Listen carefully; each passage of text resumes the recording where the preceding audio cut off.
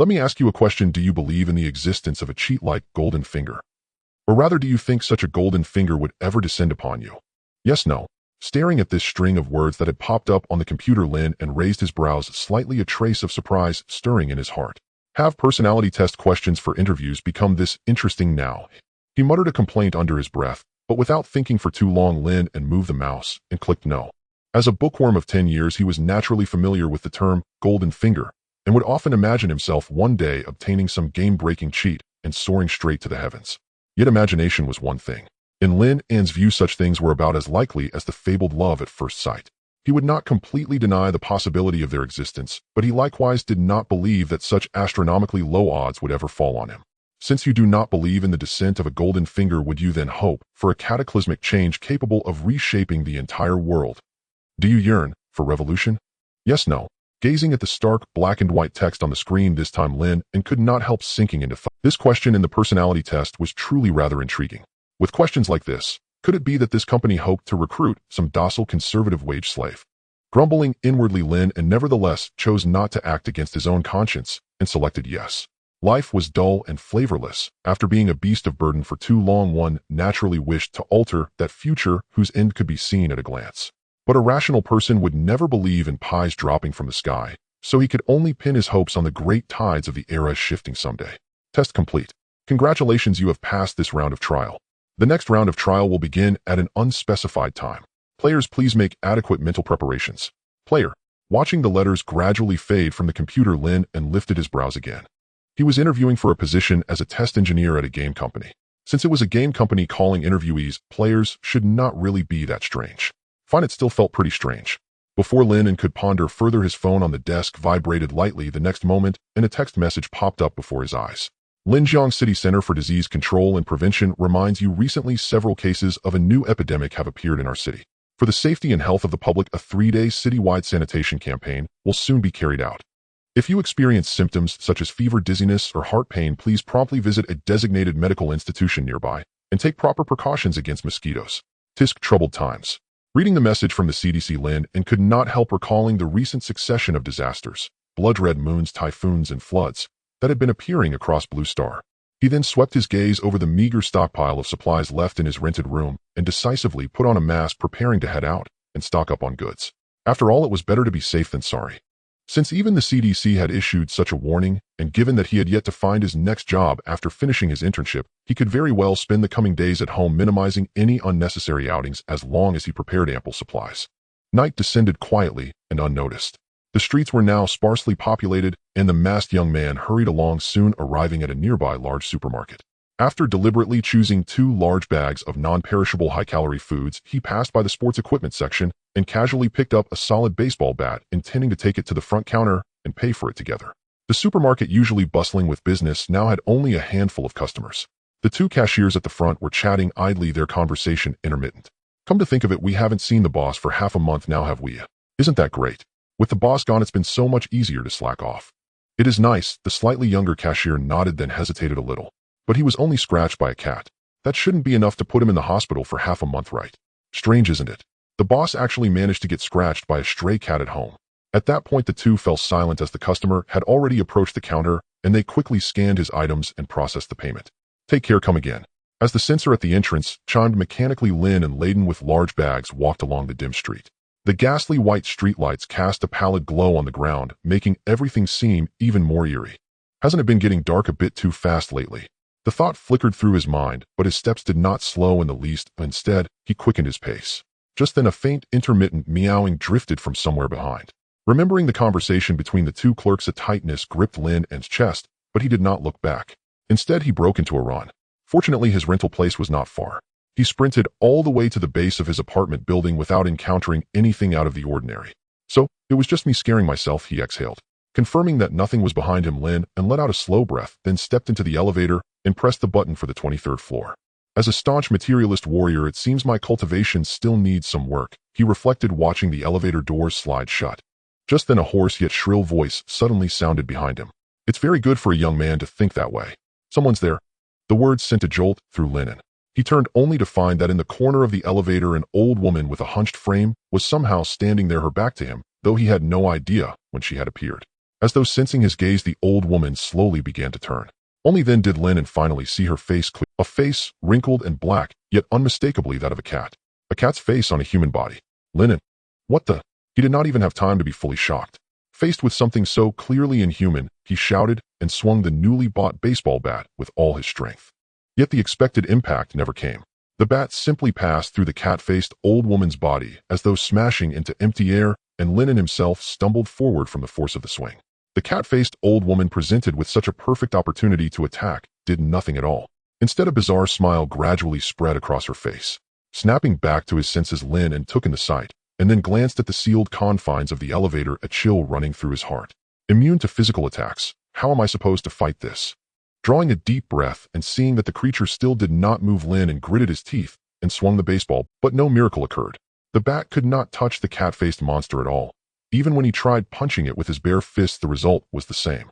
Worse still, he realized that at some point the elevator had come to a stop, and no matter what other floor button he pressed, there was no response. There was no way to flee, and counterattacking seemed equally impossible. Watching the cat-faced creature's smile stretch wider and wider to the point of splitting, fear and despair began to spread uncontrollably through his heart. At that moment, a phone ringtone suddenly blared through the eerie atmosphere. A bizarre foreign song rang out, its syllables tumbling nonsensically through the cramped space. Hajime wa Nanbaro do Asaka Yakuna are you? The bizarre yet light and catchy little tune echoed inside the elevator, instantly shattering the earlier eerie atmosphere and easing Lin An's fear a little. Forcing himself to calm down, Lin An began carefully observing this bizarre situation. One had to admit that once the music changed, the horror film in his mind no longer seemed quite so frightening. With his emotions steadied, Lin An looked again at the eerie old woman with the cat-like face, only to discover that her figure had grown far more insubstantial than before. Could it be fake? The thought flashed through his mind, and the scene before his eyes shifted rapidly. When he looked around again, Lin An realized that at some unknown moment, he had already walked out of the elevator and returned to the area near his rented apartment. At that very moment, a wave of searing pain erupted from his calf. Looking down, Lin An saw a black cat with a human face gnawing at his lower leg in rapid, frenzied bites. Cursing under his breath, he kicked this unknown abomination away, then in the next instant raised his baseball bat high and unleashed a fierce New Year-style swing. Bang! A crisp sound rang out as his forceful, heavy blow landed squarely on the creature's grotesque head. Watching the human-faced black cat collapse on the spot, as if falling into instant slumber, and then seeing its corpse slowly dissolve into nothingness, leaving not a single trace behind, Lin An finally let out a slow sigh of relief. Without lingering in the stairwell, Lin An picked up the supplies he had just bought along with his baseball bat, and quickly returned to his rented room. He had no idea how long he had been trapped in the illusion, but from breaking it to killing the human-faced cat had taken only a brief moment. Thus his phone was still ringing. He tapped to answer.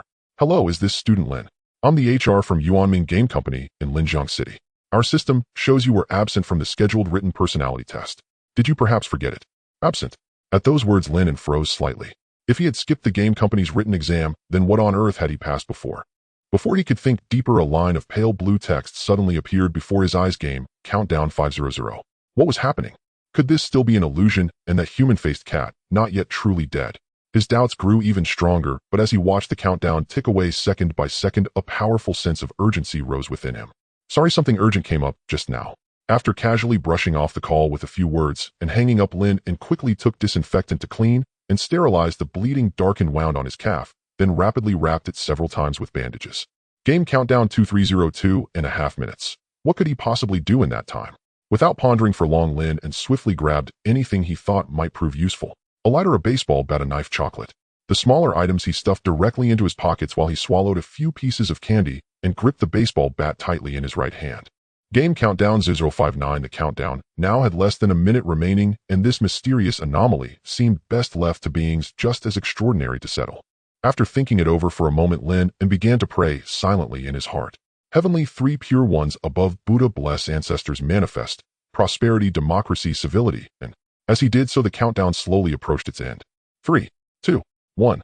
As the text vanished from his sight, time itself seemed to freeze, plunging everything into absolute stillness. The space around him cracked like shattered glass, countless black fissures spreading like a spiderweb. With a faint cracking sound, heaven and earth completely collapsed. His consciousness sank into darkness at that very moment. Where on earth have I been dropped this time? In a crude, thatched hut, the newly awakened Lin An shot up from the bed, his gaze filled with confusion as he surveyed his surroundings. The hut was dilapidated, drafty on all four sides, and scarcely larger than the bed itself. After quickly surveying the area, Lin An soon realized that his baseball bat, phone, and other belongings had all vanished, and even his clothes had been changed at some unknown point. Still, he could at least confirm that this body was his own because the calf that had been bitten by the human-faced cat continued to throb with pain, if anything, even more intensely than before. Just as his confusion deepened, that mechanical voice sounded again, "Welcome to the Guixu world. Congratulations on entering the closed beta of this game. As long as you survive for one day and kill at least one aberration, you will obtain official player status. First, be advised, during the game period, death does not mean true death, but all related memories will be erased, and you will permanently lose the qualification to become a player. Next, please remember the following points. First, you may summon the game interface through sheer thought. Second, nighttime is extremely dangerous. Never remain in darkness for long. Third, the land of Guixu is the end of all things, where calamities beyond common sense occur frequently. Fourth, during the game, time in reality remains frozen. Fifth, your initial identity as a player is assigned at random, but rest assured it will hardly ever be a good one. Sixth, do not reveal your player identity. Seventh, everything obtained in the game may be brought back to reality. Finally, we wish all players the best of luck. A closed beta with time in reality frozen, and items from the game could be carried back into the real world. Catching these key phrases at once, Lin An could not help but feel a surge of excitement amid his astonishment. Just as that peculiar question had suggested, change had indeed arrived. TCH, that hurts. Yet before he could savor his excitement, the pain from his calf yanked him back to reality. Lowering his head to look at the wound, he saw black toxin continuing to spread outward. With a thought, Lin An silently recited the word panel in his mind. A pale blue screen immediately appeared before his eyes.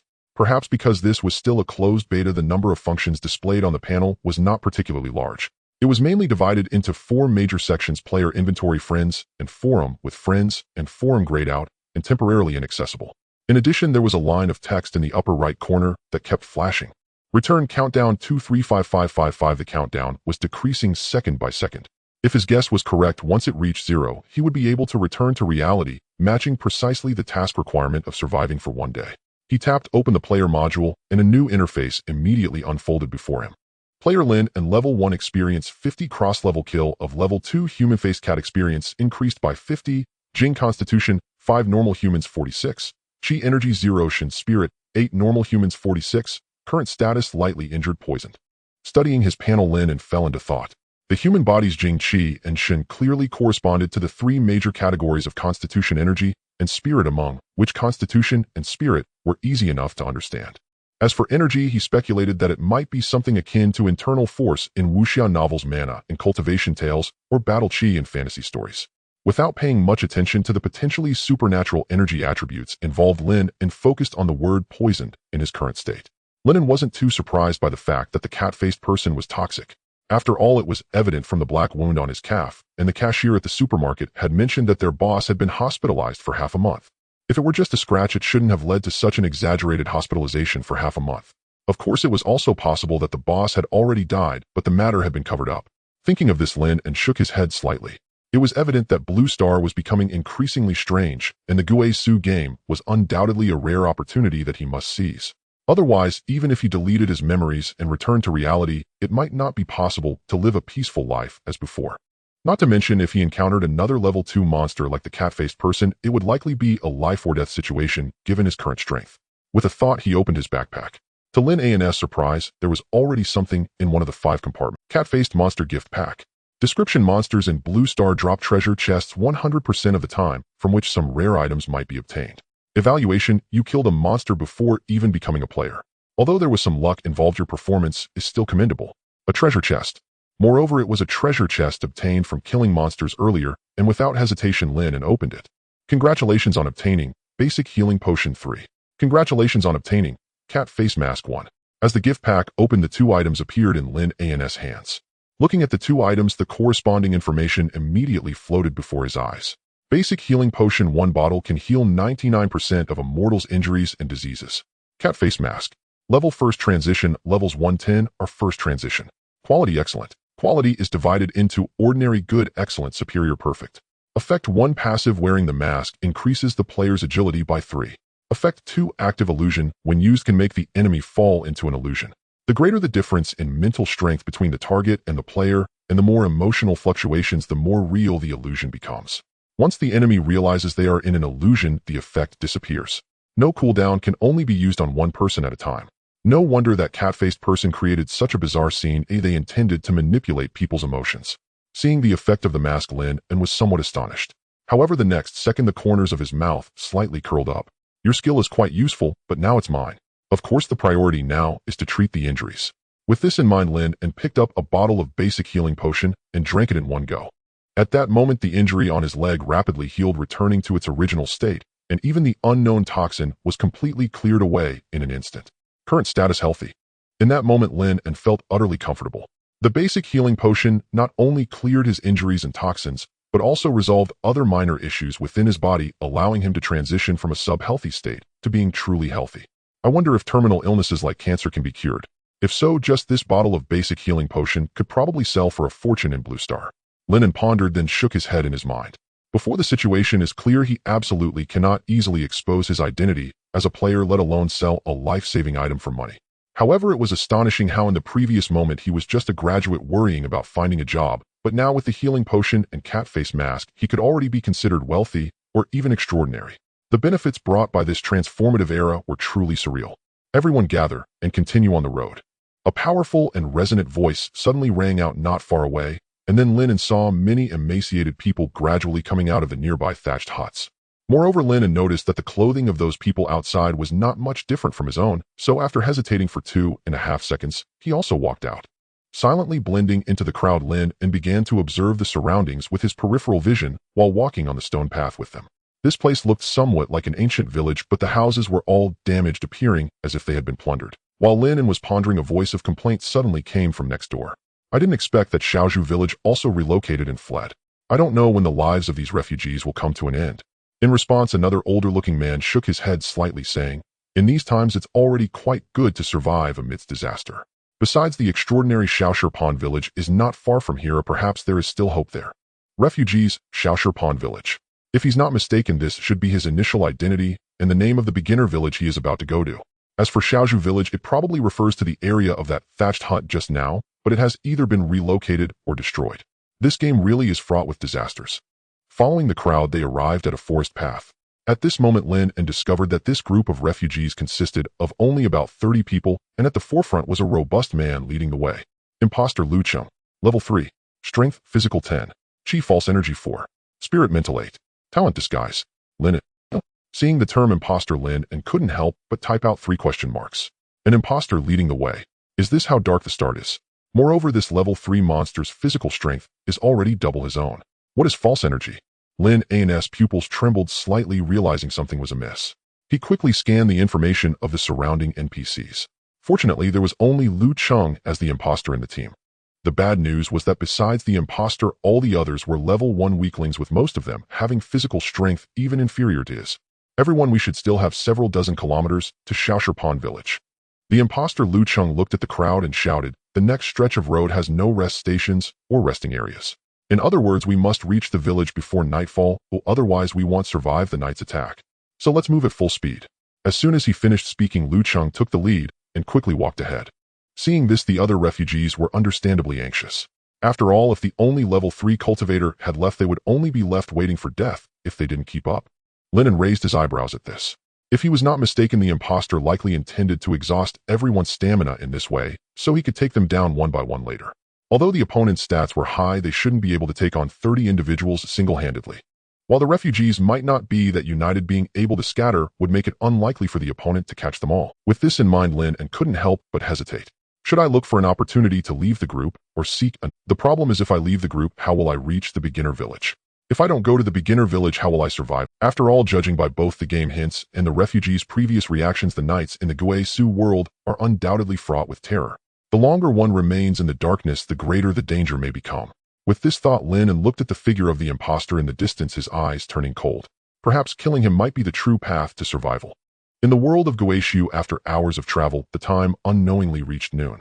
Let's rest for a moment. We will continue our journey in half an hour. Lu Cheng's voice echoed from ahead. Hearing this, the exhausted refugees quickly found a shaded spot to sit down and seized the opportunity to rest and eat. At the back of the group, Lin An approached a middle-aged man who looked somewhat familiar. Big brother, I have never been to Xiaoshitan village. Do you think we might be taking the wrong path? Lin An casually asked, handing over the wild fruit he had just picked. The man took the fruit and smiled, saying, you have asked the right person. Don't worry, I have traveled this road at least 8 out of 10 times, so we definitely won't go wrong. Lin An nodded slightly in response.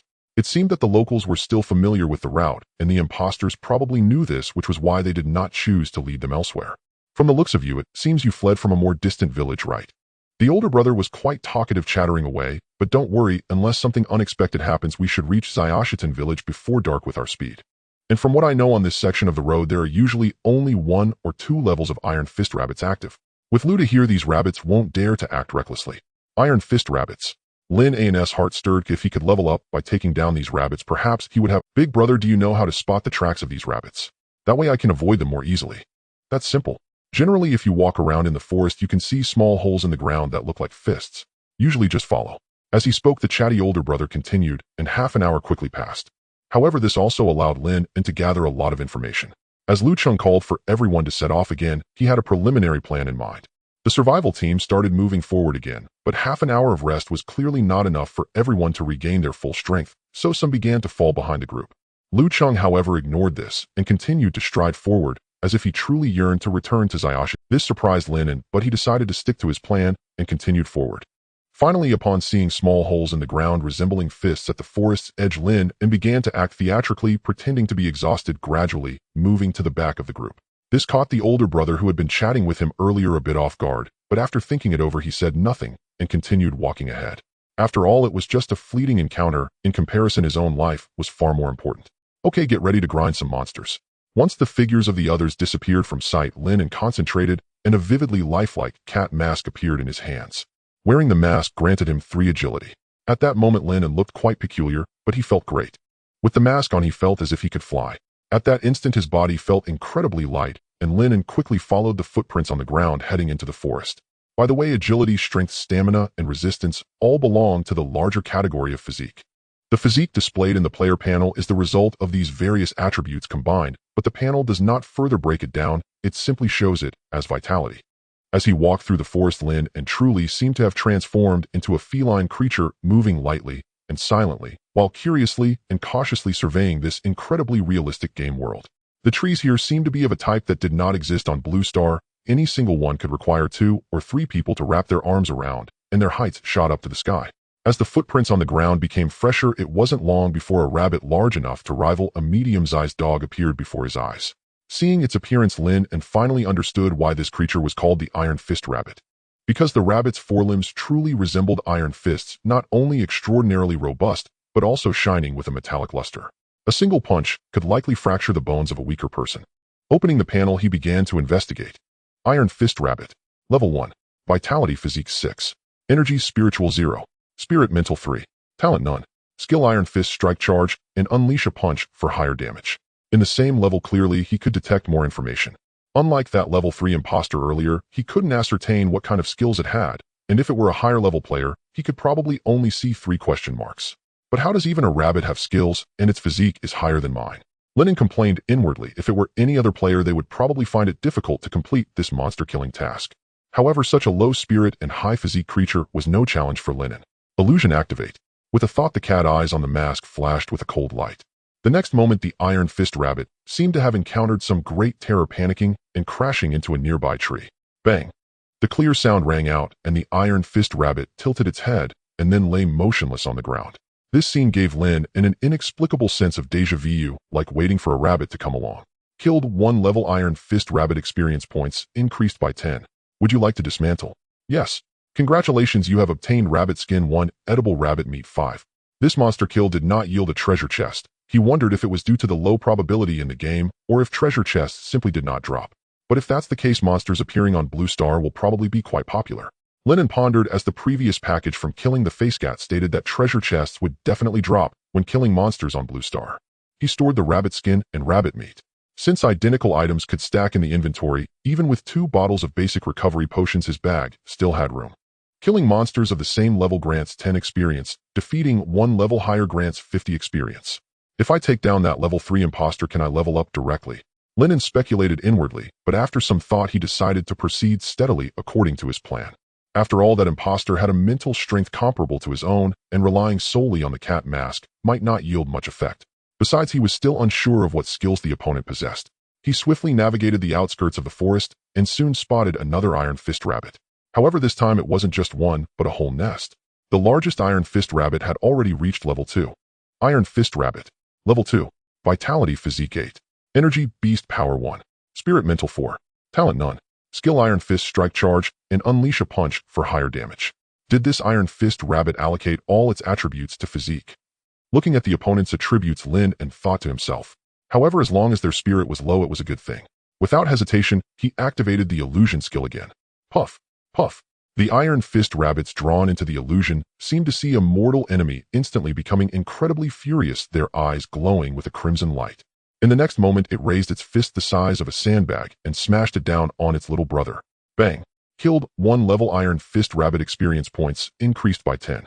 Oh, does this experience points count for me? How delightful. Watching the level 2 Iron Fist rabbit start to pummel his teammates, Lin An couldn't help but smile. And when the 4th rabbit perished, the experience bar finally reached 100%. Ding. Experience points are full. Do you want to level up? Yes. Lin An did not hesitate, and at the moment he clicked confirm, a warm current suddenly appeared within his body. Congratulations, all attributes 1, gained 1 free attribute point. Awesome. Not only did he become stronger, but the fatigue from his previous journey was also swept away, and his status instantly returned to full. Looking at the remaining free attribute point, Lin An directly allocated it to his spirit. After all, even if he added a little to the other attributes, they would still be significantly weaker than the level 3 pseudo-humans. It was better to invest everything in spirit, since he only had the illusion skill for now. All in is a form of wisdom. With a thought, Lin An began to check his current panel. Player Lin An. Level 2. Experience 0. Physique 6-1. Chi 1-1. Spirit 10-2. Current status healthy. With his spirit reaching double digits, he felt a clarity of mind and sharpness of thought that surpassed his In addition, he could vaguely sense a warm current flowing throughout his body, which should be the chi mentioned in the panel. Pseudo-energy, beast energy chi. This game seems to have a variety of energies. Thinking this, Lin An gazed at the nearby Iron Fist rabbit. At this moment, the level 2 Iron Fist rabbit successfully defeated its last minion, but this time Lin An did not receive a notification of experience gain. It seemed that after leveling up, killing lower-level monsters would no longer yield experience. However, this was not surprising. If he could continuously level up by farming low-level monsters, he would have transformed into a sword god of the 10-mile slope. With a thought, Lin An began to modify the illusion. As his spirit reached 10 points, the illusion effect became significantly more pronounced. Especially in dealing with these mindless little monsters, the effectiveness was almost guaranteed. After all, with their intelligence, it was hard for them to understand what an illusion was. Bang! With a loud bang, the Iron Fist rabbit unleashed its beast energy and slammed it against a giant rock before collapsing completely. Killed. Level 2 Iron Fist rabbit experience points increased by 10. After breaking down all the Iron Fist rabbits, Lin An glanced at the time. It was now 3 in the afternoon, and there were about 3 hours left until sunset. Having just spent over an hour finding a single level 2 Iron Fist rabbit, the likelihood of finding and defeating 9 more in the remaining time was clearly slim, not to mention that he still had a distance to travel to reach the novice village. Thinking this, Lin An decisively began his return. Meanwhile, on the forest path he had previously traversed, a lean man who had fallen behind was struggling to move forward. Though he was exhausted, he knew that stopping now would be tantamount to waiting for death. Thus, even with blisters on his feet, and having worn them raw, he dared not pause for a moment. But the next moment he was rooted in place. 2 faceless beings holding long knives had unexpectedly appeared before him, completely blocking his way. The lean man had evidently heard of these strange creatures.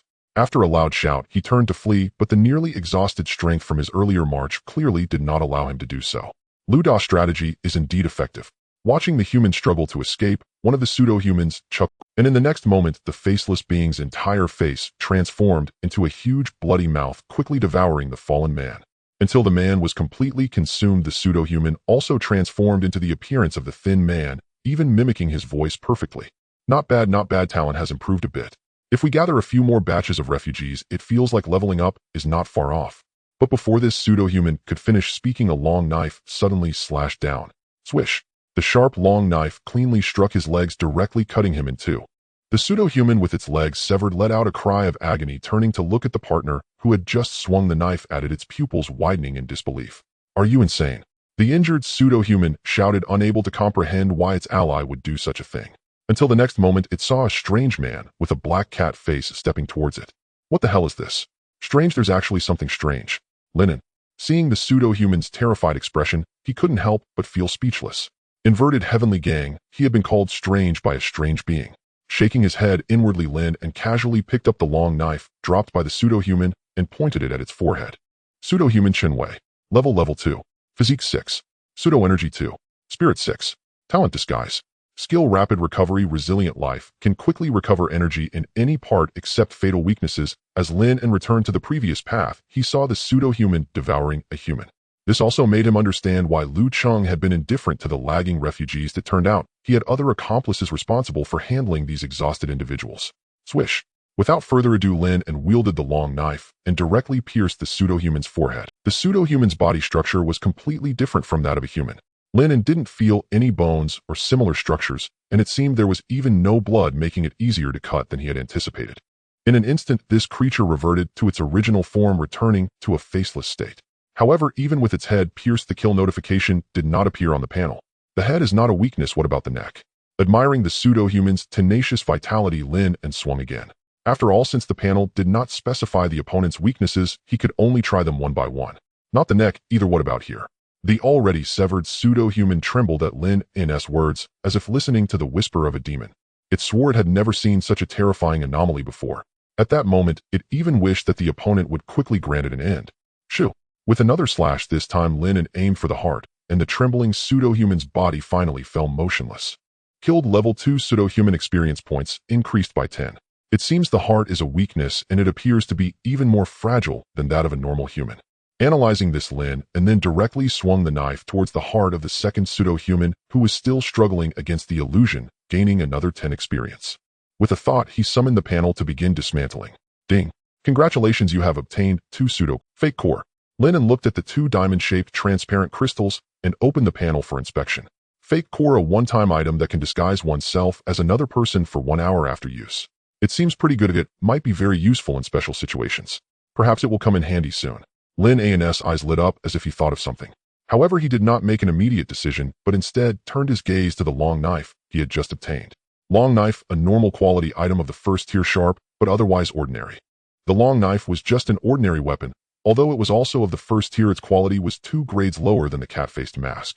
Therefore, it offered no attribute bonuses and had no skills that could be used.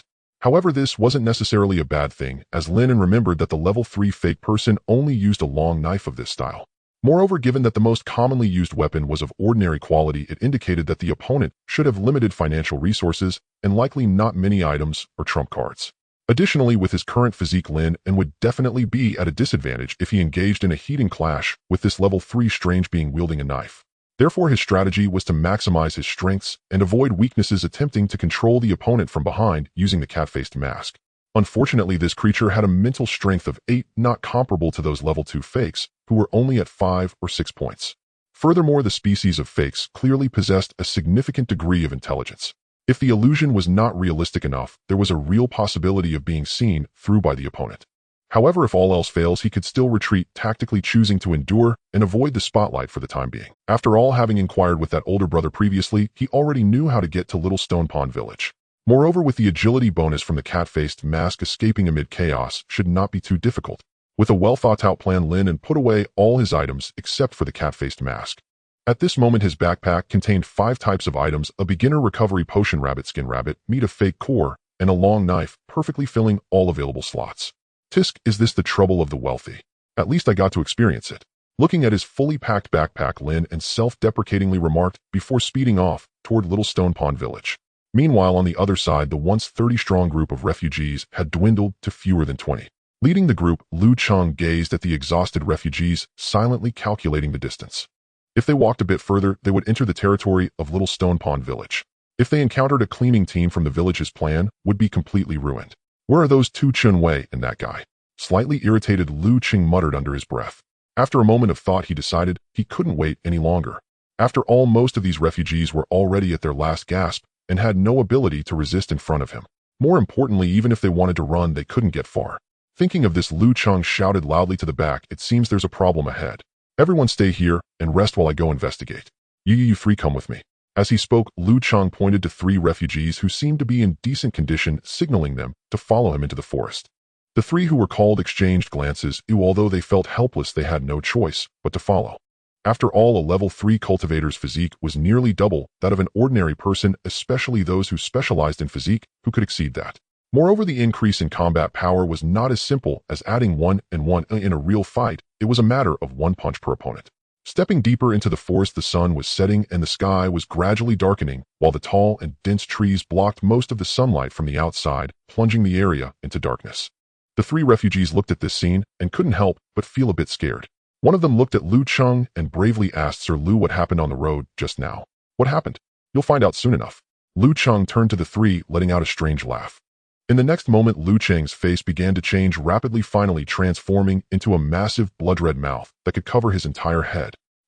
The three refugees were instantly dumbfounded at the sight, never expecting that the cultivator leading them was actually a fake. Crunch. The closest person was immediately devoured by Lu Cheng, and the other two also reacted at that moment, frantically running in different directions.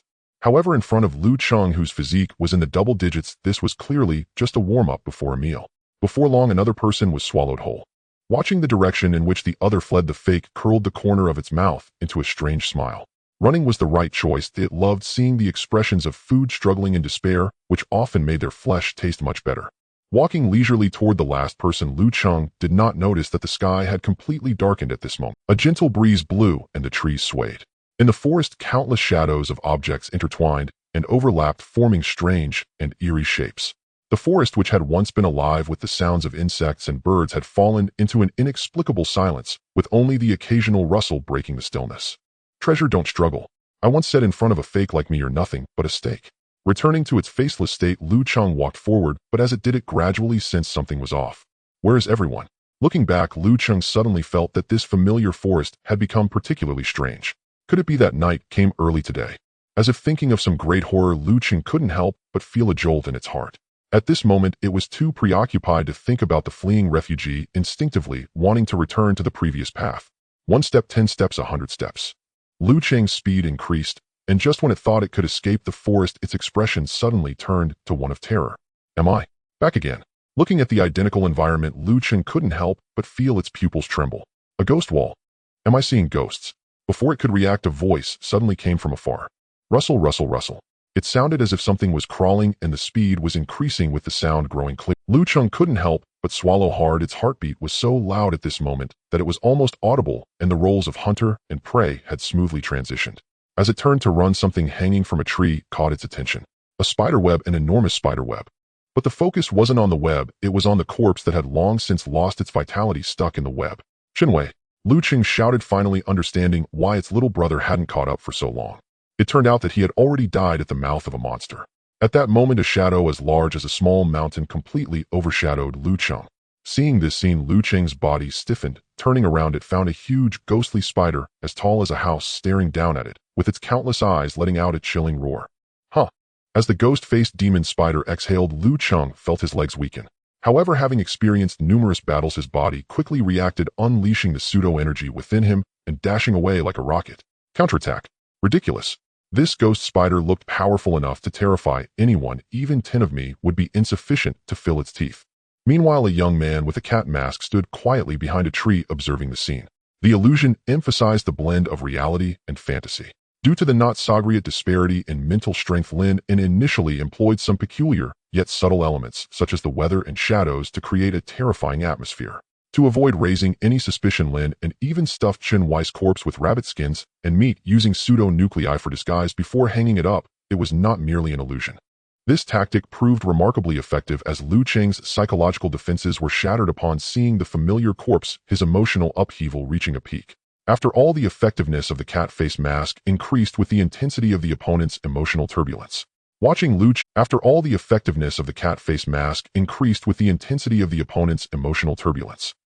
Lu Cheng exhaust his energy in a desperate attempt to escape the ghost spider's pursuit, Lin An quietly awaited the opportune moment to strike. Fearful emotions have their thresholds and durations. Once the opponent crosses that critical point, they will gradually realize something is amiss and eventually become aware of the illusion's truth. Taking a deep breath, Lin An observed Lu Cheng, who had completely depleted his pseudo-energy, and nimbly approached him. Theoretically, he could now return to Shao Shirtan village and successfully complete the internal testing task. However, having prepared so thoroughly, Lin An did not believe he wouldn't even be able to kill a monster one level higher. Should I avoid his sharp edges? Draw the knife. With a thought, a long knife appeared in Lin An's hand.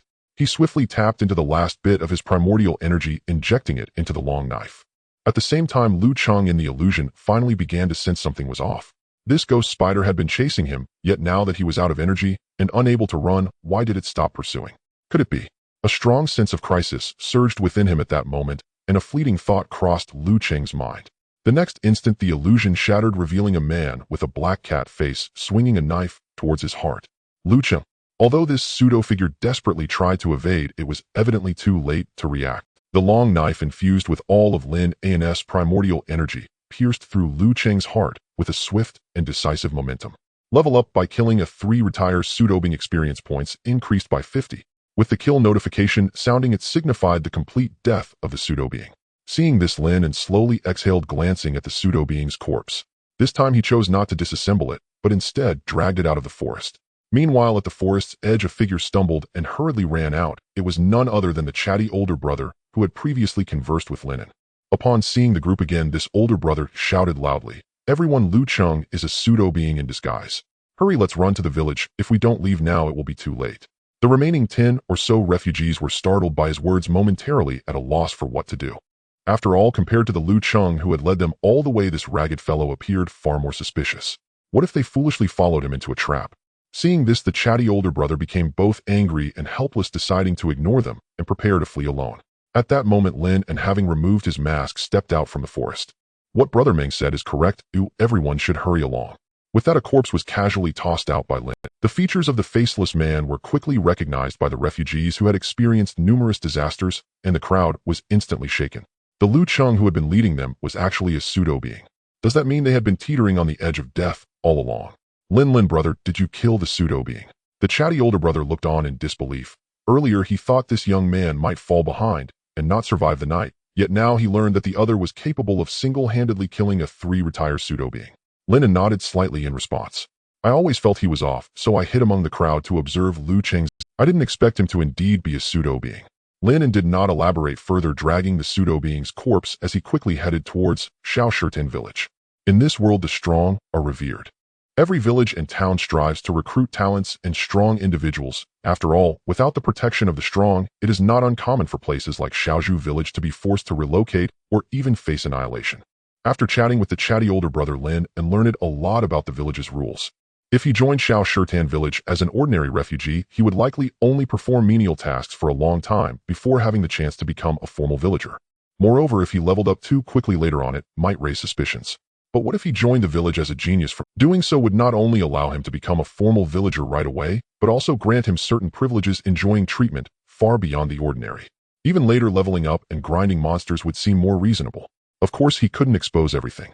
At the very least, his trump card, like the cat face mask, would remain undisclosed unless absolutely necessary, even to the NPCs in the game. Though they are called NPCs, it is difficult to treat them merely as part of a game. After all, everything in this world feels too real, from the sensation of pain to the terror experienced before another's death. Moreover, Lin An recalled that the previous prompt had mentioned it was best not to let beings from the Guixu know about his player identity. Although he was still unclear about the consequences of exposing his identity, it was prudent to be cautious in this extraordinary and bizarre world. Continuing onward, they were already not far from Xiaoshirtan village.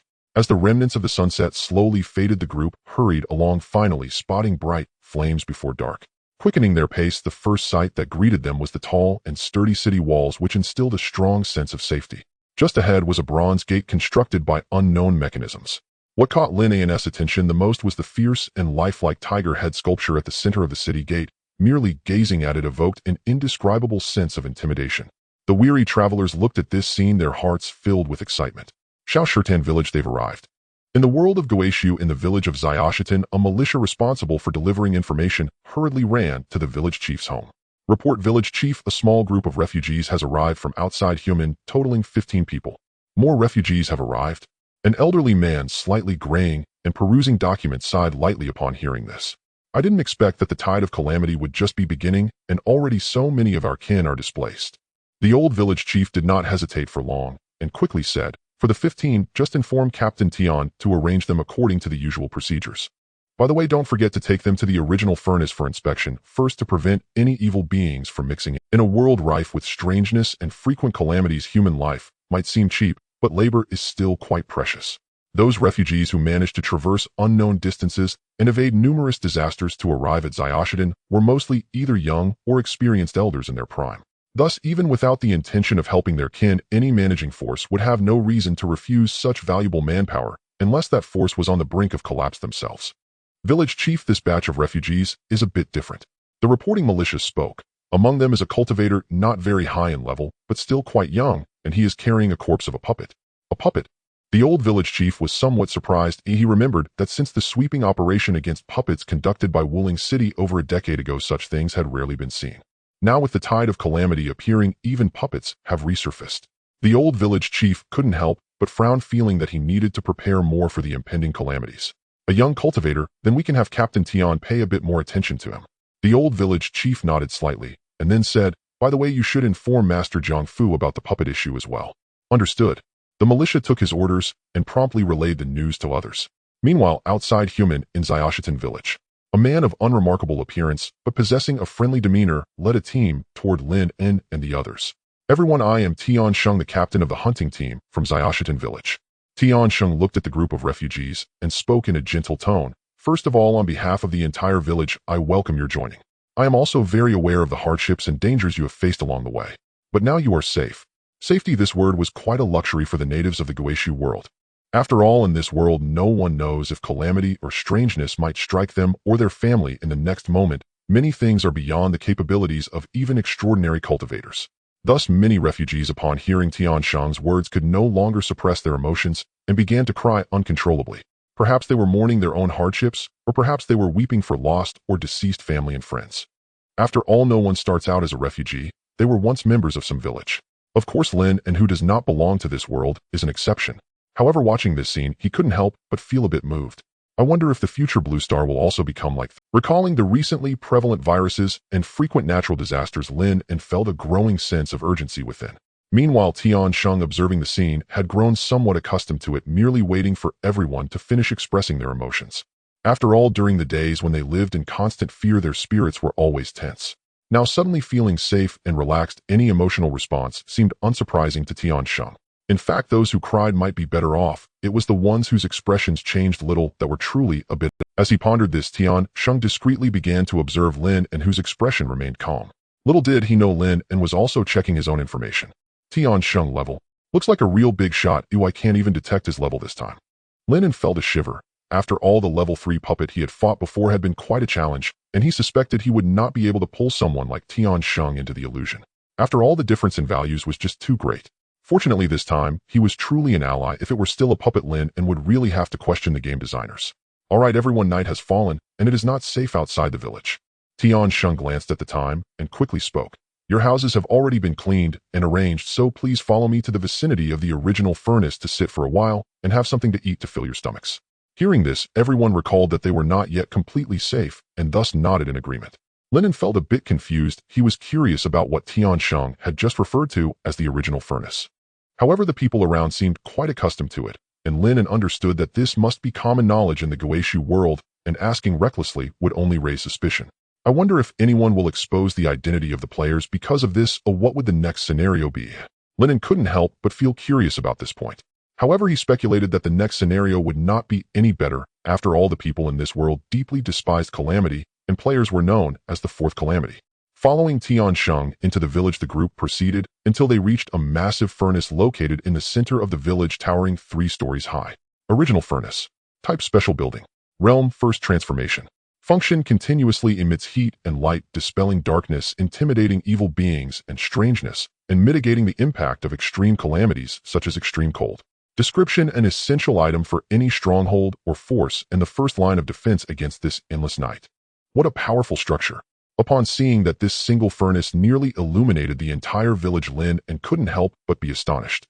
He finally understood why Tian Sheng had brought them here first. He probably wanted to check if any strangeness such as puppets was hidden among them. However, the result was evidently fine. After all, Lin An had already scanned this batch of people using his panel. Upon seeing that the refugees showed no abnormalities, Tian Sheng and the villagers also breathed a sigh of relief. Alright, Shao Li, you two take everyone to rest first. After giving a command to the 2 people beside him, Tian Sheng stepped beside Lin An. Brother, you are indeed accomplished at a young age, managing to single-handedly deal with a level 3 puppet. You should know that these things are as difficult to handle as unkillable cockroaches. Tian Sheng smiled and asked, I still don't know your name. Captain Tian, you are too polite, just call me Lin Quan. Lin An did not hesitate and casually gave himself a pseudonym. After all, when out and about, identities are naturally fabricated. In Xiao Shirtan village near the original fireplace, Lin Quan, having traveled from afar, may not be fully aware of the situation in our village. The two sat by the fireplace warming themselves as Tian Sheng began to introduce. In our village there are a total of 3 second transcendent cultivators, the old village chief, Master Jiang, and the captain of the guard. These 3 strong individuals are also the greatest assurance of safety for the village. However, aside from the village chief, the other 2 do not often make appearances. Levels 1 to 10 are considered the first transition, 11 to 20 the second, and so forth. This is how cultivation is categorized in this game world. However, it is well known that NPCs cannot level up by fighting monsters like players do, so the natives here must rely on their cultivation techniques to constantly break through realms to enhance their strength. Yet to cultivate, one must possess certain qualifications or talents. Most of the natives lack this talent, which means they can only remain stuck at level 1, much like the mortals in novels who cannot step into the realm of refining chi due to having no spiritual roots. The group of refugees that traveled with Lin An previously largely consisted of such individuals. Those with cultivation potential are collectively referred to as cultivators. However, cultivators below level 10 are essentially just mortals with some potential. Only upon reaching the second transition can they truly be considered part of the transcendent ranks. The security forces of Xiao Shirtan village are mainly divided into 4 teams. Tian Captain looked at Lin An and continued, they are the hunting team, the scouting team, the patrol team, and the guard team, with the patrol and guard teams primarily responsible for maintaining order within the village, thus ensuring relative safety. The hunting and scouting teams are mainly responsible for gathering food and resources. For instance, the Iron Fist Rabbit is one of the wild beasts we hunt most frequently. Additionally, they need to scout and eliminate any peculiar threats to the village. Danger is inevitable, but the rewards are significantly higher. Upon hearing this, Lin An fell into deep thought. If he wanted to fight monsters and level up, joining the hunting team was clearly the best option. However, the problem is that dying in this game results in account deletion and memory loss, which comes at a considerable cost, making it difficult for players to ignore risks and continue adventuring. There's no need to rush your response. Tian Sheng seemed to sense Lin An's hesitation, speaking gently. Such matters truly require careful consideration, and if you really don't want to join a team, there are still many other tasks available in the village. However, those jobs offer limited pay, and it would indeed be a waste for cultivators to do such work. At that moment, a militia member hurriedly approached. Captain Tian, Master Jiang sent me to relay a message. Oh. Tian Sheng was taken aback and immediately asked, what does Master Fu have to say? Master Jiang heard that there are bodies of doppelgangers here, and he has expressed interest in such materials, wishing to trade for an opportunity to observe a skill manual. Are the bodies of doppelgangers truly that valuable? Tian Sheng appeared surprised, then looked at Lin An and said, though the spells in our library aren't numerous, there are still some effective skills among them. I recall that the most expensive skill manual requires 3,000 Guixu coins for a single viewing, which is equivalent to my monthly salary. Of course, I am not entirely sure about the value of the doppelganger's body, so whether to trade or not is entirely up to you, Lin brother. Lin An, however, did not hesitate and directly nodded in agreement to the trade. After all, once the doppelganger's body is decomposed, he would only receive a doppelganger core in return, and the comparison between a disposable item and a skill that could be used long-term was clearly evident. Upon seeing Lin An agree, the guard quickly took the doppelganger's body back to report, while Tian Sheng led Lin An towards the library. The library was not far from the original fireplace. More accurately, any relatively important location such as classrooms and clinics would not be too distant from the original fireplace at the core of the power.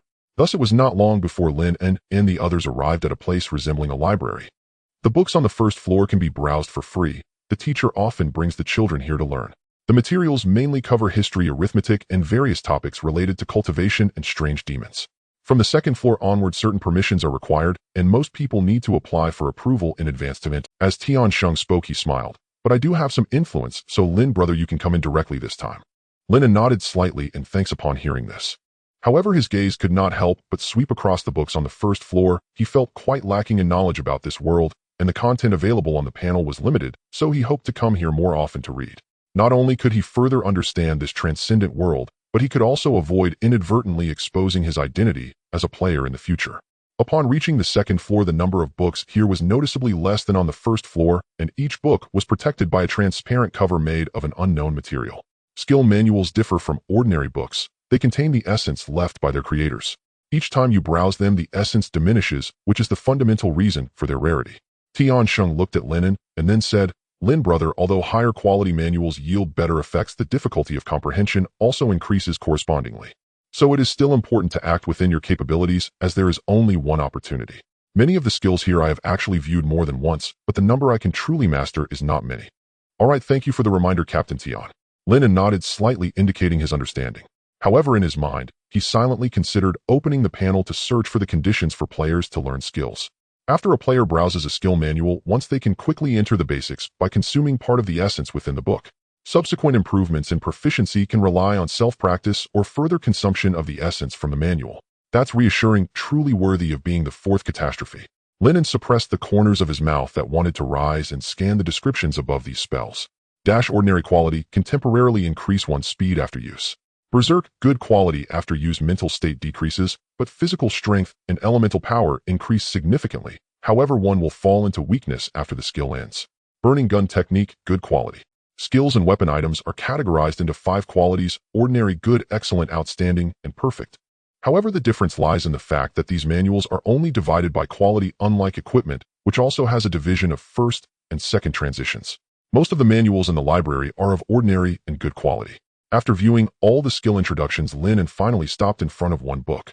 Tiger Bird Technique. Quality excellent. Effect 1, passive, strengthens the kidneys and bones. As proficiency increases, the player's immunity, bone density, and physical strength will also improve. Effect 2, active, after use, it feels like a tiger possesses the user, greatly enhancing their physical constitution and combat abilities. After mastering it, one can consume energy to temporarily beastify their organs or even completely transform into a fierce tiger. The Tiger Avian Technique is indeed a powerful skill, but the difficulty of cultivation is also extraordinary. Tian Sheng looked at Lin An and thought for a moment before speaking. Back then I also watched it over a dozen times and spent nearly a year's salary just to barely grasp the fundamentals of this technique. If Brother Lin is not currently lacking in other skills, focusing solely on mastering the Tiger Avian Technique is not a bad idea, but be prepared for a significant investment with results that may take time to manifest. Tian Sheng spoke sincerely. After all, he had spent at least more than 10 years of savings and a vast amount of time to master this skill, so he was all too aware of the hardships he had endured during that time. However, if he could truly master this skill, there would even be opportunities to gain corresponding extraordinary inheritances, making it a promising path for cultivation. Thus, Tian Sheng only clarified the pros and cons rather than directly advising Lin An to give up. Thank you for the reminder, Brother Tian, but I still want to give it a try. With the panel as an external aid, Lin An didn't have to worry about not being able to grasp the skill. However, he could feel that Captain Tian genuinely cared for him, so his words were very polite and courteous. Good, I like the enthusiasm of young people like you. Tian Sheng smiled and ceased his persuasion, instead operating the panel to open the protective barrier. Lin An took the manual and began flipping through it immediately. As soon as he opened the first page, he felt a difference from his usual reading. At that moment, his mental energy slightly fluctuated, as if an unparalleled master were imitating a fierce tiger in his mind, demonstrating each move with ferocious might. Is this the essence of the technique?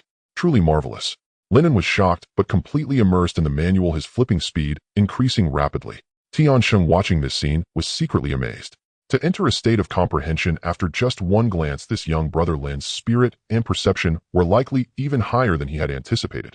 Swish, swish, swish. In the second floor of the library, the sound of pages turning echoed rapidly. After an unknown amount of time, Lin An finally stopped, a bright light flashing in his eyes. I've done it. Ding. Congratulations, player has acquired the excellent skill Tiger Avian Technique, current proficiency beginner. How did it go? Tian Sheng, who had been watching from the side, couldn't help but curiously ask.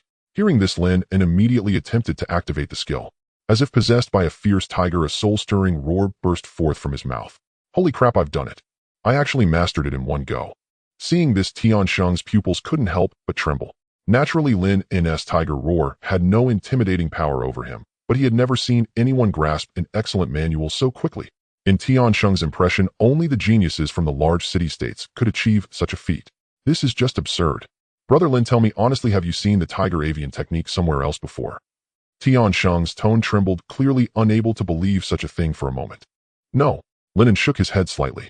Since he had already decided to portray himself as a genius, he would carry. Moreover, Lin An felt that he truly understood it on his own, as he sensed he had successfully grasped the Tiger Avian Technique even before the panel gave him the notification.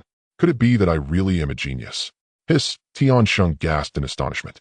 He knew his own perception was already quite good, yet he still needed to watch it over 10 times to master it. Didn't that imply that the other's perception was 10 times greater than his? No, when I learned the Tiger Avian technique, I was already at level 5 or 6 with a much higher mental energy than Lin and now theoretically giving me an advantage. That means my comprehension was actually more than just 10 times worse. Upon thinking this, Tiansheng felt as if he had pulled off a painful mask, unable to help feeling a bit pained. Holy crap, so there really are people who can master it in one go. What were all the hardships I endured before worth? Am I really capable of enduring hardships? Putting the manual back, Tiansheng rubbed his forehead, speaking with a mix of helplessness and joy. Brother Lin, you have truly given me a great surprise. However, this matter is significant. I need to inform the village chief to strive for better treatment for you. There are such good things. Lin An was taken aback upon hearing this. Although this world was filled with strange disasters, the human race within seemed to be friendlier than he had imagined. Thank you very much, Brother Tian. I will certainly remember this kindness. Lin An cupped his fists, speaking earnestly. Hearing this, Tiansheng laughed heartily. Since you have called me brother, how could I not help? All right, it's getting late. We should return to rest. By the way, as if remembering something, Tiansheng took out a set of keys and said, there is a 2-bedroom unit to the north of the original fireplace that was left to me by a good brother. If you don't mind, you can stay there for now. Then I shall gratefully accept your offer. This time Lin An did not thank him, as saying thanks too much would be inappropriate. However, he could also recognize how precious this house was, as the original fireplace was the absolute core of every faction's stronghold, and the closer one was the safer it meant. That meant Tiansheng was directly giving him a house in the city center, which was invaluable. After they returned to the first floor of the library, Lin An watched Tiansheng leave, but did not depart immediately. Instead, he began to browse through other books on the first floor. Beginner's Cultivation Manual, Encyclopedia of Disasters. After taking these 2 books to the borrowing counter for registration, Lin An quickly returned to the 2-bedroom unit that Tiansheng had mentioned. The house wasn't large, but it was quite cozy. Especially since it was not far from the original fireplace, it gave a strong sense of security. Lying on the bed, Lin An casually opened the Cultivation Manual. Soon his expression turned thoughtful. He realized that the descriptions of breakthroughs in this manual were exactly the same as his feelings during upgrades. Moreover, even the total number of attribute points gained from upgrading was completely consistent. Cultivators from the ruins of the homeland also gained 4 attribute points after breaking through 1 level, but unlike Lin An and the other players' NPCs, could only determine their focus direction by choosing different cultivation techniques. For instance, choosing the body refinement technique meant focusing on physique, while opting for the chi refinement technique meant wanting to specialize in energy attributes, and so on. In contrast, players had much more freedom, being able to add attribute points whenever they wanted and wherever they wished. After finishing the entire Beginner's Cultivation Manual, Lin An quickly formed a hypothesis in his mind. Upgrading is likely essentially cultivation. Monsters, oddities, and disasters. These 4 categories represent the most prevalent calamities in today's Guixu world. The Iron Fist Rabbit falls under the category of monsters, while the pseudo-human is one of the oddities. Disasters are divided into 2 types, unconscious and conscious. The most typical disasters include extreme cold, fog, and floods. However, regardless of the type of disaster, they instinctively cause the maximum destruction to the world. Under the glow of candlelight, a young man was intently reading the Encyclopedia of Disasters. Above these 4 major disasters, there exists something even more terrifying, which we call strange tales. Strange tales cannot be killed, and lingering in darkness will attract their attention. The longer one stays in the dark, the more horrific the strange tale that is drawn in. Is this what the warning meant by advising against staying in the dark? Lin An realized this, but he couldn't help but feel a slight chill in his heart. The horror of something that cannot be killed is enough to leave one feeling helpless. He continued to flip through the Encyclopedia of Disasters, and time slipped away unnoticed. Countdown to returns of 00. As the countdown reached 0, Lin An opened his eyes again, only to find himself back in his familiar rented room.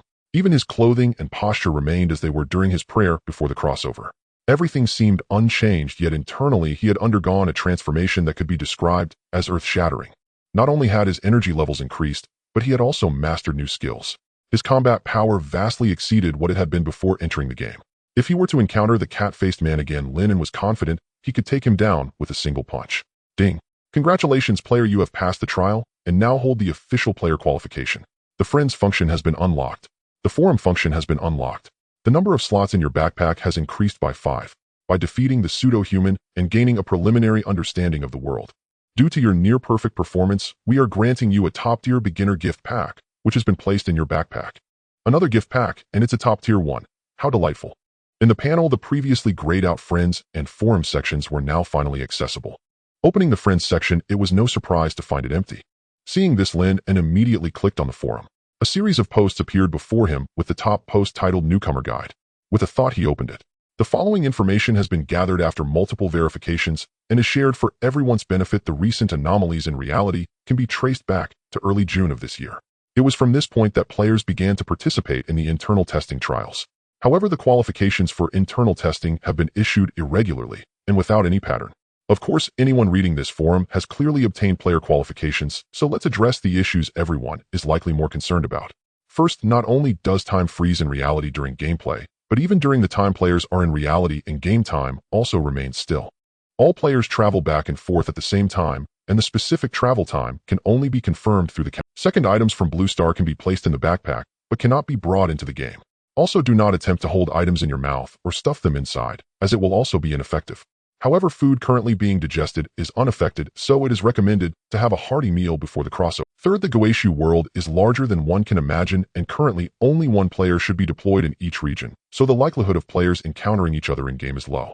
Fourth, killing anomalies in Blue Star grants experience points and treasure chests, and these chests have a higher chance of yielding valuable items.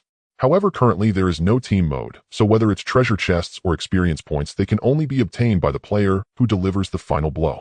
Fifth, all players who expose their identities in-game have perished, their memories erased, thus the cause of death remains unknown. Sixth, the disasters that have descended upon Blue Star are primarily within the first phase, but the frequency of these calamities is gradually increasing over time and monster levels are continuously rising. Therefore, it is reasonable to speculate that even more extraordinary and powerful disasters will descend into reality in the future. Seventh, lastly, it is crucial to emphasize that killing players not only does not yield experience points, but also does not drop any items from their backpacks. The Skynet is vast and all-encompassing. Those wielding extraordinary powers should not harbor any delusions and tread the path of crime.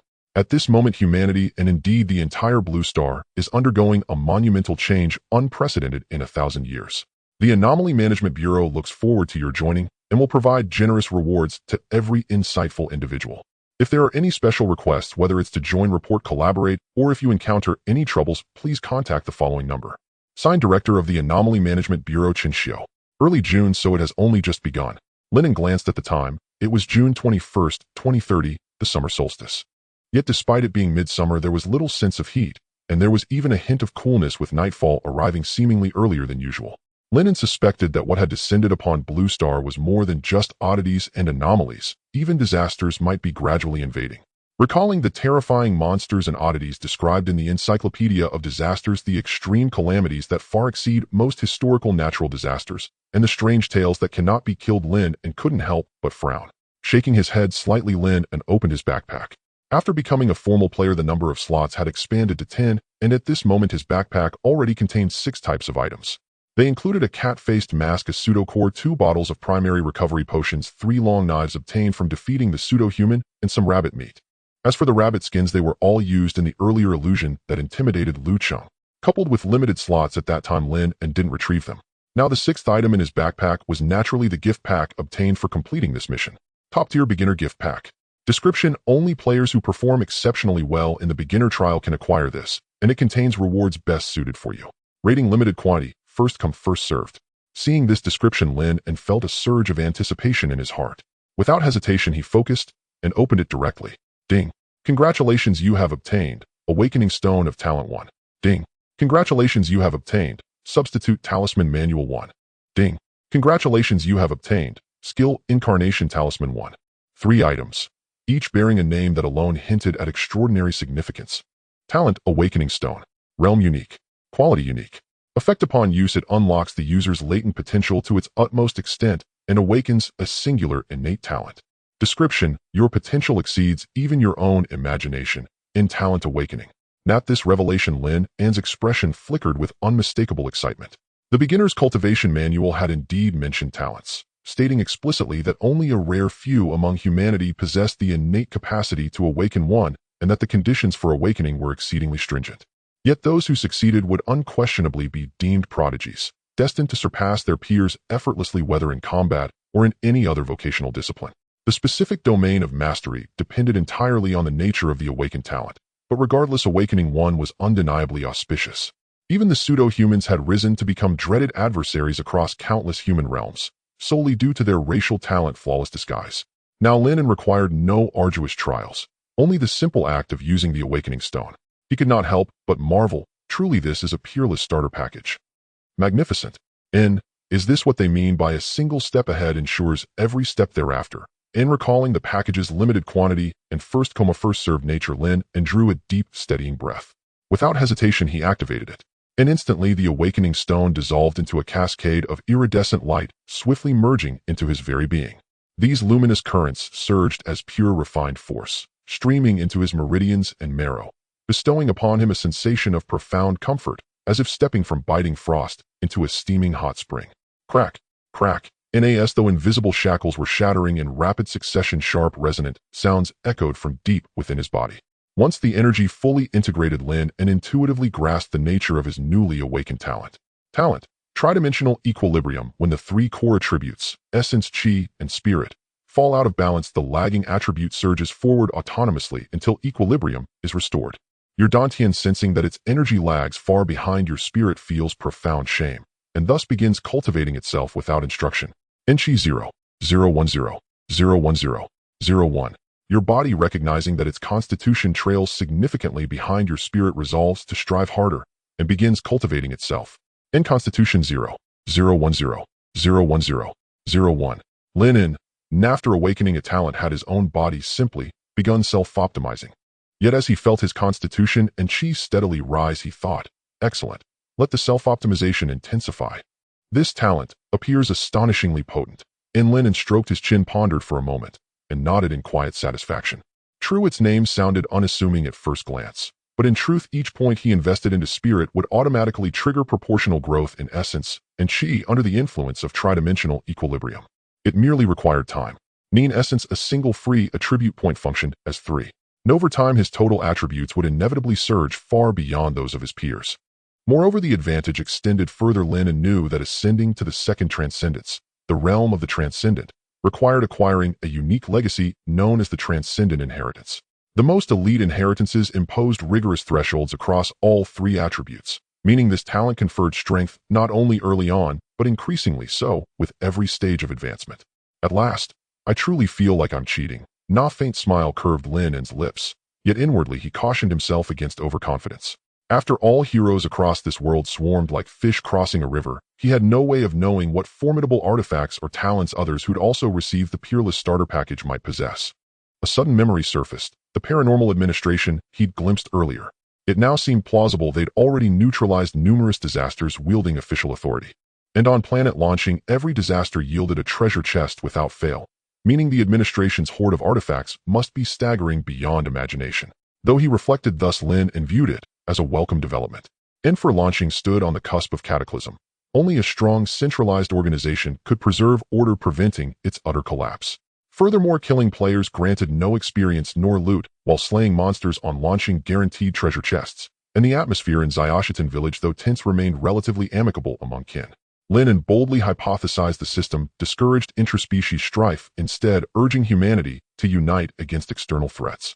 Yet recalling the harrowing entries in the Cataclysm Encyclopedia, he conceded, even with systemic support, launching would still endure a grueling apocalyptic struggle for survival. Shaking off such thoughts, Lin An turned his gaze to the second item drawn from the starter package in substitute, talisman, manual type, talismanic, art, scripture and quality, exquisite. Effect upon mastery, the user may inscribe an exquisite substitute talisman using their own vital blood. In talismanic art, a substitute talisman. Lin An furrowed his brow, then noticed the talisman itself bore its own description. Substitute talisman type, single-use, consumable, talisman quality, exquisite. In effect, one passive automatically activates upon receiving a fatal blow, manifesting a decoy to intercept the attack. Effect 2, active upon activation, the user instantly swaps positions with the talisman. Prerequisites: Spirit 10, Chi 10. In note, maximum teleportation range equals the sum of the user's essence, chi, and spirit attributes multiplied by 1 kilometer. Beyond this distance, the talisman cannot function. Only 2 talismans may exist simultaneously. An exceptional artifact. Upon reading both effects, Lin An's eyes gleamed subtly. By the game's own reckoning, this talisman fused the functions of Mingdao, the Divine Blade, and Return Scroll. It was the ultimate survival tool, deflecting lethal strikes and enabling instantaneous escape. Indispensable for travel, combat, evasion, or even strategic retreat. Only one constraint existed: both spirit and chi had to reach 10 points. That threshold would prove steep for most players. After all, humans began with 0 chi, and leveling alone would require reaching level 4 before meeting the requirement. Unless like Lin An began with a spirit-boosting artifact, such as the cat face mask, most players would likely prioritize Constitution first, then Chi and Spirit last. For Constitution immediately enhanced strength and speed, and Chi amplified destructive output, whereas Spirit offered little tangible benefit in the early stages. Glancing at his rising Chi and Constitution, Lin An noted that, within mere minutes, both had already increased by 1 point, propelled by tridimensional equilibrium. At this pace, he estimated his 3 core attributes would all reach 10 within the hour. Na's subtle smile touched his lips as he turned his attention to the final item from the Peerless starter package. An octagonal gray talisman. Skill Avatar Talisman. Type Permanent Item Bloodbinding. Realm Special. Quality Perfect. Effect 1 active after use. It allows the user to transform one skill into an avatar, which will inherit 80 of the player's essence and spirit attributes along with the characteristics of that skill, and the avatar's memory will remain in real-time sync with the player. Effect 2 passive. During the avatar's existence, the proficiency of that skill will continuously increase until perfected. Note: after use, the talisman will enter a cooldown period of 24 hours. The death of the avatar does not affect the player or the skill itself, but only one skill avatar can exist at a time. Introduction: the height of a fountain cannot exceed its source, and the power of the avatar is no different. Lin An couldn't help but comment as the appearance of this talisman indeed resembled that of a rat talisman, the biggest difference being that the pattern on it was not a rat, but a dazzling golden pentagram. However, despite the complaints, the shock and excitement in Lin An's eyes did not diminish in the slightest. Because the avatar's attributes are fixed at 80 of the user's essence and spirit, it means the stronger he is, the stronger the skill avatar will be. In other words, no matter how many levels he advances later, the skill avatar will always be able to keep pace with him. It might not compare to the player himself, but it can definitely provide significant assistance. The reason is simple: the death of the skill avatar can be summoned again, and its death does not affect the player at all. This is simply like having an absolutely loyal and infinitely resurrecting warrior. Moreover, as long as the avatar is alive, the proficiency of his skills can continuously rise until perfection. How is this any different from an AFK upgrade? Powerful, no need for more words. A perfect item, terrifyingly so. Without a moment's hesitation, Lin An picked up a small knife and made a small cut on his finger. With a drip, a drop of bright red blood fell onto the gray talisman above, and the skill avatar talisman quickly absorbed it all. In the next moment, the talisman emitted a brilliant light rushing straight toward his brow with lightning speed. However, contrary to expectations, no feeling of impact was felt. The talisman slowly merged into Lin An's brow and completely disappeared. At the same time, Lin An could clearly see the talisman quietly hovering in his spiritual world, and he could control it with a mere thought. It actually doesn't occupy any inventory slots. It's getting more and more mystical. I can only say that it truly lives up to its perfect quality. Lin An sighed, then made a mental note to check his interface. Player Lin An. Level 2. Talent Dimensional Balance.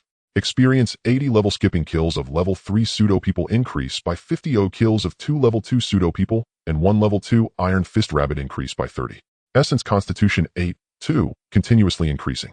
Chi Origin Force 3, 2, continuously increasing. Spirit Mental 10. Skill Tiger Bird Technique. Items: Skill Avatar Talisman Substitute Talisman Skill Book Cat Face Mask. Current status: Drowsy. Lin An exclaimed, comparing his current panel to when he just entered the game yesterday. It was simply much more luxurious, and upon closer observation, it was clear that this time's obtained talisman and skill book were closely related to the player's essence and spirit attributes. The teleportation distance of the substitute talisman is determined by the total of the player's essence and spirit attributes, while the avatar is straightforwardly fixed at 80 of the player's essence and spirit. Coincidentally, the dimensional balance talent he awakened allowed Lin An to quickly align himself with the numerical build direction. They complemented each other. Is this the most suitable reward for me? Top tier novice gift package, indeed top tier. Lin An felt that the corners of his mouth hadn't been able to stay down all night, but he didn't forget the main point and looked towards the tiger bird technique. As the substitute talisman had not yet met the learning conditions, he currently had only this one skill. Thus, he didn't linger on it. Moreover, since the cooldown time of the talisman was only 24 hours, Lin An made a mental note and began to activate the talisman in his spiritual world. A dazzling golden pentagram floated at Lin An's brow, a brilliant light flashed, and the next moment a familiar figure appeared before him. And this figure was himself. However, more accurately, it was himself fused with some characteristics of a fierce. The avatar before him was quite similar to him, but with a square face, high cheekbones, and golden slit pupils.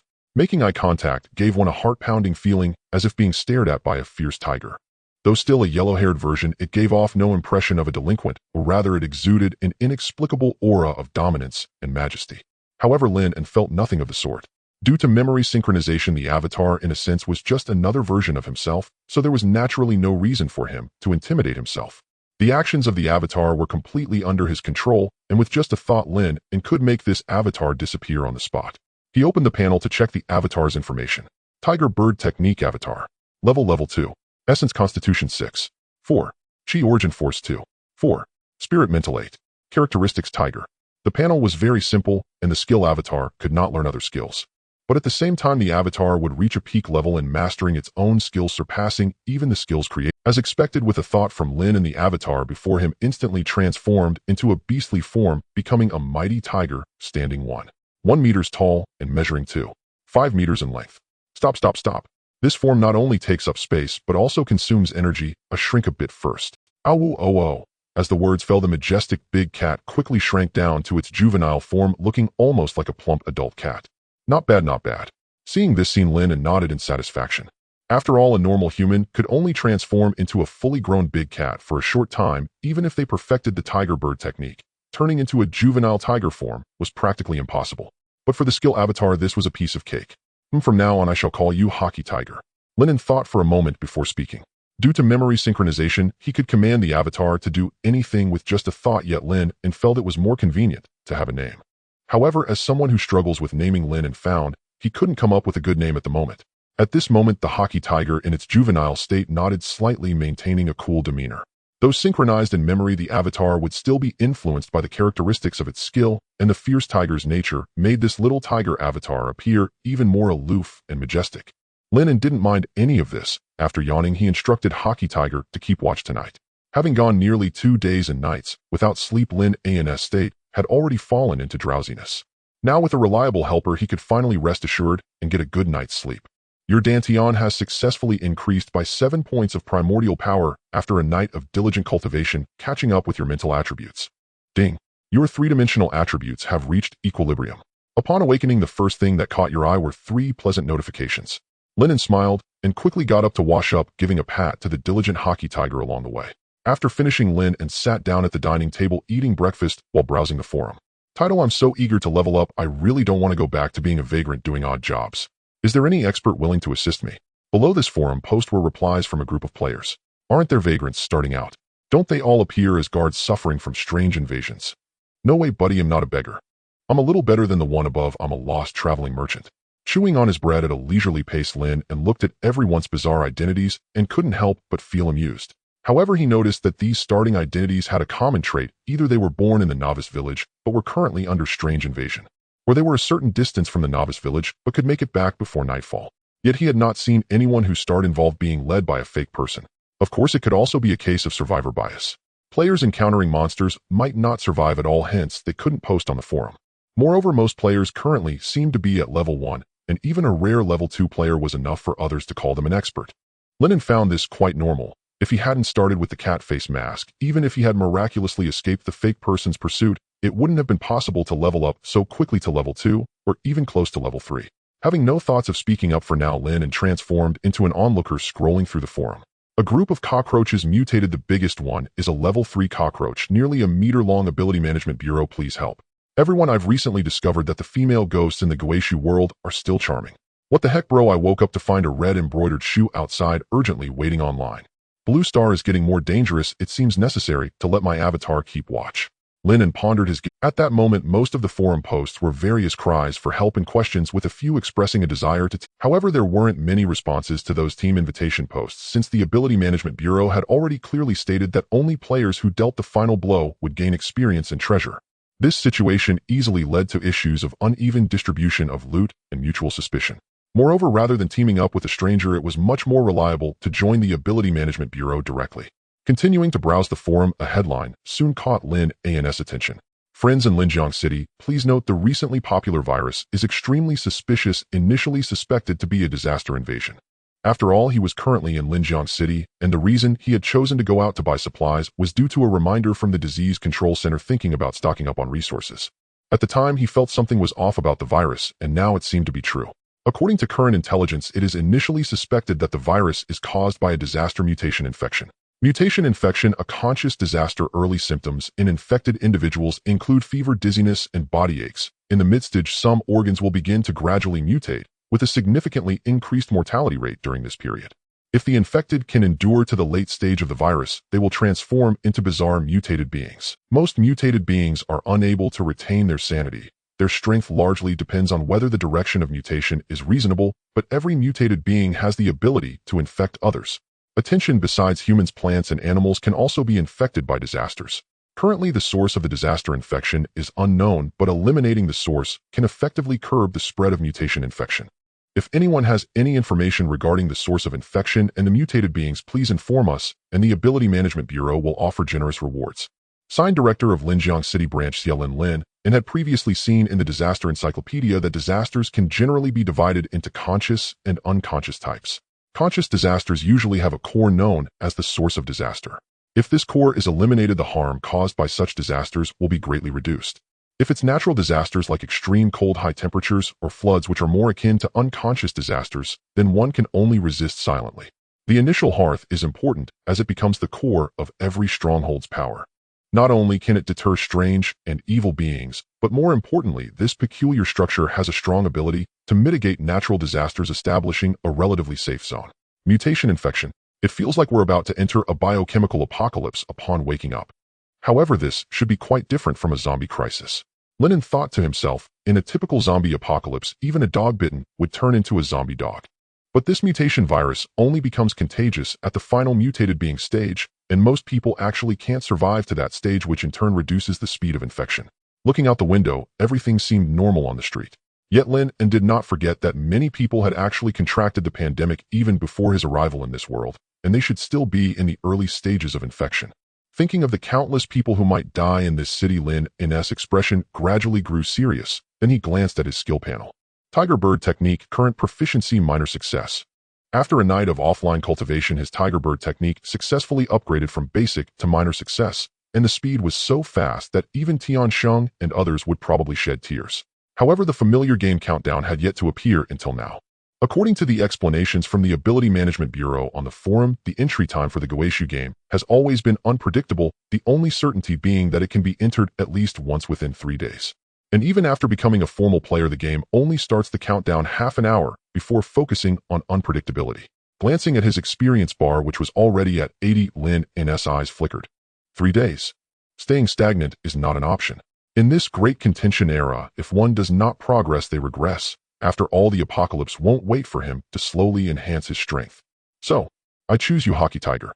Lin An looked at Hockey Tiger and then spoke. Go patrol nearby, try to kill any monsters you encounter, especially level 2 monsters. If you can deal with them quietly, that's best. If someone happens to see, as long as it's not too exaggerated, it shouldn't be a problem. The internet is bound to change soon. Upon hearing Lin An's words, Hockey Tiger nodded.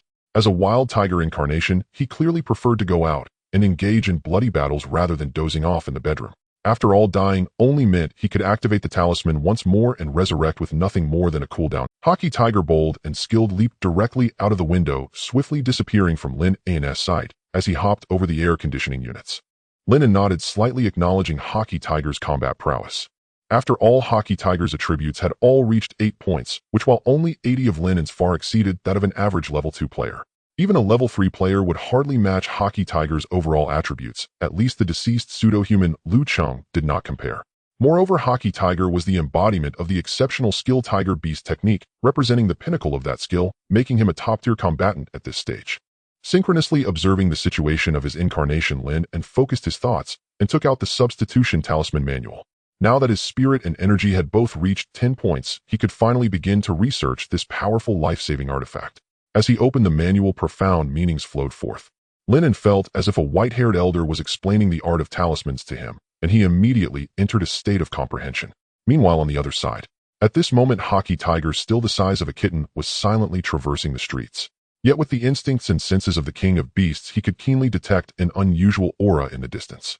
The scent of malevolence and disaster. With this judgment in mind, Hockey Tiger immediately quickened his pace, his agile figure soaring forward like a rocket. Inside a room of a certain apartment complex, a demon with a crimson body and a head twice the size of a normal adult was sitting near the corpses of a family of 3, emitting a strange giggle. The blood had thoroughly stained the ground a dark red, yet it paid no heed, stepping through the thick blood as it pushed the door open to walk outside. The surveillance in the corridor of the apartment complex recorded this scene faithfully. At this moment in the monitoring room, the security guard watching this scene felt a chill run from his heels to the top of his head, hurriedly trembling as he grabbed his phone to dial for help. However, the freshly arrived demon clearly did not recognize modern technology like surveillance and completely disregarded it, instead scanning other houses with a predatory gaze. Now, which one should I choose first? Looking at the other households, the demon held its finger in its mouth as if pondering a complex question. At that moment, a series of crashing sounds came from the opposite room. Perfect, it's you. Seeing this anomaly, the red-headed demon revealed a sinister smile and stepped towards the door. But the next moment, the smile on its face froze, because the door opened by itself. No, more accurately, the door was directly sliced in half from the inside out. A man with eyes flashing with crimson light and arms transformed into gigantic scythes slowly walked out from within. Disaster infected, what bad luck. Sensing the familiar aura of disaster on the opponent, the large-headed demon couldn't help but curse. After saying this, it turned to leave. After all, this inexplicably crossed-over world not only had an abundance of food, but was also far less dangerous than when it was in the returned ruins. In its view, there was clearly no need to fight to the death with the opponent. However, the recently transformed infected being, having lost its sanity, would not consider such matters and activated a strike, first ask questions, later approach. Swish! Two gigantic scythes swung with fierce precision, swiftly attacking the large-headed demon. Upon seeing this, the demon was instantly filled with rage.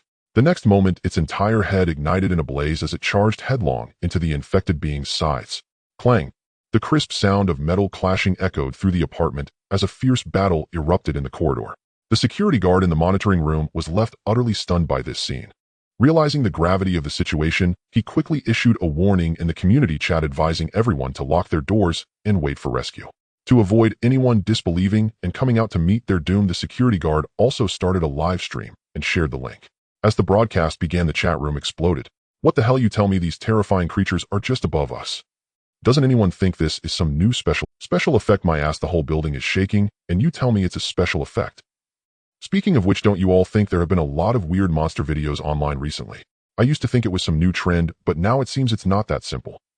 Are you talking about those videos that get taken down within 2 or 3 seconds? Messages quickly piled up to 99, and whether they believed it or not, those with a bit of courage in the community were closely monitoring the live broadcast, with many quick-reacting individuals already starting to record. Even outside the community, many people began to take notice of the live stream.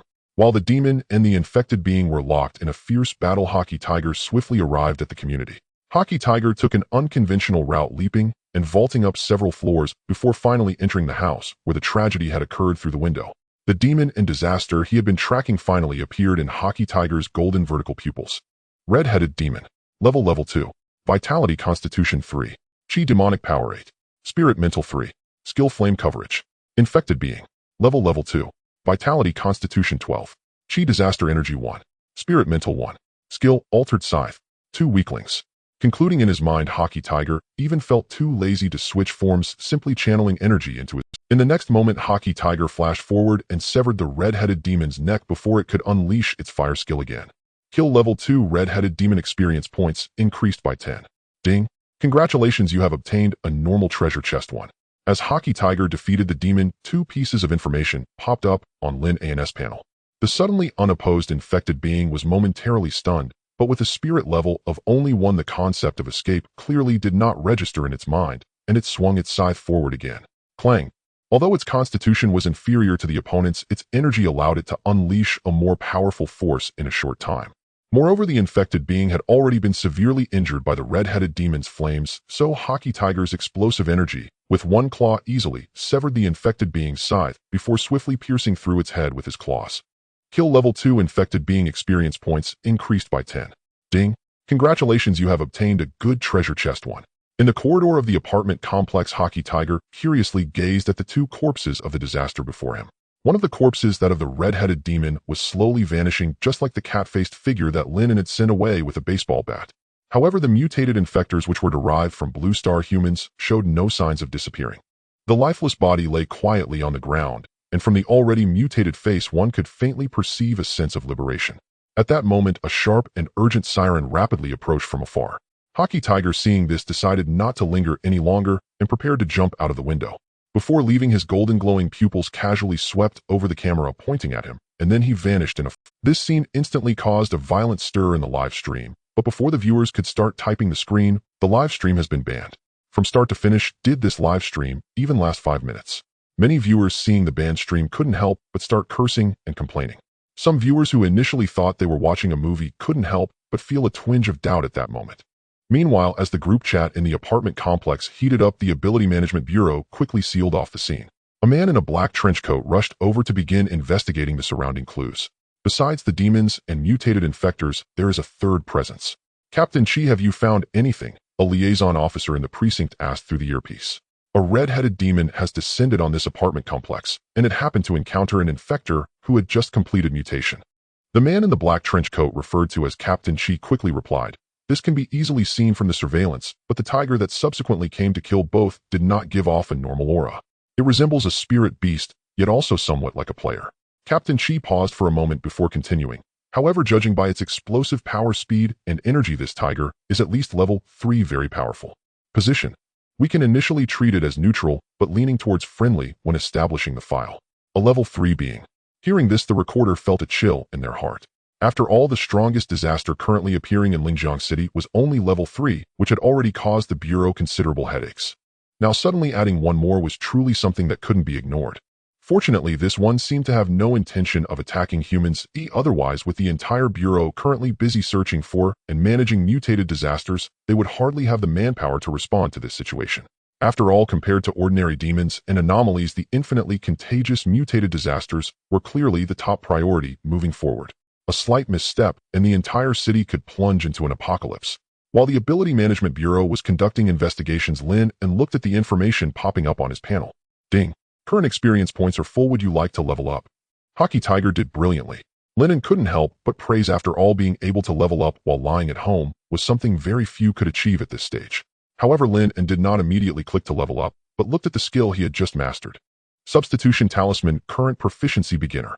While Hockey Tiger was hunting demons, Lin An was also not idle, having read through the Substitution Talisman technique and successfully cultivated it to the beginner stage. But at the beginner's proficiency level, drawing the Substitution Talisman only had a success rate of 1/10. Moreover, drawing the Substitution Talisman required consuming the user's blood essence, and blood essence was not ordinary blood. Even consuming a single drop would weaken a person. If 3 drops or more were consumed at once, it would permanently injure the essence. Therefore, Lin An picked up the technique manual and opened it again. Would you like to consume all the essence of the technique manual to enhance the Substitution Talisman proficiency to a minor accomplishment? It was previously mentioned that proficiency could be improved not only through repeated practice, but also by consuming essence. Lin An felt that if he repeatedly contemplated the technique manual, the improvement he could gain might exceed that of a direct upgrade from the system, but this method required quite a bit of time. And for life-saving items, naturally the sooner one obtains them, the better. Thus, Lin An did not hesitate, and directly a vast amount of knowledge regarding the Substitution Talisman seemed to flood into Lin An's mind like a sudden enlightenment. And by the time he thoroughly digested this knowledge, he could feel his skill in drawing the Substitution Talisman successfully reaching the minor accomplishment stage. Once reaching the minor accomplishment level, the success rate of drawing the Substitution Talisman would rise to 50%. That was sufficient. With a thought, Lin An began attempting to force blood essence from his body. He saw 2 drops of exceptionally crimson blood floating above his palm. As the 2 drops of blood essence left his body, Lin An's complexion immediately turned pale. But just then, Lin An made a mental decision to level up. At the very moment he clicked confirm, a warm current suddenly surged within him. The consumed blood essence was rapidly replenished at the moment of leveling up, and his condition returned to full in an instant. Seeing this method truly worked, Lin An couldn't help but smile slightly. As expected, a competent expert must master various techniques to exploit bugs. Ding. Congratulations, player gains 2 to all attributes and receives 2 free attribute points. Level up from level 1 grants 1 to all attributes, and 1 free attribute point is awarded. Level up from level 2 grants 2 to all attributes, and 2 free attribute points are awarded. Following this pattern, the boosts become increasingly exaggerated with each level gained. Thinking this over, Lin An did not hesitate to allocate both free attribute points entirely to his spear. With the talent of 3-dimensional balance, he only needed to allocate attribute points to the highest attribute. In a situation where all 3 dimensions were already balanced, it didn't matter where he allocated points, as the other 2 attributes would catch up quickly. However, he still needed to draw talismans next, and having 2 extra points in spirit would enhance his success rate. With that thought, Lin An looked at his upgraded panel. After opening a common treasure chest, randomly grants 1 common item of the first turn with a small chance of obtaining a good quality item. A good treasure chest upon opening it randomly grants 3 common items of the first turn or 1 good quality item with a small chance of obtaining an excellent quality item. A treasure chest. It seems like I haven't seen one before. Lin An pondered as he looked at a wooden and an iron treasure chest in front of him. Thinking back, what he had obtained before were actually all gift packs. Among them, the top-tier novice gift pack was a reward from the game, while the cat gift pack was obtained from killing monsters before he became a player, hence there might be a certain difference compared to the treasure chests dropped from monsters now. Without hesitation, Lin An directly opened the 2 treasure chests in front of him. Ding! Congratulations on obtaining a good quality item, Red Flame Pearl 1-inch. Ding! Congratulations on obtaining 100 Guixu coins, a stack of ordinary talisman paper, and a bottle of mutated antibiotic. I wonder if this counts as good luck or bad luck. The ordinary treasure chest yielded a good quality item, while the good treasure chest only yielded common items. Lin An found this somewhat miraculous, but soon began to examine the new equipment. Red Flame Pearl. Realm first turn. Quality good. Effect infused with primal energy to release flames that cover oneself or a weapon. Note the user will not be harmed by the flames of the Red Flame Pearl, but clothing is a different matter. Summoning flames, what a good item. Lin An's eyes lit up upon seeing the effect of the Red Flame Pearl. The power of fire is significant, especially in the Guixu world.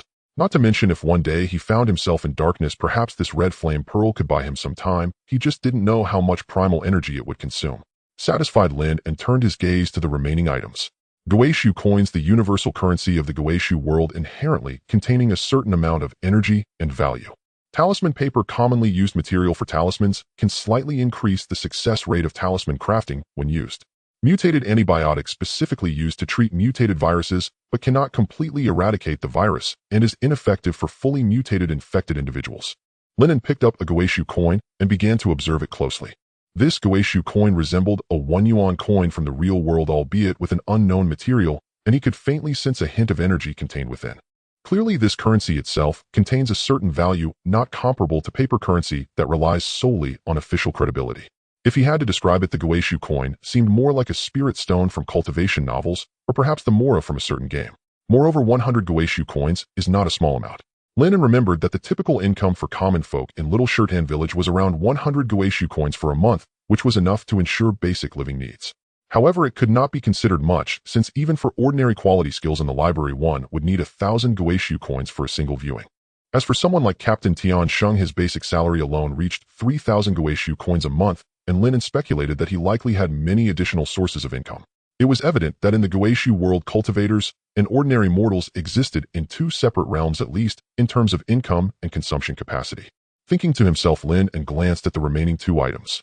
The talisman paper was actually nothing special. In the process of talisman crafting, what truly consumes resources are often those extraordinary materials. Thus, for a formal talisman master, ordinary quality talisman paper is not much better than draft paper. Nevertheless, having it is still better than not having it, especially for a novice like Lin An. Finally, Lin An looked at the medication closely related to this mutation disaster.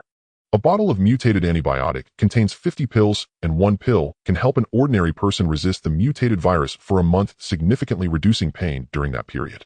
However, for him, it wasn't really needed. According to information shared by the Ability Management Bureau, the disasters that initially descended upon Blue Star would not be too severe. Even the disasters themselves would only be of low levels. Therefore, unless the source of the disaster personally came, as long as a player's physical attribute is above 10 points, they would generally be immune to the mutated virus. At this moment, Lin An's physical attribute had already reached 12 points and was still on the rise. Moreover, let's not forget that the passive effect of the Tiger Bird technique could also enhance immunity, allowing him to effectively ignore most of the first-turn viruses.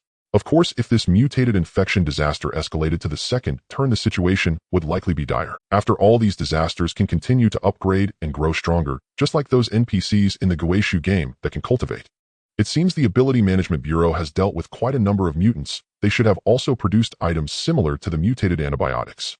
I wonder if they can research corresponding special medicines from this, as relying solely on opening treasure chests is definitely not sufficient. Lin An pondered, then shook his head.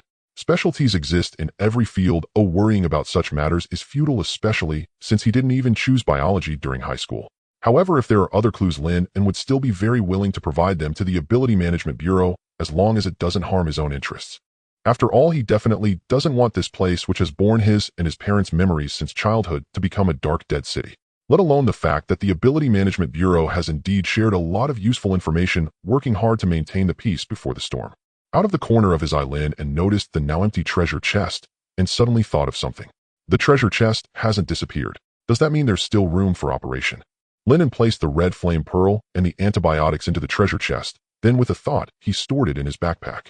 At this moment, the grid only showed the treasure chest, and the other two items did not occupy any slots. With another thought, the treasure chest was taken out again, and the two items were perfectly intact inside. I've stumbled. Lin An's expression was excited. If this operation works, there would be much more space for items in his backpack. After trying several times, Lin An quickly discovered that this method was indeed feasible. However, the downside is that items placed in the treasure chest cannot be taken out directly. One must first take out the treasure chest and then open it to access the items inside. If the items are not urgently needed, then storing them in the treasure chest is not a problem. In the real world, inside a rented room, Lin An sat at the table taking a deep breath before calmly gazing at the talisman paper before him. After confirming that his condition was good, Lin An did not hesitate to quickly gather his primal energy at his fingertips and began to draw the talisman according to the teachings of the Substitute Talisman Manual. Heaven is round and the earth is square. The laws command 9 chapters. The 5 elements combine, and the substitute is consecrated. With his fingertip as a brush and his essence blood as ink, Lin An recited the incantation. Though it was his first time drawing a talisman, his brushwork was remarkably fluid and natural. Every point of primal energy was accurately injected into the key nodes of the rune, quickly blending with his essence blood into the talisman paper, and soon a blood-red intricate pattern rapidly took shape on the talisman. Quickly as the law commands, substitute. As the last line of incantation fell, the talisman emitted a bright light, and Lin An felt that his first attempt at talisman crafting had succeeded splendidly. Substitute talisman. Realm first turn. Quality exceptional. Effect 1 passive: when faced with a fatal blow, the talisman will automatically activate, transforming into a substitute to block the attack. Effect 2 active: after activation, it can swap spaces with the substitute talisman. The maximum distance is total attributes 1 kilometer, and only 2 substitute talismans can exist at the same time. Note, this talisman is made from Lin An's essence blood and can only be used by him. If I help others draw talismans in the future, I might be able to earn quite a bit of resources. Slowly exhaling, Lin An looked at the substitute talisman and thought to himself that it seemed he had found another way to wealth. However, essence blood is extremely important for every cultivator. Not only does one enter a prolonged state of weakness after extraction, but if it falls into the hands of others or into strange circumstances, it poses a significant danger. After all, there are countless strange methods in the world of Guixu, and skills such as curses are particularly adept at utilizing essence blood as a medium to launch bizarre attacks. Thus, although the substitute talisman has a powerful life-saving effect, it would likely be difficult to open a market in the early stages, as it could easily be regarded as the work of a deceitful scammer. Lin An slightly shook his head, feeling no urgency about this matter. If he truly wanted to sell talismans, there would surely be opportunities in the future. Seizing the momentum of drawing talismans, Lin An energetically crafted the second substitute talisman. Could it be that I am actually a genius in the way of talismans? With a 50% success rate, he had successfully completed the drawing consecutively, and Lin An couldn't help but smile slightly at the corners of his mouth. Just then, a loud broadcast echoed from downstairs. Those upstairs, please come down for nucleic acid testing. Listen to the announcement, wear a mask, and bring your ID. The broadcast repeated, and as Lin An looked out the window, he noticed a group of medical staff in white attire had arrived outside the community. In addition to the medical staff, there were also quite a few police officers, and it seemed there were many plainclothes officers with crew cuts as well. Are the military and police mobilized?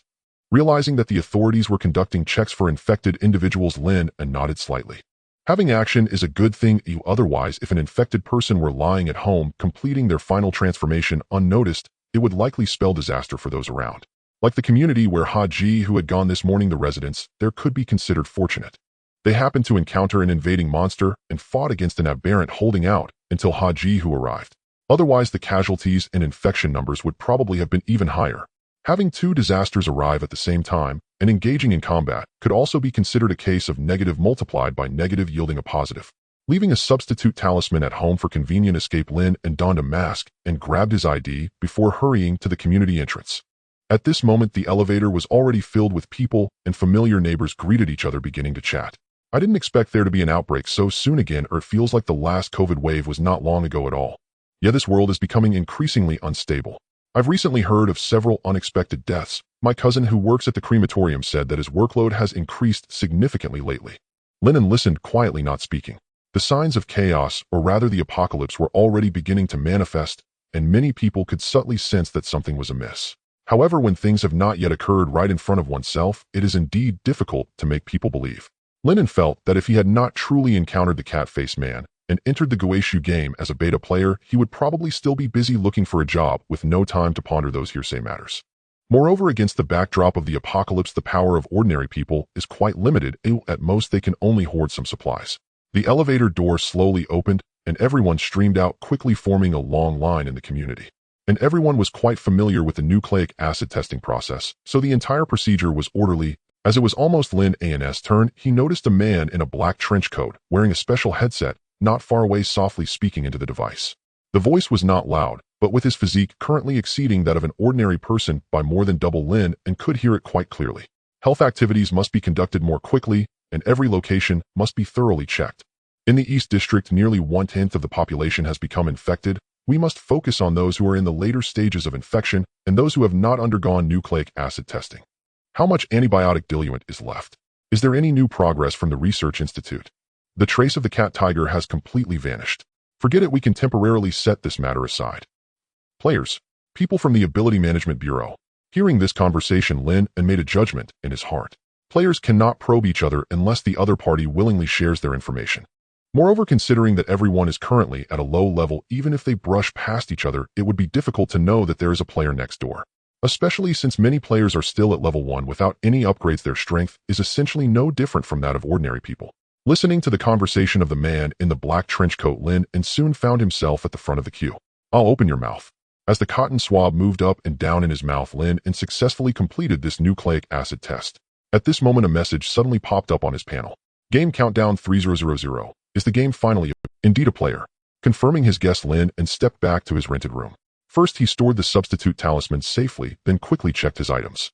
After confirming everything was in order, Lin An thought for a moment and decided to eat. Having come this far, it was best to fill his stomach first.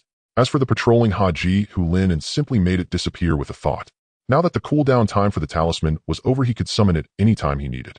However, bringing Haji Hu to Xiaoshitan village might attract the attention of those high-level NPCs, leading to unknown consequences. Game countdown 5, 4, 3, 2, 1, 0. Game start. In the world of Guixu at Little Stone Pond Village, a young man slowly rose from his bed in a room not far from the original fireplace, beside which lay an open book titled Encyclopedia of Calamities.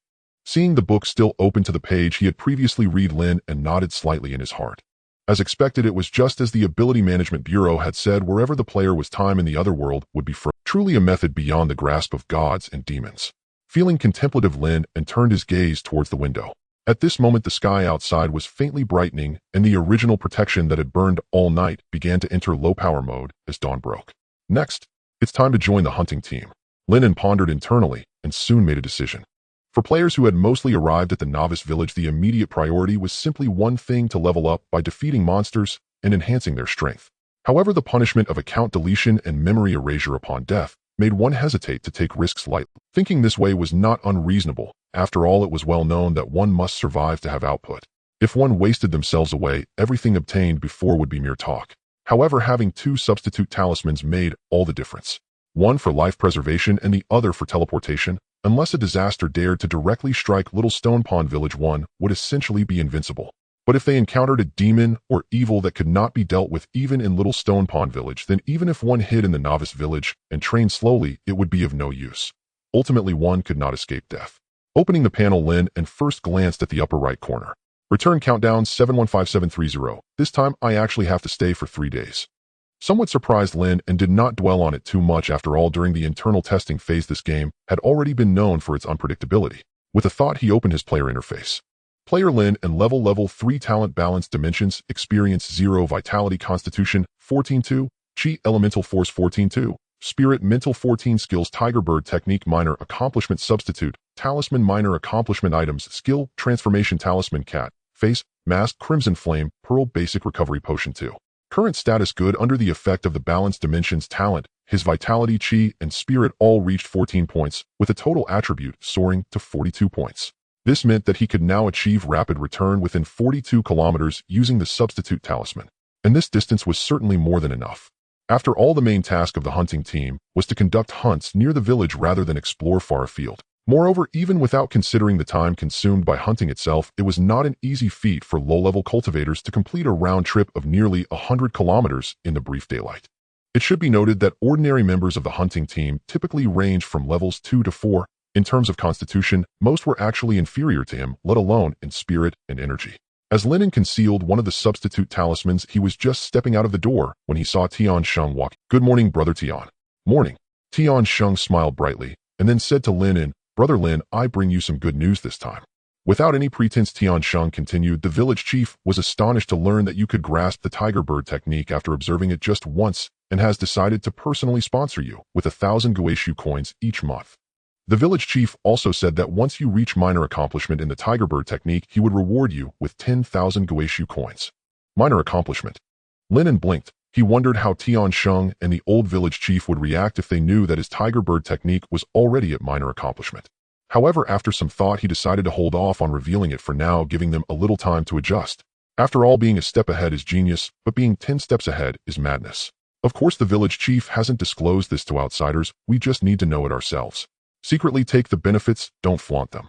After saying this, a cunning look appeared on Tian Sheng's otherwise unremarkable face, which made Lin An feel a sense of inexplicable humor. "I understand. By the way, Brother Tian, I want to join the hunting team." "Oh, I guessed as much." Tian Sheng, upon hearing this, was not surprised at all and confidently said, "I sensed back then that you, Brother Lin, would not be content with mediocrity, otherwise you wouldn't have chosen to hunt that level 3 foe beast. Joining the hunting team is definitely the fastest route to progress. Let's go, we can talk while we walk." As the captain of the hunting team, Tian Sheng was naturally well acquainted with his own team's situation, and he quickly clarified the management structure of the hunting team for Lin An. The hunting team is divided into many small teams, and only cultivators at level 5 and above can serve as captains, leading members out on hunts. Tian Sheng continued, "Our hunting team is actually quite free. As long as you can meet your own objectives, you can choose when to work. If the spoils exceed your quota, you can either keep them for yourself or take them to the village for recycling. Doing so can also exchange for quite a few Guixu coins." By the way, Tian Sheng paused, looking at Lin An, and said, "I seem to not know what level you are, brother." "Level 5. Lin An replied without hesitation, without thinking.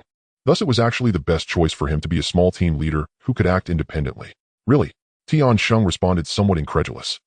If seen, it could expose his player ID. Thus it was actually the best choice for him to be a small team leader who could act independently. "Really?" Tian Sheng responded, somewhat incredulous. Although he didn't have any detection skills based on his half-step extraordinary perception ability, he could sense that Lin An seemed to be around levels 3 or 4. After pondering for 2 seconds, Tian Sheng said, "Brother Lin, could you demonstrate your energy by hitting me once?" "This? Brother Tian, you should be careful then." Knowing that Tian Sheng wanted to test his strength, Lin An did not hold back. With a burst of 14 points of elemental force, he threw a powerful punch directly at Tian Sheng. Bang! A loud collision echoed as waves of air surged outwards from the center of the two. In the midst of the air waves, Tian Sheng effortlessly blocked the blow with one hand, his expression thoughtful. The elemental force is quite decent while the constitution barely reaches level 5. As if realizing something, he said in surprise, "Could it be that Brother Lin previously majored in spirit?" "Yes." Lin An nodded slightly, not blinking as he began to fabricate his identity setting. "Actually, I come from a family of talismans. The Symbol Path family." Tian Sheng was surprised upon hearing this.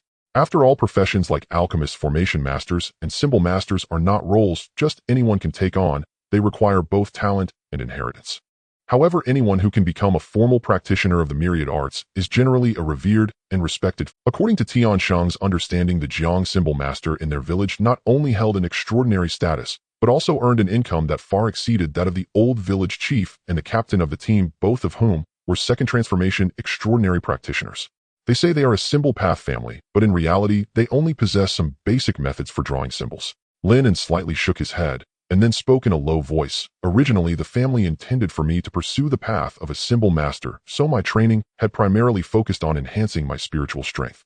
Unfortunately, unforeseen events occurred, and when I was still an apprentice, the family..."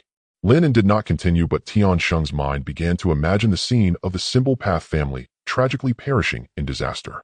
He further envisioned the talented youth of the family who, after barely escaping, fell into the plight of being a refugee, suffering through various hardships. "Take heart, brother." Tian Sheng patted Lin An on the shoulder, speaking earnestly. "I believe with your talent you will surely avenge your family one day." Lin An. He could appreciate this older brother's tendency for self-fabricated narratives. This way, he didn't even have to continue crafting his own story. and the plot imagined by the other person might be even more reasonable than his own. At least it could persuade himself more effectively. Experiencing this calamity has also made me realize that the power of a symbol master is ultimately limited and requires external assistance. He added, to possess the ability to protect oneself and others, one must become strong in oneself. Lin An said this as a way to explain why he had chosen to learn the tiger and bird technique. Although he initially only wanted to learn a skill of higher quality, it did not hinder him from continuing this narrative. As your older brother, I must give you some good advice. Tian Sheng shook his head and said, high-level symbol masters are quite formidable, and their combat power is not necessarily weak. Of course, while I support your desire to pursue the path of beasts, you should not easily give up on the symbol path. If worst comes to worst in the future, you can still attempt to walk the dual extraordinary path. I believe with your talent you can definitely achieve that. Lin An pondered for a moment, and then nodded slightly. Thank you, Brother Tian, for your kind intentions. I will consider it seriously. That's the spirit. Tian Sheng laughed heartily, and then said, I can introduce you to Jiang Symbol Master. Although the master has never shown much interest in village matters, you might have common topics to discuss with her. Lin An remained non-committal regarding this. However, he was not worried about revealing his true identity, because while studying the exquisite quality of the substitute symbol manual, he had already learned a lot about the basics of the symbol path. At this moment, he might not yet qualify as a symbol master, but being an apprentice was more than sufficient. In fact, it was precisely because of his related knowledge that Lin An decided to fabricate his identity towards the symbol path. This disguise is becoming increasingly elaborate. I must be cautious in my words and actions.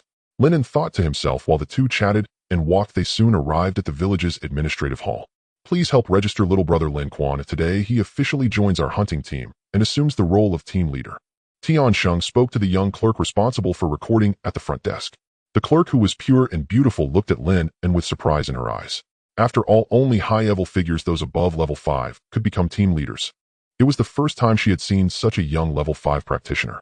When did a genius like this come to the village? She was puzzled, but quickly began the registration process as instructed by Captain Tian. By the way, I seem to have not mentioned the benefits of being a hunting team leader to you. At the same time, Tian Sheng said, the salary for ordinary hunting team members is 1,000 Guixu coins per month, which you should already know. However, once you reach level 5 and become a team leader, not only does the salary increase to 1,005 Guixu coins, but you also gain an opportunity each month to observe a manual of normal quality for free. Moreover, after that, for every level you increase, the salary grows by 300. As for me, I am currently at level 10 and my base salary happens to be 3,000. 3,000 Guixu coins may not seem like much, but it is enough for an ordinary villager to live a prosperous life for 2 years. Lin An felt that if one day Blue Star really faced the apocalypse, then even if he could only enter the game once every 3 days or even 3 months, he probably wouldn't have to worry about ordinary survival supplies. However, even though you have become a team leader, recruiting teammates might be somewhat difficult. Tian Sheng thought for a moment and said, after all, you are new here and the other practitioners in the village do not yet know you. Would you like me to introduce a few reliable teammates to you? No need for now, I prefer to act alone. Lin An shook his head slightly upon hearing this. He had fabricated his level 5 status to act independently, so of course, he had no intention of recruiting teammates. Well, that's fine, but you need to be cautious on your own.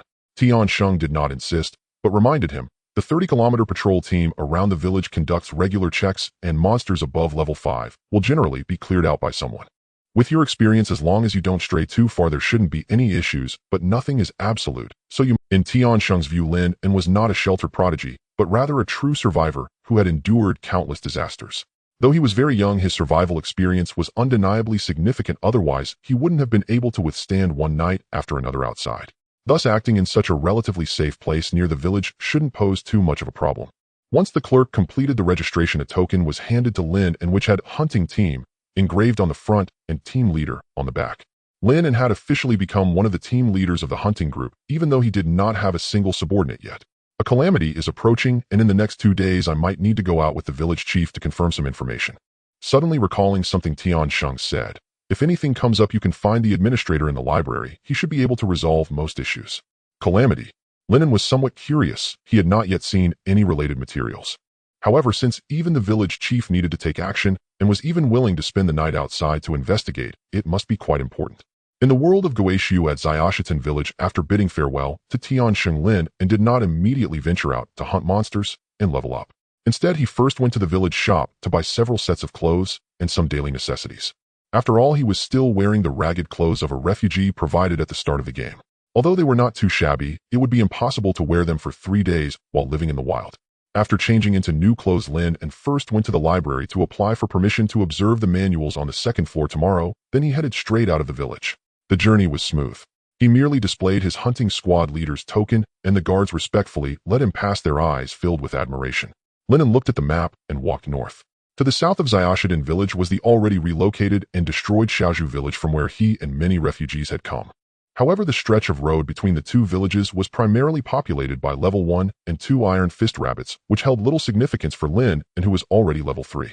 After all, killing low-level monsters wouldn't yield any experience points. To the west of the village was an endless and deep water pool, its edges covered with countless smooth stones, which is also the origin of the name Xiaoshidan village. To the east was the road leading to the town, but this route was often traversed by powerful disasters with strange abilities, so every round trip to the town basically required an extraordinary being to lead. To the north where Lin An was heading lay a range of mountains rumored to contain 100,000 peaks, though the truth of this, in the mountains near Xiaoshidan village the inhabitants were mostly level 1 to 5 monsters, and they were numerous. Thus the monsters in this area, like the highly reproductive Iron Fist rabbits, were the prime targets for the hunting squad. As Lin An arrived at a remote area, he focused his mind and activated the skill transformation talisman from his spiritual world. It's decided Hockey Tiger. With a flash of a pentagram on his forehead, Hockey Tiger reappeared before Lin An. Upon seeing the surroundings, Hockey Tiger, like a tiger returning to the forest, excitedly expanded in size until it reached that of a young tiger. Whoa! A powerful roar echoed through the heavens, as if declaring the arrival of a king to the mountain. All right, don't scare the monsters away. Lin An quipped, then took out a cat-faced mask and put it on before leaping on a Hockey Tiger's back. A man with a cat face riding a fierce tiger was undeniably an odd and fearsome sight. Gogogo, our target this time, is all level 3 to 4 disasters. As for level 5 monsters, we'll gauge based on their panel information, and for anything above level 5 we should run without hesitation. A woo received. Hockey Tiger nodded in response, and in the next moment it shot northward like a bolt of lightning.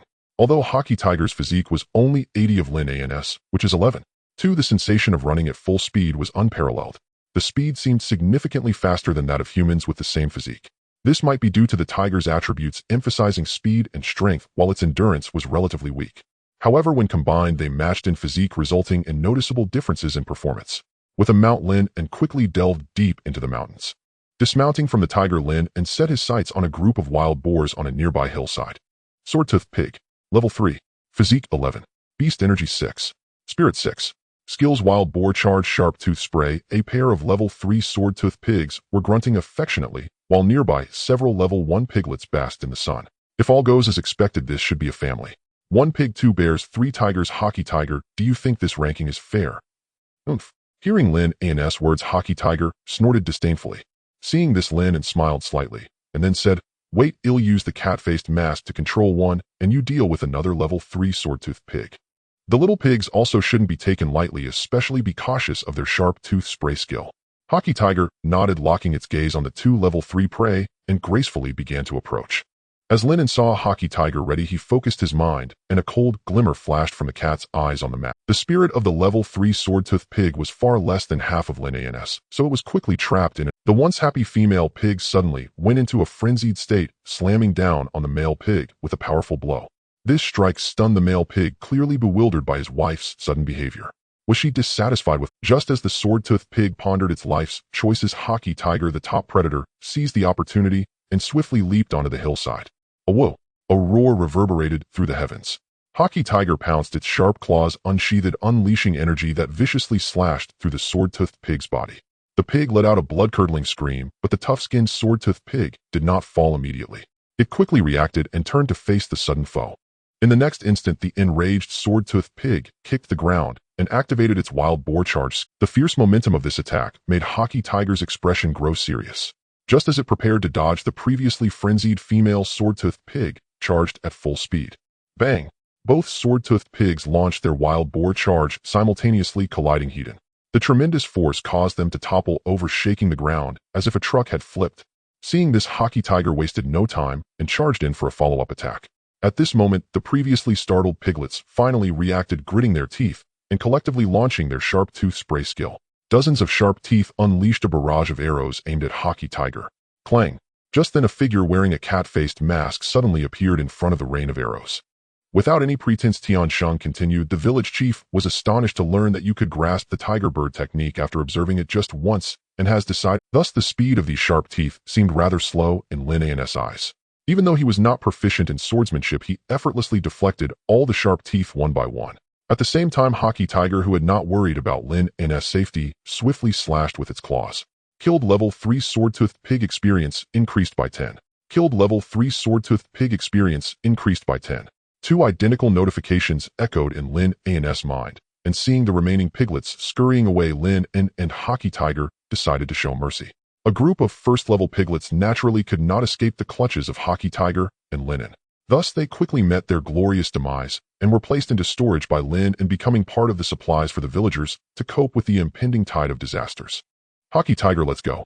Skillfully flipping onto the tiger, the duo quickly entered hunting mode, once more beginning their search for the next experience pack. Kill a level 3 long-necked sheep experience increased by 10. Kill a level 3 green-faced monster experience increased by 10. As the sky continued to change, Lin An's interface would occasionally pop up with notifications of experience growth.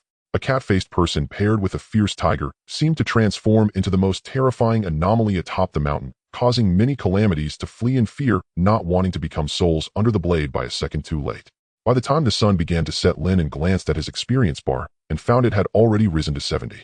This also meant that along the way he and Hockey Tiger had successfully killed 7 level 3 disasters, not to mention the countless ordinary monsters. The reason for such a harvest was largely thanks to Hockey Tiger's beastly instincts and powerful sense of speed. Otherwise, finding these elusive and scattered level 3 disasters in the vast mountains within just a few short hours would not have been an easy task. It is no exaggeration to say that just the actions of this day could rival the harvest of an ordinary hunting team over the course of half a month, and Lin An had more than fulfilled his own hunting targets. The only pity was that there were too many types of disasters, which once again filled up his storage slots, and this was after Lin An had decomposed some of the anomalies and stored them in a treasure chest to create space. The daytime in the Guixu world is a bit too short, and I've heard that the nights have been coming quicker recently. Lin An muttered to himself as the sky gradually darkened, a sense of unease rising in his heart. Without hesitation, he turned back with Hockey Tiger. From what he knew, the daytime in the Guixu world was different from Blue Star. Generally, daylight lasted from 8 in the morning to 6 in the evening, exactly 10 hours. It was only 3 in the afternoon, and they should still be in broad daylight. If he and Hockey Tiger traveled at full speed, they could return to the village in no more than 2 hours. As experience points were about to max out, most people might feel a bit impulsive at this moment, thinking to kill 3 more experience packs in the last hour before heading back to the village. But Lin An was not that type of person. He prioritized stability. Therefore, even though a slight feeling of unease surfaced in his mind, he did not hesitate to decisively retreat. However, on the return journey this time, there were some unexpected twists. As they reached halfway, Hockey Tiger suddenly crouched down, sniffing around before focusing its golden sharp gaze on the mountain across from them. Oh, there's the scent of a level 3 monster over there, and there should be exactly 3 of them. 3 level 3 experience packs, just enough for him to level up. Moreover, having 3 experience packs gathered together was a rare opportunity. Upon hearing this, Lin An blinked, looking at the mountain, not too far away that would take some time to cross, and quickly made a decision. Experience safety, he wanted them all. Then I'll leave them to you, go for it, Hockey Tiger, Lin An said. It's important to note that one should be sneaky in their true form, and naturally the avatar shouldn't be either. If the avatar acted just like him, what was the point of summoning it? Hockey Tiger actually thought the same. After all, if it returned to Shao Shirt and village with him, it could risk being recognized by experts. It would be better to fight outside the village for the night. After all, in 24 hours, he would be a fine tiger once more. So upon seeing Lin An's agreement, Hockey Tiger dashed away like a pet dog freed from its leash, its agile form quickly disappearing from Lin An's sight. Seeing this, Lin An did not hesitate and immediately made his way back. The sky darkened quickly. Fortunately, Lin An withdrew in time and had already returned near Shao Shirtin village. Looking at the tall tiger gate that was now faintly visible, Lin An focused his thoughts and summoned the family of wild boars he had killed earlier, along with the collapsible, specially designed cart exclusive to the hunting team. Placing the saber-toothed pig family onto the cart, Lin An quickly dragged it back to the tiger gate. In the village, the militia responsible for guarding and patrolling could not help but frequently cast their gaze at this scene. They were naturally familiar with saber-toothed pigs, as hunting teams often brought such prey back. However, it was quite rare for someone like Lin An to bring back so much prey alone. After all, just transporting these large fatty pigs back was no small feat. More importantly, most villagers were still quite unfamiliar with Lin An's new face, making them even more. When did our village produce another big shot at the level of a team leader, and so young too? One of the guards who had been responsible for receiving the refugees recognized Lin An and proudly introduced, "Don't you remember that a new batch of refugees arrived yesterday?" This big shot is the one who protected those refugees. At that time, he was even dragging a body of a fake person showcasing the demeanor of a master. And most importantly, I heard that the village chief and Captain Tian both think highly of him. That's great. With another cultivator, the village will gain an extra measure of safety, especially since the tide of disasters is about to begin and food is in short supply. With such a master, we should not have to endure hunger during the disasters. Listening to the villagers' conversation, Lin An smiled to himself. Perhaps because there were simply too many disasters in this world, even the extraordinary cultivators had to unite to ensure their survival. Otherwise, with just a slight misstep, it would all be over. Under the immense external pressure, the human race in the Guixu world indeed appeared more united instead of embroiled in internal strife. Thus, even towards an outsider like him who had just arrived, the local villagers' attitude was generally friendly and welcome. Of course, this was primarily because they had seen the prey Lin An brought back and recognized the strength and potential. But this was normal. In this world, everyone seeks profit, and the chaotic throngs are all about interests. One cannot expect others to treat them kindly without reason, a fact that even some parents may not achieve, let alone unfamiliar villagers. Listening to the villagers repeatedly mention the tide of disasters, Lin An pondered. It seems reading up on common knowledge cannot be neglected. After delivering the prey, he should check out what this tide of disasters is about. Additionally, he also planned to look into whether there were any records of aberration infections in Shaosherden village. Lin An had a vague premonition that once he returned to reality, this time the disasters on Blue Star might become even more severe. As the last sliver of sunset vanished into the encroaching night, the world seemed to shift, suddenly hushed, unnervingly still.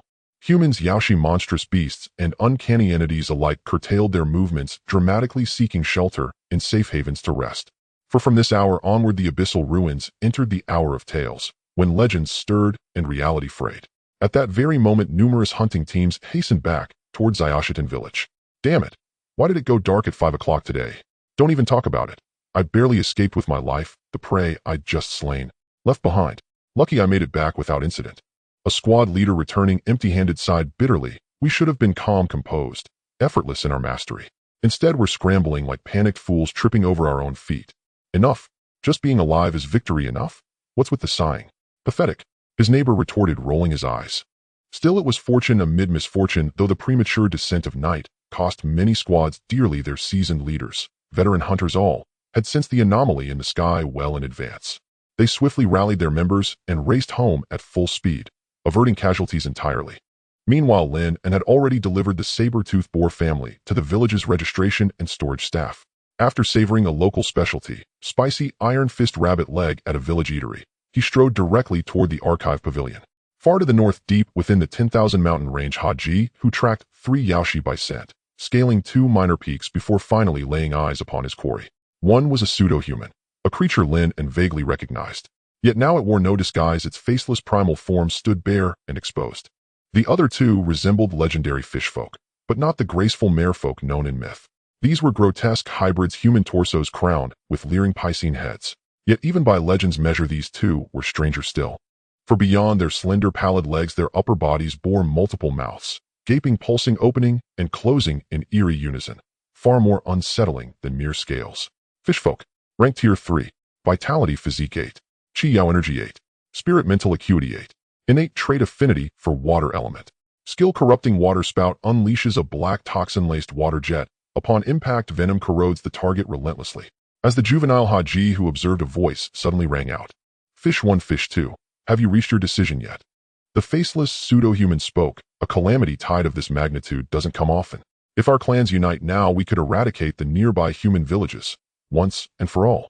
From then on, this entire region shall fall wholly under our dominion. Hearing this, the larger of the 2 fishfolk rolled its bulbous glassy eye. It shook its head. Such matters lie far beyond our authority. Our chieftain merely ordered us to practice coordination, not debate strategy. Train and be done with it. Why so much chatter? You fishfolk are indecisive cowards, bluster without backbone. I cannot fathom your hesitation. Once the flame is extinguished. Its words died mid-sentence as the sky plunged into sudden violent darkness. The 3 calamities recoiled in alarm. So engrossed in alliance talks, they'd failed to notice how swiftly, not just as they turned to flee, to vanish into their respective lairs, Haji, who struck, energy erupted. In an instant, his frame swelled to titanic proportions, as if a prehistoric tiger had reawakened upon mortal soil. In this state, Haji, who pushed the tiger phoenix art to its absolute limit, his physique and spiritual energy surging to staggering heights. A lithe yet colossal form blurred forward, striking behind Fish 1 with blinding speed, then lashed out with razor-sharp claws. A thunderous crack echoed as Fish 1's skull exploded like a ripe melon. Defeated Tier 3 Fishfolk 10 experience. Before the remaining 2 calamities could react, Haji who unleashed a soul-rending tiger's roar. Awoo! The earth-shaking bellow sent leaves trembling from every branch, the unmistakable aura of an apex predator laid bare. The pseudo-human and Fish 2 stared stunned, first at Haji whose terrifyingly massive form, then at Fish 1's lifeless corpse sprawled upon the ground. Where had this colossal tiger beast emerged from? And more crucially, shouldn't all conflict cease at dusk per the unspoken covenant? Wasn't discretion the only law after dark? Yet here it was, roaring, charging, defying the very order of the night. Did it truly court death? Did it wish to draw the attention of the tales themselves? The pseudo-human understood none of it, but survival brooked no contemplation. It spun and fled without hesitation. Fish 2, however, gazed upon Fish 1's cold, broken body, and fury white-hot and unreasoning flooded its veins. Ignoring the falling night, it unleashed its full Yao energy, launching a colossal jet-black waterspout swift as lightning and thick with venom. Haji who watched the torrent bear down, but his gaze remained locked on the fleeing pseudo-human. The pseudo-human was vexing, yes, but only due to its shape-shifting talent and near-immortal body save for one vulnerable point. Its raw destructive power, however, was modest. Hence Haji whose first strike had targeted the strongest Fish 1. And this primordial tiger form, though formidable, could last but a minute or two. If it escapes tonight, my ascension may well be delayed. A flash of icy resolve pierced Haji whose eyes, and he charged straight into the oncoming poison torrent. Tum! Another devastating blow. This time the monstrous tiger's paw shattered Fish 2's hideous skull outright. Without pause, even as venom seared his flesh, he lunged toward the fleeing faceless pseudo-human. Sensing motion behind it, glanced back, and felt its soul recoil in terror. A tiger that size chasing it. Even a ghost would tremble. Worse, it hadn't imagined Fish 1 and Fish 2 would fall so swiftly. Fear coiled tighter, and its legs burned with desperate futile speed. Awoo! A final sovereign roar, shaking mountains and silencing forests. Haji who closed the distance aimed for the heart, and drove his claws deep into the pseudo-human's chest. At that very moment, Lin An's interface flickered with 2 new notifications. Defeated Tier 3 Pseudo-Human 10 experience. Ding. Experience threshold reached. Proceed with ascension. Upgrade. Inside the library, Lin An did not hesitate and directly clicked confirm with a thought. A familiar warm current appeared once again within his body, flowing through his meridians and ultimately merging completely into his being. Congratulations, player. All attributes 3 gained 3 free attribute points. According to custom, Lin An allocated all free attribute points to his spirit. With a thought, he began to check his player panel. Player Lin An. Level 4. Talent balanced, 3-dimensional. Experience 0. Spirit Constitution 17-3, continuously increasing. Chi Vitality 17-3, continuously increasing. Divine Spirit 26. Skills Tiger Beast Art Minor Achievement Substitute Talisman Minor Achievement. Item Skill Incarnation Talisman Cat Face Mask. Current status Good, successfully leveled up to level 4, and his attributes were becoming increasingly impressive. Especially the Spirit attribute, which was already 4 times that of an ordinary person at this moment. With the influence of his balanced talent reaching 20 points in Constitution, and energy was merely a matter of one night's time. Previously, his 3-dimensional attributes were merely at the level of surpassing level 4, still some distance away from level 5. However, after this upgrade, it could be said that he had completely surpassed over 99% of level 5 cultivators. How exhilarating! The feeling of power enhancement was immensely joyous and intoxicating as Lin An's lips curled into a slight smile, but his focus remained on the hockey tiger. The hockey tiger, which had originally endured a full-force strike from the fishmen and sustained serious injuries due to the water column's erosion, found its aura rapidly strengthening alongside Lin An's breakthrough, even its injuries completely healing. However, the hockey tiger, shrouded in darkness, felt no sense of excitement. Instead, a chilling sensation continuously surged within its heart. At this moment, the hockey tiger felt that the night forest had become utterly unfamiliar. Although the scenery was the same, it seemed like 2 entirely different worlds compared to the daytime. Awoo! The hockey tiger, letting out a low growl, decided to distance itself from this place, but the next moment a half-foot-long gap suddenly appeared in the void before it. Before the hockey tiger could react, the gap in the void began to slowly open, revealing a pair of crimson eyes. Witnessing this eerie scene, even the tiger, a representation of pure yang, felt its first stand on end as a wave of chills surged from its feet straight to its crown. Great terror. Realizing this was something it could not contend against, the hockey tiger did not hesitate and instantly unleashed all its energy beneath its feet in an attempt to flee. But as the hockey tiger ran swiftly, more and more gaps appeared in the void. One after another, the gaps slowly opened, transforming into pairs of crimson eyes gazing at the rapidly fleeing hockey tiger. As the number of crimson eyes around him increased, the hockey tiger felt increasingly fatigued, and its speed gradually slowed. Eventually, with no visible injuries, the hockey tiger collapsed with a crash, its body slowly disappearing from sight. But as the hockey tiger ran swiftly, more and more gaps appeared in the void. One after another, the gaps slowly opened, transforming into pairs of crimson eyes gazing at the... Even the hockey tiger, having just reached level 4 and regaining its full strength, could not endure for half an hour in this darkness. Though it might be due to the previous encounters with the hockey tiger and the pseudo-humans, which created a considerable commotion and thus attracted the attention of the powerful urban legends. Nonetheless, the mystery and terror of this urban legend indeed exceeded Lin An's expectations. He couldn't even discern how the hockey tiger had perished. No wonder both the NPCs in the Return to Ruins world and the peculiar beasts exhibit such fear and unease upon realizing nightfall. Lin An slowly exhaled a breath of turbid air. Although curious, he did not dwell too much on it. Urban legends are mysterious for the entire Return to Ruins world. At least in Xiashitan village, information regarding urban legends was quite scarce. Furthermore, it was mostly just warnings to avoid going out at night, not to linger in the dark, and if one had to stay overnight, to bring sufficient light sources, and so forth. If one were to truly encounter a situation of being in darkness, without fire or other light sources, there would only be one survival method. That is to remain as low-key as possible, avoiding drawing its attention, while also not giving up on the opportunity to find a light source. As for confronting the urban legend hidden, that option should currently be no different than seeking death. Shaking his head inwardly, Lin An's gaze fell upon the rows of books on the bookshelf, quickly locating the introduction regarding the Tide of Calamity. Tide of Calamity, a special disaster in the Return to Ruins world with an extremely broad impact range. Whenever the Tide of Calamity begins, it will trigger waves of invisible and intangible tides sweeping through various regions. The tide does not directly affect normal beings, but the beasts, anomalies, and disasters within the tide will receive certain enhancements. Moreover, the more tides there are, the higher the enhancement the disasters will receive until the tide recedes and the disasters return to normal. Therefore, whenever the Tide of Calamity appears, the intensity of disasters in the surroundings increases and becomes more restless, with previously vanished disasters potentially resurfacing and even new unknown disasters emerging. I see. After reading the introduction regarding the Tide of Calamity, Lin An felt somewhat enlightened. Now he finally understood why the pseudo-human that the hockey tiger killed would say it was a rare opportunity and wanted to unite with the Fishman tribe to eliminate the nearby human forces. It turns out that for these disasters, the Tide of Calamity is indeed a rare opportunity. Although the time for enhancement is limited, if the increase in strength is substantial, it would indeed be sufficient to accomplish many things.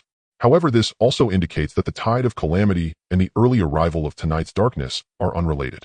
After all, the Tide of Calamity only affects disasters, while the darkness belongs to urban legends.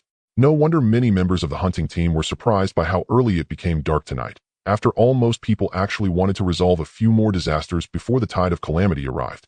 If the Tide of Calamity truly arrives, it would reduce a few potential hazards. Captain Tian and the others have been gone for 2 days. Could it be that they are out to clean up disasters? Lin An thought to himself, as choosing to go out at such a critical and dangerous moment surely meant there was something urgent and important to attend to. Next, let's see if there is any information regarding the aberration infections. After placing the information about the Tide of Calamity back in its position, Lin An began searching for data regarding the disasters that had appeared in the Blue Star. However, this time the search results were unsatisfactory. After scanning through all the book covers on the first floor, Lin An did not find any relevant keywords. Young people like you who stay in the library for several hours are rather few nowadays. At that moment, a somewhat aged voice came from behind.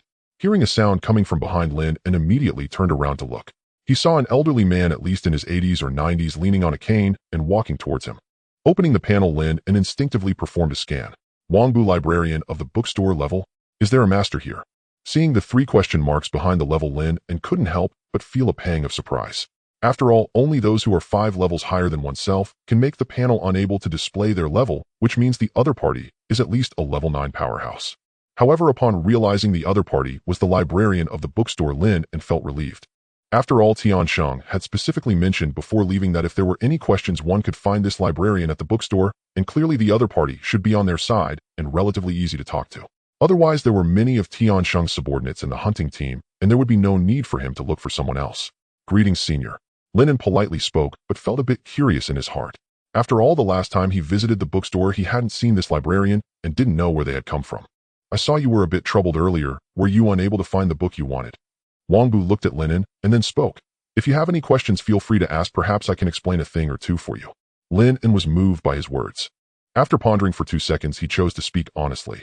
I have heard of a calamity called deformation infection, and I would like to know more about this disaster, but it seems I couldn't find any information.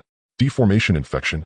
The librarian was somewhat surprised upon hearing this, and then began to explain. For us in the Nanshan Yijing area, the last occurrence of deformation infection happened several centuries ago. It's quite normal that our village has no records, even I have only read about it in an ancient text. Senior, you are indeed knowledgeable, truly worthy of being the librarian of the bookstore. Lin An first complimented him, then cupped his hands in a serious manner, and said, Please enlighten me, Senior. Wangbu appeared quite pleased with Lin An's compliment. So he didn't keep him in suspense, and directly said, Deformation infection is an extremely terrifying infectious disaster that at its peak single-handedly destroyed several large cities of our human race. It was also because the descriptions in ancient texts were so horrifying that I have a deep memory of it, destroying several large cities of the human race. Lin An's heart shook. After all, even the small Shirkin village had 3 extraordinary beings stationed there, and above the village were towns, and above the towns were only small cities. It is not hard to imagine that the large cities in the Guixu world must have super strong beings guarding them, yet even so they were still destroyed by deformation infection. Oh no, now there aren't even any extraordinary beings in Linjiang City. It's truly a moment of crisis. It is said that at the onset of the infection people thought it was just an ordinary virus. Wang Bu's face showed a look of recollection as he slowly spoke, but as the number of infected increased, the power of the source of the disaster grew stronger, and the speed of its enhancement exceeded everyone's imagination at the time. Initially, it could only infect mortals, then ordinary cultivators, and finally extraordinary beings. Countless powerful deformers appeared, and the vast majority of villages and towns where the disaster struck were completely turned into wastelands. So how did people at that time deal with such a powerful disaster? Lin An curiously asked, genuinely intrigued. After all, the terrifying disaster had now appeared back home on Blue Star, and if no solution was found, it would be like a crystal about to explode. This story is quite miraculous. Wangbu said, continuing. By a stroke of luck, an alchemist accidentally discovered that the remnants left over after his cauldron exploded had a strong resistance to this deformation virus. Later people also referred to this medicinal residue as deformation antibiotic. Lin An slowly typed out a question mark upon hearing this. So the deformation antibiotic was made. Later people also referred to this medicinal residue as deformation antibiotic. Lin An slowly typed out a question mark upon hearing this. So the deformation antibiotic was made from an exploded cauldron. He internally complained, but at that moment Lin An's mind was racing. This deformation antibiotic did not specifically require which disaster materials were needed for its creation. Any materials from the 3 major disasters would suffice, significantly enhancing its versatility. However, there was one problem. After defeating the disaster that descended on Blue Star, the corpse might slowly disappear. Therefore, there are actually only 2 ways to obtain these materials. One is to open treasure chests, as killing monsters on Blue Star guarantees a 100 drop rate for treasure chests. According to the Supernatural Management Bureau, the probability of treasure chests containing materials corresponding to the defeated disaster is actually quite high. For instance, the Crimson Flame Pearl that Lin An opened previously and the Crimson-Headed Demon killed by the Hockey Tiger are closely related. It's just that he was lucky enough to obtain items processed by the Guixu game rather than single-use materials like pseudonuclei. The second way, of course, is to rely on players to bring back these disaster materials into reality. After all, disasters that descend on Blue Star are hard to find and cannot leave corpses, but in the Guixu world they are everywhere. At this moment, Lin An's own backpack was already filled with plenty of disaster blood and materials, all obtained from killing monsters to level up earlier that day. The materials I can obtain alone are definitely limited, and the storage slots and 2 treasure chests can't hold that much. Thinking in his heart, Lin An quickly made a decision. At this moment, Wang Bu continued to speak. However, relying solely on deformation antibiotic can only treat the symptoms, not the root cause. In the end, it was the intervention of several powerful beings from the human race that completely eradicated the source of the disaster, slowly calming the infection. It was previously mentioned that conscious disasters usually have a source of disaster. The source of the disaster is not particularly powerful in itself and is quite fragile, yet it possesses a unique mechanism possession. The source of the disaster can almost possess anything, whether it be humans, animals, plants, disasters, or even inanimate objects without intelligence. The source of the disaster can inhabit them. Moreover, the possessed objects will see a significant enhancement in power. However, if one's will is not strong enough, they will be swiftly consumed by the source of the disaster, completely becoming its puppet. In the world of Guixu in the village of Little Stone Pond, Lin An received answers to several questions in the library. Looking at the elder before him, Lin An sincerely expressed his gratitude, especially considering that the current understanding of the Anomaly Management Bureau regarding the mutated infections is probably quite limited. Otherwise, they wouldn't be in such a shortage that they had to dilute the mutated antibiotics for patients and urge the Research Institute to find solutions. If the mutated infection were to develop, not only would Linjiang City be affected, but the entire Blue Star would likely be engulfed in this terrifying infectious disaster. It's no problem. Having someone to chat with is rather nice. Wangbu waved his hand and, leaning on his cane, continued. All right, it's getting late. It's best not to stay outside the rooms for too long, even in the village. Lin An nodded in response. He soon registered 2 more books at the borrowing station and quickly returned to his room. With a thought, Lin An opened the panel and entered the forum function to prepare a post. Currently, players have not set up game titles, should they use their original names. There's also a game nickname. Lin An was surprised. He had thought that the game could only use the original name, but it turned out that the nickname could only be changed when posting. It seems this game, still in beta testing, indeed has quite a few bugs and still needs continuous updates and improvements. I wonder when it will start open testing. After pondering for 2 seconds, Lin An casually typed a few words. Ding. Congratulations, the player's nickname has been changed to. Going to the dock to get some seagulls. In the future, when adding friends for chatting, posting in the forum, or displaying one's panel information, this nickname will be used by default. After setting the nickname, Lin An deliberated a bit on his wording before starting to post. Latest information and solutions regarding mutated infections. Going to the dock to get some seagulls. According to a knowledgeable elder in the library, mutated infection is an extremely terrifying infectious calamity that once single-handedly destroyed several major cities of humanity at its peak. Moreover, this virus develops rapidly, and its transmission rate is hard to control. Even a slight relaxation in management could lead to a global outbreak in no time. However, there are specific antidotes for this virus called mutated antibiotics. Below is the formula for this medicine. Ultimately, the calamity can only truly subside once the source of the disaster is eliminated. Lin An did not call on players to collect disaster materials, as it was his first time posting, and naturally other players wouldn't listen to him without knowing him. However, that is fine, as there will be more suitable candidates to do this. After tagging the Anomaly Management Bureau at the end of the article, Lin An directly clicked to publish. Subsequently, Lin An, who had already written everything, conveniently summarized the current world background cultivation and leveling systems and various precautions, and shared a few tips on exploiting bugs at the end of the post. Okay, time to sleep. Lin An glanced at the blazing original fireplace nearby, his thoughts wandering to several questions from before the beta testing.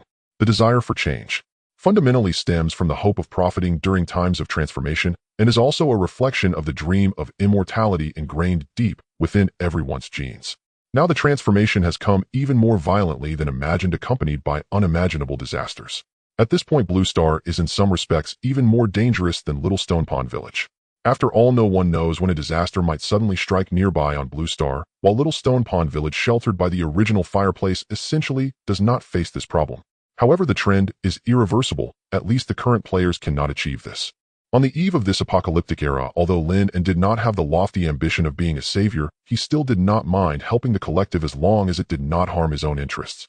As the sun and moon alternated, the long and silent night gradually dissipated with the sunrise. After waking up, Lin An, after washing up, opened the panel while having breakfast. Player Lin An, level 4 talent, 3-dimensional balance, experience 0, physique, Jing, 23, Qi Yuanli 23, Spirit Shin 20, skills Tiger Bird, technique minor success, substitute, talisman minor success, items, skill incarnation, talisman, cat, face mask. Current status good compared to yesterday. Both Lin An's physique and energy have successfully caught up, with his spirit reaching 20 points, bringing the 3 dimensions back to a balanced state. Regarding skill proficiency, since the Hockey Tiger did not withstand the assault of the Reed monster last night, it only amounted to a day of passive training. However, Lin An could sense that his Tiger Bird technique was already very close to great success. As for the substitute talisman skill, it should essentially be called drawing the substitute talisman. Lin An speculated that the avatar produced by this skill point should be related to talisman drawing. Thus, although it is an excellent quality skill, it has not been used once, as defeating monsters and leveling up clearly requires the Hockey Tiger more.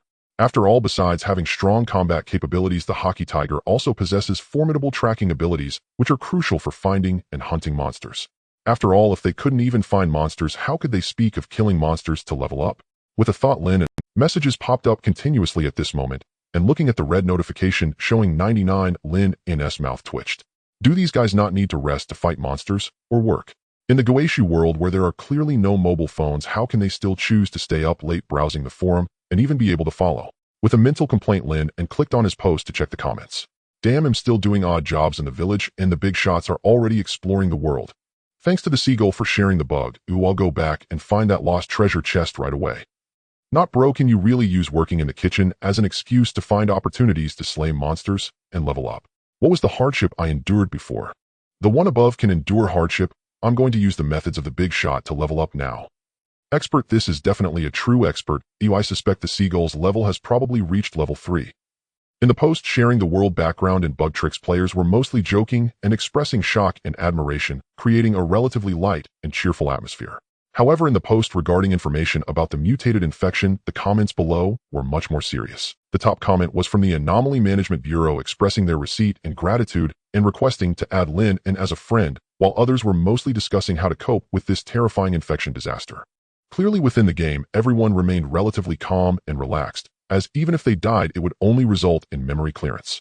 But when it comes to reality, that is an entirely different matter, as there are no second chances in real life. In the world of Guixu in the village of Little Stone Pond. In his bedroom, Lin An, having finished his breakfast, activated the friend function with a thought. At that moment, he discovered that he had received quite a few friend requests. After quickly sifting through them, a name he had seen on the forum appeared before Lin An's eyes. The head of the Linjiang City branch, Xie Lin. After confirming it was indeed him, Lin An clicked to accept. The next moment, Director Xie sent several messages in quick succession. Comrade Seagull, on behalf of the Ability Management Bureau and all the infected individuals, I sincerely thank you for sharing the intelligence. To be frank, an increasing number of infected individuals are approaching the highly lethal mid-stage, while the medicines that can be obtained from treasure chests are severely limited. If this formula for the mutated antibiotics is accurate, it could undoubtedly save countless lives. Should you have any needs, please feel free to let us know. Is it really nearing the mid-stage of infection? Lin An raised an eyebrow at this statement. The virus invasion speed was even faster than he had imagined. This meant that if the internal test players entering the game this time failed to find a solution by the time they re-entered the game to search, the number of mutants would likely multiply several times. Mutants were different from ordinary infected individuals. They truly possessed the ability for secondary infection. Thus, if the word spread, Linjiang City would likely advance into a scene of biochemical apocalypse, transforming into a city of mutation and infection. Director Xie, you are too modest. Lin An replied via text. However, the immediate priority is to verify whether this formula is accurate, as we cannot rule out the possibility of the old expert in the library making a mistake. If confirmed, it would be best to collect some materials in the Guixu world as soon as possible. Understood. I have already contacted all reliable personnel, including those at the headquarters, to carry out the verification. Xie Lin quickly replied. In fact, regarding matters that concern the safety of lives in the city and even globally, the Ability Management Bureau had sent members scattered across Guixu to verify as soon as they saw the forum post. They would seek information from the library, or like Lin An, approach older NPCs for clues. Moreover, a few senior players from the headquarters who had relatively better conditions were already preparing materials to conduct a live alchemy trial. If possible, they even wanted to refine the medicine in the Guixu world before bringing it back. We should be able to verify the results soon. Xie Lin's avatar frame continuously popped up with messages. As long as this method proves useful, the Ability Management Bureau will promptly collect the necessary materials and also call upon players on the forum to assist. Seeing this, Lin An nodded slightly in his heart. The efficiency of the Ability Management Bureau was quite high, and if they could indeed mobilize national resources, there was a complete chance to eliminate the mutated disaster before it spread beyond Linjiang City. Not continuing the conversation, Lin An returned to the library, but this time not to read, rather to head straight to the second floor. After becoming the team leader, he had one free opportunity to observe ordinary quality secret manuals, and with the 1,000 Guixu coins sponsored by the old village chief each month, it meant he could learn 2 new skills. However, since team leader Tian was not present, he needed to apply in advance to access the second floor of the library.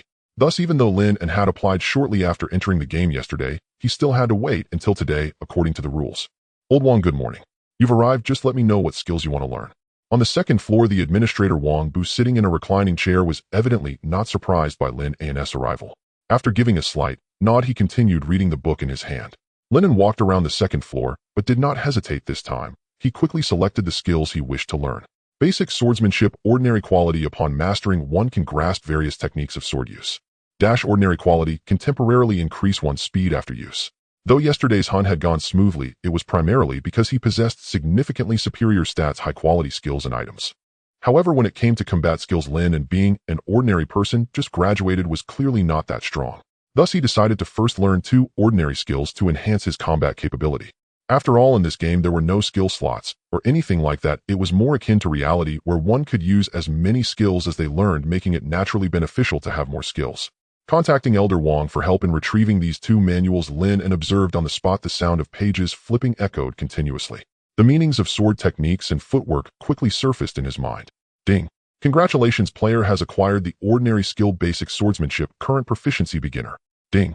Congratulations, player has acquired the ordinary skill dash, current proficiency beginner. As the manual flipped to the last page, Lin An, who had ended his state of comprehension, felt he had gained a deeper understanding of swordsmanship and footwork. He even had a different understanding of the operation of elemental power. Why did I just learn this? Seeing Lin An's aura subtly change, as if becoming a sharper long sword, old Wong couldn't help but exclaim in wonder.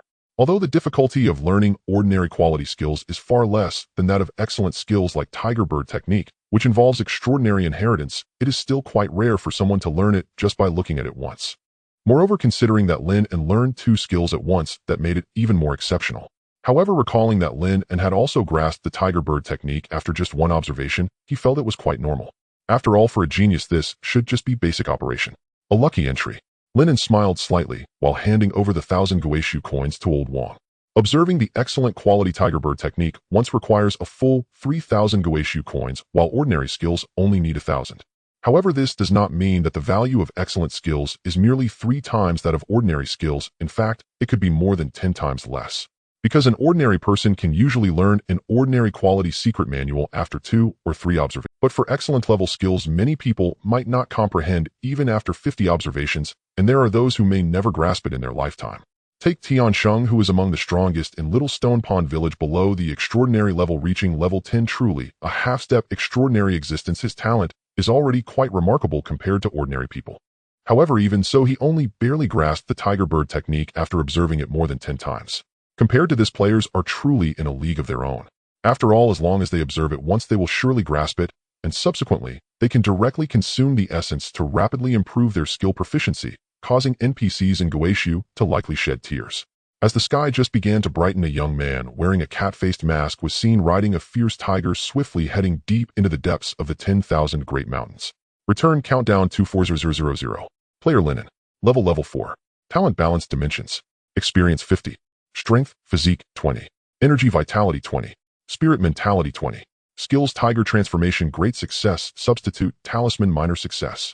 Item, skill, avatar, talisman, cat-faced mask. Current status, good. However, due to the time spent reading the secrets combined with the early arrival of last night's darkness after defeating 5 level 4 monsters and raising his experience to 50, both Lin An and the tiger had no choice but to return to the village early.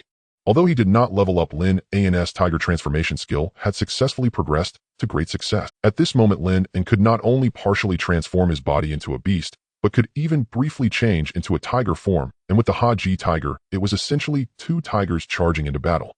However, Lin An had little interest in this kind of state, as it was essentially a special type of explosive skill. While it didn't have the drawbacks of weakness and mental depletion like fury, the consumption of vital energy was substantial, and maintaining such a state in the wild was essential for survival. Under normal circumstances, monsters of the same level rarely fought, mostly going their separate ways, including hunting teams who primarily focused on easy targets. Only the Haji tiger, capable of resurrecting the next day, dared to recklessly engage in a furious battle. However, Lin An was not interested in bullying weak monsters either. Thus, the main purpose of today's journey was singular: to defeat a monster of a higher level. The Haji tiger, having leveled up to level 4, now had a physique of 16, nearly half more than when it was level 3, and its speed was naturally far superior to before. Therefore, it didn't take long before Lin An and the tiger had crossed the 30-kilometer safe zone previously mentioned by Tian Sheng. Tian Sheng had previously stated that the exploration team would regularly patrol a 30-kilometer radius around the village, and if they discovered high-level monsters, they would notify experts to deal with them. Thus, even level 5 monsters were quite rare within the safe zone, let alone those above level 5. This is also why the leaders of hunting teams are at least level 5. With a level 5 leader, they can handle the majority of dangers within the safe zone. However, for Lin An, who had now reached level 4, the safe zone clearly was no longer a suitable place for growth. Moreover, with his combined attributes of vitality, energy, and spirit reaching 60 points, the substitute talisman could now teleport within a range of 60 kilometers, thus ensuring a degree of safety. Taking advantage of the last daylight before returning, Lin An and the Haji tiger traversed the outskirts of the 10,000 Great Mountains. Here, human traces were scarce, exuding a sense of a primeval forest from ancient times. It must be said that the density of monsters outside the safe zone increased significantly. Even just passing through the outskirts, the Haji Tiger soon made a discovery. Oh, there's a level 5 monster ahead. Level 5. Lin An's eyes lit up upon hearing this. After all, defeating a monster of a higher level would grant 50 experience. If they could take down this monster, they might even level up immediately. Let's go check it out. Without hesitation, Lin An, wearing the cat-faced mask, swiftly dismounted from the tiger, and both he and the tiger moved forward with light and quick steps. Soon a massive figure resembling a small mountain appeared before them. Shadow Claw Bear. Level 5. Strength, Physique, 22. Energy, Beast Power, 15. Spirit Mentality, 15. Skills, Shadow Claw Fury. A giant bear with dark patterns on its body, possessing slightly higher dimensional attributes than the Haji Tiger, but it was still at a distance from Lin An. Focusing on the bear's fury skill, Lin An quickly devised a plan in his mind. Go for it, Haji Tiger. Due to memory synchronization, Lin An didn't even need to speak. The tiger already understood his intent. In the next moment, the Haji Tiger's size surged, instantly entering its prehistoric giant tiger form, roaring as it charged towards the Shadow Claw Bear with its claws raised. Though the Shadow Claw Bear was somewhat surprised by the sudden appearance of an enemy, as a powerful giant bear, it had no intention of evading. It stomped heavily on the ground and charged forward, slamming its paw down with force. Boom! The tremendous impact instantly resounded through the forest, and both the Haji Tiger and the Shadow Claw Bear retreated a dozen steps, appearing evenly matched. However, in reality, the Haji Tiger was in an explosive state, and its combat power would rapidly decline in just 2 more minutes. Meanwhile, the Shadow Claw Bear had yet to use a single skill. But this was unavoidable. After all, being 1 level lower than its opponent, the Haji Tiger, with a physique of only 16 points, had already performed exceptionally well. Oh whoa! A tiger's roar pierced the skies, and the Haji Tiger did not concern itself with anything else, charging forward once more. Fight, enjoy it. The two beasts clashed again, exchanging claws and paws, and their injuries rapidly accumulated in that moment. As the battle heated up, the Shadow Claw Bear suddenly unleashed its beast power. With a whoosh, a dark sharp bear claw erupted from the shadow beneath the Haji Tiger, tearing towards it. This attack came as a complete surprise. Even though the Haji Tiger had been on guard, it still couldn't completely evade, and a large chunk of flesh was torn from its hind leg. At that moment, a young figure silently approached the Shadow Claw Bear from behind. The sprinting skill and tiger transformation skill activated simultaneously. With a sudden surge in strength and speed, Lin An executed a basic sword technique, swiftly thrusting his long knife into the Shadow Claw Bear's back. Roar! The intense pain caused the Shadow Claw Bear to emit a deafening roar, and realizing that someone was attacking it, it couldn't care less, and immediately activated Fury to forcefully prolong its life. As Fury activated, the entire bear seemed to emanate a red aura, and with its boosted physique, it instinctively swiped its paw backward.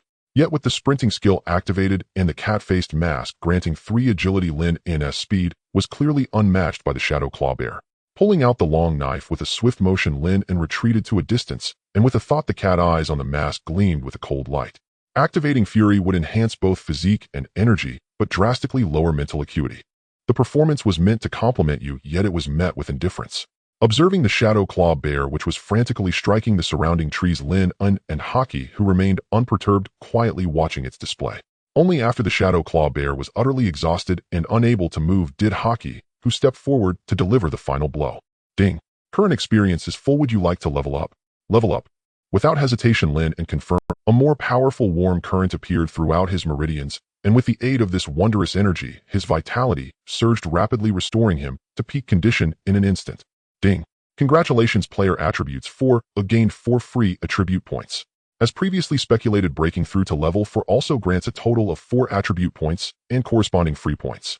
After a brief contemplation, Lin An decided to allocate all the free attribute points to his physique.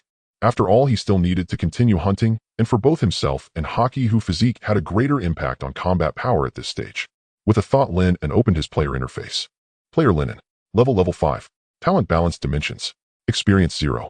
Physique 28-8. Chi 24-4, ongoing increase. Spirit 24-4, ongoing increase. Skills: Tiger Beast Technique Mastery Substitute Talisman Minor Mastery. Item Skill Avatar Talisman Cat Face Mask. Current status good. A substantial enhancement. Seeing the increasingly exaggerated panel, Lin An couldn't help but smile slightly. Haki, who had also leveled up to 5 and restored his condition, couldn't help but show an excited expression. That's the thrill of battle. Haki, who felt that if he encountered that Shadow Claw Bear again, he could make it unreal. Let's continue onward and see if there are stronger monsters around. Glancing at the clear sky, Lin An decided to delve deeper into the 10,000 Great Mountains. After storing the Shadow Claw Bear in his backpack, Lin An mounted Haki, who, in the peculiar duo of a cat-faced human and a fierce tiger, set off once more. After traveling a short distance, they arrived beside a small stream. This place seems much quieter than before. Realizing something was off, Lin An halted and quickly scanned his. The sounds of insects and birds had vanished, and there wasn't even a small monster in sight. One should know that the deeper they ventured into the 10,000 Great Mountains, the denser the small monsters became. Otherwise, such high-level disasters like the Shadow Claw Bear couldn't survive. However, since the small monsters didn't provide much experience for Lin An, and with limited storage space, he generally found it tedious to hunt them. But being lazy about killing and not seeing anything at all were two completely different matters.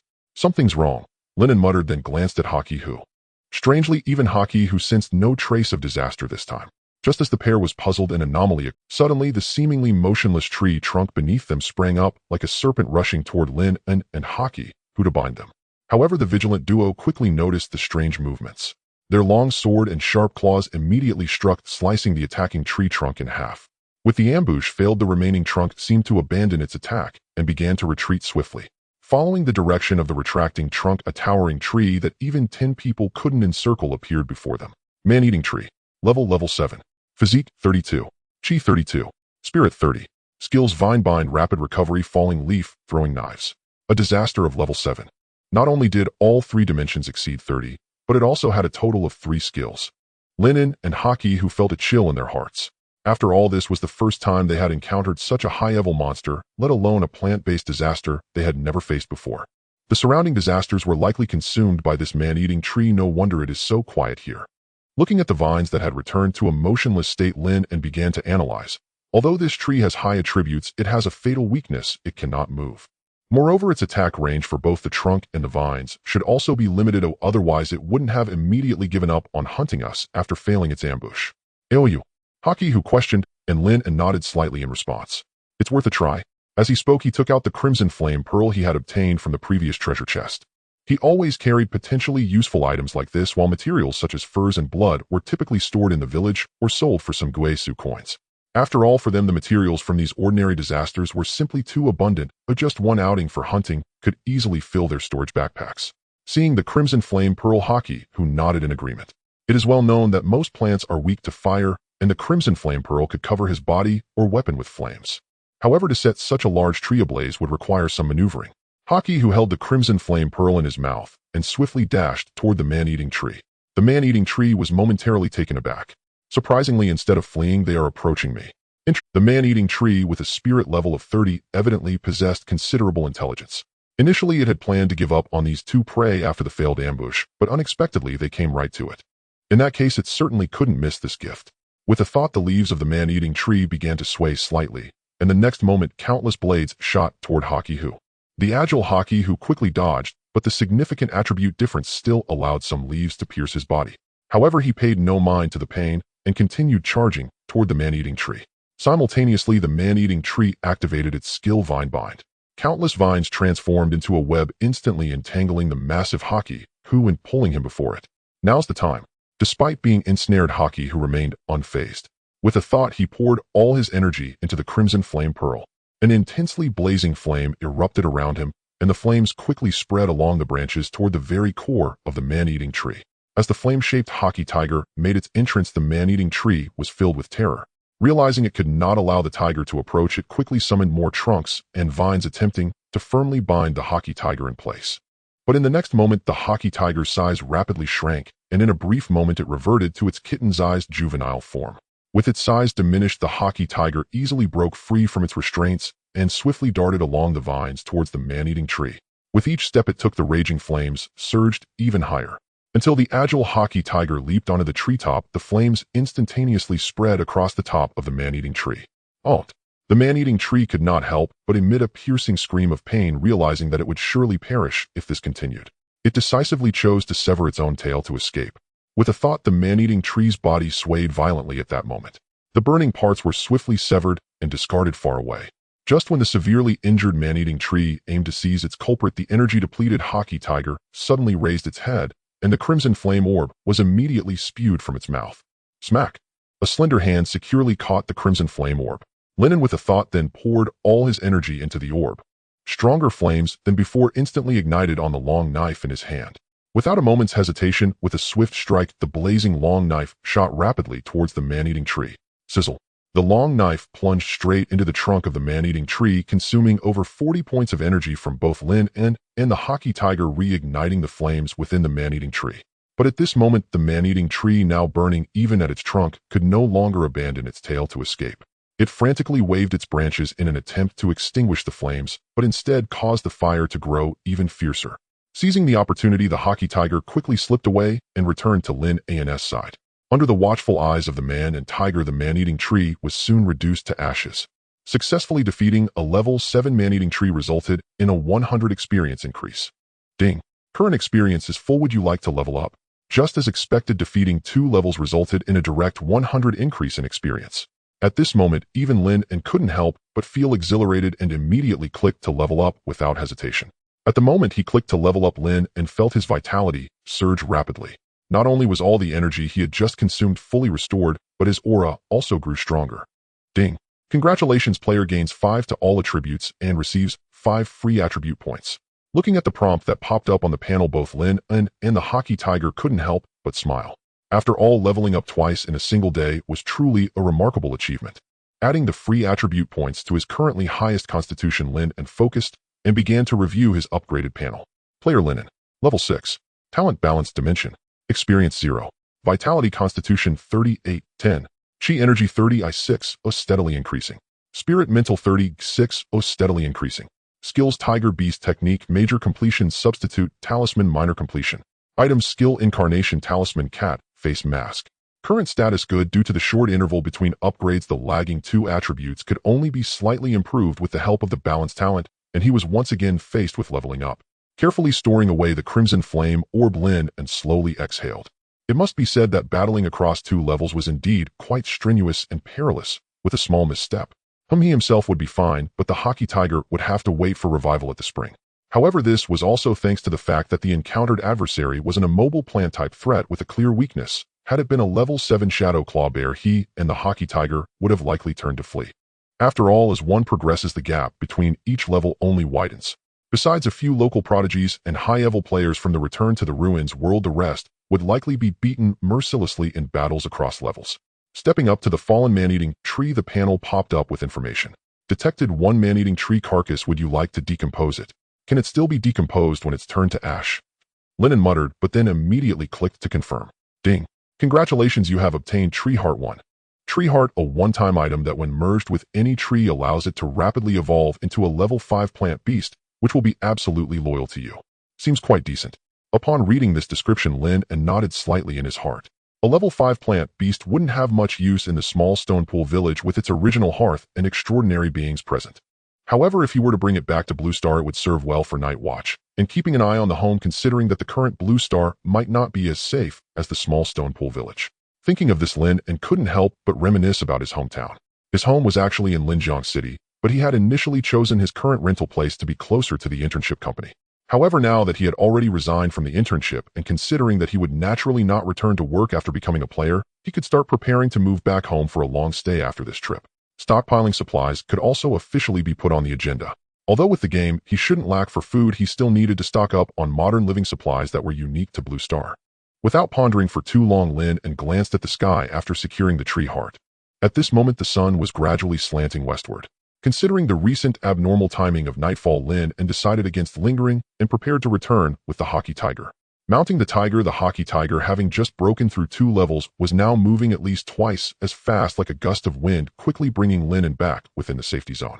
While still seeing the tiger gate from a distance, Lin An summoned the hockey tiger back with a thought. He then took out a small cart and leisurely pushed the harvested goods back to the village. In the astonished and shocked gazes of the villagers, Lin An stepped up to the recycling area. Convert everything to Return to the Ruins coins, thank you. Alright, I'll tally it up right now. Please wait a moment, Captain Lin. The staff in charge of recycling was equally astonished, but had often evaluated the value of prey, like the half-step extraordinary Tian Sheng, so he quickly appraised the worth of these catches. A total of 1,000 Return to the Ruins coins, please check. As he spoke, the staff member took out 10 coins of 100 denomination, clearly infused with higher energy. Seeing this, Lin An nodded slightly. 1,000 Return to the Ruins coins didn't sound like much, but it was already equivalent to the monthly salary of an ordinary hunter. It should be noted that the items he brought for recycling were mostly just the chicken ribs he had obtained from 3 days of hunting and decomposition, things he didn't want but took up space. Being able to exchange these useless items for a new skill was certainly worthwhile. In the world of Guixu in the village of Little Stone Pond, Lin An securely stored the 1,000 Guixu coins he had collected. After having dinner, he returned to his room to continue watching the Encyclopedia of Calamity. As the night deepened, the countdown for the game unknowingly approached its end. Return countdown 00000. When he opened his eyes again, Lin An found himself back in his rented apartment, where even outside the community people were still bustling in long lines for nucleic acid testing. At that moment, a notification suddenly popped up on the panel. Ding! The number of players has reached the preliminary requirement, and the Guixu game is updating. The forum module has been optimized. The monster killing mechanism has been modified. The regional leaderboard has been activated. For detailed information, please click to view. Thank you for your support. Game update. Lin An was somewhat surprised. It was his first time witnessing such a scene, and this was likely the first update since the inception of the Guixu game. With a thought, Lin An clicked to view the details. First was the optimized forum module, which had not changed much, just adding some features for filtering regions and keywords, making it more convenient. However, the changes to the monster killing mechanism were quite significant. Previously, the experience points and treasure obtained from killing monsters could only be claimed by the player who dealt the final blow, but now this rule had changed. Experience points and treasure rewards would be distributed according to contribution. Moreover, the calculation of this contribution was quite complex, resembling a real game, by including damage dealt and healing support scores. Though complicated, it appeared to be rigorous and fair. Contributions would determine the percentage of experience points earned, while treasure chests would only be awarded to the player with the highest contribution, the MVP. Thus, there would no longer be situations where hard work was overshadowed by last-minute steals. Additionally, teaming up to hunt monsters in Blue Star would have a higher probability of success. However, this change also greatly reduced the likelihood of powerful players quickly leveling up with a group of followers. After all, if the followers did nothing but wait for the final blow, their contribution score would certainly be negligible. According to the announcement, contributions below 5 would be disregarded entirely, meaning they would not receive any experience points. Lin An speculated that the main reason for this change in the game's monster-killing mechanism was likely this. The announcement indicated that not only players would participate in contribution evaluation, but even NPCs in the Guixu world would be counted. Although NPCs could not gain experience points or treasure chests, and were completely unaware of these matters, it also eliminated players' desires to cling to NPCs for easy kills and level-ups. Including the previous tactic of sneaking into the kitchen to kill monsters and level up, it was likely no longer feasible. In a way, this also served to fix bugs. However, these changes had little impact on Lin An, as he generally preferred to hunt monsters alone as a solitary cultivator and had no plans to team up with others. As for the transformation into Hockey Tiger, it did not count as part of a team, as transformation skills were strictly speaking just a personal ability. Lastly, Lin An's gaze fell on the newly added regional leaderboard. This new feature, as the name implied, ranked players within the same region. The division of regions was quite simple. A city was considered a single region, at least as planned within Huaxia. For example, players within Linjiang City were considered part of the same region as were those in cities like Beijing, Shanghai, Guangzhou, and Shenzhen. The ranking method was also straightforward, based on the players' levels, with higher levels placed at the top. If levels were the same, experience points would determine the ranking. If experience points were also tied, the player who leveled up earlier would take precedence.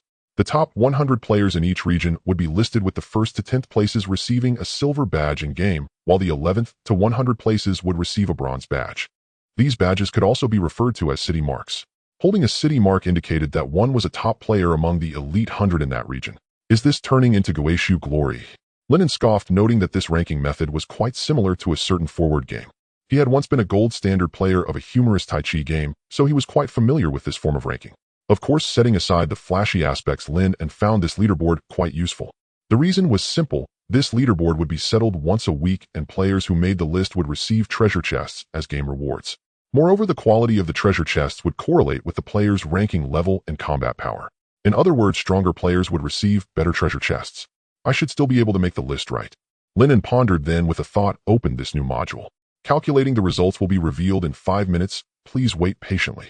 The leaderboard displayed this line of text, and Lin An noticed that there was even a chat room below the regional leader. At that moment, countless messages were racing across the chat room. Even with Lin An's physique reaching 38 points, he still found it somewhat dizzying.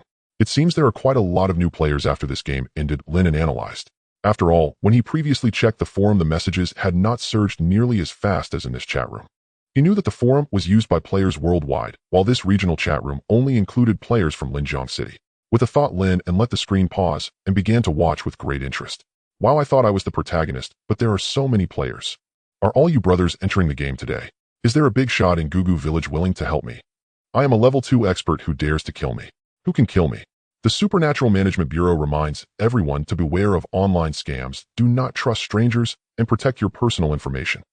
After observing the number of speakers and the speed of messages, and considering the players who were like him lurking without speaking, Lin An conservatively estimated that the current number of players in Linjiang City had already exceeded 1,000. However, the exact number was not displayed in the chat room, and only the Supernatural Management Bureau could probably provide a relatively accurate figure. Although Linjiang City could not compare with cities like Beijing, Shanghai, Guangzhou, and Shenzhen that had populations in the tens of millions, or even over 20 million, its scale was not small, with a population of up to 5 million. In the real world, within a rental apartment, Lin An was calculating the number of players when something suddenly came to mind. To become a player, one must first pass the internal test, which entails surviving for a day and killing any disaster creature. This task may not sound difficult, but it is certainly not easy either, especially considering that even a level 1 Iron Fist rabbit possesses greater physical attributes than an average person. Even among adults, the pass rate would likely not be very high, not to mention the elderly and children, who generally have weaker physiques. This implies that there are actually far more individuals who have entered the Guixu game than the number of players. However, they could not pass the test, so their memories were wiped, and they returned to their lives as if nothing had happened. Shaking his head slightly, Lin An's gaze continued to focus on the chat room. Under the continuous spamming by the personnel of the Ability Management Bureau, the players rarely mentioned their own situations and instead began discussing the upcoming leaderboard. With such a low standard, I will certainly make the leaderboard and take the top spot. Is the person above not in their right mind? Don't they see what level they are currently at? Level 3, Blackie speaks. To Lin An's surprise, the chat room even had a feature for sending images, and the guy who claimed he could take the top spot proudly shared a screenshot of his level. As soon as the image appeared, it attracted a lot of praise from the newcomers, and the person who had just refuted him fell silent.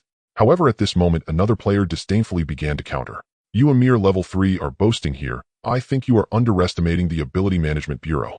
As far as I know, the Ability Management Bureau has already begun to clear the level 3 disasters before entering the game, and they will surely become stronger after returning from this game. I doubted heroes emerge from chaotic times. In response to the viewpoint above, someone quickly stood up to refute. Moreover, the internal test qualifications currently being issued are entirely random, which means everyone's starting point is the same. Additionally, players currently have no opportunity to meet in the Guixu world. So many scattered cultivators may not be inferior to the players from the Management Bureau. In the posts from those who previously shared strategies, I saw that many were still scattered cultivators. I think you don't understand anything. Do you know a term called recruitment? And Lin An did not expect that a group of people would be arguing about whether the Ability Management Bureau could take the first place. I must say, the internet is indeed a magical place. Even when transformed into a game chat room, it remains so. However, this issue is indeed rather intriguing. After all, the answer to this question to some extent relates to the stability of the future New Order. Will the powerful and authoritative organization firmly secure the top spot, or will the many scattered cultivators prevail? Just as the debate was ongoing, the leaderboard was finally finalized. A golden list appeared on the screen, and names quickly floated from low to high on the board. Rank 100, a bottle of ice cola level 2. Can a level 2 even make the leaderboard? Lin An was somewhat surprised, but thought about it, and felt it was actually quite normal. After all, normal players start with nothing, and can't even join a hunting team, as they only accept cultivators. Under such circumstances, leveling up basically relies solely on going out to kill monsters, which is quite risky. Moreover, everyone has not been in the game for very long, so reaching level 2 is indeed not easy. Of course, this excludes those who exploited bugs to gain experience in the kitchen, and that bug has been fixed in this up. In contrast, members of the Ability Management Bureau indeed have a significant advantage. After all, they can be led by powerful figures, or even the military, to kill monsters in reality, leveling up and obtaining items in Blue Star. Thus, they can easily overcome such a challenging early game. However, this tactic was effective only for players of levels 1 and 2, as before this game commenced, the strongest disasters appearing in Linjiang City were only level 3. Thus, relying on killing monsters in reality to reach high levels is naturally impossible, at least not in Rank 99, Ability Management Bureau Wang E level 2, Rank 98, Ability Management Bureau Su Qingming level 2. One name after another appeared on the leaderboard. Aside from a few who were happy to see their names on the list and spoke up, the chat room fell silent, with everyone curious and eager about this leaderboard. Soon the names revealed on the leaderboard finally reached the top 50. Rank 50, Proud World Talent level 3, Rank 49, Ability Management Bureau Wu Hao level 3. Upon reaching the top 50, the players' levels finally increased to 3. Moreover, the 50th place happened to be the one who had previously boasted in the chat room about taking the top spot, and judging by this nickname, it indeed reflected the personality he showcased. The leaderboard continued to unveil, and under everyone's watchful eyes it arrived at the top 10. Rank 10 Ability Management Bureau How Yunlai Level 3, a shining silver text appeared on the leaderboard, and everyone gasped at the sight of the words Ability Management Bureau. Currently, nearly 70% of the players on the leaderboard are cultivators from the Ability Management Bureau. It is evident that the Ability Management Bureau is still leading by a considerable margin. Naturally, Lin An felt that this was actually a good thing. It is known that if cultivation methods could be practiced, this world could immediately produce 1 billion evil cultivators, and the citizens of Huaxiao would probably each possess a soul banner. While it was a joke, if there were truly scattered cultivators with ill intentions, they could bring troubles that far exceed equivalent disasters. Rank 9, I am not a master. Level 3. Rank 8, Ability Management Bureau Lin An Level 3, as the 9th place revealed a scattered cultivator. Many players in Linjiang City immediately perked up. It is not that there is anything wrong with the Ability Management Bureau, but simply because nearly all names in the list are from the Bureau, it is indeed a bit monotonous. Lin An was also watching this scene, and when it came to the 5th place, the levels on the leaderboard finally showed some changes. Rank 5, Ability Management Bureau Chun E Level 4. Rank 4, not high level. Thank you. Level 4, only 2 scattered cultivators appeared from 4th to 10th place. The crowd in the chat room had already lost hope for any more scattered cultivators appearing. Even the players who earlier argued that heroes emerge from chaotic times couldn't help but shake their heads. Their gaze turned toward the leaderboard in front of them, and now they were only curious about what other experts from the Ability Management Bureau remained. Rank 3, Ability Management Bureau Qi Yuan Level 4. Rank 2, Ability Management Bureau Xiao Lin Level 5. Hiss, I didn't expect such a big shot to reach Level 5 so quickly. Yes, the Ability Management Bureau is indeed not comparable to scattered cultivators. In the chat room, messages began to increase again. But at this moment, someone suddenly asked a question. No, I remember that Xia Lin is already the head of our city's branch. Could it be that the Ability Management Bureau has an even stronger existence? This sentence instantly alerted everyone present, and their gazes fixed tightly on the leaderboard, as if anticipating something. Meanwhile, a name slowly floated to the very top. Rank 1, go to the dock and grab some seagulls. Level 6. With the 1st place on the leaderboard appearing before everyone, the players of Linjiang City erupted instantly. The messages in the chat room scrolled rapidly, making it impossible for ordinary players to keep up. What the heck, let's head to the docks for some seagulls. Isn't that the big shot who found the mutated antibiotic formula before? I thought the seagull big shot wouldn't make it onto the leaderboard, but this truly surprised me. Come on guys, shouldn't we focus more on the level? A whole 6 levels, that's 1 level higher than Director Xia. Compared to others, that's a significant gap. I remember the big shot even shared strategies to help everyone exploit bugs. That's a true expert. Who says casual players can't have a great emperor? The one in front, come out and keep shouting. Alright, if I didn't know better, I'd think the leaderboard was filled with casual players. Besides, who knows if they'll be surpassed in next week's update. I seriously suspect the seagull big shot is using hacks. What the heck, didn't you see the previous post where the big shot taught me to level up by backstabbing in the kitchen? Now that the bug is fixed, I've missed a huge opportunity. I was thinking I could become the protagonist, but it turns out there are heroes everywhere like fish in a river. A flurry of messages popped up, and at that moment a friend notification also appeared. Lin An focused his thoughts and found that it was Xia Lin sending him congratulations. Congratulations to Comrade Seagull for achieving the top spot with excellent results. Xia Lin sighed. Truly hidden like a gem, it's astonishing when one finally emerges. Just lucky, that's all. Lin An humbly replied as the luck guy. He didn't continue on that topic and instead asked, by the way, I still don't know the output of the mutated antibiotics. Do we have enough materials for now? As for the accuracy of the formula, players from the Mutated Management Bureau had already verified it in the game. It indeed works, as the library's administrator Old Wang described.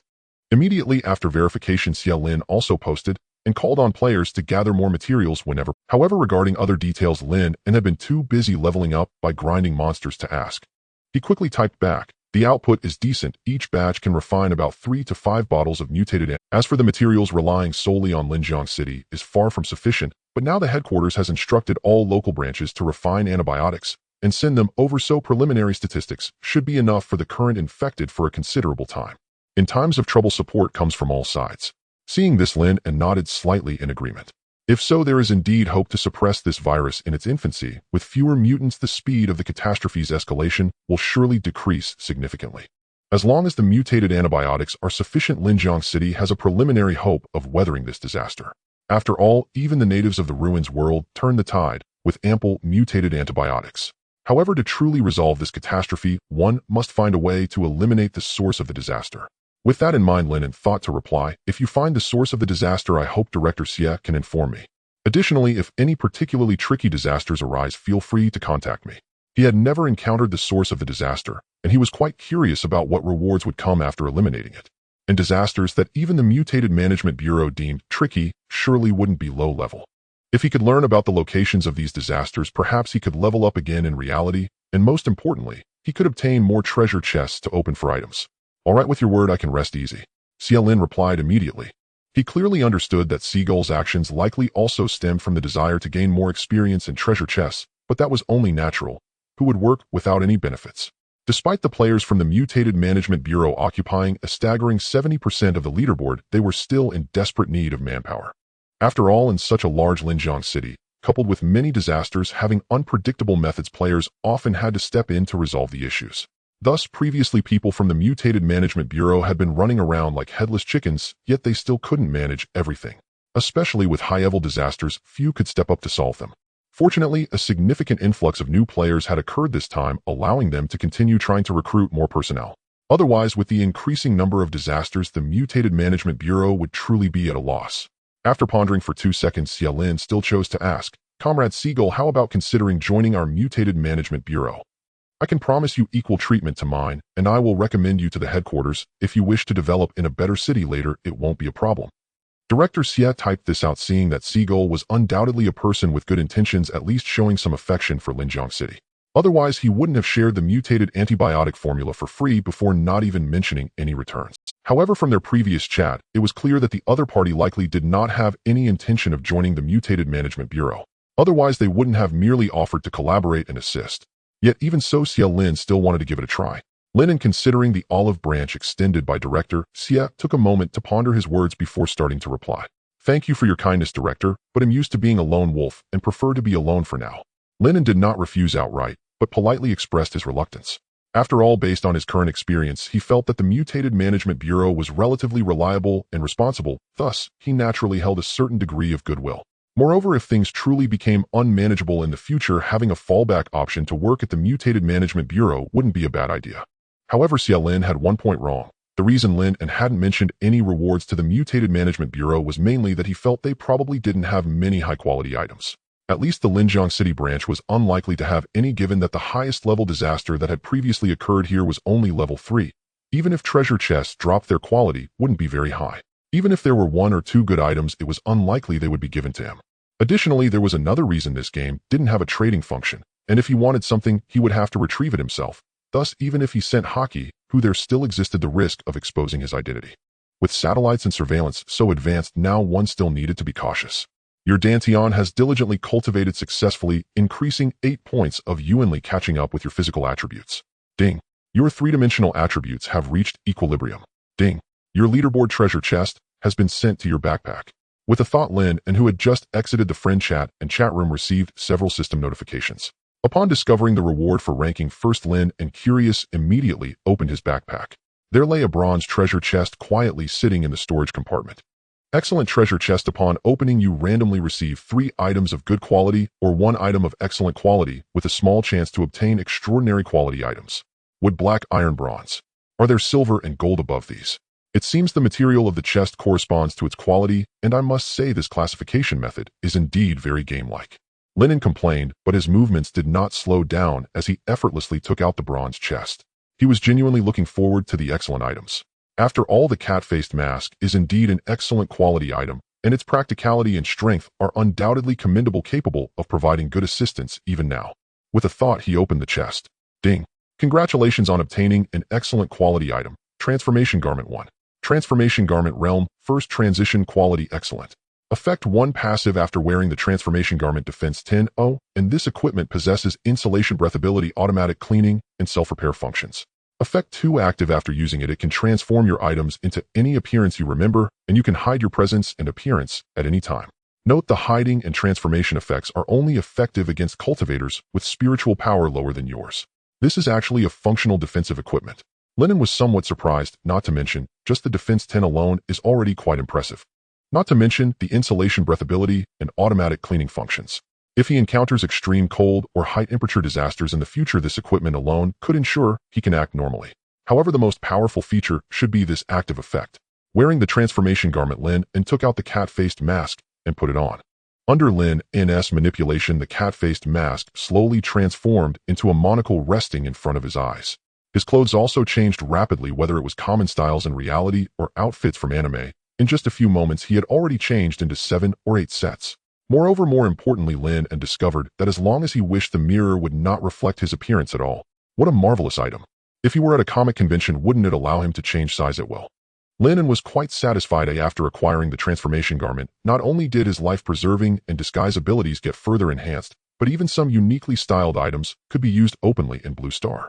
After all, items like the cat-faced mask are exceedingly lifelike. Wearing it makes it seem as if he genuinely has a cat, and if a normal person were to see it, they might be scared half to death.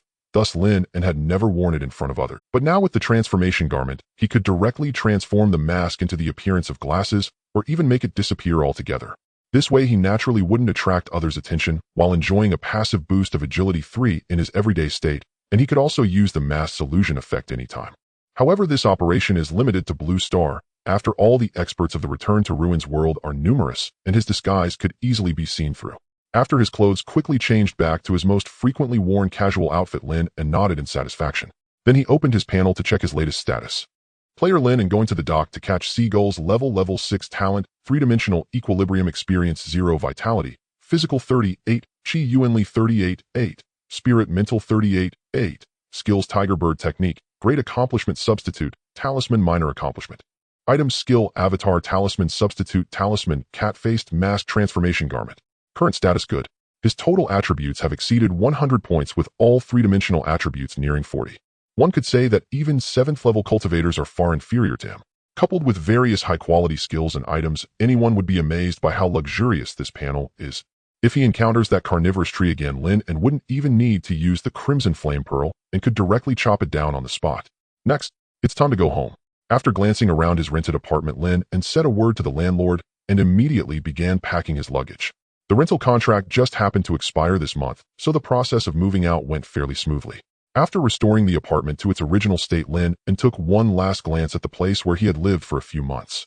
When the game is officially launched, these places might undergo significant changes. By then, who knows what kind of scene? Shaking his head slightly, Lin An didn't dwell on it. He shouldered his backpack and dragged his suitcase out. In this tide of change, all he can do is to ensure his own well-being. Bypassing the crowd still queuing for nucleic acid tests, Lin An stepped out to the community gate, and soon a taxi caught his attention. Noticing Lin An's gaze, the taxi driver rolled down the window and asked student where to. East City. Lin An replied, then stepped into the strangely cold car. After locking the door, the driver quickly drove off, but a strange smile was visible on his face. Driver, your taxi fare shouldn't be a problem, right? At this moment, Lin An seemed to ask casually. The driver laughed lightly and casually replied, it's all charged by distance. How could I cheat you? That's hard to say. What do you mean? Do you think I would take a detour to charge you more? The driver appeared somewhat angry, and his expression, while driving, gradually turned eerie. Hearing this, Lin An smiled lightly and said, not necessarily, it just looks like it could be life-threatening. But driver, do you want to look back and see if I look more like a human? Or a god? Upon hearing this, the ghostly driver quickly glanced at the rearview mirror, only to see that the originally handsome young man had inexplicably grown a black cat face. Moreover, the cold gaze from that pair of piercing eyes was fixated on him, causing the eerie driver, who was still driving, to feel a chill run down his spine. A ghost? The ghostly driver wore a terrified expression, unexpectedly encountering a cat's spirit seeking a seal. In a state of panic, it forgot even the strange circumstances surrounding itself and instinctively slammed the accelerator, preparing to flee. Seeing this, Lin An noticed a cold glint flash in the cat eyes of the mask. The originally frightened, ghostly driver felt a momentary daze, then silently drove towards the overturned street like a puppet. Ghostly driver. Level 3. Vitality 4. Chi 10. Spirit 10. Skills Underworld Ghost Car, Fear Amplification. Note a new product resulting from the fusion of a certain anomaly and a car accident event. This anomaly is indeed more sinister than other disasters, capable of adapting and evolving with the environment, creating new things in Blue Star. However, this boldness still needs improvement. Lin An, who had noticed the ghostly driver early on, felt somewhat speechless, recalling the similarly frightened pseudo-human anomaly from before. How could someone as sunny and handsome as himself be scary? Silently criticizing these unappreciative anomalies, Lin An arrived at his destination without delay. Carrying his luggage, he opened the door to get out, and at the very moment Lin An stepped out, the ghost car dissipated into, congratulations, you have received a normal treasure chest 1. It was too generous, not only providing free transport, but also a gift. Glancing at the newly added ordinary wooden treasure chest in his backpack, Lin An smiled slightly, then walked towards the entrance of his home. It was a 3-story villa with a basement complete with a small yard outside. However, this does not mean Lin An's family condition was previously considered superior. After all, this area belongs to the suburban city, and the location could be deemed quite average, making it somewhat difficult to rent out the rooms. Otherwise, he wouldn't have had to rent a place and in turn outside. Entering the small yard, Lin An's gaze fell upon the only tree in the yard, a tall loquat tree. "It's you." Recalling the scene of planting trees with his parents in childhood, a glimmer of nostalgia flashed in Lin An's eyes. He then focused his mind and took out the heart of the tree obtained from killing the man-eating tree. Placing the heart of the tree in front of the loquat tree, he watched as the material quickly fused into it. During this process, the loquat tree continuously grew taller, soon becoming a towering tree whose crown even exceeded the height of the 3-story house behind it. Fortunately, there were not many people around, otherwise Lin An would have to exert some effort to draw them into an illusion and use the great memory erasure technique. As the heart of the tree fully integrated with the loquat tree, its information finally appeared on the panel. Loquat tree. Level 5. Vitality 20. Chi 15. Spirit 15. Skills: Tree Energy Domain, Rapid Recovery, Disaster Absorption, Detoxifying. Loquat Tree Energy Domain allows a certain range to be designated as its own domain, significantly enhancing perception abilities within the domain and enabling manipulation of its leaves, vines, and other low-level plants for defense and attack. Disaster Absorption possesses a strong ability to absorb and transform disasters, not only mitigating their impact on the surroundings, but also rapidly growing stronger by devouring disasters. Detoxifying. Loquat, a spirit fruit rich in nutrients, effective for clearing heat and detoxifying. Unexpectedly, it has 4 skills. Moreover, this tree energy domain looks like an upgraded replacement for the man-eating tree's vines and falling leaves knife. Could it be that you're a genius? Lin An looked at the loquat tree's panel, feeling a bit surprised. At that moment, a voice reminiscent of a child's innocence echoed in his mind. "Wah wah wah wah wah wah, master, I'm here." It turns out to be a wah wah monster. Realizing that it was the loquat tree speaking to him, Lin An smiled and said, "From now on, I'll call you Hockey Tree, and you will also take on the responsibility of guarding the house." "Wah wah wah, I promise to complete the task." The Hockey Tree spoke firmly. Although it had just awakened its intelligence, it possessed 15 points of spirit, allowing it to understand Lin An's meaning easily. "Good, very spirited." Seeing this, Lin An continued, "If there are any special situations, especially if anomalies or monster beasts appear nearby, remember to notify me immediately. Also, don't show your abilities in front of humans for now, otherwise it could lead to some trouble." "Wah wah." The Hockey Tree slightly shook its body to indicate understanding. Lin An's lips curled into a smile as he took out some blood and flesh from the shadow claw bear he had previously killed. Under Lin An's guidance, the flesh of this level 5 disaster was quickly devoured by the Hockey Tree, disappearing cleanly. "Eat slowly, no need to rush." Lin An smiled slightly at this, tossing more disaster materials he no longer needed to the Hockey Tree to enhance its strength. After saying a few more points of caution, he turned and arrived at his front door. Pushing the door open and entering, looking at the incredibly familiar environment, Lin An lay on the sofa, feeling immensely comfortable. After lounging for a while, he remembered something and summoned the Hockey Tiger. Hockey Tiger, patrol the area nearby. Regardless of their strength, clear out all disasters around. Additionally, keep an eye out for any suspicious players. Awoo. The Hockey Tiger, in its juvenile form and the size of a chubby cat, responded and then swiftly disappeared. Lin An then turned his gaze to the ordinary treasure chest he had just obtained. With a thought, he opened it. Ding. "Congratulations, you have received a normal quality item, Talisman Brush 1. Not bad." Seeing the talisman brush emerge from the chest, Lin An nodded slightly. The talisman brush, like talisman paper, is also a commonly used tool for crafting talismans. With these items, the success rate of talisman making can be slightly improved. Although he currently only knows how to draw substitution talismans and can only have 2 exist at the same time, he should be able to use them often in the future once he learns other talisman techniques. As he neatly stowed away the treasure chest and talisman brush, his phone vibrated slightly. At that moment, messages rapidly popped up in the class group chat. Lin An opened it to find a bunch of blurry videos appearing before his eyes, most of which were basically related to disaster. There were both international and domestic videos, and Lin An even spotted the Hockey Tiger in one of them. In the video, the Hockey Tiger swiftly dealt with 2 disasters, and after casting a glance at the surveillance with its golden vertical pupils, it directly jumped off the building and vanished. "I sure to dash why, brothers, look at what I've discovered recently. I sure to dash why, the videos above were hard to find absolutely genuine. I dare say that a great change is about to occur in our blue star. Nyama no. One, what happened? Nyama no. One, after starting work, I've been so busy that I lost track of everything. I haven't been paying attention to anything else lately. Barry sleeping don't say I also feel something is off lately, but I can't quite pinpoint it. Moen speaking of which you might not believe it, but I personally saw someone releasing palm lightning directly killing us with a single stone stirring up thousands of waves. As those disaster videos circulated, the class group chat, which had been quiet for a long time, became lively again, with everyone passionately discussing the topic. Clearly many students had noticed something unusual to varying degrees, otherwise they wouldn't be so concerned. Lin An, looking at the videos that remained unaltered, pondered in his heart. Could it be that the Anomaly Management Bureau is preparing to gradually disclose the situation to the public? On Blue Star at Flip Street, Lin An watched as his classmates discussed the revival of spiritual energy before shifting to news about the apocalypse. He then opened the headlines to check the latest news. Frost in June. Just after the summer solstice, snowflakes unexpectedly fell in a few areas of the north. An elder's corpse at Rin family village convulsed continuously before cremation, with his body gradually turning green and black. Experts speculate that it may have been caused by an unidentified poison the elder ingested. The epidemic in Linjiang City has been initially controlled, but for safety reasons the authorities decided to implement a comprehensive lockdown strategy today, June 24, 2030 Monday, prohibiting entry and exit for unauthorized personnel. A well-known young actor's romance with a popular actress was announced, leading us to wish that lovers would eventually unite. Frost in June. Zombies emerging in Linjiang City is locked down today. Lin An was a bit surprised. He had been so focused on leveling up in the game that he had hardly paid attention to reality. It seemed that the situation was far more serious than he had imagined. Not to mention, even celebrity gossip could no longer overshadow the trending disasters, highlighting the severity and frequency of the events. After realizing this, Lin An opened the weather forecast. Today's highest temperature is 25 C. Upon seeing this temperature, Lin An's eyes flickered. Oh, last summer at this time Linjiang City's highest temperature had approached 40 C, making it nearly unbearable without air conditioning. Yet after a year of global warming, the temperature had actually dropped by over 10 degrees. Disaster, extreme cold. If this is indeed a disaster, it seems to have a much broader impact than the current mutation infection. Lin An raised an eyebrow, then opened a shopping website and began to quickly purchase supplies. Radios, generators, solar panels.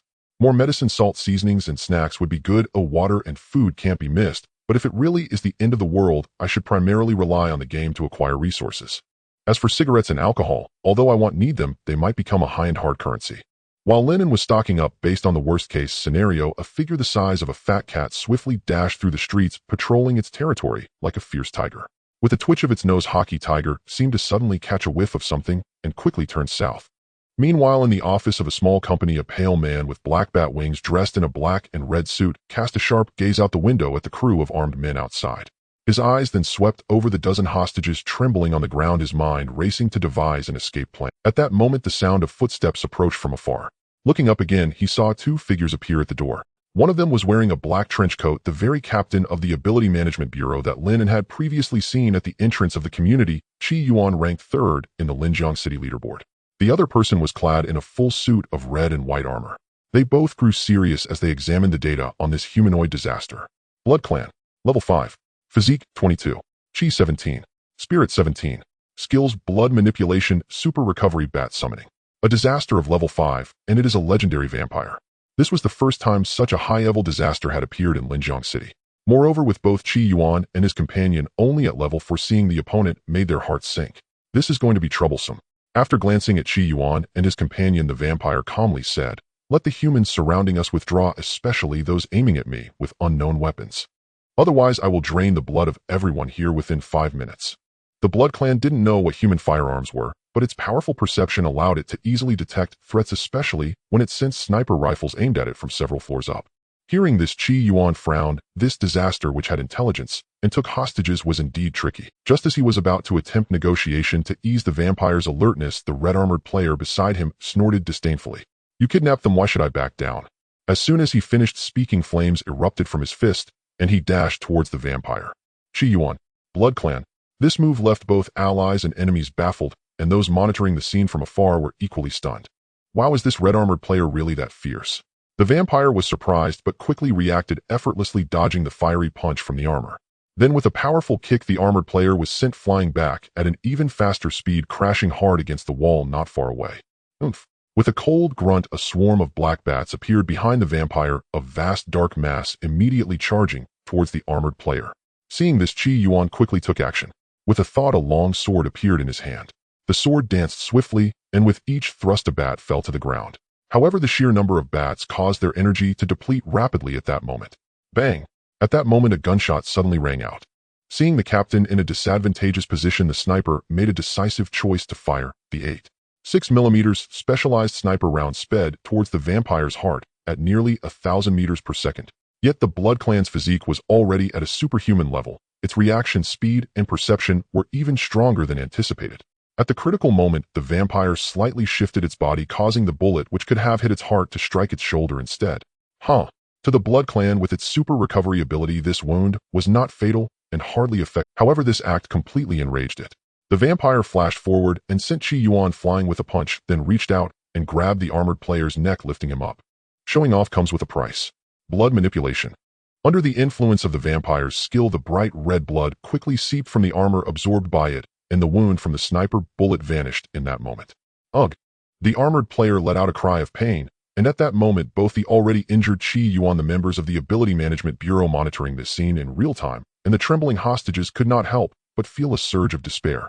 At that moment, a lithe figure quickly scaled the building. Whoa! With a soul-stirring roar of a tiger, everyone present, including the vampire, was startled. In the next moment, the glass outside suddenly shattered with a loud crash. The agile figure burst through the window like a bolt of lightning, slamming the seemingly invincible vampire hard to the ground. Inside the office building, the atmosphere fell completely silent. As the dust gradually settled, people finally caught sight of the sudden reinforcements, a creature the size of a cat. A tiger. Witnessing this scene, both players and hostages were left stunned, their pupils shaking as they stood frozen in place, afraid to make any move. Even the staff monitoring this scene in the Bureau of Anomalies instinctively held their breaths. Only Qi Yuan, upon seeing the hockey tiger, quickly recalled something. It was the same tiger that had annihilated the second-level red-headed demons and the mutants back in the apartment. The hockey tiger, however, paid no mind to the gazes around him, casually glancing at the vampire pinned in place, unable to move. As an embodiment of the excellent quality skill beast mastery, coupled with inheriting 80 of Lin An's three-dimensional attribute points, the hockey tiger was undoubtedly a small boss-level powerhouse among his peers. Moreover, with his level already reaching 6 and his vitality attribute exceeding 30, defeating a level 5 vampire was naturally a walk in the park. However, it must be said that this vampire clan should be considered a relatively strong elite monster, as he managed to survive a slap without being instantly killed, even showing signs of slow recovery. The hockey tiger acknowledged his strength in his heart, then brought down another slap. Ding! Successfully killed a level 5 vampire. Calculated contribution, rate 95. Congratulations on receiving a first-tier good quality treasure chest 1. A good quality treasure chest, not bad. The hockey tiger yawned, his golden eyes casually sweeping over the 2 level 4 players in front of him. Currently, there were only 3 level 4 players on the rankings of Linjiang City, so aside from the third-ranked Qi Yuan, it was easy to guess that this armored player was the unranked 4th-rate rogue. However, the hockey tiger was not interested in the weak, so after a glance, he swaggered away from the scene. The onlookers dared not make a sound, only slowly exhaling a breath of relief after the hockey tiger had moved far away, some even collapsing on the spot. Ahem. Is it really okay for that tiger to just stare at him as he walked away? The armored player, slightly recovering, asked after a cough. Hearing this, Qi Yuan couldn't help but roll his eyes inwardly. Come on, man, do you really think you can stop a big shot like that if he wants to leave? However, as the captain of the Bureau of Anomalies, Qi Yuan merely grumbled internally. Externally, he explained seriously that one isn't a disaster. Didn't you notice we can't see his panel? You should know that even if they are far above us in level, the system would still show 3 question marks. The fact that nothing is displayed indicates 2 possibilities. 1, he is a native tiger of Blue Star unrelated to the ruins. 2, he is a player with a hidden panel. At the very least, it's related to players. 1, he is a native tiger of Blue Star unrelated to the ruins. 2, he is a player with a hidden panel. After a moment of thought, he spoke again. There can't be many players as powerful as that in Linjiang City. Could it be that one? Whether it's that one or not will probably be clear after Director Xia asks later. Although Qi Yuan internally felt it was highly probable, he refrained from making a definitive conclusion. After pondering for 2 seconds, he continued. In any case, this one has already dealt with disasters before and seems relatively benevolent toward us. In contrast, your earlier behavior will require the Bureau of Anomalies to reassess whether we should continue our... At this point, Qi Yuan felt a bit speechless. Initially, when he heard a level 4 player was willing to help, he thought it was quite good, but this guy ended up using a Russian-style rescue operation. As a result, he was punched into the wall. If Tiger Brother hadn't arrived, 2 of the top 5 in Linjiang City's rankings would probably have perished on the spot. While the 2 were conversing, rescue personnel also arrived on the scene, quickly providing treatment and reassurance to the hostages. Seeing that there was nothing more for him to do, Qi Yuan turned to head back to the Bureau of Anomalies to ask Director Xie about the situation. The armored player hurriedly followed, speaking as he walked. "Wait, Qi team, I'm just trying to help with the rescue. Who would have thought that this vampire would be so powerful? I still want to kill more monsters in reality. You can't abandon me, this strong combat force. While your mindset is quite good, you were almost dead just now, and now you don't seem scared at all." Meanwhile, on the other side, as the top 5 players were returning to base, Lin An looked at the newly acquired black iron treasure chest, a slight smile appearing at the corners of his mouth. Opening the chest was exhilarating. Especially since this chest was a reward from the patrol of the Hockey Tiger, it gave Lin An a feeling of getting something for nothing.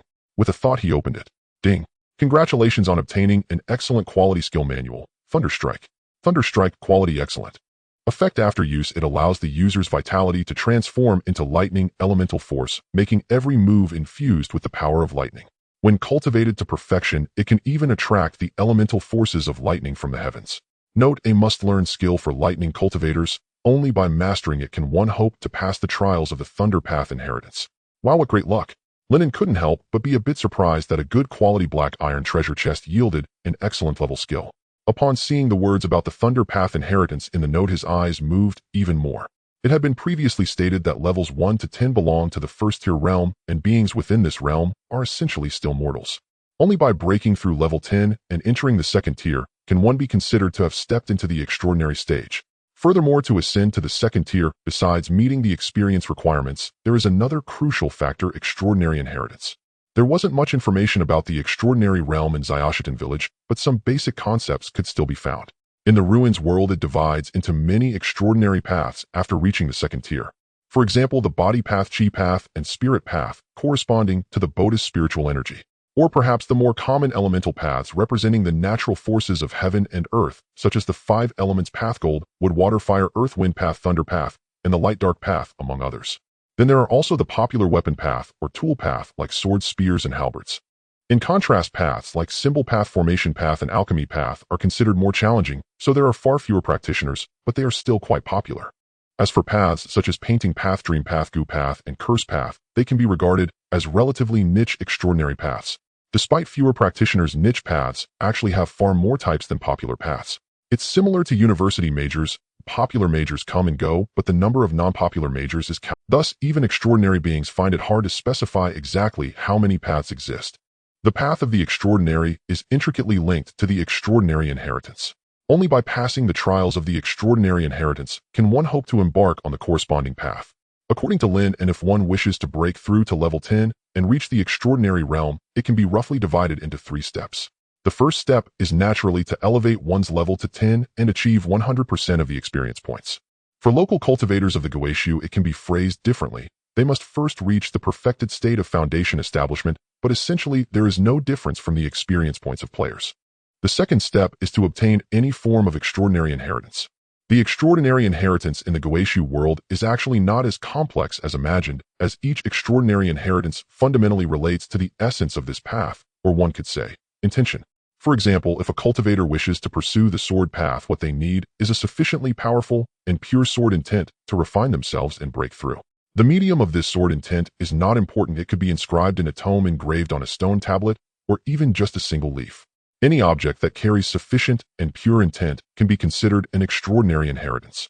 Lin An recalled the skill book he saw on the second floor of the library. Indeed, every tome contains an element of intent. However, the number of Tao essences in skill books is limited, and generally, they do not reach the level of extraordinary inheritance. Moreover, the intent contained in many skill books is often complex and multifaceted, in other words, not pure enough.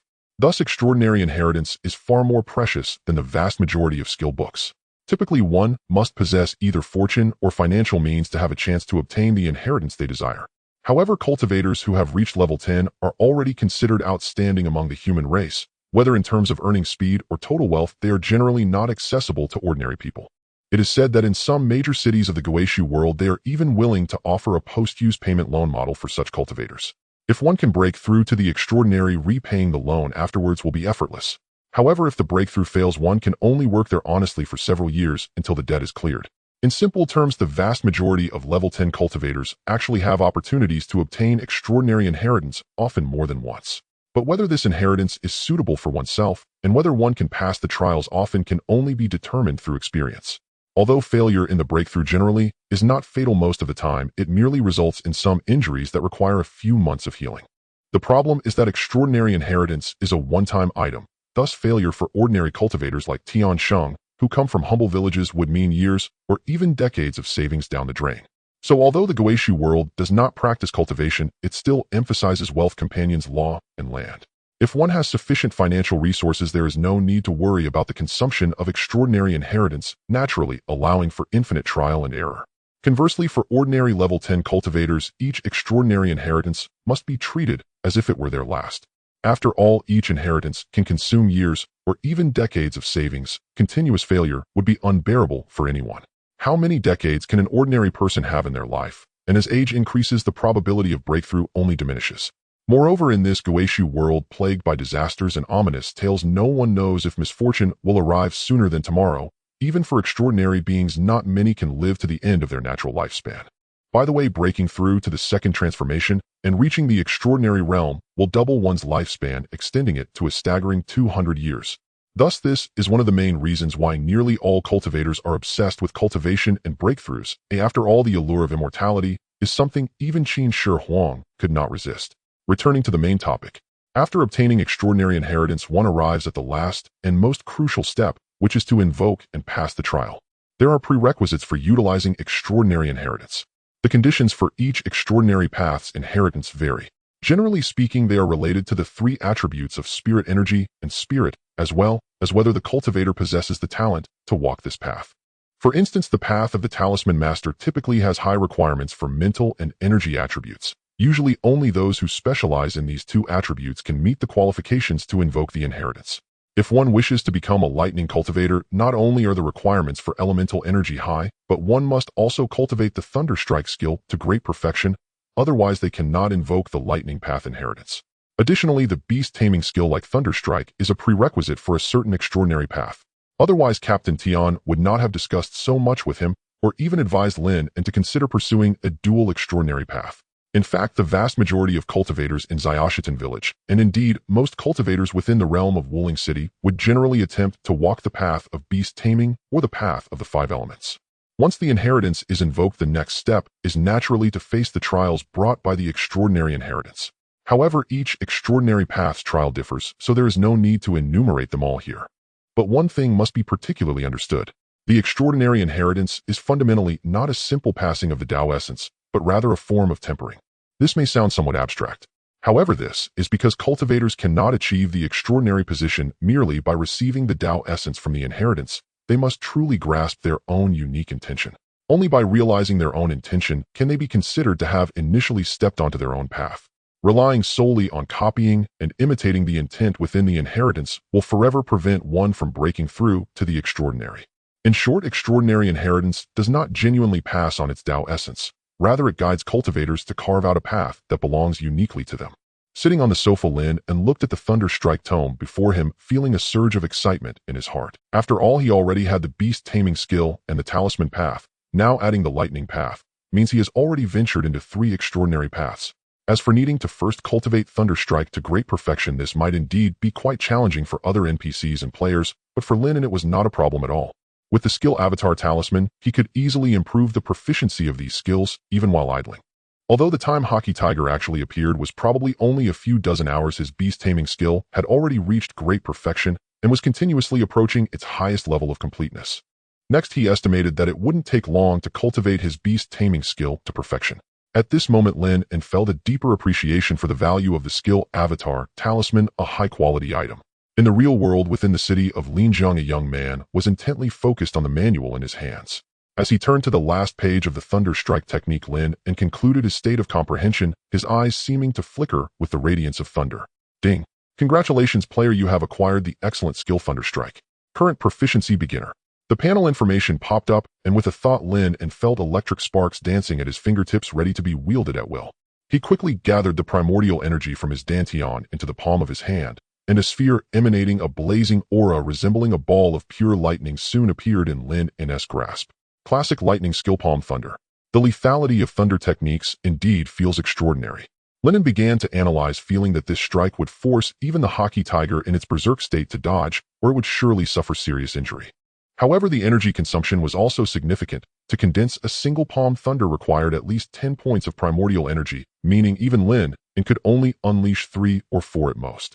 But if he were to expend all his primordial energy to create palm thunder, the power would likely be terrifying, capable of withstanding even an 8th level calamity. With a thought, Lin An dispelled the thunderball. After all, he was still at home and had no intention of causing destruction. He put away the manual, now devoid of all its meaning, and opened the panel only to find several messages popping up as he learned the new skill.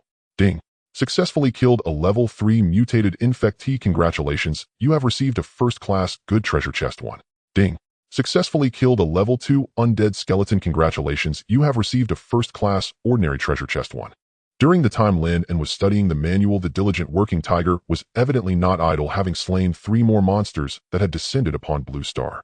Moreover, Lin An noticed that the treasure chests dropped by killing mutated infectees seemed to have higher quality. After all, when killing ordinary calamities, he had only obtained 1 good black iron treasure chest from a level 5 elite vampire, while all others had been ordinary wooden chests.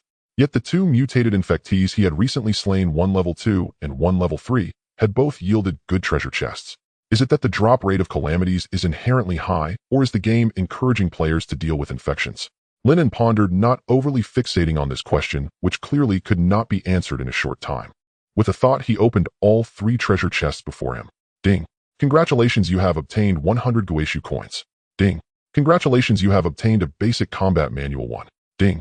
Congratulations, you have obtained a good quality item, active triangular glider 1. Not bad all. Though it was merely an ordinary quality skill book, it was indeed quite beneficial for him, who currently only possessed basic knife techniques and sprinting skills. After all, weapons are essentially external objects, and there may come a day when his blade could break, or he might have to fight barehanded. Nodding slightly, Lin An then focused on the good quality item he had just obtained. Active triangular glider. Realm first class. Quality good. Effect infused with primordial energy, it allows for free control of speed and direction for gliding in the air or brief flight. Note: humanity will never give up exploring the skies, but please ensure you have sufficient primordial energy before flying, or you may experience a crash. A white triangular glider. Lin An looked at it and felt an inexplicable familiarity. Suddenly realizing something, he focused, and his outfit transformed rapidly into a stylish white magician's suit. With a monocle and a white top hat, Lin An gazed at his reflection in the mirror, his face appearing like a moon in water or flowers in a mirror, and he nodded in satisfaction. This suits me. At a comic convention, I would definitely be mistaken for Kid the Phantom Thief, or perhaps Marco Polo. With a thought, he changed his outfit back to its normal form and stored the glider in his inventory. Being able to fly is quite useful, especially since both players and the descending calamities are still at the first level with no real means of air superiority. Opening the friend module, Lin An looked at the message sent by Director Xia. Xia Lin, Comrade Seagull, I would like to ask if the tiger that saved Team Chi and the hostages today has anything to do with you. It indeed has something to do with me. Lin An pondered for 2 seconds, then typed back, unless something unexpected happens, the hockey tiger will continuously clear nearby calamities. If you can't reach me, you can communicate with him about any matters. After all, I can't be staring at the panel 24 hours a day, or when I learn a new skill, I need to be fully focused in a state of comprehension, oblivious to the outside world. In such a state, even if the game has new messages, they won't pop up immediately, but will only display after he finishes his comprehension. Thus, Lin An made this statement knowing that his skill avatar was synced with his memory, so as long as he communicated with the hockey tiger, it would naturally know. However, upon hearing this, Xia Lin in the management bureau felt a jolt in his heart. He had initially thought that this incredibly powerful tiger was simply the manifestation of the seagull using a skill. Now, hearing the other party's words, it seemed to be something akin to a spirit pet. If spirit pets are this formidable, how strong would the seagull himself be? Indeed, there are always people beyond people, and to become the top player in the city is certainly no simple feat. Xia Lin sighed, aware that as far as he knew, the players in Linjiang City were already quite formidable. Many players ranked first in the city were only level 4, and even some players in smaller towns could make it onto the top 100 list despite being level 1. And like Seagull, who had reached level 6, there were probably no more than 100 of them nationwide. Now Xia Lin discovered that the other party was likely a standout, even among the level 6 players. I wonder what level this person will reach if provincial or even national rankings are opened in the future. Xia Lin anticipated, fully aware of the importance of strong players. In the future, Blue Star might also need enough and sufficiently strong cultivators, just like the Guixu world, to ensure everyone's survival. Of course, the premise is that these strong individuals are not bloodthirsty and do not possess sinister skills that treat humans as expendable. In Xielin's judgment, Seagull was clearly not that kind of person. He might even be considered a lawful good individual, a true powerhouse pursuing personal strength, but also willing to help his kin when the opportunity arises. Upon waking up, Lin An opened his eyes to find a branch stretching in through the window adorned with a cluster of Ing master, eat the fruit. The voice of the hockey tree resonated in his mind at that moment. Lin An smiled and reached out to take the cluster of loquats. Detox loquat, a nutritious spiritual fruit known for its heat-clearing and detoxifying properties. This was Lin An's first experience with a spiritual fruit, and to his surprise, it was quite delicious. Most importantly, consuming it sent a gentle flow of energy throughout his body, as if cleansing him thoroughly. Feeling clear-headed, Lin An concentrated and opened his panel, discovering that his diligent hockey tiger had found and eliminated several disasters the previous night and had brought back a few wooden treasure chests. However, this time the chests contained no gold, only ordinary items like Guixu coins. Lin An was not disappointed upon seeing this. After all, he was accustomed to needing a major safety net when playing card games, and he had long since managed to remain unfazed by ordinary misfortunes, especially since this was merely a normal occurrence. With a thought, Lin An took out the basic combat skill book. Understanding the techniques was quite mentally taxing, so after comprehending the thunderous lightning technique yesterday, he had soon fallen into a deep slumber. Today, after getting the hang of this basic combat skill, he planned to practice on his own to enhance his proficiency with the thunderous lightning technique. After all, a skill avatar could only exist one at a time, so he decided to wait for the tiger bird technique to reach perfection before upgrading the thunderous lightning technique. Meanwhile, as Lin An was deeply engrossed in his training on the other side, in a tall building at the city center, countless busy figures were coming and going while their computers displayed the latest information related to disasters and players. Coupled with the heavily armed guards and numerous players frequently arriving and departing after receiving tasks, it was clear that this was the Ability Management Bureau of Linjiang City. At this moment, in the highest conference room, over 20 high-ranking players, or at least those with a minimum level of 3, sat on either side of the table, their expressions solemn as they looked at the elderly, square-faced man in the main seat. He was none other than the director of the Linjiang City Ability Management Bureau, Lin An. Since returning from the game yesterday, the strength of the disasters has escalated sharply from initially reaching level 3 to now having 2 level 5 disasters manifested. Although they were ultimately resolved, the casualties and impacts have been increasingly severe. Furthermore, the frequency of disaster appearances has dramatically increased, while the majority of players' levels have not kept pace with the growing intensity of the disasters.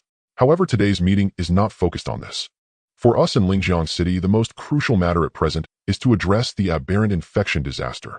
Chen Yi, please brief us on the recent infection situation. Understood, Director Xia.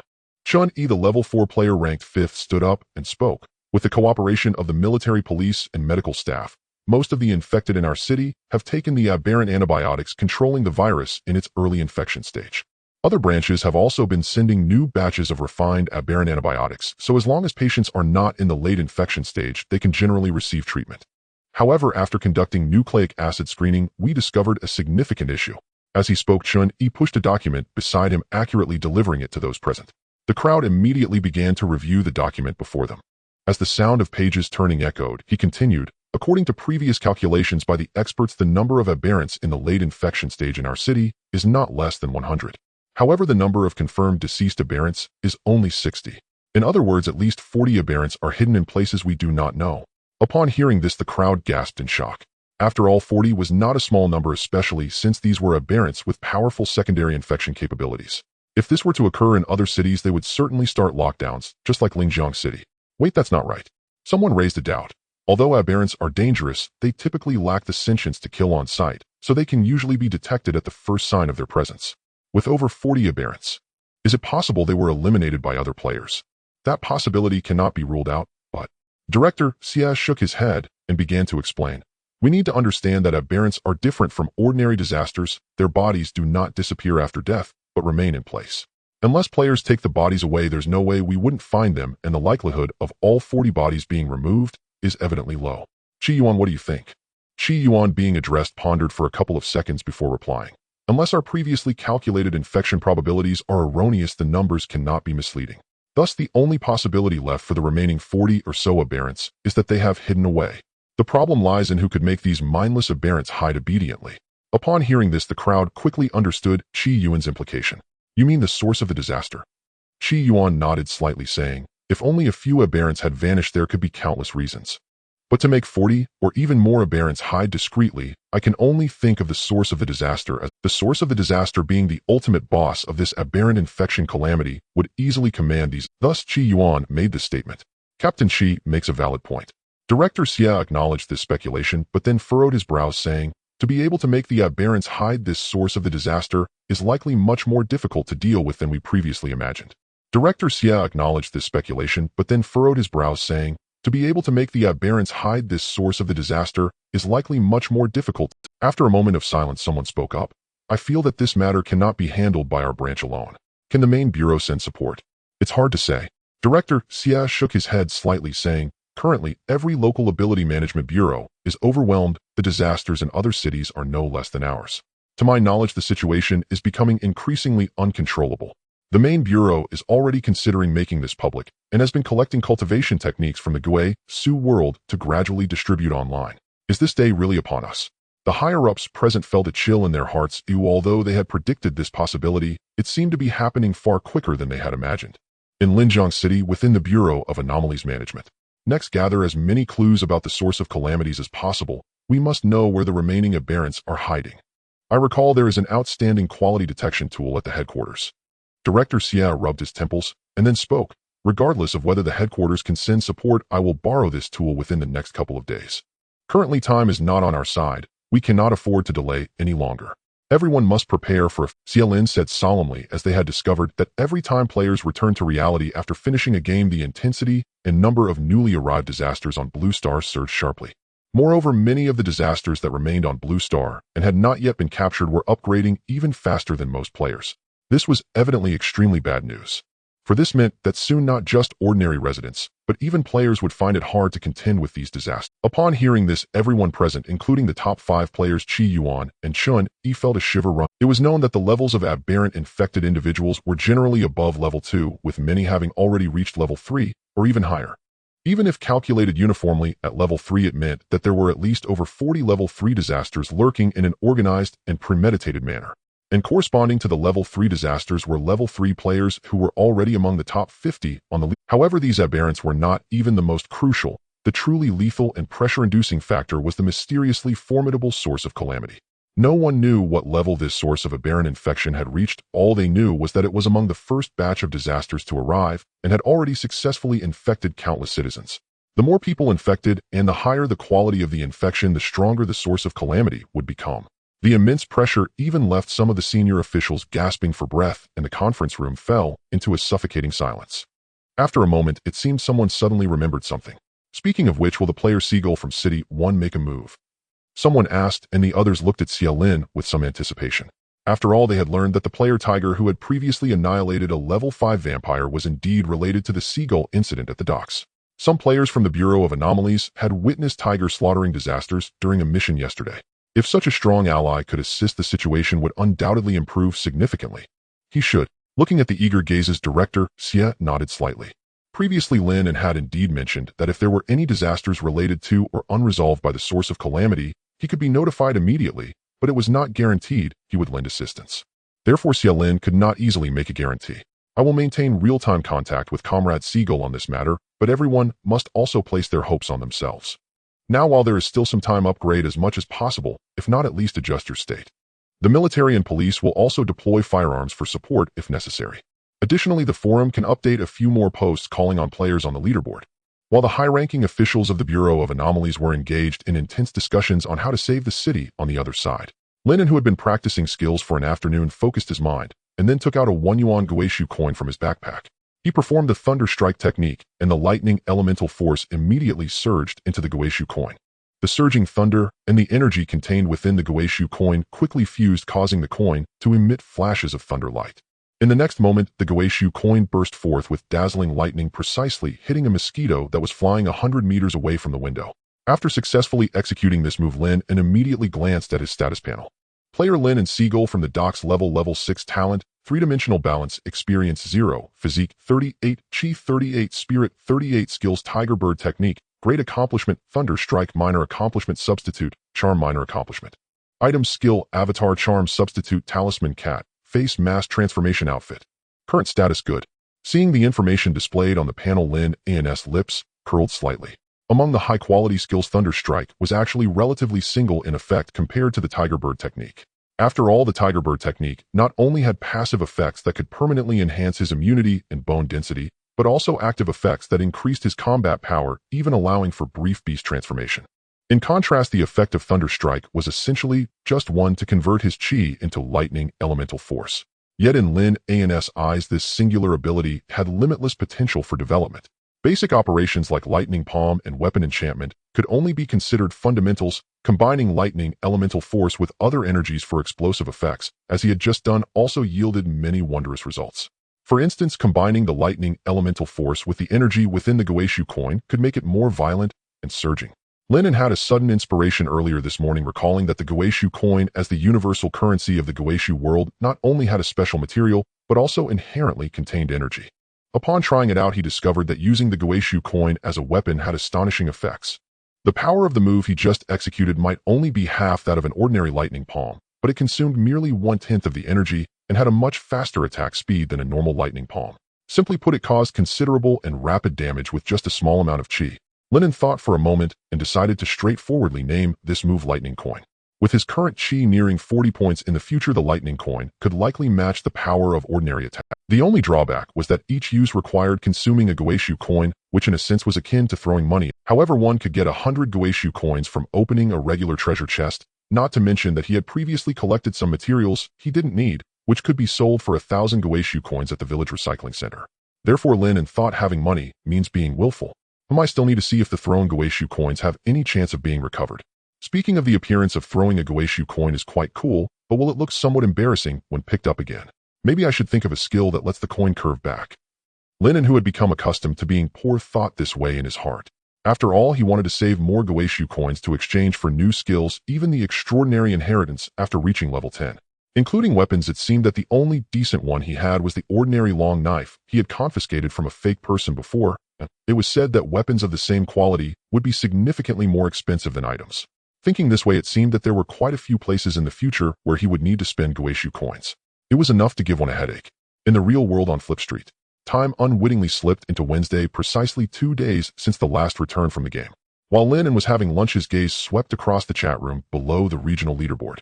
Has everyone stocked up on supplies? I feel like it's so hard to buy things after the lockdown. Supplies? What for? A player with a Bronze City emblem replied, in the future, we can just bring back daily necessities from the game. Instead of worrying about these, wouldn't it be better to farm a couple of monsters? 666. Your thoughts are truly unique, big shot. Someone below expressed admiration, but another person curiously asked, although the number of invading demonic beasts has increased, it shouldn't be to the extent that they are everywhere, right? Did the big shot join the Anomaly Management Bureau? Otherwise, how could they find so many disasters? No, the Bronze City emblem player replied. What you don't know is that the Anomaly Management Bureau is currently short on manpower. Therefore, even players who do not wish to join the Anomaly Management Bureau can propose cooperation after reaching level 3, allowing them to provide disaster intelligence and locations. Why is there such a good deal? Upon hearing this, the chat room suddenly buzzed with excitement. Many level 1 and 2 players were quite tempted, as most of them didn't even know what a treasure chest looked like. Someone quickly asked, why does it have to be level 3? What about level 1 and 2 players? As soon as this question was posed, the chat room was flooded with expressions of disbelief. After all, although level 2 players are slightly stronger than ordinary people, they only have 4 more attribute points, and they generally lack tools and skills. If it came to a real fight, they would likely be outmatched by trained soldiers. Thus, the Anomaly Management Bureau naturally wouldn't seek cooperation with level 2 players, as sharing experience points could hinder their efforts in clearing disasters. As for level 1 players, it goes without saying. Conversely, those who can reach level 3 not only possess double the total attributes of an average person, but also generally have skills or tools making them relatively more reliable. From what Lin An knew, the upcoming operation to cleanse the source of the disasters would likely only invite players above level 3 to participate. Regarding the unusual number of aberrants and the Anomaly Management Bureau's plan to deal with the source of the disasters, Director Xia had already fully disclosed it to Lin An.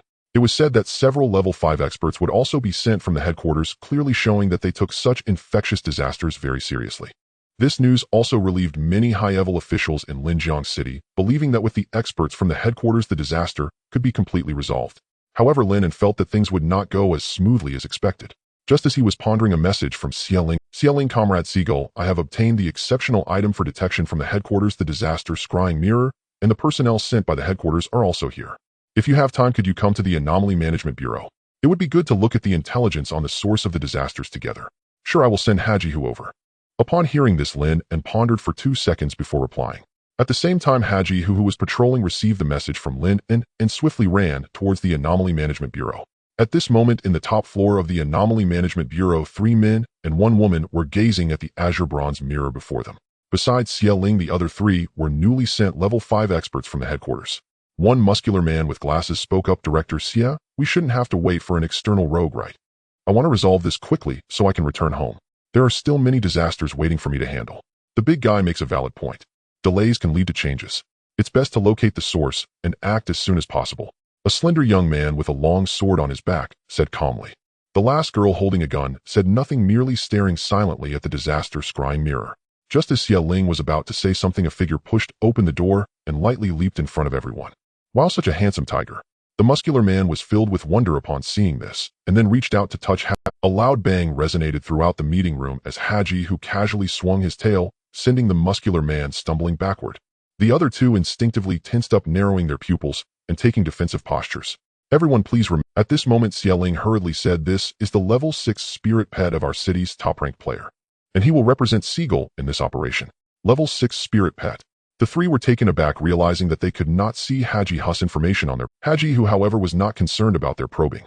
His golden, authoritative eyes casually scanned the unfamiliar faces in the room before they settled on the azure bronze mirror on the table. Although the memories were synchronized, Hajihu's temperament was evidently different from Lin An's. As the proud and powerful king of beasts, Hajihu would not allow his authority to be infringed. Thus, apart from Lin An, no one else could touch him. Moreover, this was a weakling 1 level lower than himself, Hajihu considered even swatting him with his tail as restraint. If it were another tiger demon, they might have bled profusely by now. The muscular man, now with a red mark from the tail swipe, winced in pain, but remained completely obedient, keeping a respectful distance from Hajihu. After all, tigers do not understand human language. No matter what he said, it would be useless, and only lead to an even more humiliating outcome. A level 6 spirit pet. Could it be that they are preparing to take the Beastmaster route? The 3 speculated, and at that moment Xie Ling spoke up. Since everyone is here, I will begin the investigation now. As he spoke, Xie Ling took out a corpse of an aberrant. The disaster scrying mirror emitted a glow, absorbing the aberrant's remains, and different content gradually appeared in the mirror. 1. That looked somewhat like a school office. In the office, a seemingly unremarkable man with gray mist swirling in his eyes was gazing at the map of Linjiang City and its surrounding areas in his hand. Standing before the grayed man were 3 aberrants of various shapes. Tonight, swiftly sweep through the vicinity. After that, you 3 each lead a team towards these 3 directions. Pointing at 3 locations on the map, the grayed man continued, make a scene along the way. Infect as many people as you can, and it would be best to break through the city's lockdown. If you can survive to infiltrate another city, I will summon you again later. At that time, you will be my most trusted. On Blue Star, within the Abilities Management Bureau, the 4 individuals and a tiger were taken aback as they heard the voice coming from the Mirror of Calamity. Slaughter the masses, break through the blockade of Linjiang City. Such a horrifying scheme from these aberrants was unexpected, and judging from the words of the grayed man, it seemed that this was merely a diversion to facilitate his own escape. Quick, find out where this is with utmost speed. Director Xie reacted instantly, taking a photo and sending it to his subordinates, instructing them to drop their current tasks and locate the place in the picture immediately. Meanwhile, the others continued to watch the scene in the mirror, hoping to find more clues. But the next moment, the image in the mirror abruptly cut off, and the previously displayed visuals vanished. Wait, how can it disappear in just a few seconds? The muscular man Wang Nuo raised an eyebrow and couldn't help but voice his frustration. The slender youth Yi Yilin, who carried a long sword on his back, explained, the duration of the image and the consumption of the medium are related to the strength of the observed entity. The lack of an image means that the medium's power has been exhausted. Medium, are you referring to the corpse of the aberrant? Upon hearing this, Wang Nuo spoke up. Then what are we waiting for? Let's throw in some more aberrants. It's useless. Do you think this device doesn't have a cooldown? Yi Yilin rolled his eyes and continued. The Mirror of Calamity can only be used once every 24 hours, but fortunately that scene has already revealed quite a bit of information. That grayed man is likely the source of calamity, or rather a human possessed by the source of calamity. Unfortunately, with only one image, the panel can't ascertain the opponent's level attributes or skills. Hearing this, the others nodded slightly. After all, if the grayed man were not the source of calamity, the surrounding aberrants wouldn't be so obedient to him, let alone risk their lives to break through the blockade of Linjiang City. It's known that as aberrants rise in level, their mental acuity also gradually increases, leading to the birth of entirely new intelligence. The three aberrants that appeared in the mirror, although they couldn't be examined through the panel, could be discerned as definitely not being anything harmless just by their physique. Got it. Just as the high-level members were analyzing, Director Xie spoke up. It's the principal's office of the 3rd Middle School in Linjiang City. A school, eh? Upon hearing this, the 4 individuals frowned. After all, it was not an ideal place for combat, and even a small mistake could harm countless students. It's fine, many primary and secondary schools have suspended classes due to the epidemic, including the 3rd Middle School. Seeing this, Xie Lin responded, however, even though the school is currently empty, the surrounding area is one of the most densely populated places. If these aberrants are indeed planning to unleash a slaughter tonight, the consequences will be unimaginable. We must act immediately. The group exchanged glances and reached a consensus. Following Director Xie's urgent call, both the Abilities Management Bureau and the military police quickly became busy. All armed personnel were promptly mobilized surrounding the 3rd Middle School in silence. Meanwhile, on the other side, Lin An looked at the darkening night, feeling that the night in the real world was falling faster than ever. The next moment, his attire swiftly changed, and his figure completely blended into the night. Shortly after, as the Abilities Management Bureau issued a post, both forums and the regional chat groups in Linjiang City were instantly thrown into a frenzy. An unprecedented crisis: over 40 aberrants are about to unleash a massacre. Director Xie of the Linjiang City Abilities Management Bureau, as stated in the title, we have found clues concerning the aberrant infection disaster and learned that they are preparing to launch a horrific attack tonight. It is currently estimated that the enemy's calamity numbers at least over 40, with an unknown source of calamity strength. The players in the Abilities Management Bureau have completed the preliminary lockdown of the 3rd Middle School in Linjiang City with the cooperation of the military police. This operation may carry extremely high risks, but the situation is urgent and Linjiang City desperately needs support. Thus, we hope that nearby players of level 3 or above can provide assistance as they see fit upon receiving this notice. Here we express our highest respect to you. Once the post was released, it exploded in popularity almost instantaneously. After all, such a large-scale disaster attack had never occurred before on a national scale, especially since this operation could potentially infect countless beings. In the comments below, they were refreshing rapidly every second. To sacrifice oneself in the face of danger this time, I shall also be a hero. Wow, is it this thrilling after the blockade of the neighboring city? This is probably the largest disaster attack since the game began. I wonder if the Abilities Management Bureau can handle it well. Go Linjiang. I have a feeling that after this many things will be hard to hide, and whether the outcome is good or bad will depend on how this situation unfolds. Damn it, my girlfriend is still there. I must go over. This time, not only the players in Linjiang City, but also the entire nation and even the world began to closely monitor this sudden disaster attack, continuously refreshing to gather the latest information. However, the participants in this operation were already too preoccupied to pay attention to the forums and chat rooms, instead focusing their sights on the nearby school. Meanwhile, in the principal's office, the grayed man glanced outside the window, sensing that something was amiss. The powerful perception of calamity quickly alerted him to the increasing presence of cultivators around him, and their numbers seemed to be growing. How did these ants discover me? The being of aberrant calamity narrowed its eyes, realizing it was surrounded, and decisively ordered the aberrants to break through. Xie, with the command of calamity issued, those aberrants who had suppressed their true nature for a long time instantly went berserk, rushing out from the empty classrooms towards the outside of the school. At the same time, the Abilities Management Bureau, which had been monitoring this scene via satellite, issued a red alert. Realizing they had already startled the snake, the senior officials did not hesitate and immediately instructed everyone on site to take action. The military and police, well prepared, swiftly evacuated the crowd, establishing one boundary after another that forbade crossing. Meanwhile, the players who had originally been hidden among the crowd stepped forward, moving against the flow of people and quickly making their way into the school. The ground trembled slightly as 3 powerful calamities fully transformed appeared before everyone. Behind them, dozens of equally bizarre aberrants roared and charged forward with menacing faces. The darkness, bloodshed, and overwhelming aura of calamity from the gathered aberrant army made anyone instinctively want to flee. Yet in this square marked by red flags, figures of all ages and attire hurriedly approached. Despite the terrifying calamities, the players' eyes flashed with fear, worry, and anxiety. After all, it had been less than a month since the game's release, and even the players of the Abilities Management Bureau were mostly newly recruited, lacking experience or time for various training.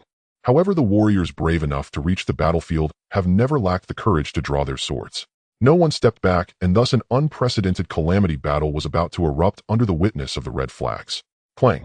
As the battle erupted, there was no room for idle chatter. Both sides commenced a fierce fight the moment they clashed. Blades unsheathed, ammunition loaded. Gunshots and the sound of metal clashing echoed across the campus square as dozens of players and mutated beings collided and separated, creating an extremely chaotic scene. Bang, bang, bang, bang, bang, bang. Captain Chi emptied his magazine in one swift motion, unleashing a torrent of bullets that all struck the level 4 mutated being before him with precision. Yet this mutated creature seemed as indestructible as a cockroach. Although blood flowed incessantly from its wounds, its movements remained unaffected as it continued to roar and charge toward Qi Yuan. Hum! Qi Yuan snorted coldly, and in the next moment a long sword appeared in his hand, unleashing a burst of energy that manifested as a sword light. At that moment, another small mutated being hidden in the shadows suddenly jumped out, its razor-sharp claws aimed straight at the back of Qi Yuan's head. Boom! An armored figure engulfed in flames emerged, delivering a powerful punch that sent the mutated being flying. The armor then fancifully brushed its invisible hair, and back-to-back with Qi Yuan said, "I know you admire me greatly, but please remember my nickname." "Not interested, thanks." Qi Yuan. Before he could respond, a massive shadow suddenly loomed over them, and looking up, he discovered that a 4-meter-tall dark green mutated being had appeared, swinging its fist round and aiming to smash it down. Mutated infected being. Level 5. Strength, Physique, 25. Energy, Disaster Power, 15. Spirit, Mental, 10. Skill, Mutated Body. The formidable level 5 disaster startled both of them, making them wish to dodge, but it seemed they were too late. "Damn, I was about to be your faithful couple." A gust of wind from the punch rushed in, but before the armored figure could finish speaking, a fist seemingly as large as a sandbag struck the green giant, forcing its attack to veer off course. Wang Nuo, witnessing this massive mutated being, wore an excited expression, and in the next moment his muscles began to swell. Boom, boom, thunder. The two physique-focused fighters engaged in a brutal contest, with the ground cracking beneath them as deafening sounds of battle erupted. Boom. Another loud sound rang out as both sides retreated several dozen steps. A hand reached forward, steadying Wang Nuo, and at that moment, he finally saw the figures around him. Director Xie Yilin and the quiet gun-wielding girl were all there. The gathering of level 5 experts bore various injuries, clearly having just gone through a fierce battle. Opposite the four of them, including the green giant, 3 mutated beings they had seen in the mirror of disaster, a few level 5 powerhouses faced off, catching their breath in silence, none daring to strike immediately. What a password! Who would have thought this place could hide so many level 5 disasters? Good thing we showed up, otherwise this battle would be tough. While saying this, he glanced at the battle situation outside the level 5s. The number of mutated beings was as expected, indeed only slightly over 40. Moreover, in the past couple of days, many players had leveled up to level 3, and with reinforcements from other cities, there were over 70 level 3 players on site. 70 against 40, the advantage is ours. And the level 5s also had the upper hand at 4 against 3. Something feels off. These mutated beings seem more composed than expected. Director Xie frowned slightly, speaking up. However, when it came to pinpointing what was wrong, Xie Ling couldn't. Yet the battlefield offered no time for such contemplation, barely a moment of rest, and the level 5 experts launched into a new round of combat. Meanwhile, not far from the school, snipers were keenly observing the battlefield, continuously adjusting their trajectories. Due to the chaos, they had to be cautious to avoid friendly fire. One elite sniper quickly pressed his trigger. Bang! The sound of a gunshot that seemed capable of tearing through eardrums rang out as a bullet accurately struck the head of a level 3 mutated being, causing it to collapse on the spot. One shot. The elite sniper fired again, and another shot. As he saved one player after another from peril, just as he prepared to aim for the next target, a sudden noise came from behind. The rapid patter of footsteps echoed as several cockroaches larger than cats crawled out of the sewer. Mutated cockroaches. Director, urgent news, urgent news. Xie Ling's tiny earpiece quickly transmitted an alarm. A large number of mutated animals have suddenly appeared, targeting the snipers outside the field. The military is handling it. They suspect high-level mutated animals are still on campus, so be careful. Mutated animals. Hearing this information, Xie Ling's eyes widened, finally recalling what had felt off earlier. After all, mutated disasters do not solely infect humans, plants and animals are no exception. And the 40-plus mutated beings previously counted did not include any mutated plants and animals. How many mutated animals could there be?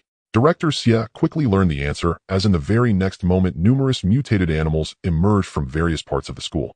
Mutated cats, mutated dogs, mutated insects. An overwhelming swarm of mutated animals appeared in the square surrounding the players. The situation shifted dramatically in an instant. The eyes of everyone widened, shock quickly breeding despair within their hearts. But the situation was far from over, as suddenly the ground began to tremble, emitting a series of rumbling sounds. Then the ground unexpectedly cracked open, and a 6-meter-long mutated cockroach burst forth, opening its massive mouth to bite down on Wang Nuo, who was deeply engaged in battle. At that same moment, the information about the mutated cockroach appeared before everyone. Mutated cockroach. Level 6. Strength, Physique, 31. Energy, Disaster Power, 21. Spirit Mental 16. Skills Mutated Body Tenacious Life. A Level 6 Disaster. Upon realizing the cockroach's level, everyone was taken aback, feeling utter. But at that moment, a long-awaited agile figure swiftly sprang into action. Hockey Tiger instantly entered its prehistoric giant tiger state, its combat power reaching its peak under the enhancement of Beastmaster arts, then leapt high and struck the mutated cockroach fiercely. Boom. The level 6 cockroach, unable to react in time, was heavily slammed into the ground, producing a deafening sound. Yet Hockey Tiger's assault was not over, its claws swiftly extended, tearing the level 6 disaster in half, with a brutal rip. Oh whoa! Hockey Tiger howled to the sky, the soul-stirring roar awakening the fear embedded deep within the genes of the mutated animals. Even the mutated animals with low mental strength instinctively halted their steps, their eyes filled with fear. Witnessing this scene, the players rekindled a glimmer of hope in their eyes. Damn, brother, who is formidable. Wang Nua, who had just escaped from the cockroach's mouth, was filled with fear. He looked at Haji Hu and quickly spoke. If I can survive this time, I will certainly set up an altar for brother Hu and burn incense for him every day. You can whip me with your tail as much as you want. Wang Nua vowed that in the future, when his descendants burned incense for him, they must also include Haji Hu. After all, being bitten to death by a cockroach is a pitiful end. Even if he were to die in battle, Wang Nua wished for a more heroic death. However, Haji Hu paid him no mind, instead focusing on the mutated creatures in the distance, his expression serious. With the powerful instincts and sense of smell of the king of beasts, Haji Hu sensed something was amiss as soon as he entered the school. The aura of the mutation disaster was too dense, far beyond what just over 40 mutated beings could emit, but by then it was too late to voice his concerns. Thus Haji Hu quickly made a decision to lie in wait for the big fish to show up, capturing the leader first. However, there was not just one big fish. For instance, right now Haji Hu could still sense the aura of danger, knowing that a level 6 disaster had yet to appear. As expected, the mutated creatures in front suddenly opened a path, and a mutated python as thick as a bucket slithered toward them. The mutated python reared up its dark green vertical pupils, emitting a black glow, facing Haji Hu from a distance. Mutated giant python. Level 6. Physique 30. Disaster energy 25. Mental 20. Skills mutated body bone corrosion poison. A level 6 giant python that had mutated and produced toxins. At the same time the mutated giant python appeared, the already torn apart mutated cockroach began to struggle again, its head desperately burrowing into the ground, as if trying to escape. Haji Hu looked at the resilient disaster, and suddenly struck out with a paw, completely smashing its head. Killed. Level 6 mutated cockroach experience increased by 10. Ding. Congratulations, you have obtained a first-class excellent treasure chest 1. As the panel prompt popped up, the mutated cockroach finally fell completely. But at that moment, the giant python seized the opportunity and charged toward Haji Hu at high speed. The mutated giant python was massive yet not bulky, moving with incredible speed and agility. Thus, seizing that brief moment, it quickly encircled Haji Hu, with its body attempting to bring him to a suffocating halt, like a constricting python. However, as the king of beasts and still in a berserk state, Haji Hu had no intention of avoiding the attack. With a long howl, Haji Hu unleashed his energy, once more engaging the giant python in a heated clash. Energy collided, flesh and blood flying. A powerful shockwave swept across the area, the roar of the tiger and the sinister hiss echoing in the square, instilling fear in all who heard it. A fierce battle. The players and mutated infectors present instinctively took a few steps back, fearing to be caught in this terrifying fight. Seeing this, Director Xie and the others quickly took action, using this opportunity to pull back the players who had been in fierce combat. Several level 5 experts stood at the 4 cardinal points, protecting the injured players while solemnly watching the mutated creatures that had surrounded them. Cough, cough. Standing beside Xie Ling, Qi Yuan could not suppress the chaotic energy within him and suddenly spat out a mouthful of black blood. However, at this moment, he could not care less, quickly scanning the other players. Initially, they had the advantage in numbers, and with snipers supporting from the shadows, although the players were mostly injured, there had been almost no casualties. In contrast, the mutated infectors now had about 30 corpses scattered across the square. But the problem was the situation had completely reversed. At a glance, the number of mutated creatures was at least more than twice that of the mutated humans, and those high-level mutated infectors were still alive. Thus, in terms of numbers, strength, and their own state, the players were at a severe disadvantage. The only hope for a comeback lay in. This darn python seems unable to defeat Brother Hu.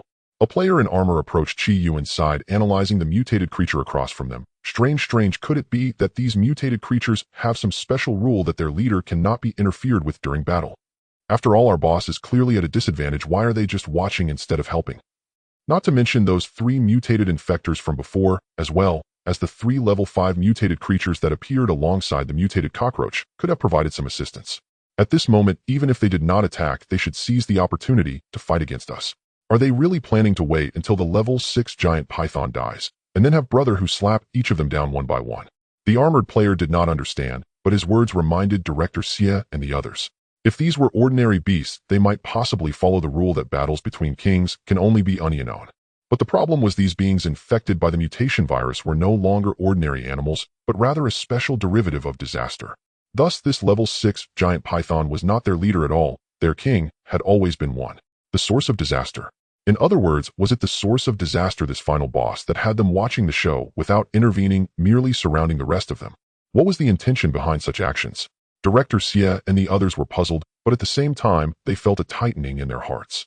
Previously focused solely on the fierce battle, they only now realized after catching their breath that they had been fighting desperately for so long, without even seeing the source of disaster. Meanwhile, the battle between Guixu and the mutated giant python had already reached a fever pitch. With the passive effect of the tiger bird technique, Guixu was completely unconcerned about the bone corrosion poison of the mutated giant python. Thus, he chose to trade wounds for wounds, allowing the opponent to bite him, while Guixu slashed with his claws, tearing open one massive wound after another. A whoa! The remaining energy quickly concentrated in his claws, just as Guixu prepared to deliver the final blow. An unexpected change occurred. A dense and powerful aura of disaster suddenly manifested above the campus.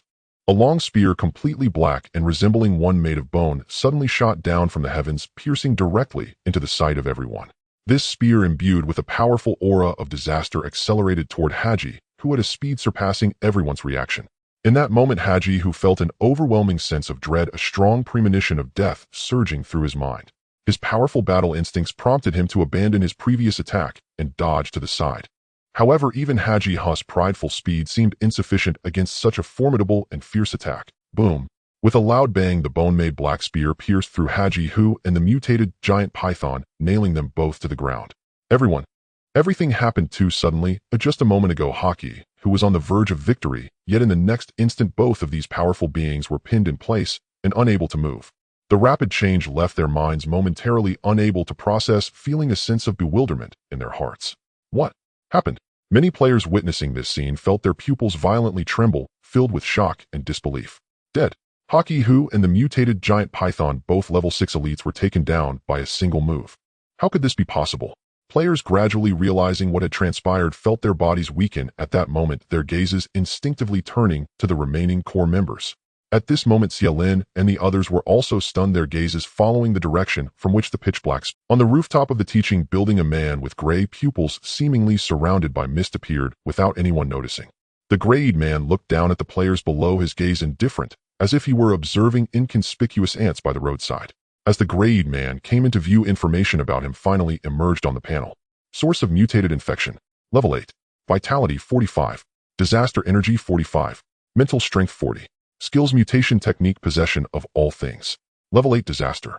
Just 2 days ago, the strongest disaster in Linjiang City was merely level 5, yet this source of calamity had quietly escalated to level 8.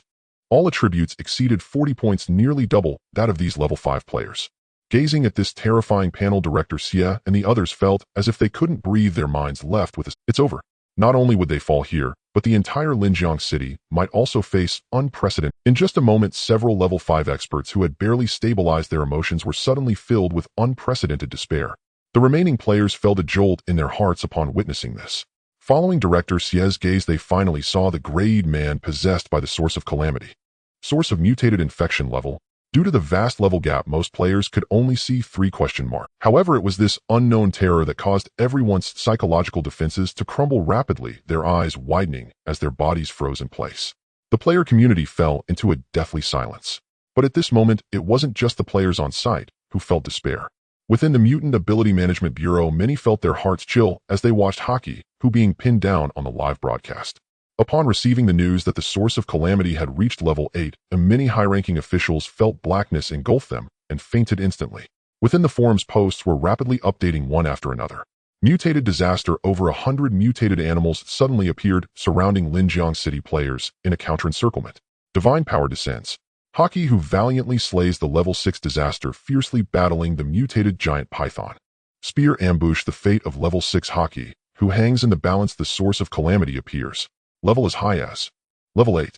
Posts were updating rapidly with videos and streams flooding into the player community. Countless people from all over were closely monitoring the situation in Lin An City. From the initial ease of outnumbering to the tension of being counter-encircled, and then to the cheers and excitement when Haki, who displayed his might. Now after all players finished reading the latest posts, none could contain their shock as their pupils trembled. A level 8 disaster. It's important to note that even the highest level players may not have reached level 8. If even the formidable Haki who was subdued with one move, who could possibly emerge to save Lin An City? If this calamity comes to their city in the future, would they be able to withstand it? In truth, all players already had a clear answer in their hearts. After all, the vast majority of cities currently lacked any level 6 players, and many even had no level 5 experts at all. In such circumstances, it meant that this calamity was capable of sweeping through most regions. It's over. Countless people shared the same thought, unable to imagine what Lin An City would become after tonight. Meanwhile, at Lin An 3rd Middle School, the grayed man looked down at the crowd, then spoke indifferently. Though his voice was not loud, it clearly reached the ears of all players and mutants below. As a result, the mutants who had merely surrounded the players suddenly surged with energy, rushing towards the players as if eager to be the first to strike. Director Xia observed this scene and slowly exhaled. "Everyone, I apologize for bringing you into this dire situation." Xia Lin drew his long knife, his eyes gradually firming. "Mistakes cannot be amended, but from now on I will use my life to lead everyone out. You all are the living forces of the future. Survive well. If escape becomes impossible, do not give up. Taking one down in exchange for two is still a profit." Hearing Xia Lin's words, the players gradually snapped back from their earlier despair. As they faced the army of mutants, their gazes steadily grew resolute. Kill. Fight back against them. Voices rose and fell, and the fighting spirit of the crowd quickly revived at that moment. After all, even if they were to die, they absolutely could not let these disasters have it easy before their end. Real warriors not only dare to step onto the battlefield, but also face the gruesome bloodshed and confront the harshness of life. "Looks like I have to be your desperate partner after all." The armored player approached Qi Yuan, seemingly joking. Qi Yuan replied, somewhat speechless. "Can you at least show some culture? Generally, couple isn't used to describe two men. Forget it. How much experience do you lack to level up?" 15. Why? I'm still 10 short. Oh, let's see if I can level up to regain my state and kill more. Before he finished speaking, the army of mutants charged towards the players once more. A brutal battle far beyond previous encounters erupted once more in the plaza. Meanwhile, on the rooftop of the teaching building, the grayed man looked at Haki, who was pinned in place, his eyes filled with satisfaction. "Perfect. I didn't expect this world to have such high-quality potential beings. It's truly a pity that they won't be my subordinates." As he spoke, the grayed man closed his eyes, channeling all his strength to attempt to mutate the already fate. After all, this was a powerful level 6 being, not something an ordinary mutant could infect. He had to do it himself. As the grayed man activated his skill, faint whispers appeared by Haki's ear. "Devour the giant python, mutate oneself, gain power. Follow the steps of the god of mutation, and become his most promising subordinate." The whispers echoed continuously in his ear, seemingly enticing Haki, who to devour the giant python beneath him, embracing the embrace of mutated calamity. On Blue Star at Lin An 3 Middle School, this great battle continues under the anxious gaze of countless players nationwide. However, the current situation is rather grim. The crowd on the field has completely abandoned hope for victory and is trying to break through the encirclement under the leadership of Xieju. Clang. The clash of blades echoed as Qi Yuan pierced through the level 4 mutant before him, and his experience points reached the maximum. Without hesitation, he leveled up directly. His strength surged, and his condition quickly returned to peak. Upon reaching level 5, Qi Yuan decisively approached Director Xia, then unleashed a powerful sword aura that cleaved through a small area of disaster ahead. Soon armored players also leveled up, erupting with fierce fiery punches, significantly alleviating the immense pressure. More and more players reached their maximum experience points, triggering upgrades and unleashing even greater power, working together to fight their way out. However, the experience points gained in such a short time are ultimately limited. As more and more mutated infectors charged forward, the upgrades of ordinary players couldn't bring about significant changes. It merely extended their time to resist. While the players fought desperately at the center of the square, the nearly lifeless Haji Tiger pinned to the ground, sensed a gray figure suddenly surge forth in his spiritual world. The grayed man stepped in front of Haji Tiger, gazing at the powerful tiger demon, whose eyes were tightly shut, seemingly on the verge of losing its soul, as a voice filled with temptation emerged from his mouth. "Embrace the mutation. Not only will your life be restored immediately, but your strength and potential will also increase significantly. Follow the steps of the god of mutation, and you will become the most powerful tiger king in the future. Such an opportunity is not available to every being. Follow me, and you will." The grayed man kept speaking while a powerful force of disaster rapidly invaded Haji Tiger, seemingly attempting to completely subdue him. Clop clop. The source of disaster stepped forward looking at the Haji Tiger who seemed to have no resistance left and felt quite satisfied. He personally took action. He couldn't believe he wouldn't be able to mutate this high-quality being that was heavily injured. With the help of the mutated tiger demon and his almost initial advantage in descending into this world, the grayed man seemed to have already envisioned the grand scene of mutating the entire planet in the future. Meanwhile, in another tall building near the school, a young figure approached in the night. He scanned the players still engaged in fierce battle below, then turned his gaze towards the grayed disaster attempting to mutate Haji Tiger on the rooftop. It's time. Sensing that Haji Tiger was ready, Lin An felt no hesitation. The next moment, he leaped directly off the 100-meter-high building. The howling wind rushed past his ears as the scenery of the floors rapidly changed before his eyes. Under the cover of night, Lin An willed it, and a white triangular parachute appeared behind him. With a swoosh, he made a sharp turn, propelling himself rapidly towards the rooftop, targeting the source of the mutation. What is that? The white parachute stood out in the night, quickly catching the attention of numerous personnel from the Disaster Management Bureau and players monitoring the school situation. However, for some reason, even with the highest definition equipment, they couldn't see the true face of this young man in the parachute.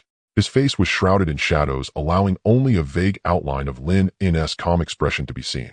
But that wasn't the most important thing. The Disaster Management Bureau personnel soon discovered that the trajectory of the parachute was heading straight for the level 8 disaster on the rooftop. Some ordinary players acting as battlefield reporters also noticed this scene and began frantically recording, uploading one photo after another to the chat rooms and forums. The parachute flew quickly in the sky, soon entering the airspace of the school. As it passed over the square where fierce battles were still ongoing, Lin An willed it, and several Guixu coins appeared in his hand. Lightning erupted. One by one, the Guixu coins carrying dazzling light shot accurately towards the level 5 disaster on the field. The first to be hit was the mutated giant python, which like Haji Tiger was also pinned in place and barely alive. Kill the level 6 mutated giant python experience increased by 10. Ding. Congratulations, you have obtained a first turn excellent treasure chest 1. The panel popped up with information and the remaining lightning coins followed closely. Naturally, Xia Lin Wang Nua and others who were still engaged in fierce battle with the level 5 infected had no energy to notice Lin An above. Thus, they only felt a dazzling, powerful lightning flash before their eyes, followed by the mutant they had been battling for a long time, collapsing instantly, its body convulsing as if it had been electrocuted. In a mere instant, all level 5 disasters on the field were dead, without exception.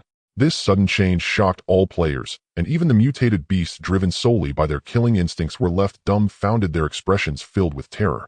As everyone looked up to the sky, they finally saw the figure rapidly gliding towards the rooftop of the teaching building. However, unlike before this time, players could clearly see through the panel that the figure bore a dazzling silver badge. The badge bore a simple, yet clear number 1. Linjiang City's ranking first. Seagull, it's the great... Holy crap, the great seagull has made a move. Many players recognized the figure, their pupils shaking as they couldn't help but shout loudly. Xia Lin and the others were equally taken aback by this scene. Especially the high-level players sent to support. They originally thought that the top player from Linjiang City must be a beast master whose combat power would be rather ordinary. Otherwise, Haji Tiger wouldn't have appeared so frequently while he had never shown himself.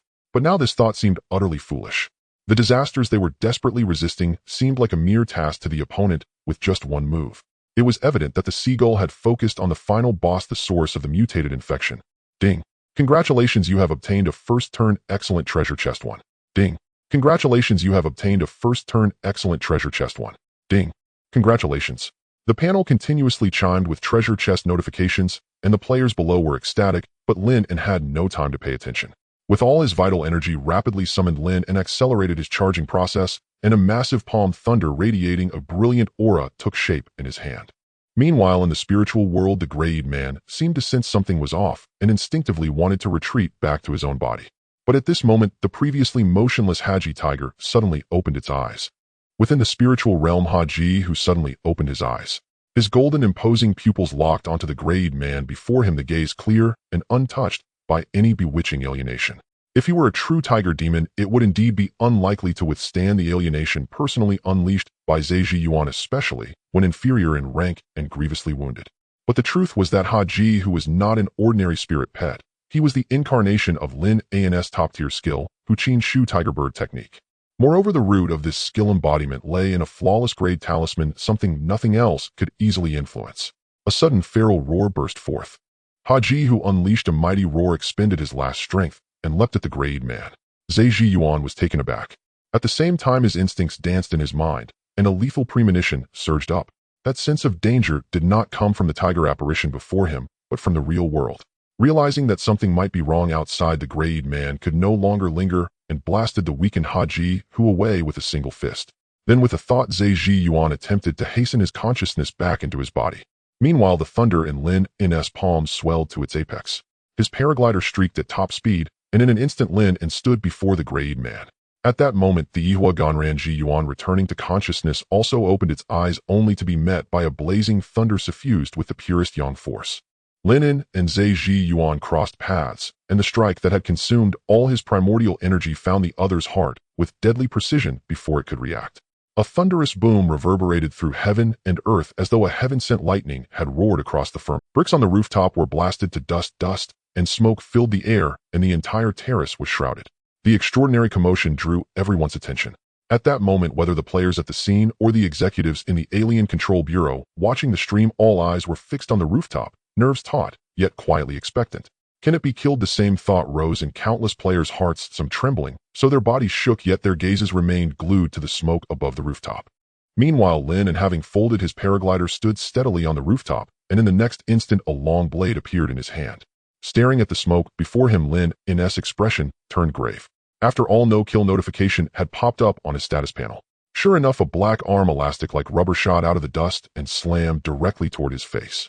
Lin An met the blow with his blade, fist, and sword sparked, as if striking metal, producing a crisp. As the dust slowly dispersed, a fully alienated creature more than 2 meters tall materialized before. The grayed man's left arm had become a pointed blade, his legs grotesquely swollen, like an elephant's, his body continuously twisting and deforming. Except for the head, which still bore traces of its original form, every other part had been transformed. It was the Yihua Ganran Ji Yuan. Its level registered at 8.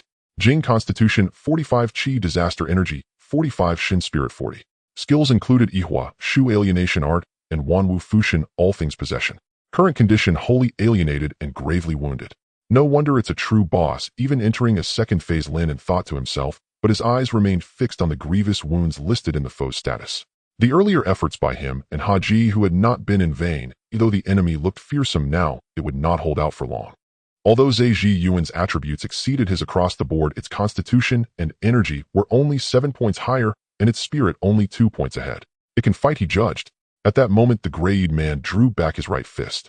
Looking at the human youth before him, the fury in his reddened eyes gave way to a flicker of astonishment. He could never have imagined that in a mundane, non-martial world someone could rise to such strength so quickly. He even suspected that a newly revived disaster might not match him. "You," the grayed man began to say, but Lin An had no intention of listening. "Strike while he is weak," and launching into a sudden sprint, Lin An flashed forward, his long blade sweeping with irresistible might.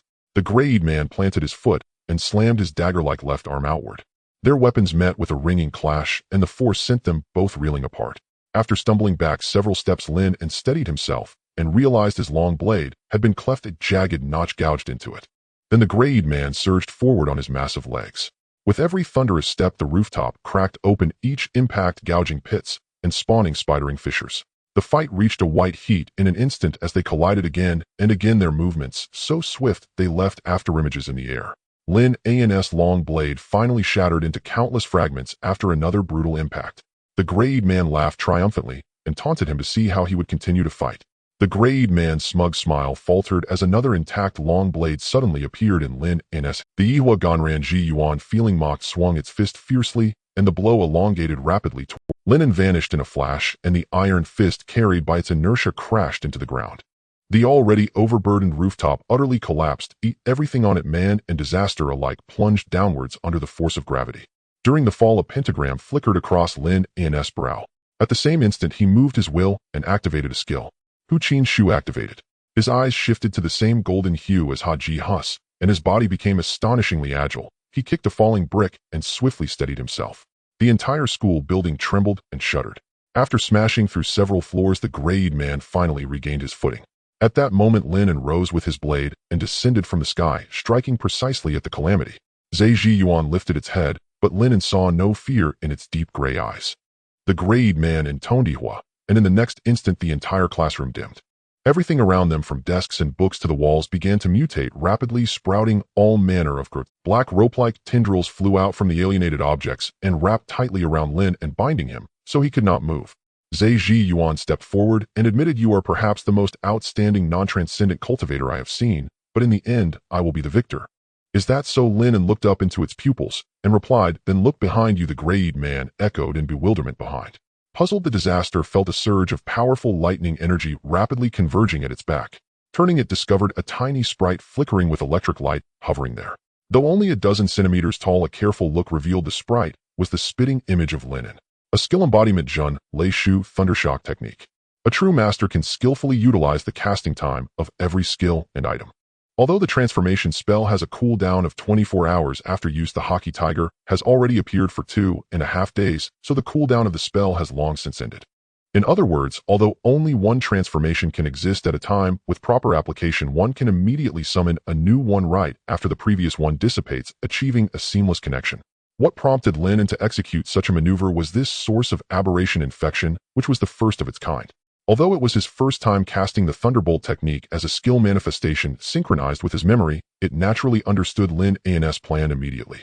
Thus, after sensing the right moment, the manifestation that had been silently gathering strength immediately made its. The powerful and violent lightning elemental force rapidly converged in Hockey Lei's hands, and 10 100-unit Guixu coins were seen floating in the void, without anyone noticing. The 100-unit Guixu coins not only had a harder material, but also contained far more energy than the ordinary 1-unit Guixu coins. As the lightning elemental force was infused into the Guixu coins, an overwhelming aura suddenly emanated, causing even the aberration-infected individuals in the distant square to tremble uncontrollably upon sensing it. The dazzling lightning burst forth in an instant, the surging light so bright that it was difficult for people to open their eyes, illuminating the entire Linjiang Third High School, as though it had suddenly become day. Whether it was the players engaged in fierce battle on site, or the personnel from the Aberration Management Bureau closely monitoring the live stream. Even the ordinary residents nearby, completely unaware of the situation, were instantly attracted by the lightning, abruptly looking up towards Lin and the classroom, where the aberrant calamity battle took place. Just as the timing was right as the skill manifestation of the Thunderbolt technique, Hockey Lei may not know other skills, but his mastery of the Thunderbolt technique had definitely reached the pinnacle. Thus, even charging a single attack took only a brief moment to complete. So by the time the aberrant calamity sensed something was amiss, the 10 upgraded lightning coins were already on the verge of being launched. An unprecedented, intense sense of impending doom rose in the heart of the grayed man, and in that moment beads of cold sweat unconsciously appeared on his forehead. The instinct in his heart was wildly leaping, warning him that if he were truly hit by this strike, he might very. After all, he was already heavily injured, and after the fierce battle with Lin An, the state of the aberrant calamity was even worse, with massive energy consumption. And this suddenly appearing strange entity, while not as vigorous as himself, was currently in the most abundant state of energy. Moreover, what the other party was casting was the lightning technique, which had the greatest lethality against calamities. In that instant, his mind raced, and the seasoned source of aberration infections' eyes narrowed, immediately making a decision. Aberration. The aberration technique was cast again, but the grayed man did not pay attention to Hockey Lei behind him. Instead, he manipulated the aberrant objects to bind Lin An even tighter. At the same time, he quickly charged towards Lin An with his thick legs. The aberrant calamity could sense that the lightning technique behind him had fully locked onto him, and with his current state, there was absolutely no way to evade it. Thus, the way to break the deadlock was actually only one. The source of aberration infection concluded that the sudden appearance of this entity behind him was absolutely related to the human youth in front of him. If he could eliminate the opponent first, perhaps the thunder would collapse without needing to attack. Even if he couldn't eliminate the human youth in time, at least he and the opponent were already standing together. In that case, as long as Hockey Lei did not want to cause collateral damage or go down in flames, he would certainly choose to withdraw or even abandon this offensive. It must be said that the judgment of the aberrant calamity was indeed accurate, as his speculation was spot on, making it the most correct choice. However, Lin An gazed at the ever-enlarging aberrant blade before him, his eyes still calm as water. This aberration technique is truly insidiously boundless. Lin An internally criticized. Although the source of calamity possessed only 2 skills, it must be said that the power of those skills was exceptionally high. This aberration technique not only allowed one to aberrate oneself, but also freely aberrate external objects, enabling them to be commanded at will. Whether it was in terms of lethality or practicality in other aspects, it could be considered maximized. The only drawback was that the aberrated objects would appear rather bizarre. Even if he fully activated the tiger bird technique, Lin An felt that it would be very difficult for him to break free from the bindings of these aberrated items in a short time. Fortunately, when it came to wickedness, Lin An felt he was not far behind. Sensing the sharp edge coming towards him, Lin An focused his mind. Substitute. The substitute talisman was immediately activated, and in the next moment Lin An's figure vanished, leaving behind an identical substitute in place. The grayed man violently slashed the substitute in half, but then he was astonished to discover that the human youth before him was slowly disappearing. At that moment, Haki Lei waved his small hand. 10 Guixu coins shot out like flash bullets, accurately hitting the grayed man ahead with lightning speed. Boom! A heart-stopping roar rang out again in the teaching building. The aberrant calamity was immediately sent flying in midair by this immense energy impact, crashing through the blackboard and wall. A perfect parabolic curve appeared in the sky as the enormous aberrant figure of calamity, pierced by electricity, rapidly fell, ultimately crashing into the center of the square. With a loud bang, a large pit was created in the center of the square, and the shattered grayed man lay quietly on the ground, no longer moving. Lin An focused his mind, and a white triangular glider reappeared on his back. He leaped down, and his graceful figure began to glide once more. Under the gaze of countless players and the live stream monitoring, Lin An quickly descended to the center of the square, his gaze fixed on the large pit ahead. The numerous aberrant infected individuals that originally surrounded this area all retreated in fear upon seeing Lin An, as if they had encountered some unimaginable horror. However, their king still remained in the deep pit. The instinctive loyalty of the aberrants made them too afraid to flee directly, so they could only leave a large open space in place, trembling as they awaited the final outcome. Wherever he stepped, calamity receded. In that moment, whether present or absent, all players witnessing this scene were plunged into great shock. Especially the players in the square, their eyes looking at Lin An were as bright as those seeing their long admired. They had just resigned themselves to certain death, yet with Haki Lei's intervention, it was as if a miracle had been born and the situation had reversed once more. At the same time, a gray mist-like gaseous sphere appeared before Lin An. It was the true body of the source of aberration infection. Previously, it was said that the combat power of the source of calamity was quite ordinary, and moreover, it was currently in a severely injured state. Thus, as it moved slightly, a weak voice quickly rang in Lin An's ear. "Don't kill me, I can recognize you as my master. With my help, not only will you be able to dominate this world in the future, but you will also have a place in the Guixu. I know many secrets, whatever you want to know I can." The source of aberration infection spoke rapidly, its initial arrogance and superiority clearly shattered at this brink of life and death. Upon hearing this, Lin An's gaze remained completely unmoved. "No need to speak, I won't listen." In this square beneath the red flag, under the eyes of countless players, Lin An raised his hand and brought down the knife, directly cutting the source of calamity in half. After defeating the level 8 source of aberration, experience points increased by 100. Congratulations, player, you have received a special disaster gift pack, aberration gift pack 1. Experience points are now full. Would you like to level up? As the source of aberration completely dissipated, the return to the void panel displayed 3 pleasant messages in succession. However, Lin An did not immediately choose to level up, but instead turned his gaze towards the aberrant animals. He saw that these aberrant creatures, sensing the fall of the source of disaster, instantly became terrified and scattered in all directions like birds and beasts fleeing. With a thought, several return to the void coins appeared in Lin An's hand. With a swoosh, the fastest few calamities were struck down, completely losing their vitality. Ding! Successfully killed a level 4 aberrant creature. Congratulations, you have received a good quality chest 1. Ding! Successfully killed a level 3 aberrant creature. Congratulations, you have received a good quality chest 1. Successfully killed a level 3 aberrant creature. Congratulations. As each aberrant creature fell, the panel continuously displayed messages about obtaining treasure chests. At that moment, even what used to be a quite rare good quality chest for Lin An seemed to cost him nothing, rapidly stacking in his storage slots. Meanwhile, Haki Lei, who had transformed using lightning elemental force and donned a mask, quickly made his appearance. He swiftly circled around the square in the blink of an eye, and soon an energy shield composed of lightning elemental force completely covered the square. The ultimate control of lightning elemental power allowed Haki Lei to maintain this protective shield without consuming much energy. As long as there were disasters preparing to pass through, he only needed to slightly increase his output of elemental power to directly electrocute these low-level aberrant creatures. Moreover, the naturally existing lightning elemental force within the shield would continuously converge, thereby causing continuous disruptions to the disasters inside the area. Thus, the remaining aberrant creatures were firmly trapped in the square with no way to escape. Although as the source of disaster fell, the aberrant virus would gradually lose its vitality and infectious ability. The aberrant creatures would no longer possess the ability to infect others, rendering them akin to ordinary disasters. Meanwhile, the previously infected populace could finally recover completely by taking aberrant antibiotics. Henceforth, this aberration would no longer stir up any significant turmoil. However, Lin An had never entertained the idea of leaving the roots of the problem unchecked. Even though these aberrant creatures had lost their infectious abilities, he certainly could not allow them to escape. Hockey Lay, the next task is up to you. Try to maximize the player's experience points. Lin An spoke this way, knowing that the strongest disaster on the field was only level 4, and killing it would yield him no experience points. It should be noted that items dropped by disasters below level 5 are generally only ordinary quality wooden chests. Although aberrants often yield treasure chests of a higher quality, it would still only be of good quality. As for a good quality item of first transition level, it was already of little use to Lin An, who was about to level up to level 7. Moreover, after defeating 2 level 6 disasters and 6 level 5 aberrant creatures, his bag already contained as many as 8 excellent quality bronze chests.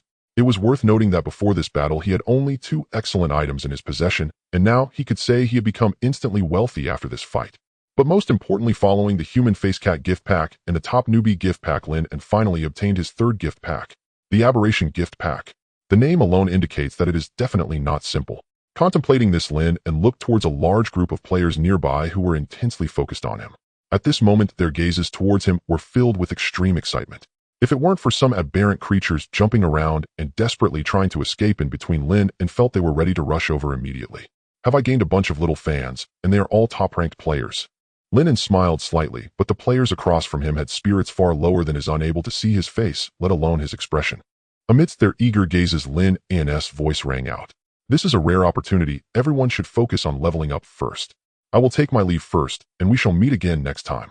As he spoke, a white cloak was swiftly conjured by his shape-shifting skill. With a wave of one hand, the cloak obscured everyone's view, and Lin An, under the gaze of all players and the monitoring satellites, directly vanished into thin air. Seeing the Seagull Master vanish, the players couldn't help but show astonishment. Once the matter is settled, one disappears, hiding oneself from the world. Is this what a top-tier powerhouse is like? Xiaoling remarked, feeling a bit emotional. He quickly looked at those around him and said, everyone heard what Comrade Seagull just said. His refraining from eliminating the disasters was obviously giving us an excellent opportunity to level up. All players below level 4 should fight and slay enemies. The few of us level 5 cultivators will stand by to support, maximizing experience points while ensuring safety. Those with severe injuries can rest here for a while. The aberrants won't escape, so take your time and don't rush. As Xiaoling spoke, the crowd couldn't help but feel excited. After all, they had originally thought they would die here, yet in the end, they could safely level up. The level 5 experts also slowly exhaled, especially Director Xia, who had thought he would become a sinner of Linjiang City. Not only had he buried most of the city's backbone, but he had also essentially doomed its future. However, after Lin An took action, the situation had completely reversed. After this battle, the number of high-level players in Linjiang City would not only not decrease, but would also grow stronger, becoming far more reliable than before. After all, having undergone such a tumultuous life-and-death battle, even those who were not part of the Supernatural Management Bureau could now truly be called comrades and allies. Regrettably, Brother, who still heroically sacrificed himself. Wait, where did Brother who go? Xiaoling and the others looked up only to realize that Hockey Hu's figure had vanished without a trace, as if he had never appeared. Instead, a mini sprite, surrounded by thunder, was floating in the air, boredly watching the aberrant creatures still frantically struggling to escape. If one got closer, they could hear his slightly irritable muttering. What a hassle, it would be easier to just electrocute them all. Xiaoling and the others. This new spirit pet of Seagull Master indeed seemed to have a temperament as volatile as lightning. It would be best not to engage in conversation for now. While the people of Linjiang City were still striving to level up, an unprecedented sensation erupted among the player community outside. Whether in various regional chat rooms or global player forums, even on the internet, and reality videos began to spread like wildfire. White triangular parachutes, mysterious players, rooftop battles, and the power of thunder. Keywords rapidly became trending topics, and the game forum experienced an unprecedented surge, with posts updating one after another. Crisis. Players in Linjiang City are trapped and attempting a final breakout.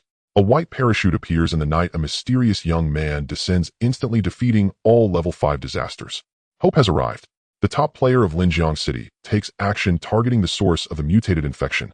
Rooftop battle. A level 6 player faces off against an 8-level disaster. Who will emerge victorious? The building crashes down, thunder roars, and no one knows the fierce battle occurring within the teaching building. Let us pray for the seabird. A miracle reappears. With a single strike, the source of the disaster is obliterated, and wherever the seabird goes, calamity retreats. Posts continue to flood in every second, accompanied by numerous battle photos and videos from inside Linjiang 3rd Middle School. Players who were already focused on this battle experienced emotions akin to a roller coaster, finally feeling exhilarated upon seeing victory posts. Immediately, a flood of comments filled the sections below these posts. This time I truly understand what it means to turn the tide and support a collapsing structure. A true man should be like this. Wow, defeating a disaster boss 2 levels higher, what a divine player. I don't get it. Has the Guixu game entered the main storyline? Otherwise, how could the protagonist appear? I envy the players in Linjiang City. When will a super big shot appear on my side? Although I envy them, I must say that those participating in the battle really risked everything. They are not ordinary. Heroes emerge in chaotic times. It is said that the seabird is not even from the Bureau of Mutation, which is truly incredible. Let's go to the pier and get a seabird. The big shot's name indeed stands out. While the outside was bustling as if the world would turn upside down, the protagonist of this battle had quietly teleported back home. Slowly exhaling a breath of turbid air, Lin An began to quickly restore his state. I must say this source of mutated infection is indeed powerful.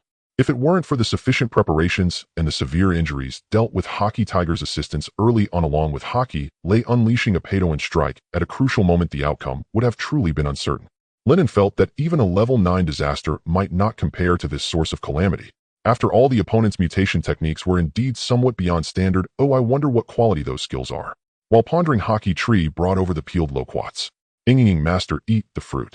Seeing the loquats delivered by Hockey Tree, Lin An's lips curled up slightly as he reached out to take them. The loquats melted in the mouth, a gentle energy quickly flowing through his meridians, cleansing the calamity aura he had been tainted with during the fierce battle. With his condition restored to good, Lin An concentrated, and 2 drops of exceptionally bright red essence blood were immediately forced out from his fingertips, hovering in the palm of his hand. He had used 1 substitute talisman during the previous battle, and another one upon teleporting back, leaving him with none at this moment. Without the substitute talisman, Lin An felt a bit insecure, which is why he chose not to upgrade immediately, but instead retrieved 2 drops of essence blood before optimizing the upgrade effect to restore himself. Unfortunately, without special storage methods, the essence within the blood will continuously dissipate. Otherwise, I could actually keep 2 drops of essence blood before each upgrade for emergencies. Lin An said, his complexion becoming somewhat pale as the essence blood left his body. Without hesitation, he focused and opened the interface. Ding. Current experience is full. Would you like to upgrade? Upgrade. As the words fell, a familiar, yet even more powerful warm flow immediately appeared within him. The feeling of weakness vanished in an instant, replaced by a rapid increase in both energy and vitality. Ding. Congratulations, player. All attributes 6, gained free attribute points 6. Fighting to gain combat experience, he finally succeeded in reaching level 7. At this moment, Lin An's eyes shone with golden lightning, a remarkable fusion of Tiger Bird technique and Thunderstrike technique. Looking at the 6 newly added free attribute points, Lin An focused, and as per custom allocated them. This not only aimed to improve the success rate of drawing substitute talismans next, but also because Lin An recently discovered that the speed of skill incarnation leveling seemed to relate to him. Essentially, the stronger his spiritual power and comprehension, the higher the proficiency gained from skill incarnation grinding. In fact, if his spirit was subpar, many skills might not reach full mastery or even become achievable at all. Like before, the Tiger Bird technique had been practiced through Hockey Tiger's grinding for many days. Lin An felt that he was very close to its final perfection, but always felt it was lacking. And now, with a sudden massive boost to his spiritual power, Lin An felt that the proficiency of many of his skills had also leveled up. With a thought, he opened the interface. Player Lin An, let's go to the pier and get a seabird. Level 7. Talent, 3-dimensional balance. Experience 0. Vitality Constitution 44, 6, rapidly increasing. Chi Energy 44, 6, rapidly increasing. Spirit Mental 50, 12. Skills Tiger Bird Technique, Perfect Thunderstrike Technique, Major Completion, Substitute, Talisman, Minor Completion. Items, Skill Incarnation, Talisman, Mutation, Gift Pack, Cat, Face, Mask, 1000 Transformations, Costume. Current status good. Upgrading feels great. Looking at his completely new interface, Lin An felt a smile creeping onto his face at this moment. After all attributes had exceeded 40, and when the 3 dimensions regained balance, his energy and spirit would all be over 50. If he encountered the source of the mutated infection again, Lin An felt he wouldn't even need to exert much effort. A single palm thunder could directly send the opponent to meet the King of Hell. Additionally, the Tiger Bird technique had finally been cultivated to perfection, and the Thunderstrike technique also reached a major completion state at the same time. As for the substitute talisman, being a skill of excellent quality, coupled with Lin An not having refined it remained at the minor completion stage. However, Lin An also had a premonition that as long as he drew a few more talismans, he should be able to quickly cultivate it to major completion. With this in mind, Lin An simply took out the talisman paper and brush. The heavens and earth are round the law's decree 9 chapters. The 5 elements combined, the substitute is consecrated. With essence, blood as ink, and energy as the guide. Under Lin An's control, the brush naturally and smoothly traced mysterious patterns on the talisman paper. After the upgrade, Lin An felt that his speed in drawing talismans had increased significantly, and he also became more adept at it. Thus, the production of talismans quickly reached its final stage. Haste like the law commands, substitute. Ding. Congratulations on successfully crafting 2 substitute talisman. After securing the 2 talismans, Lin An turned his gaze towards the spoils of this battle. A large number of black iron treasure chests, a total of 8 excellent grade chests, and most importantly, the mutated gift package. Lin An looked at these treasure chests, and a glimmer of anticipation flashed in his eyes. Ignoring the good treasure chests, he focused his mind and opened all the excellent bronze chests. Ding. Congratulations on obtaining an excellent quality item, energy array disc 1. Ding. Congratulations on obtaining an excellent quality secret technique, Sun Wind technique. Ding. Congratulations on obtaining 1,000 Guixu coins. Ding. Congratulations on obtaining a good quality item, sunflower seeds 100. Congratulations on obtaining an excellent quality weapon, blade of transformation 1. Ding. Congratulations on obtaining 1,000 Guixu coins. Congratulations on obtaining an extraordinary quality item, random attribute fruit 1. Ding. Congratulations on obtaining an extraordinary quality item, random attribute fruit 1. Wait, it seems like we hit gold. And 2 of them. A total of 8 messages appeared on the panel, but Lin An quickly caught the keywords. Seeing the word extraordinary, Lin An immediately began to check the information of the item. Random attribute fruit. Realm first transformation. Quality extraordinary. Effect: consuming this fruit will permanently increase a random attribute of the being by 1. Evaluation: although it only increases by 1 point, this is an additional growth attribute outside of cultivation, far more precious than imagined. Note, this fruit is only effective for cultivators at the first transformation realm, and the same being can consume a maximum of 2 fruits. Good stuff. Seeing that the attribute fruit could permanently enhance his vitality and spirit, Lin An couldn't help but feel a bit surprised. After all, based on the items he had obtained over such a long time and the information from the library in Guixu village, this was the first time Lin An learned that there were items capable of permanently increasing one's attributes. It should be noted that the only known method to enhance one's vitality and spirit was through cultivation and leveling up. Items like the cat face mask that granted 3 agility or the 1,000 changes outfit that provided 10 defense. While these could make a player's attributes appear stronger, they were essentially external items and not truly one's own. Once taken away or restricted, one would revert to their original state. Simply put, strength gained through equipment and items, no matter how powerful, was ultimately illusory. However, attributes increased through this fruit, just like through cultivation, truly belonged to oneself and were undoubtedly considered extremely precious. After all, a 2-point attribute increase is enough to create a significant gap among lower-level players, making oneself even stronger among peers. It should be noted that when he leveled up from level 1 to level 2, he only increased his attributes by 4 points in total. Moreover, for Lin An, a single attribute fruit was not just a simple 1 to any attribute. With the tridimensional balance talent, the effect would be 1 to all attributes. The only downside is that it's too perfect. However, it would be safer to consume it after achieving tridimensional balance. Lin An thought this way. After all, the fruit randomly increases attributes, and he couldn't be sure it would enhance his speed. If he consumed it now and it added to his body or energy, which were still rising, then this extraordinary item would be akin to a waste. And once the tridimensional balance was achieved again, it wouldn't matter where the attributes were randomly added, as it would ultimately result in a 1 to all attributes. First, he secured the 2 attribute fruits, then Lin An turned his attention to the remaining 6 items. Among them, 2 treasure chests yielded 1,000 Guixu coins, and both were denominations of 100, which somewhat replenished the consumption of Guixu coins during the previous battle. However, as the universal currency of the Guixu world, although Guixu coins have the widest usage, Lin An viewed them as the least valuable item among the treasure chests. After all, 1,000 Guixu coins in Guixu village could only exchange for a chance to observe ordinary. While one could also choose not to exchange skills and purchase other items, which offers more freedom, it still couldn't compare to the value of an excellent item. After securing the Guixu coins, Lin An then focused on the weapon that had finally been revealed. Blade of Transformation. Realm first transformation. Quality excellent. Effect 1 passive. The weapon is hard and sharp, granting 3 strength and 10 armor penetration. Effect 2 active transformation, allowing the weapon to freely change into various cold weapons such as swords, spears, halberds, and even bows and arrows. 1,000 changes outfit. Blade of Transformation. If Lin An was not mistaken, these two excellent pieces of equipment should belong to the same series, and perhaps were even crafted by the same person.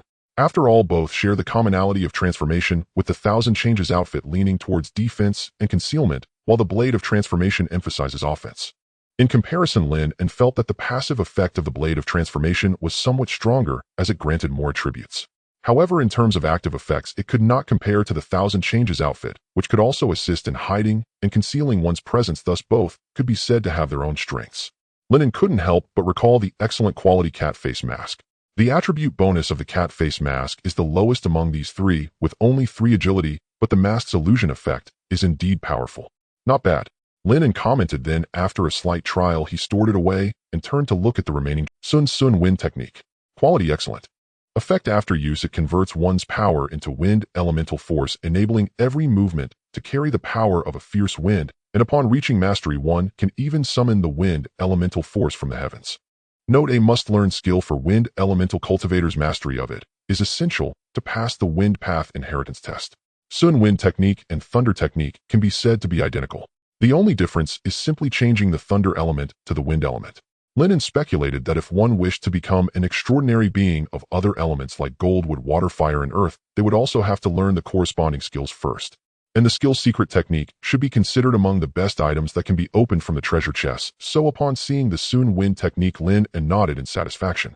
Then he turned his gaze to the last 2 items. Energy Array Disc. Realm First Transformation. Quality excellent. Effect: 1 can store a large amount of any energy and convert and release the required energy. Effect: 2 can choose any array to integrate into it and open the corresponding protective array formation within a certain range. Note: a must-have for home: never worry about power outages again. Sunflower Seeds. Realm First Transformation. Quality good. Effect: after planting, it can grow into a special sunflower that produces sunlight energy daily. A sunflower that can produce sunlight. Does it also have a smiling face? Lin An looked at this introduction, and his mind involuntarily recalled the classic plant, the sunflower from the game Plant Zombies. Upon seeing the energy array disc, he pondered even more. According to the description, sunlight is also a form of energy. In other words, the sunlight produced by the sunflower is perfectly compatible with the energy array disc. The sunlight generated by the sunflower is responsible for charging the array disc. Moreover, the array disc can not only convert this sunlight into energy needed for household appliances, but it can also activate protective formations, thereby achieving self-production and self-marketing of energy. Lin An was somewhat familiar with the properties, as each skill incarnation has its own characteristics. For example, the property of the Hockey Tiger is Tiger, while the property of the Hockey Thunder is... Lin An was somewhat familiar with the properties, as each skill incarnation has its own characteristics. For example, the property of the Hockey Tiger is Tiger, while the property of the Hockey Thunder is Thunder. Although simple and direct, Lin An felt that the effect of these properties was quite powerful. Otherwise, even if the Hockey Tigers possess 80 of their attributes, it would be difficult for them to dominate their counterparts without other skills and equipment. The focal point. Who should I choose first? Lin An contemplated, then turned his gaze to the side at the Hockey Tree. The Hockey Tree cannot move, and it possesses powerful abilities like the Tree Energy Domain and Disaster Absorption. If it serves as the focal point, the formation will undoubtedly be suitable and powerful. Moreover, if it turns out to be unsuitable, they can simply remove the array disc and replace it with another focal point, which wouldn't cause any loss to either side. With that in mind, Lin An looked out the window at the large tree and said, "Hockey Tree, why don't you try this array disc to see how well it works?" Sure. Upon hearing this, the Hockey Tree immediately extended its branches and gently touched the array disc. A green light emanated from the array disc, which then merged into the Hockey Tree. At the same time, a shallow green energy shield suddenly appeared, quickly expanding outward from the Hockey Tree until it enveloped the entire house and yard before vanishing. However, it simply became invisible to ordinary people and even players. In reality, this energy shield continued to exist. At that moment, Lin An could sense that the air around him had become much fresher, and the nearby life force had also grown notably richer. Looking up, Lin An quickly noticed a new property on the Hockey Tree. Hockey Tree. Level 5. Vitality Physique 20. Energy Plant Energy 15. Spirit Mental 15. Skills Tree Energy Domain Rapid Recovery Disaster Absorption Detoxifying Low Quat. Property Life Force within the domain continuously gathers, greatly accelerating allies' recovery speed while also hastening plant growth. Wow, isn't this property a bit too powerful? Lin An exclaimed, surprised, as from the introduction, it seemed like a divine skill for healing and farming. At least from the perspective of support, one could say it was extremely potent. Master, it seems I can generate electricity now. The Hockey Tree felt its changes, shook its body happily, and said. While speaking, it also demonstrated its newfound ability. On its branches, arcs of electricity jumped and crackled. If this attack struck the invading disasters or humans, it would surely cause quite a bit of pain. After all, who would have thought that a tree could not only move, but also generate electricity? Very good, Lin An said with a smile, then added, now I'll assign you a small task: learn to stabilize and output a voltage of 220 V at a frequency of 50 Hz. To prevent an apocalyptic scenario, Lin An had originally planned to buy solar panels and generators to avoid issues with water and electricity supply. However, due to the lockdown in Lingjiang City, the delivery had not arrived. Now, with the energy array disc and the hockey tree, it seemed unnecessary. In fact, after learning thunder technique, Lin An could also generate electricity himself. However, even a small amount of elemental power converted into lightning energy could cause a phone to explode. So to be able to charge household appliances by himself, he would need to wait until his thunder technique reached perfection and his control over lightning energy became more refined. Besides, doing it himself is not as easy as directing a subordinate to do the work. 220. What is frequency? The hockey tree asked with a puzzled tone, revealing an innocence that had not been tainted by knowledge. Upon hearing this, Lin An remembered that the hockey tree had only recently gained sentience. Since it was still a child, it naturally shouldn't be subjected to too strict demands. So Lin An thought for a moment and said, there are still many textbooks from my high school days left in the study on the second floor. You should go read them more often. The requirements aren't high. If you can score around 600 to 700 points on those college entrance exam papers, that would be sufficient. Then learn about courses like digital electronics, analog electronics, and university physics. Finally, reaching a level where you can pass the advanced electrician qualification certificate would be enough. By the way, remember to learn more about agriculture. This half pack of sunflower seeds will be entrusted to you for planting. The hockey tree felt a bit itchy in its head, as if it were about to gain some intelligence. Seeing this, Lin An cleared his throat and began to encourage learning. You are now responsible for managing things. You must study diligently, as our future will depend on you. Upon hearing that it had such an important task, the hockey tree immediately felt a surge of enthusiasm and vowed to complete the task. Watching the hockey tree begin to study hard, Lin An felt satisfied, having successfully guided it onto the right path. Upon hearing that it had such an important task, the hockey tree immediately felt a surge of enthusiasm and vowed to complete the mutated gift pack.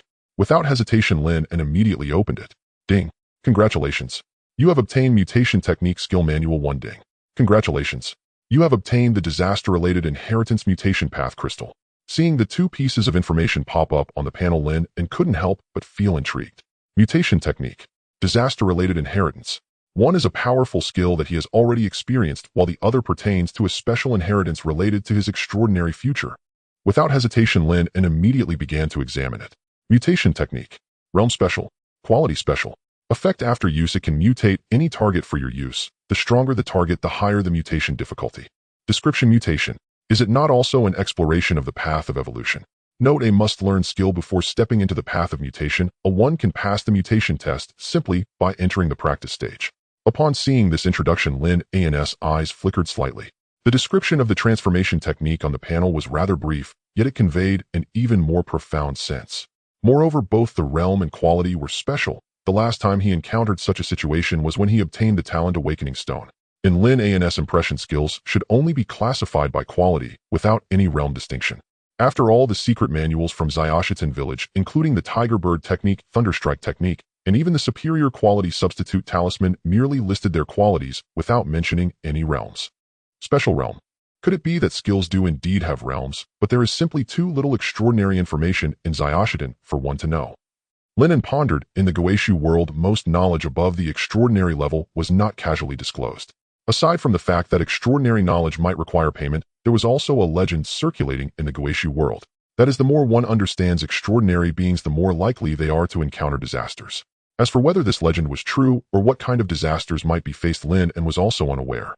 Therefore, generally, only cultivators who reached that realm themselves could learn more secrets. If those advanced skills required extraordinary individuals to learn, then it would not be surprising that there was no relevant information in the library. As for this skill being a prerequisite for the transformation path, Lin An had already gotten used to it. After all, this was also a relatively common activation requirement for extraordinary inheritances, especially considering that the transformation inheritance had already come to him. The fact that the skill and inheritance came together was evidently quite reasonable. However, it was rather unexpected that the requirement to pass the test was merely to cultivate the transformation technique to the entry level. After all, the inheritances of the Wind Path and Thunder Path required the Xuanfeng technique and Thunderstrike technique to be perfected before one had a chance. In contrast, it seemed that this disaster-type inheritance was comparatively easier to pass. As he pondered, Lin An's gaze shifted to another item that had appeared. A diamond-shaped, deep black crystal stone roughly the size of a palm contained an unsettling, peculiar aura which Lin An could guess the source of. The essence of the disaster path, or rather, pure transformation intent. Upon opening the panel, the information about the transformation crystal stone immediately appeared before his eyes. Transformation path crystal stone. Description: a disaster-type inheritance containing pure transformation intent. After activation and passing the test, one may step into the transformation path. Activation conditions: level 10 perfection, or an extraordinary person suppressing themselves to return to level 10 perfection. Constitution 90, energy 90, spirit 90, entry-level transformation technique. Note: a top-tier, yet dangerous extraordinary inheritance. It is best to have a stronger intent to suppress it before use, or one may face disaster. The requirements for the spirit essence and energy of this inheritance seem a bit high. Upon seeing the activation conditions, Lin An's eyes flickered. One must know that the attributes gained from leveling up were already limited. From breaking through level 1 to level 2, all attributes 1, gaining 1 free attribute point. From breaking through level 2 to level 3, all attributes 2, gaining 2 free attribute points. It could be said to increase incrementally, forming an arithmetic sequence. Thus, it was not hard to calculate that from level 9 to level 10, one would gain all attributes 9 and obtain 9 free attribute points. In other words, during the process from level 1 to level 10, each attribute of spirit essence and energy gained a total of 45 points, while also receiving 45 free points to distribute. Additionally, given that the initial constitution and spirit of humans after maturity were generally around 5 points, it was easy to calculate that the total attributes would be 45,410, amounting to a total of 190 points. When averaged across the 3 dimensions of spirit essence and energy, each attribute would only be about 33, barely exceeding the passing line. Furthermore, one could also pursue an extreme path. For instance, if all free attribute points were allocated to the spirit attribute, the constitution would reach a total of 54,545, equal to 95 points, but the cost would be that the other 2 major attributes would be completely inadequate. However, regardless of how the free attribute points were distributed, it was evident that a normal cultivator could not meet the activation conditions for this transformation inheritance. All 3-dimensional attributes required to be above 90 points, with a total attribute sum exceeding 270 points, was simply outrageous. Of course, all of the above calculations were based on normal cultivators, assuming no additional attribute growth aside from leveling up. If a player had innate divine strength or was reborn as a tyrant starting with a constitution of 10 points, or if they consumed a one-time extraordinary item like the random attribute fruit, which could permanently increase attributes, then their total attributes at level 10 would naturally be even higher. If one possessed a talent like Lin An that could enhance their own attribute values, then it went without saying. Top-tier yet dangerous inheritance, leading to disaster. Sounds like a double-edged sword. Lin An thought, generally speaking, the higher the activation conditions for an inheritance, the stronger one would be upon entering the corresponding extraordinary path. Therefore, both from the panel description and the activation conditions, this transformation inheritance was undoubtedly at maximum strength, likely among the very top in the entire Guixu world. However, embarking on this path would also carry risks. As stated on the panel, a stronger intent was needed to stronger intent. Does this refer to other extraordinary paths? Could it be that I need to step into other extraordinary paths first before it is suitable for me to accept this inheritance? As he continuously analyzed in his mind, a familiar countdown suddenly popped up before him. Game countdown 3000. Is the game finally about to start? Watching the time decrease second by second on the panel, Lin An felt, thinking carefully, it had been almost 3 days since he last returned from the game, and it was indeed time to head to Guixu. With a thought, Lin An stored away the treasures he had just opened, including the transformation technique and the transformation inheritance. After all, the transformation inheritance wouldn't be useful for the time being. He could wait until he entered the game to learn more extraordinary knowledge before reconsidering. As for the transformation technique manual, he probably wouldn't be able to comprehend it within the remaining half hour, so it was also something to be discussed after entering the game. Confirming that everything was in order, Lin An focused on where Hockey Lei was located. At this moment, the number of transformation-infected individuals within Linjiangno 3 middle school had dwindled to almost none. Hockey Lei hovered high in the sky, surrounded by thunder striking down the remaining disasters with a wave of his hand. Not the same location, but the same time. Under the gaze of all the players, the game countdown gradually approached. Game countdown 0000. As the last digit reached 0, the world seemed to freeze at that moment, followed by the emergence of countless black cracks. Crack.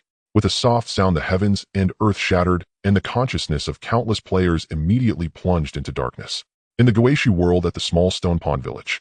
At this moment the sky outside was slightly brightening. Lin An opened his eyes and quickly sat up, glancing at his wrist. There on his wrist was a lightning symbol that had appeared at some point. The thunder itself has no fixed shape, thus Haki Lei is different from Haki, who can only switch between juvenile and young adult forms. As long as the energy is sufficient, Haki Lei can take on any shape he desires, though the initial form is simply modeled after himself. Therefore Lin An had Haki Lei quickly return to his side in the last half hour, and then transform into a symbol to stick on his wrist. This was to verify whether the incarnation could traverse with him, or if he had to wait until he entered the game to summon it. It turned out that although the skill incarnation, like living beings, could not be stored in the backpack in the eyes of the game system, they were still a part of him, and could be brought along. Opening the panel, Lin An glanced at the newly appeared countdown in the upper right corner. Return countdown 715900. 3 days is not bad. Looking at the gradually brightening sky, Lin An did not hesitate and set off towards the 10,000 Great Mountains in the north. Unlike when he was on Blue Star in the game, Lin An was more focused on every second. The reason is simple. The disasters that descended upon Blue Star, while capable of slaughtering ordinary humans and even stronger than many players, were still far inferior compared to Lin An. Unless it was a boss like the source of a barren infection, very few disasters could match his level, let alone surpass. Because of this, leveling up in reality was a comparatively difficult task for Lin An. Unless in the future the rate at which disasters upgraded on Blue Star increased rapidly, and the intensity of newly arriving disasters became absurdly high to the point where even he couldn't keep up. If that were the case, it would probably be easier for him to level up on Blue Star in the future. However, if it really came to such a degree, Blue Star might be waiting for its demise, and humanity would likely have decreased by 70 to 80%.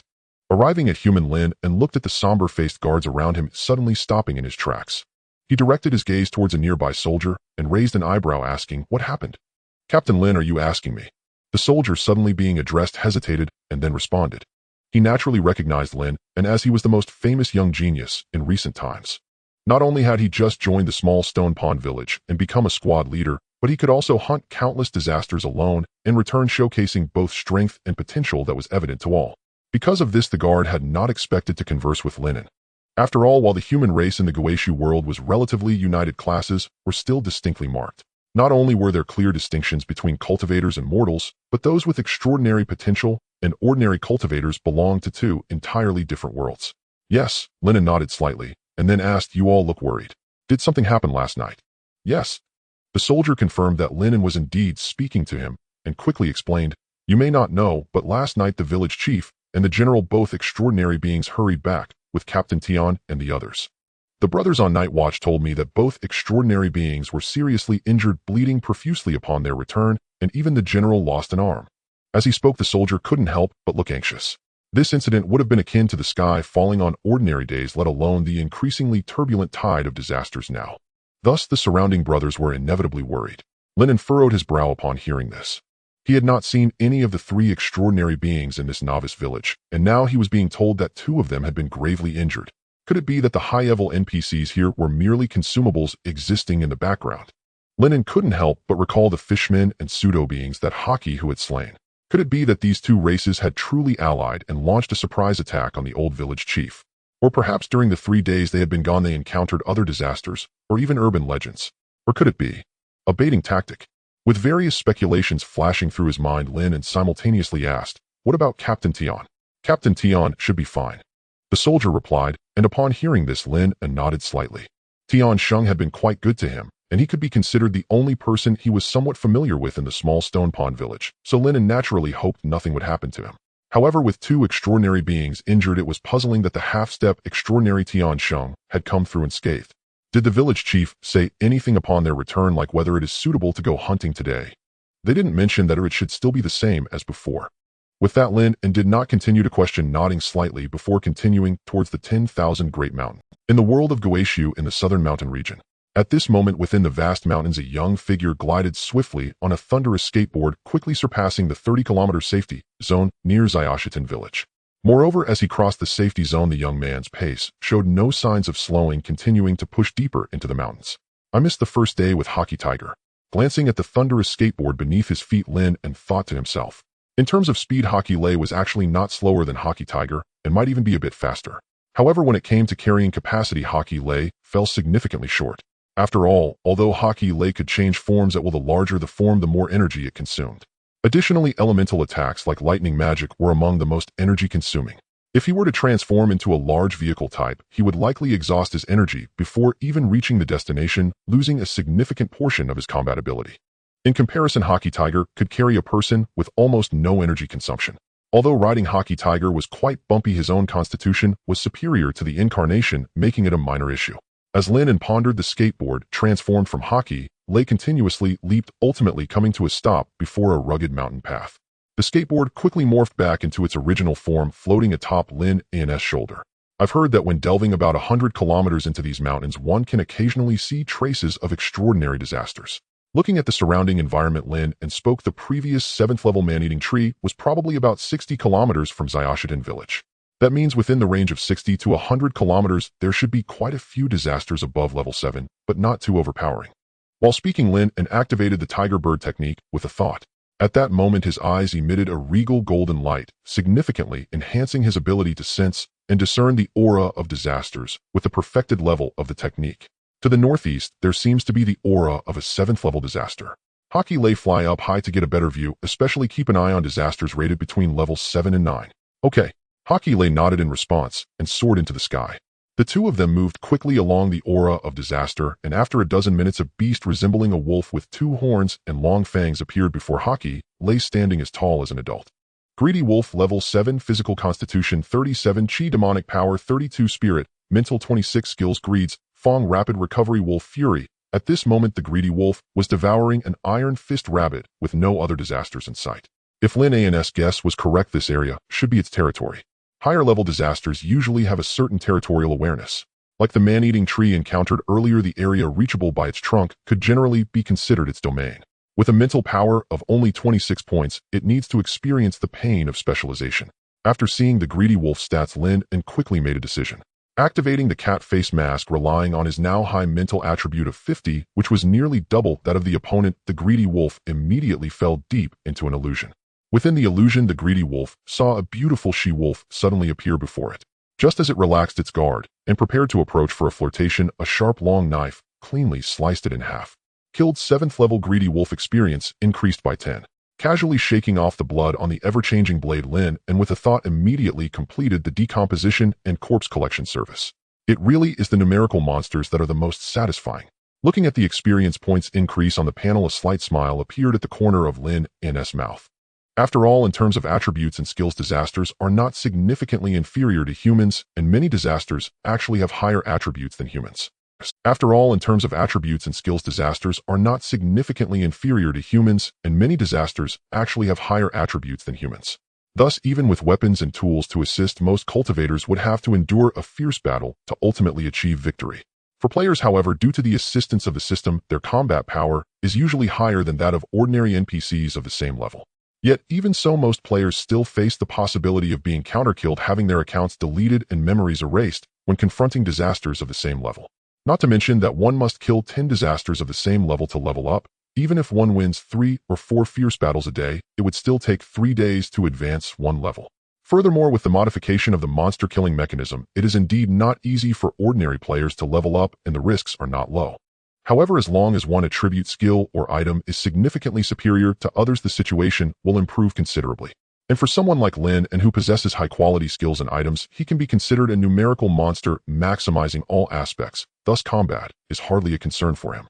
The real trouble lies in how to accurately locate disasters and minimize travel time. There shouldn't be any other 7th-level disasters nearby, but let's continue deeper. Lin An spoke. As far as he knew, these high-level disasters generally have considerable distance between their territories, reflecting a principle of non-interference. After all, at higher levels, even with some specialization, their mental strength is much greater than that of ordinary people, and their intelligence is unlikely to be lacking. Therefore, in the absence of conflicts of interest, even the most bizarre beasts still adhere to the principles of human relationships rather than resorting to mindless violence. Unless they possess strength or background far surpassing all living beings, relying solely on violence will lead them nowhere, a principle that also applies to disasters. Heading north. As the sun in the sky gradually rose, and then slowly set, a series of notifications appeared. Killed 7th-level illusion shadow experience increased by 10. Killed 7th-level headless demon experience increased by 10. Killed 7th level. As 3 7th-level disasters fell consecutively under the long knife and thunder, the experience points on the panel reached 40 at that moment.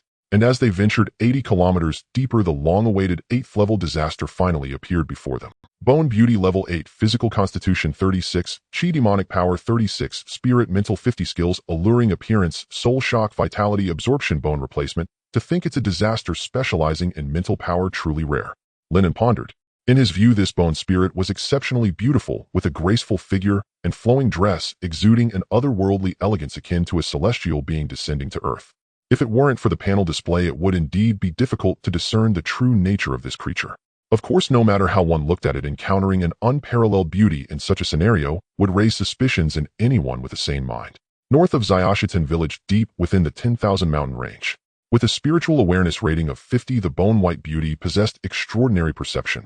Thus, the very instant Lin An appeared, she sensed his presence and instinctively whirled around. Young master, lingering unseen behind another's back is rather impolite, isn't it? She turned her gaze upon him with a captivating smile, then added gently, "How is it you ventured here alone? This region sees scarcely any travelers, and is perilous beyond measure." The bone-white beauty smiled softly and took a graceful step forward toward Lin An, as if drawn by natural impulse. To behold a beauty as bare bone, that purges desire. Yet to behold bare bone as beauty, does that not verge on the macabre? Lin An pondered this intricate paradox, just as Hekili, now in the form of a monkey warrior, leapt down from the heavens. "Halt, demon!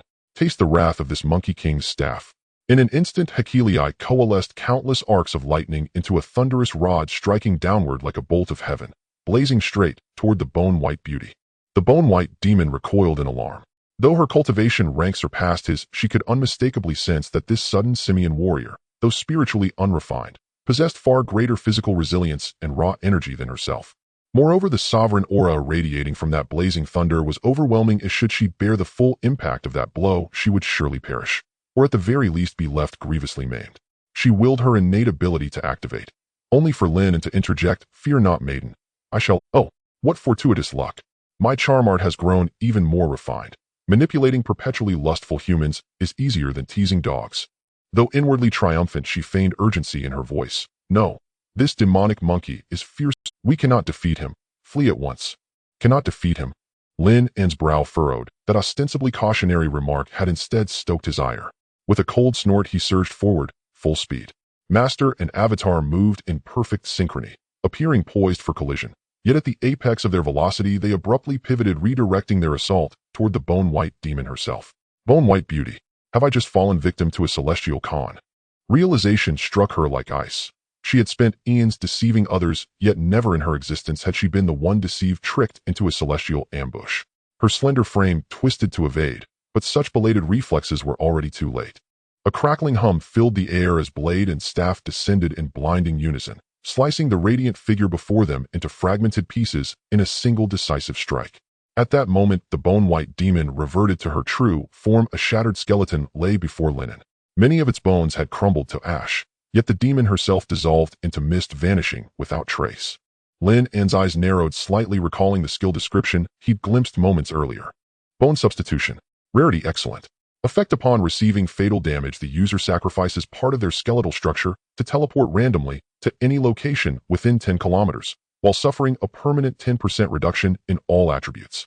Note: this ability may be activated no more than twice per year. A formidable survival technique, akin to a low-tier talisman of substitution, though the permanent attrition of one's essence exacted a steep toll. So the journey to the west speaks true after all. The white-bone demon must indeed be slain thrice. Lin An murmured. This was a 50% experience bounty. He could not possibly let it slip away. Yet the sun now dipped westward and nightfall could not be far off. I'll pursue her. Without hesitation, Hekili transformed into pure lightning and shot northward. Traces of residual lightning energy clung to the bone-white demon. Guided by his profound affinity for the thunder element, Hekili would not stray from her trail. Lin An nodded faintly. The demon was now severely weakened. With Hekili's combat prowess, even a higher-rank foe stood little chance. Musing silently, Lin An turned and departed. Sticking to the original plan, his core self remained steady and grounded, while his avatar embraced recklessness without restraint. He also harbored quiet curiosity. Could Hekili, who naturally emitted light, endure the uncanny darkness of the abyssal realm? He sensed this nocturnal void was far more than mere absence of light. If ordinary illumination sufficed to dispel its terrors, then why did the realm's denizens dread night so profoundly? After all, countless awakened beings and artifacts shone with radiant power, yet still the inhabitants of the abyssal realm trembled before the dark. They split paths as Lin An hastened back toward the village. Hakili streaked across several kilometers in seconds. She's just ahead. Sensing the lingering resonance of lightning energy, he found her, her skeletal frame charred black by prior strikes. Seeing her still scrambling desperately, Hakili unleashed his full might. Let thunder shatter the darkness. A deafening boom shook the heavens. Countless threads of lightning converged, coalescing into a colossal celestial bolt that descended from the firmament, aimed directly at the bone-white demon. The familiar, terrifying surge of thunder energy struck her senses like a hammer. Yet weakened and physically frail, she could not evade. The bolt struck her skull squarely. Another portion of her skeletal form disintegrated, and once more she dispersed into spectral mist. How vexing! Hakili scoffed, his temper flaring. In his view, calamities like her ought to perish cleanly, not waste his time with futile evasion. Thunder roared. Lightning raced. Hakili, the avatar of audacity, paid no heed to noise or consequence. His speed in that instant rivaled true lightning itself. With a sharp shriek, he closed the distance once more, and there she lay again, barely clinging to existence. This time, however, the bone-white demon made no attempt to flee. Gazing up at Hakili, summoning the sovereign thunder from the sky, a glacial flash of hatred flickered in her vengeful eyes. Soulblade Assault, a rare mental technique among first-tier cultivators. Its activation struck Hakili's mind like a sledgehammer, sending waves of searing pain and dizziness crashing through his consciousness. Fortunately, having inherited 80% of Lin An's attribute points, Hakili's spiritual awareness now stood at 40, a formidable threshold. And with 2 successive uses of bone substitution, the demon's own attributes had eroded significantly. So though agony racked his skull, Hakili endured, channeling lightning without pause. Boom! A soul-chilling thunderclap echoed. Then a searing bolt descended, striking the bone-white demon dead center. She dissolved utterly, reduced to dust, erased from existence. Ding! Level up achievement defeated, an 8th rank bone-white beauty beyond one's level. Experience gain increased by 50%. The thunder roared, echoing through the heavens, and the earth, the tremendous sound resonating among the surrounding mountains. Hakili let out a sigh of relief as he finally eradicated the skeletal disaster. At that moment, a remarkably powerful, extraordinary aura suddenly emanated from deep within the mountains. The essence of the extraordinary. Sensing this potent aura that could only be released by extraordinary beings, Hakili felt a chill in his heart. It was only then that he recalled he had unknowingly ventured over 100 kilometers deep while pursuing the skeletal disaster. It's almost dark and you're making such a commotion. If you want to die, I don't want to accompany you. A cold snort came from deep within the mountains. In the next instant, Hakili saw a massive black hand suddenly appear from afar, swiftly grasping him tightly. With a loud bang, Hakili was crushed by the sudden ghostly hand, dissipating into pieces of thunderous light in the sky. Not bad talent, but unfortunately you don't understand the rules. This kind of guy should have died sooner. A deep voice echoed from within the mountains. However, as night fell, this unknown extraordinary disaster completely concealed its aura. Meanwhile, on the other side, Lin An, who was almost back to the Xiaoshitan village, couldn't help but feel a slight tremor in his pupils upon witnessing Hakili's final encounter. After all, Hakili had virtually no resistance against this extraordinary disaster, and he was crushed to bits without even seeing the opponent's face. Moreover, such a powerful disaster was provoked merely because Hakili made too much noise, worrying it would attract the attention of the supernatural. The knight's supernatural tales are terrifying. Lin An exhaled slowly, putting away his cat-faced mask and other gear back into his backpack, then stepped back into Xiaoshitan village. Following his habit, he first took some useless materials to the recycling center to exchange for a few Guixu coins. Then Lin An quickened his pace towards Tiansheng's doorstep. As the captain of the hunting team, Tiansheng was powerful and held many privileges, so naturally his home was very close to the original fireplace. Lin An, carrying over 10 kilograms of 5th-level Shadow Claw bear blood and flesh, soon arrived at Tiansheng's door and gently knocked. The door opened, revealing an ordinary face. Upon seeing this familiar visage, Lin An couldn't help but feel a jolt in his heart. For at that moment, Captain Tian's panel was completely different from before. Name, level, all question marks. Even his name was displayed as a question mark this time. He knew that he had already reached level 7 now, far from when he first arrived at Xiaoshitan village. His level was actually not too far off from Tiansheng's level 10. When he was only at level 2, although he couldn't see the level, he could at least see Captain Tian's name. There was no reason for him to be unable to see the name now that he had leveled up. Something felt off, very off. Lin An felt a surge of unease in his heart, and he instinctively considered using a replacement talisman to escape. After all, the existence that could prevent him from probing the level undoubtedly already surpassed the second transformation of the extraordinary realm. Just moments ago, the scene of Haki lay being crushed to death by that unknown extraordinary disaster was still vivid in his mind. However, Lin An quickly restrained that thought. Because he only had one replacement talisman left in his room, even if he teleported, it would just bring him back to his room. Such a short distance wouldn't be of much use, and would likely raise the other's suspicions. Lin Quan, brother, what brings you here all of a sudden? Tian Sheng, who opened the door, smiled and said, and you even brought a gift. While speaking, he also invited Lin An inside. Effortfully controlling his expression, Lin An followed him into the house with a natural demeanor. Once in the living room, Lin An smiled and said, I heard from the guards that something unexpected happened in the village, so I came to check on you, brother Tian. To be honest, seeing that you are alright has put my mind at ease.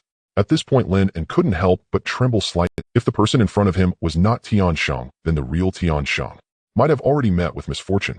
And this person had taken Tian Sheng's place, casually conversing with others. A sense of indescribable horror surged in his heart, and Lin An's mind raced as various thoughts, an imposter, or some other strange disaster. However, the imposters he had seen before could only disguise their appearance and voice, and judging by the series of actions and dialogues, just now this person clearly possessed Brother Tian's memories. At the very least, he had some memories related to himself. Could it be that an imposter at the extraordinary level could also obtain memories to achieve a truly perfect disguise?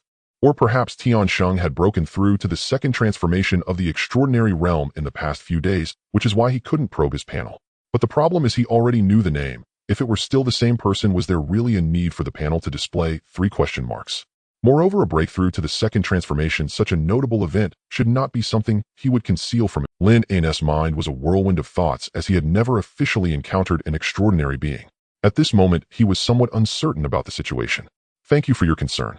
Meanwhile, Tian Sheng, or rather the monster impersonating Tian Sheng, smiled and glanced at the gifts Lin An had brought. The next moment, he expressed some surprise. It's actually the blood and flesh of a 5th-level shadow claw bear, and there's even a pair of bear paws. This is a good thing. I've tried it a few times before, and it indeed tastes quite good. Since Brother Lin Quan has brought it, I must show you my brother's culinary skills. While speaking, Tian Sheng took the ingredients into the adjacent kitchen. By the way, while cleaning the bear paws, Tian Sheng seemed to recall something and asked, speaking of which, Brother Lin Quan, you're only at level 5. Killing this shadow claw bear must have been quite difficult, right? Indeed, if I hadn't fortuitously leveled up to 6 recently, Brother Tian, you might not have seen me. Lin An responded, a hint of joy in his voice. Level 6. Tian Sheng raised an eyebrow at this, then praised, I knew I didn't misjudge you. Brother Lin is definitely a genius. Even your leveling speed is far beyond what ordinary people can compare. Lin An smiled slightly at this, but felt a sudden stiffness in his heart. If it were the real Captain Tian, he should be shocked and surprised at this moment. He might even feel somewhat disheartened, just like when he first saw Lin An comprehend the tiger bird technique. It's not that Captain Tian truly wished him ill, but when seeing someone progress rapidly far beyond his past self, feeling a bit of loss and disappointment is only human. Yet this Tian Sheng, although his tone was complimentary, instead gave Lin An a feeling of indifference. In Shao Shirtan village, within the home of Tian Sheng, Lin An felt as though he had fallen into an ice cave.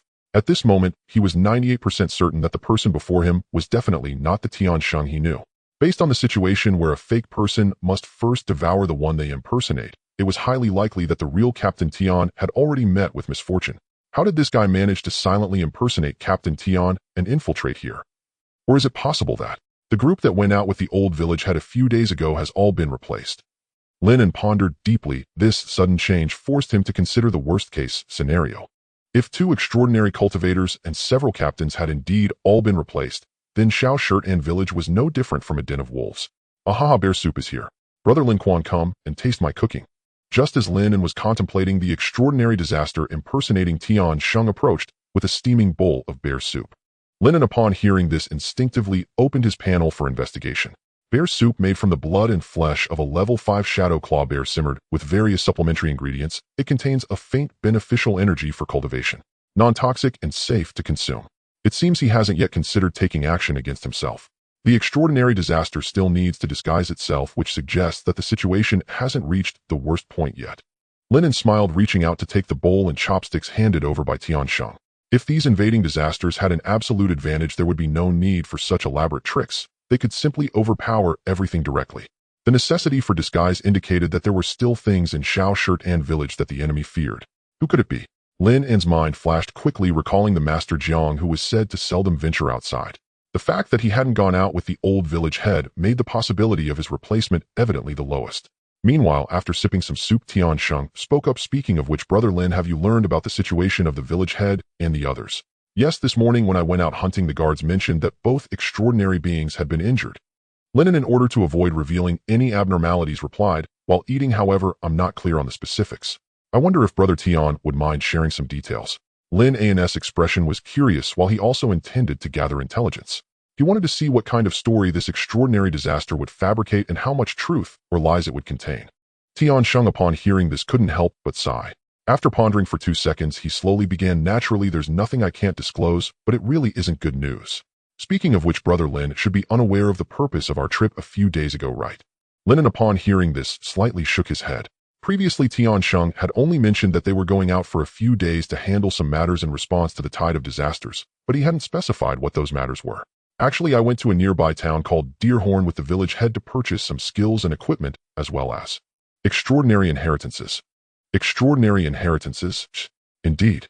Seeing Lin An's surprised expression, Tian Sheng continued, I, along with the captain of the guard team Zhang Jiu, have already reached the pinnacle of level 10, just a step away from becoming extraordinary. In order to deal with this tide of disasters, the village head and the chief commander made a decision. They chose to upfront the cost of the Guixu coins to purchase 2 extraordinary inheritances in order to give us a chance to break through early. After all, if 2 extraordinary beings could emerge from the village, the defense strength would significantly increase. Lin An nodded slightly, then asked, but shouldn't this be a good thing? How did it turn out like this? It was indeed a good thing. The disaster, impersonating Tian Sheng, sighed, as if helpless, then continued, however, on our way back we unfortunately encountered a sentient disaster, chaotic fog. Under the cover of chaotic fog, we lost our sense of direction and soon got separated. I and Zhang Jiu were fine. Oh, perhaps we were too weak, so we went unnoticed, but the old village head and the chief commander were ambushed by the extraordinary disaster. Extraordinary disaster? Lin An inquired what type of disaster could even overpower the village head and the others. The old village head encountered 2 extraordinary beings from the Merman tribe. Hearing this, Tian Sheng explained, as for the chief commander, he faced an anomaly that was lurking within the chaotic fog. Because the village head is strong, he managed to fend off 2 without suffering much injury. However, the chief commander was severely injured by the anomaly in the fog. His right arm was completely severed and devoured. If it hadn't been for the approaching darkness, he might have perished on the spot. In the dark of night, maintaining a low profile and minimizing any noise to avoid drawing the attention of the anomalies had become a consensus among all beings of Guixu. Thus, whether it was beasts or anomalies, seeing that they couldn't take down these humans before nightfall, they decisively chose to retreat. After all, risking one's life for a hunt was evidently not worth it, whether for humans or for beasts and anomalies. The subsequent events also aligned with what the guards had mentioned. The injured group of 4 hurried back to Shao Shirtan village overnight, but how many of them were truly human remained uncertain. At the very least, Captain Tian was likely replaced by a fake during the chaotic fog. Moreover, another extraordinary cultivator, the captain of the guard team Zhang Jiu, also seemed highly likely to have been replaced by the disaster in Lin An's view. After all, even disasters would pick soft targets. There was no reason to devour Tian Sheng while letting. As for whether the old village head and the chief commander had been replaced, that remained uncertain for now. However, Lin An speculated that not all 4 of them were likely to have been entirely replaced. If all 4 individuals were indeed fakes, there would be no need for such elaborate disguises. After experiencing injuries from a fierce battle, they could simply return to the village openly. The necessity for disguise indicated the presence of a real person in the group. Lin intended to believe that the village head was indeed real, which better explained why the group could rush back to the village overnight. After all, the village head not only had the highest status and great strength, but he was in better condition than the other extraordinary chief commander. If even the village head had been replaced by a fake, he could have suggested spending the night outside until dawn before returning to the village. By that time, the injured chief commander would naturally be like a fish on the chopping board at the mercy of the disasters. Through deduction and logical reasoning, Lin An quickly arrived at a conclusion. Master Jiang is a real person. The old village head is also real, while the chief commander remains questionable. As for the 2 captains, they have already been replaced by the disasters. In other words, there are at least 2 extraordinary disasters in the village now, and possibly even more. At least 2 extraordinary pseudo-beings are present, and outside there are also 2 extraordinary fishmen lurking with malicious intent. Moreover, there might also be chaotic mists or similar entities thinking of striking at Shao Shirtan village. Simultaneously, as the tide of calamity grows increasingly fierce, the strength of these disasters will receive a temporary boost. In contrast, the only confirmed extraordinary cultivators in the village are the old village chief and Master Jiang. The thought that these disasters could collaborate and launch a surprise attack on the two extraordinary beings thus breaching Shao village made Lin An feel as though he had donned a mask of anguish. I have barely been in the novice village for a few days and now it seems like the novice village is about to be destroyed. I must say this is truly a disaster-laden survival game. Perhaps I should prepare to flee. Lin An pondered rapidly as he lowered his head to sip his soup. After all, he had only been in this village for a few days, and the few people he had interacted with were quite limited. The only person he could consider somewhat familiar, Captain Tian, had already been replaced by the disasters. Therefore, there was really nothing to hold him back here, and fleeing would be a low burden. But the problem is this world of the Return to the Ruins seems excessively vast. Who could imagine that the distance just between the village and the nearby towns could reach several hundred kilometers?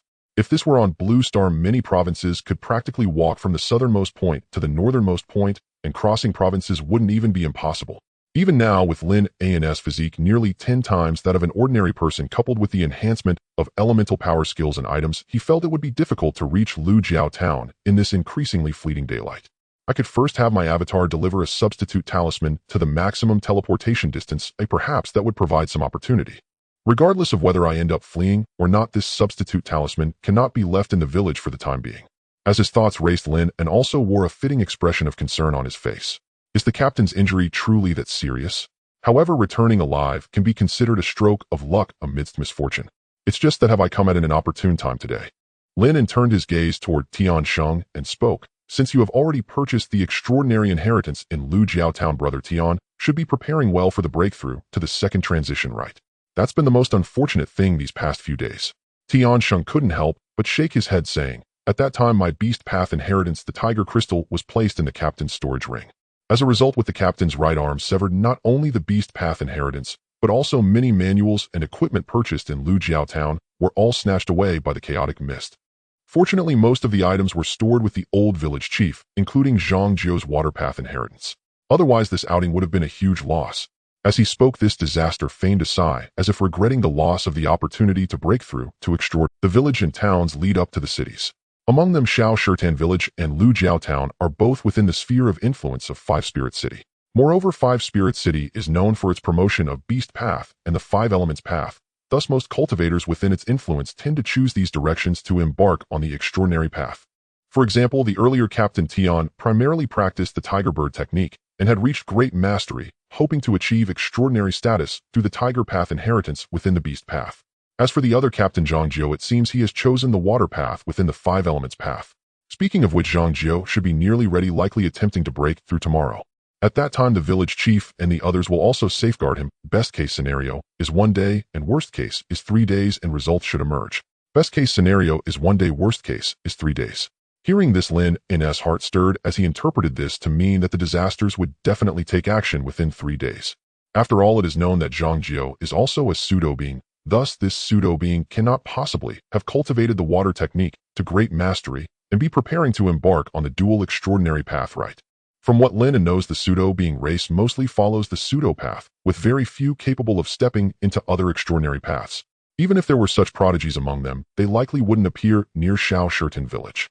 Therefore, this pseudo-being could at most delay for 3 days. If they do not break through, it would surely raise suspicion among the others. Though they could pretend to have failed to break through, even if they did not pass the test, there should still be some manifestation of water elemental cultivator's path aura. If there were none at all, it would similarly attract the attention of the old village chief, an extraordinary being. When the time comes, the meticulously prepared deception of these disasters will be exposed. Thus, they will certainly choose to seek an opportunity to severely injure or even kill the remaining extraordinary beings in the village before being discovered. I hope Captain Zhang can successfully break through. Lin An spoke, then turned to Tian Sheng, saying, Brother Tian, don't be disheartened. Being able to return safely this time can also be considered fortunate. I believe that when the next opportunity for extraordinary inheritance arises, you will surely succeed in your breakthrough. Lin An offered comfort, though he couldn't help but ponder whether the Tiger Path extraordinary inheritance had truly been taken by the chaotic mist, or perhaps it is actually in the hands of these pseudo-beings. After all we have are the words of this guy. He who knows whether the captain was genuinely gravely injured by the strange occurrences in the mist, or if he was attacked, or even devoured, and replaced by these extraordinary pseudo-beings. If the truth is that the pseudo-beings and fishmen both attacked the two extraordinary beings, then the possibility of the captain's spatial ring being in the hands of these pseudo-beings cannot be dismissed. The Tiger Bird Path. Lin An pondered while Tian Sheng sighed after hearing his comfort. Let's hope so. Forget it, let's not talk about these troubling matters. Let's eat. As Tiansheng concluded, the two ceased discussing this operation and instead spoke about some trivial village matters. After enjoying their meal, Lin An naturally suggested returning home to rest and stepped out of Tiansheng's house. The disaster disguised as Tiansheng watched Lin An's figure gradually recede, his eyes flickering slightly. Level 7, he was the one who killed Lu Cheng and the others back then. He truly is intriguing. However, he probably hasn't realized his own issues. Plus, having just entered the village and being unfamiliar with the surroundings, he likely won't stir up much trouble. Nonetheless, to be safe, I must take some measures to ensure he does not have the chance to meet any other extraordinary being. Thinking cautiously, the pseudo-being then directed its gaze toward the blazing primal hearth not far away. Under the illumination of this hearth, even though it had already transitioned twice, facing this strange firelight caused its body to involuntarily ache. It truly is a remarkable tool for combating darkness. Too bad it cannot be utilized by me. In that case, it must be destroyed. In the world of Guixu, in the small village of Shirtan, Lin An finally let out a slow sigh of relief upon returning to his room. After all, sharing a room with an extraordinary imposter was undeniably stressful. Any slip in his performance could provoke a violent outburst. The primordial fireplace outside continued to blaze fiercely, yet this time it failed to provide Lin An with any sense of security. Watching the flames enveloping the entire village, he fell into deep contemplation. What I need to do next is quite clear, essentially 2 points. Prepare an escape route and find a way to counterattack these extraordinary disasters. The first point is evidently the most important. After all, ensuring one's own safety comes first, otherwise everything else is meaningless. Currently, the best escape route would be to place a substitute talisman on the road to the eastern town.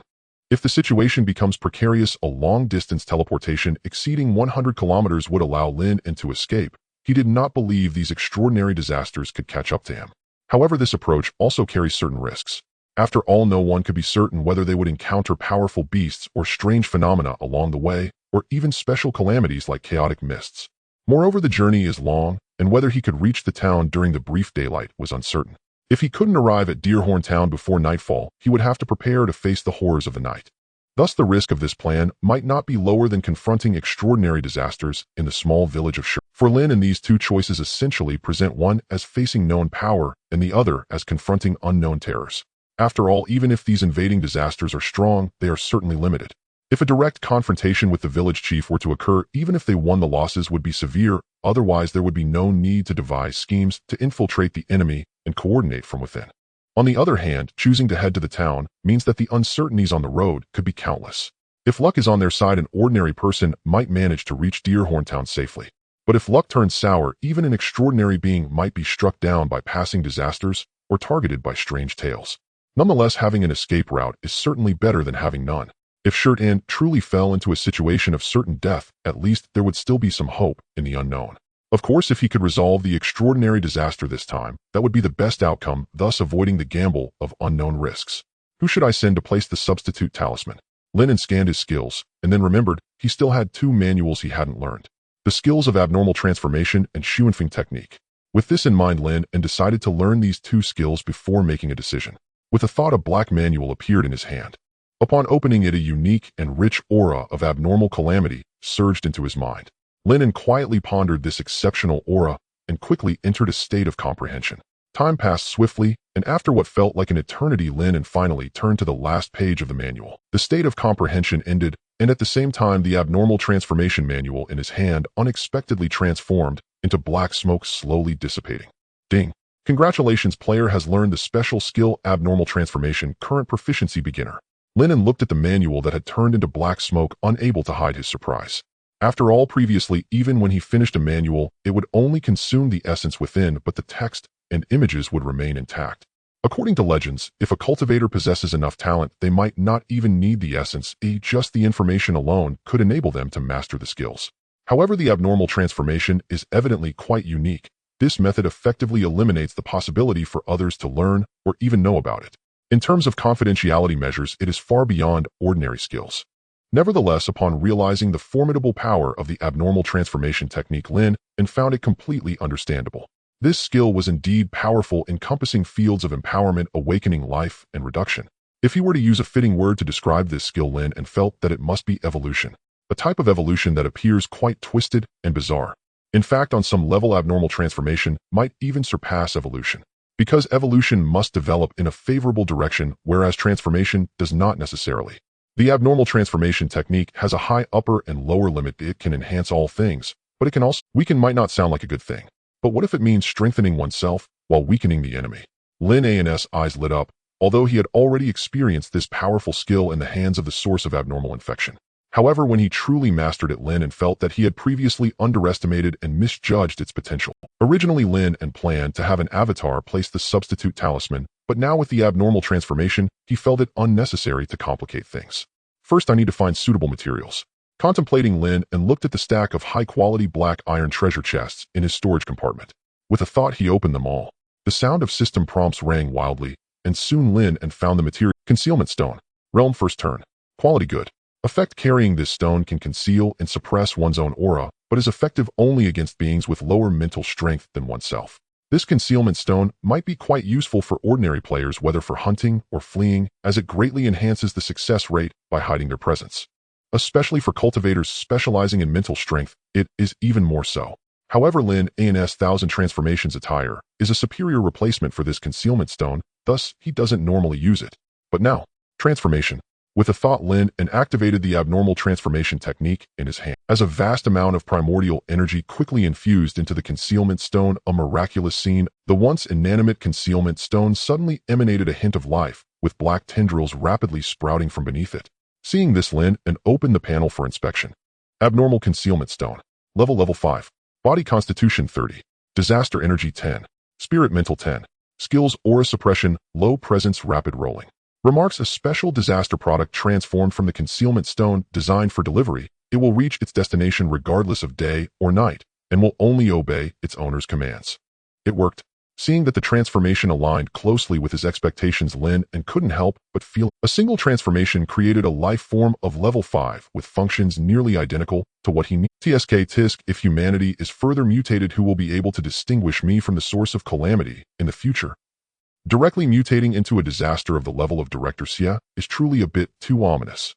Lin An complained, and with a thought, a talisman appeared between his fingers.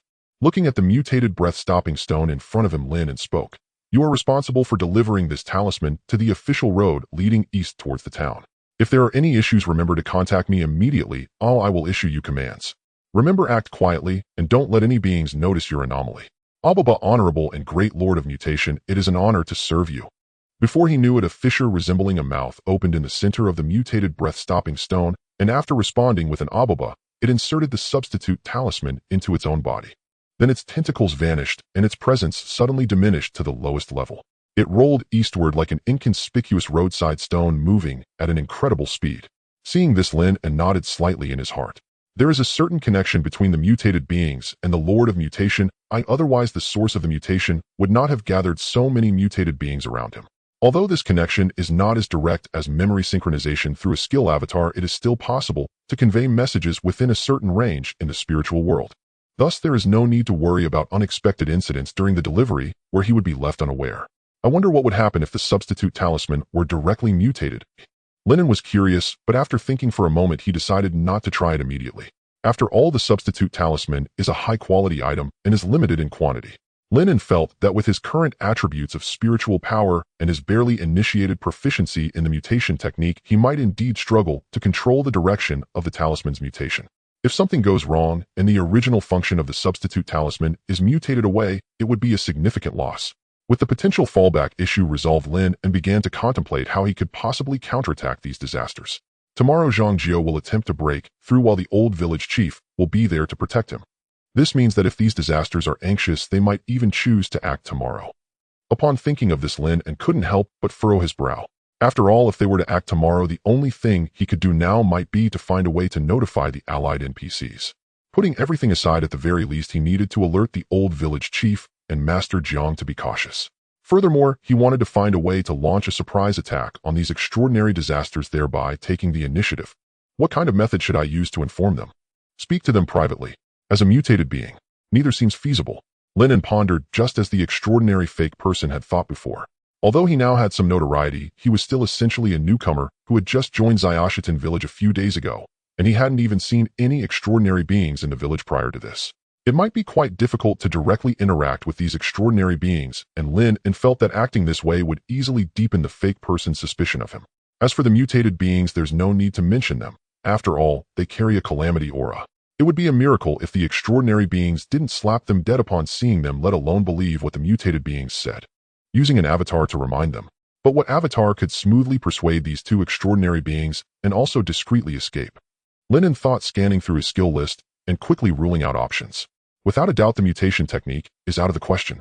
As for the hockey tiger, it has a physical form, so avoiding the gaze of ordinary cultivators might be acceptable, but dodging the perception of extraordinary disasters would likely not be easy. Although hockey lay can transform into thunder, the sound and brightness of thunder are too high, it might be worse than the hockey tiger. As for common skills like sprinting and basic sword techniques, there is even less to consider. What form would an ultimate substitute talisman take? Can I draw a substitute talisman at will? However, the avatar generated by this skill would likely have the same appearance as himself and would not be able to transform into a tiger or a thunder elemental spirit like hockey tiger or hockey lay, which is inappropriate. After some selection, Lin An's gaze landed on the unlearned secret technique, Horrifying technique. A gentle breeze. It seems like this is indeed the most suitable choice. Thinking of this, Lin An no longer hesitated and opened the secret technique again, entering a state of comprehension. The night grew deeper, and the primordial fireplace outside continued to burn fiercely, as if it would never stop. In the spiritual world, the skill avatar talisman that was originally in a cooldown state gradually regained its brightness, ready for use at any time. At the same time, Lin An also successfully flipped to the last page of the Horrifying technique secret book, and its inner essence was completely exhausted. Ding! Congratulations, player, for acquiring the excellent skill Horrifying technique, current proficiency beginner. As the panel prompt echoed in his mind, Lin An focused and activated the skill avatar talisman. It's decided, you are the one, hockey phone. With a flash of a 5-point star in the center of his brow, a small figure resembling hockey lay appeared before Lin, and only its color had changed to that of a blue wind elemental. This is my real body, let me show you my skills. Victory is already assured. Hockey phone confidently stated, then transformed into a breeze and quickly disappeared before Lin An. Seeing this, Lin An couldn't help but stroke his chin. How does this guy's personality seem different from what he imagined? While Lin An was pondering, hockey phone completely merged into the breeze and swiftly flew towards the village's office. According to custom, the old village chief would generally be there at this time to handle official business. Sure enough, hockey phone soon saw two figures in the office. One was an old man with slightly graying hair, and the other appeared somewhat careless with a handsome middle-aged man whose right arm was clearly recently reattached. Zhang Shuangxi, village chief of Xiaoshitan level. Name, level. Two pieces of information popped up simultaneously on Lin An's panel. The old village chief could see his name, but the captain showed up with all question marks, just like the replaced Tian Sheng. Although the panel didn't say anything at this moment, it had already conveyed everything. Even the captain had unknowingly been replaced by a fake person. Not good, the plan has changed. Seeing the old village chief sitting together with the fake person from afar, hockey phone thought to himself that the monitoring of extraordinary beings by these fakes was tighter than he had imagined. With this fake present, it was impossible for him to convey any message. Thinking of this, hockey phone turned around and left without hesitation. Meanwhile, the old village chief suddenly looked up, thoughtfully scanning the direction in which hockey phone had departed. Did you notice anything unusual? Unusual? No. Upon hearing this, the fake person felt a pang of anxiety, almost thinking that the village chief had discovered his disguise. It's nothing, maybe I misread it. It's like this when you get old. The old village chief casually spoke, but his gaze flickered slightly. The captain, who focused on physicality and entered the second transition of beast path, actually had worse perception than himself. In the world of Guixu, in the village of Little Stone Pond, unaware of the conversation between the village chief and another, hockey phone let out a sigh as he swiftly ran away. Initially, he thought of persuading the old village chief with his silver tongue, hoping that even if he couldn't completely convince him, at least he could make him more cautious in facing Tian Sheng and the others. However, that artificial human was actually monitoring the old village chief closely, leaving hockey phone feeling utterly powerless. He feared that a single glance more would result in disaster. Recalling the scene of hockey lay being crushed with one hand, hockey phone couldn't help but shake his head. I can't go back to the old village chief for now, and next I can only see what Jiang Fusher is up to. I heard this Fusher is a reclusive hermit. Surely the artificial human won't be brazen enough to keep an eye on him. Hockey phone pondered as he quickly made his way to the large courtyard located north of the original fireplace, towering 3 stories high. A gentle breeze blew, and soon hockey phone arrived outside the 3rd-floor window. At the same time, a slender figure in a loose Fusher robe appeared before him. Jiang Shuang level. At this moment, the figure appearing to be in her 30s or 40s was bent over a desk, continuously scribbling on talisman paper. Her expression seemed a bit frantic with talisman papers and extraordinary materials scattered all over the messy room. Though she was quite pretty, the dark circles under her eyes made it look as if she hadn't slept in 10 days and nights, giving an inexplicable impression of being half alive. Damn, what a strong stench of decay. How can there be such half-dead creatures in the Guixu world, and she's even a foo sure? Hockey Phone complained inwardly. Just then Jiang Shuiying, who had been focused on drawing talismans, suddenly raised her gaze towards the window. Her previously dispirited dark circles instantly sharpened her gaze, locking onto a wisp of breeze in the distance. Don't attack him, one of your own. With alarms blaring in his mind, and feeling the danger, Hockey Phone hurriedly called out, afraid of becoming the next Hockey Lei. Seeing that this Fusher did not immediately attack, he quickly attempted to fly in front of Jiang Shuiying. Bang! Wait, why is there a formation in this room? He crashed headfirst into an invisible energy shield, and Hockey Phone felt a sharp pain in his head. Jiang Shuiying.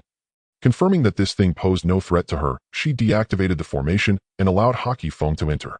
Ahem, that was purely an accident. Once inside the room, Hockey Phone quickly offered an explanation. Then he changed his appearance rapidly, officially revealing his handsome male form. Beautiful miss, allow me to introduce myself. Oh, I am Phone GG Phone. Where did this dead pig come from? No thanks. Jiang Fusher looked at the dead pig form of Hockey Phone, her lips twitching slightly, but her eyes showed a hint of curiosity. Even someone as knowledgeable as herself couldn't figure out what this creature was. Hockey Phone. What does no thanks even mean? Hearing such words from someone who could show up like this made him feel that Jiang Fusher, like himself, was probably not a normal person.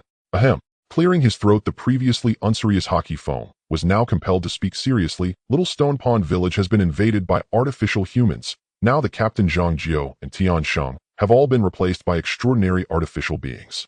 The village chief is currently with the captain, and he probably doesn't even know this, so I had to come and tell you. Additionally, there may be several disasters from the outside world eyeing Little Stone Pond Village. Who are you and how do you know these things? Upon hearing this, Jiang Shuiying raised an eyebrow and questioned. Hockey Phone, upon hearing, pretended to be profound. As I mentioned earlier, I am GG Phone, who does good deeds without seeking recognition. Where did your confidence come from? She and Liu were roommates, and every night, when Liu called Zhou Hao, because they shared the same dorm, she had overheard Zhou Hao talking about Qin Jibai's family circumstances. After saying this, Hockey Phone turned to leave. But in the next moment, he felt a powerful mental barrier firmly locking him in place. How can I verify what you just said? Jiang Fusher looked at Hockey Phone, her expression becoming somewhat serious. After all, according to this guy's claim, not only had the captain fallen, but there were also 3 extraordinary disasters disguising themselves in the village, eyeing them hungrily. Though she was curious about Hockey Phone's sudden appearance, it was clear that the safety of her and the village's lives was more. As for how to verify that, depends on your own abilities. Seeing that she was not going to let him go, Hockey Phone calmly replied, I'm just passing by to give you a warning. In any case, what you see now is not my true form. All threats to me are ineffective, and the rest is up to you. Not his true form. What could that mean? Could it be a special skill of a Wind Dao practitioner? Upon hearing this, Jiang Shuiying felt a stir in her heart, but didn't doubt it too much. After all, despite his low level, he still gave off a very unique aura. Someone who was not an extraordinary practitioner couldn't possibly achieve this. After 2 seconds of silence, Jiang Fusher released her mental restriction on Hockey Phone. Feeling free to move again, Hockey Phone did not hesitate and immediately turned to fly away. However, this time he certainly would not return near Lin An, but rather headed towards Tiger Gate without looking back, as if he were just an extraordinary practitioner passing through. After contemplating for a while, Jiang Fusher focused her thoughts, and a sound transmission talisman appeared in her. Village Chief, the situation is urgent. She quickly relayed what had just transpired. As the sound transmission talisman turned to ashes and dissipated in the air, the old village chief, who had been signing documents with his head down, paused his pen. But in the next moment, he continued signing as if nothing had happened. Artificial humans. Thinking carefully, the chaotic battle in the fog indeed seemed somewhat peculiar. The village chief pondered. He originally thought this operation was foolproof. Now it seemed that there would likely be unexpected developments. Just as the old village chief and others were trying to find a way to verify the identities of the artificial humans, Lin An in the room slightly nodded. Although Hockey Phone appeared a bit unserious, overall the task was completed quite smoothly. Not only did he raise the vigilance of 2 extraordinary practitioners in the village, but he also managed to escape, making it convenient for him to continue leveling up during the day. Thinking of something, Lin An decided to browse the forum. The tide of disasters is upon us. The recent attacks from monster beasts are becoming increasingly fierce. At this rate, I feel the village will not hold out much longer. Has anyone else noticed that the monsters we encounter while hunting have become stronger? Yesterday 2 bears turned tail and ran from our team, and today one almost knocked my captain sure out. Thanks for the invitation. In Guixu and the novice village has already been breached. I want to ask how to survive in the dark. I'm very anxious and waiting online. Within the forum, various distress posts surged rapidly. The scope of this disaster wave was somewhat beyond imagination, affecting players even in distant villages across the land. However, the disasters encountered were bizarre and varied. Some players faced monsters that hunted them down, while others dealt with ferocious beasts launching direct assaults, or even unique calamities engulfing entire villages. One could say that everything imaginable was happening to Lin and had also seen several posts from players who, like him, were experiencing invasions by imposters. However, their acting skills might not be as refined as some players had already been detected by the imposters, and were now filled with trepidation and anxiety. Yet this was not the unluckiest of situations, as a small number of players had already seen their novice villages breached by monsters. Players with better luck might still manage to escape the village and struggle for survival, while those with worse luck were likely already eliminated. Speaking of which, one wonders if those players who died in the internal test will have another chance to enter the game after the public release. Lin An suddenly pondered this question. As it stands, a nationwide game release seems inevitable, and everyone should have the chance to enter the Guixu world. Of course, the prerequisite is surviving until the game is publicly released. In the past, quite a few players had perished during the mid-phase of the aberration infection or were killed by sudden disasters. In reality, there are no chances for revival, or death is truly the end. Shaking his head slightly, Lin An continued to scroll down, and soon a post with rapidly increasing popularity appeared before him. Noticing that it was a survival guide issued by the Anomaly Management Bureau, Lin An focused his thoughts and opened it. Survival guide during the calamity wave. As the calamity wave intensifies, many players must have felt the immense pressure. According to investigations, there is currently only one stable way to survive the calamity wave, which is to head to the nearby towns.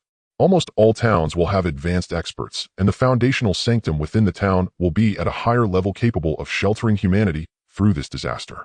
However, it should be noted that the distance between known villages and towns is generally between 300 to 1,000 kilometers. Moreover, the unknown factors on the road are numerous, and the risk level is hard to estimate. Therefore, it is recommended that players join trade caravans, regular patrol teams between villages and towns, or groups led by other extraordinary beings before taking action. Additionally, there are high entrance fees and rents in the towns, and even low-level cultivators may find it very difficult to pay these fees. Thus, whether to go to the towns requires careful consideration. If one chooses to stay in the village, then the most important thing for players to pay attention to is the whereabouts of extraordinary beings, and whether any strange events or individuals have appeared in the village. If important information can be obtained through the interface, one may seek appropriate reasons to inform the cultivators within the village. But remember, just as the initial hint stated, do not expose your identity as a player, and do not let others suspect. Currently, all players who have exposed their identities are dead for reasons unknown. It is reasonable to deduce that players must not behave too far beyond the norms of the Guixu world, or they may arouse suspicion. However, if one behaves like a native genius or prodigy of the Guixu world, then there should be no problem. For example, being able to grasp a skill after just one glance, while exaggerated, is something that beings in the Guixu world can achieve, hence it will not raise doubts. Since each village faces different disasters, the subsequent discussion will focus on dark survival strategies after the village has fallen. Monsters are a very special existence, and may not even be classified as living beings. For monsters, night is equivalent to day, while day is equivalent to night. Therefore, beings under the cover of light are in a blind spot of the monster's vision and can temporarily avoid their gaze. However, light is not absolutely effective if there is too much noise or excessive movement, or if one remains in the dark for too long, it can still attract the attention of the monsters. Additionally, it is said that beings with higher extraordinary sensitivity are more likely to catch the monster's attention. Thus, a mortal may lie completely still for an entire night outside and remain unharmed, but it is much harder for a cultivator to achieve this. There is not just one type of monster. After finishing reading the information issued by the Anomaly Management Bureau, Lin An felt somewhat astonished. He sensed that the Anomaly Management Bureau's understanding of the Guixu world had suddenly advanced significantly. If he was not mistaken, some high-level players must have already arrived in the towns and collected more information. Truly a gathering of talents. Oh, I wonder how many levels these experts will gain upon their return this time. Could there possibly be one, or even multiple extraordinary beings emerging? Lin An pondered. Of course, he could not think that everyone else was standing still while he alone was progressing. In fact, this transformative period could be said to be the most fiercely competitive, where stagnation means regression. Lin An suddenly remembered the top-tier novice gift package. This item definitely would not be exclusive to him. However, he also recalled that the introduction stated the quantity was limited, and it was first come first served, so he was unsure if the package had already run out. While contemplating this, Lin An shook his head, not wanting to dwell on it too much. Although he was quite curious about what others would receive from their packages and whether he could use them together. After all, his talent awakening stone was a one-time item, and the skill transformation talisman had already. The only opportunity he had to sell the substitute talisman manual was directly consumed to enhance his proficiency to a small level. However, Lin An did not regret this, as the success rate of a novice substitute talisman was merely 10%. Even if he drained all his blood, he might not be able to draw 2 of them. At that time, he was weak and urgently needed survival tools, so he naturally could not afford to be too concerned. Even if the manual could be sold for a high value later, he would still use it to enhance his proficiency without hesitation. Of course, pondering these matters now holds little significance. Improving oneself is the eternal path to success. With this thought, Lin An looked at the items obtained from the dozens of good treasure chests he had opened. Among them, there were nearly 10 skill manuals, although none were of excellent quality. Having more skills is having completed all necessary preparations, Lin An did not hesitate and entered a state of contemplation once again.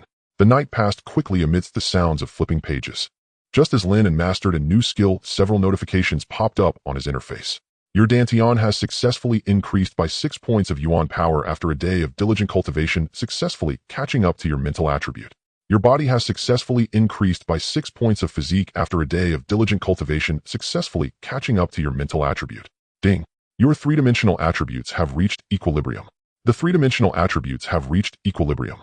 Upon receiving this message, Lin An focused his thoughts and took out a random attribute fruit. The apple-sized attribute fruit was quickly consumed, and at the same time Lin An felt a warm current rising within his Dantian. Under the influence of this magical warm current, his primal force began to slowly increase. Ding! Congratulations, your energy attribute has increased by 1. As the last remnants of the attribute fruit were completely consumed, a notification popped up on the panel. Indeed, it didn't boost my mental attributes. Fortunately, I played it safe. There's still one more. I'll wait for the 3-dimensional equilibrium before consuming it. Lin An pondered while looking at his latest player interface. Player Lin An going to the dock to gather some seagulls. Level 7 talent, 3-dimensional equilibrium experience, 90 defeated, an 8th level bone beauty 1 defeated, 7th level disaster 4, vitality physique 56, rising rapidly, chi primal force 51-7, spirit mental 50, rising rapidly, skills transformation technique, beginner wind technique, beginner substitute, talisman, major achievement, thunder technique, major achievement. Items, skill, avatar, talisman, substitute, talisman, cat, face, mask, 1000 changes, outfit. Current status good compared to when he just leveled up. His attributes had significantly increased, with vitality, chi, and spirit all surpassing 50. Experience has reached 90, and only the final 10 is needed for another level up. In addition to the new transformation technique and wind technique, the proficiency of the substitute talisman has finally reached major achievement, making Lin An's success rate in drawing the substitute talisman now 90%. Although it seems he had never failed at drawing before. Satisfied, he nodded, and at that moment the sky outside finally began to brighten. Seeing this, Lin An glanced at the countdown on the panel. Return countdown 4800. There are still 2 days left. I aim to level up twice more.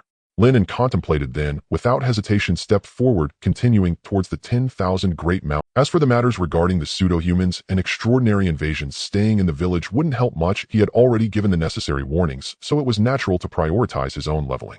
Under the respectful gaze of the guards, Lin An quickly walked out. When he reached a secluded spot, the long-awaited hockey wind immediately flew out in a flash. Finally, dawn has arrived. Last night, I felt like something was watching me the whole time. After merging with his main body, the skill avatar let out a slow breath. Although he left Little Stone Pond Village last night, Hockey Wind hadn't strayed too far, instead lingering near Tiger. Whenever a hint of danger arose, he would quickly return near Tiger Gate, entangled in the strange tales. After all, as a pure wind attribute skill avatar, Hockey Wind stated that he wouldn't emit light and could only rely on his agile movements to dodge and weave. Only when the first light appeared at the horizon did Hockey Wind quickly depart from Little Stone Pond Village to avoid detection by extraordinary cultivators or disasters. Alright, let's hunt quickly.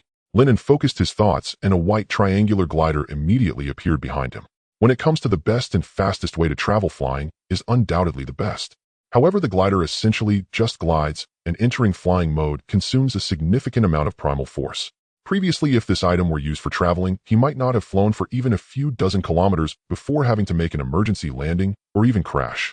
Naturally, leveling up through monster grinding wouldn't allow him to expend all his primal force on traveling. Ensuring his own state is a crucial lesson in wilderness hunting.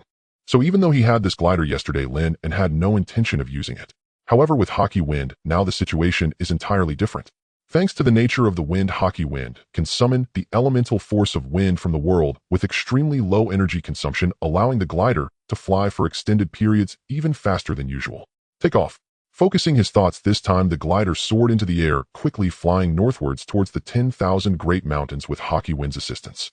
30 kilometers, 50 kilometers, 70 kilometers. As Lin An flew high above, he quickly traversed numerous safe zones, feeling a sense of shock at being able to overlook this vast world from above. This mountain range was simply too expansive. Even at an altitude of over 1,000 meters, he still could not see the end of the 10,000 Great Mountains. Looking up, Lin An discovered that even at 1,000 meters, he was likely still at the foothills of some distant peaks. Countless peaks soared into the clouds, making it impossible to see their true forms. Lin An suspected that even if Mount Everest from Blue Star were transported here, it would likely be just another ordinary peak among them. The return to the ruins. The end of everything. I wonder just how vast this world is. Reflecting on the prompts he received when he first entered the game, Lin An took a deep breath, feeling a surge of ambition within. The sky allows birds to fly freely, and the ocean lets fish leap. The broader the world, the greater the potential. The glider began to descend slowly at 80 kilometers, finally landing on a hillside. Stowing the glider away, Lin An focused his thoughts to activate the perfected level of the tiger bird technique, his eyes transforming into a brilliant and majestic gold. Returning to his original form, hockey wind also closed his eyes carefully, sensing the rhythm of the wind. After a while, hockey wind suddenly opened his green eyes and spoke to the west. There is a level 7 disaster, likely of the demon type. Not bad. Hearing hockey wind's words, Lin An raised an eyebrow in praise. He realized that these skill avatars indeed have their own unique strengths, with each one having its own merits within the same quality.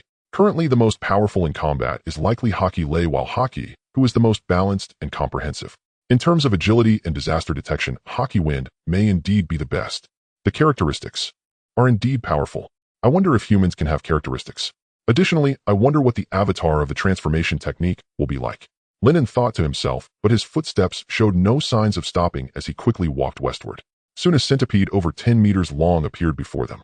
Centipede Spirit Level 7 Vitality, Physique 35, Chi Demonic Power 35, Spirit, Mental 22, Skills, Centipede, Kill, 1,000 feet, Poison, Rapid Recovery, Undead. This centipede spirit, like the transformed cockroach from before, gave off a rather unsettling vibe. Lin An did not hesitate and immediately unleashed a series of combos. Illusion, Thundercoin. A flicker of cold light flashed from the cat's eyes on the mask, and then thunder elemental force rapidly infused into the ruins coin, shooting towards the centipede spirit with a magnificent thunderous aura. Thunder is a powerful nemesis to these demons, and it effortlessly pierced through the centipede spirit, leaving it sizzling and charred all over. Even with skills like Rapid Recovery and Undead to save its life, the centipede spirit quickly lost all signs of life under the electric shocks of the thunder. Killed. A level 7 centipede spirit, experience increased by 10. Ding. Experience is now full. Would you like to level up? Upgrade. Upon seeing the experience points reach 100 once more, Lin An did not hesitate and directly clicked confirm with a thought. A vast energy immediately appeared within his limbs and bones, quickly integrating into every cell of his body as Lin An's vitality and aura grew even stronger at this moment. Ding. Congratulations, player attribute 7. Gained 7 free attribute points. Breaking through to level 7, all attributes increased by 7 points. Looking at the remaining 7 free attribute points, Lin An did not hesitate and directly allocated them to the currently highest energy attribute. With a thought, Lin An opened the panel to check his status after the breakthrough. Player Lin An going to the dock to catch some seagulls. Level 8. Talent, 3-dimensional balance. Experience 0. Vitality, Physique 57-7, rapidly increasing. Chi Elemental Power 65-14. Spirit Mental 57-7, rapidly increasing. Skills, Transformation Technique, Novice, Wine Technique, Minor Achievement, Substitute, Talisman, Major Achievement, Thunder Technique, Major Achievement.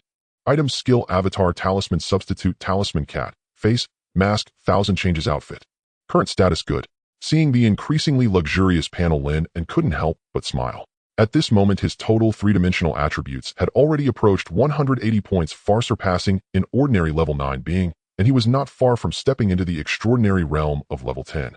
Most importantly, his highest elemental power attribute had already reached 65 points. In other words, under the effect of the 3-dimensional balance talent, all his attributes would eventually reach 65 points, and at that time his total attributes would be nearly 20 times that of an ordinary person. Even though he had not yet reached the second transition into the extraordinary realm, it would not be an exaggeration to call him a minor Superman at this moment. So exhilarating. Hockey, continue your actions, swiftly striving to gain more experience points today, or even level up again. Okay. With Lin An's breakthrough, Hockey Fong, whose level and vitality also soared, was equally excited, and he closed his eyes again to feel the rhythm of the wind. Meanwhile, while Lin An and the others were striving to level up in the village of Little Stone Pond, the old village chief and the chief of the guard team also got up as the sky was slightly bright and came to the room of Captain Zhang Jiu. The young man, dressed in blue and appearing to be only in his late 20s, was currently sitting in the room looking somewhat. Seeing Zhang Shuangxi and the chief arrive, Zhang Jiu hurriedly stood up. "Father Captain, you have arrived," he spoke while looking at the two extraordinary beings. The old village chief looked at his son, whom he had raised himself, with a calm expression as always. After a while, the old village chief spoke. "There is no need to be too nervous. Being able to reach level 10 perfection at your age is sufficient proof of your excellent talent. If your mother could see this scene from the heavens, she would surely feel greatly comforted. After your successful breakthrough, let's bring some exotic fruits and offer a good tribute to her." Upon hearing the village chief's words, a hint of just the right sadness flashed in Zhang Jiu's eyes. "All right, father."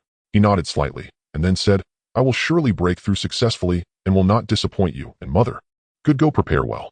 Seeing this, the old village chief, Zhang Shuangxi, who usually had a serious expression, also showed some joy and then took out a water blue crystal from his storage ring. It was indeed the water elemental extraordinary inheritance.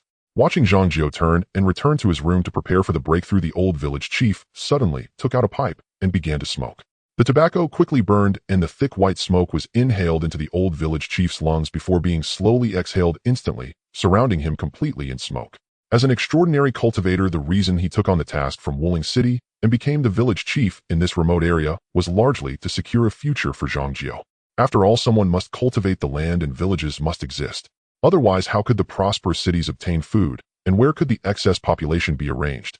However, the most important thing was actually the original furnace, a special structure that held great significance for even a low-level first transition. Original furnace could ignite and protect itself from damage and extinguishment. However, villages without extraordinary beings usually have a hard time surviving for long, and under normal circumstances, high-ranking extraordinary cultivators would naturally be unwilling to guard dangerous and remote villages. Therefore, most cities issue tasks providing generous rewards to these stationed extraordinary beings. Zhang Jiu's ability to reach the realm of level 10 perfection and half-step extraordinary at under 30 was undoubtedly related to the resources invested by the village chief.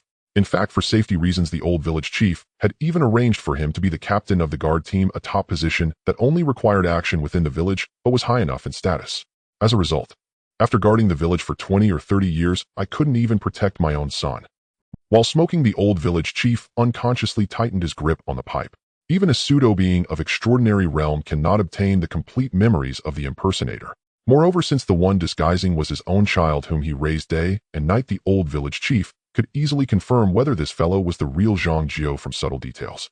Surrounded by smoke, the chief of the guard, who was also an impersonator, did not find it strange, but quietly observed. After all, anyone who has stayed in the village for a while knows that the village chief is somewhat of a chain smoker, always smoking during significant events. And now that his son was about to break through to the extraordinary realm, it was quite normal for him to smoke during such an important matter. Thus, at this moment, the chief was thinking about when the clan leader would let them take action. At this time, a figure dressed in talisman master robes slowly approached. "Zhang Master, why are you out today?" Upon recognizing the visitor, the chief was suddenly startled. However, the strong composure of the impersonator allowed him to respond normally to the current role, naturally opening his mouth to ask. "Naturally, I was invited by the village chief." With a thought, Jiang Shuang suddenly produced a stack of talismans. While quickly sticking these talismans to the outside of Zhang Jiu's room, she said casually, "The village chief spent a great deal of money to invite me to draw these talismans for Zhang Jiu to ensure his successful breakthrough. With my talisman's assistance, this kid's success rate for breakthrough can increase by at least 20%. Upon seeing this, the impersonator frowned slightly. He could not understand the talismans and could not judge whether these few talismans were genuinely meant to assist in the breakthrough. However, with Zhang Master here, the impersonator felt that the plan for ambush would likely need to change. Meanwhile, Tian Sheng, who was far away, suddenly stepped out towards the village entrance. In the world of Guixu at the village of Little Stone Pond. "Good morning, Captain Tian, Captain Tian." With a series of respectful greetings, Tian Sheng stepped out of the village. However, this time, he was not heading to the Iron Fist Rabbit Forest, which was commonly visited by members of the hunting team, nor to the Great Mountains in the north, but rather to the deep and boundless water pool in the west. Although it is called a water pool, its area is not much smaller than a medium-sized lake on Blue Star, and it might even be a bit larger. More importantly, no one knows how deep this water pool is or where it connects to. One can only say that in this vast and boundless world of Guixu, even the ordinary ponds recognized by the local natives are far beyond the small ponds of Blue Star. Tiansheng, or rather the pseudo-human, stepped closer to the water pool.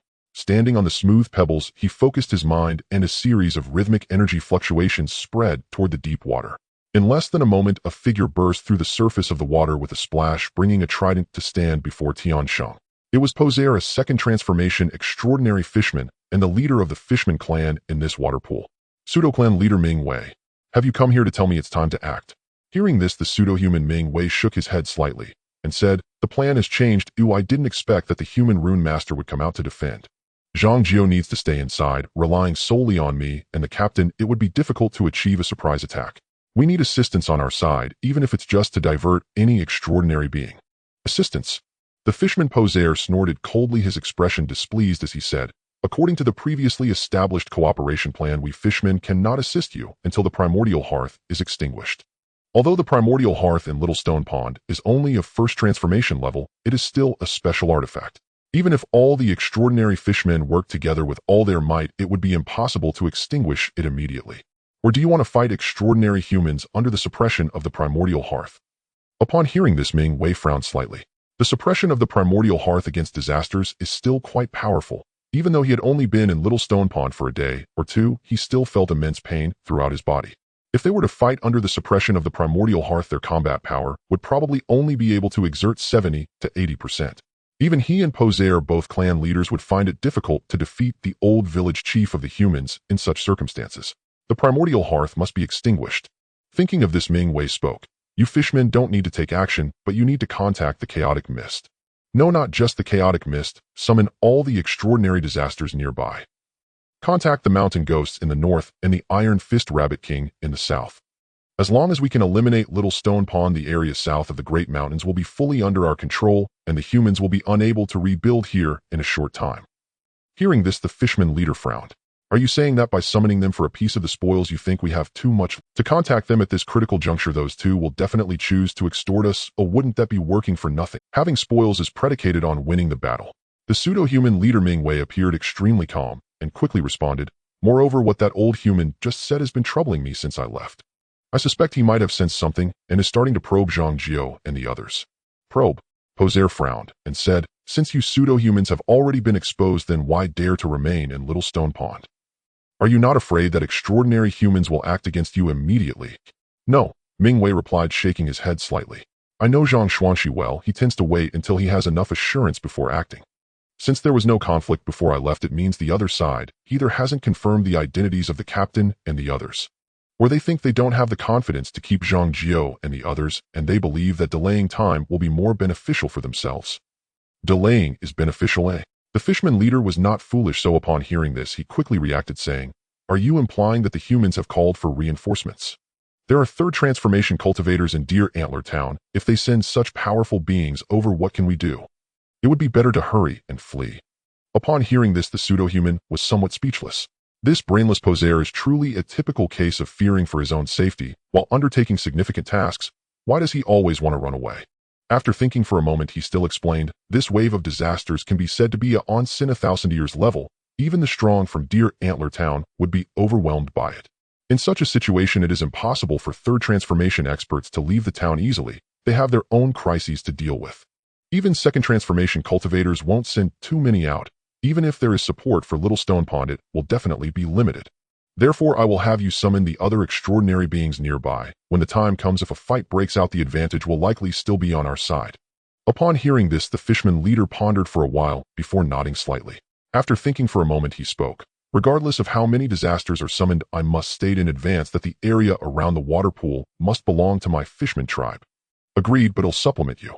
The pseudo-human readily agreed, directly stating, as long as you can extinguish the primordial hearth, it will absolutely be the greatest achievement, and I can guarantee that you won't lose a single share of the spoils. They'll give you a supplement. While verbally agreeing, Ming Wei thought this way in his heart. When the time comes, I will directly form alliances to be the first to kill your fishman tribe. I will dominate this entire area sooner or later. At this moment, the pseudo-human leader was already secretly considering whether to run away after the fishmen and disasters destroy the primordial hearth. After all, as long as the primordial hearth is gone, regardless of whether the human extraordinary beings live or die, they will have to leave Little Stone Pond.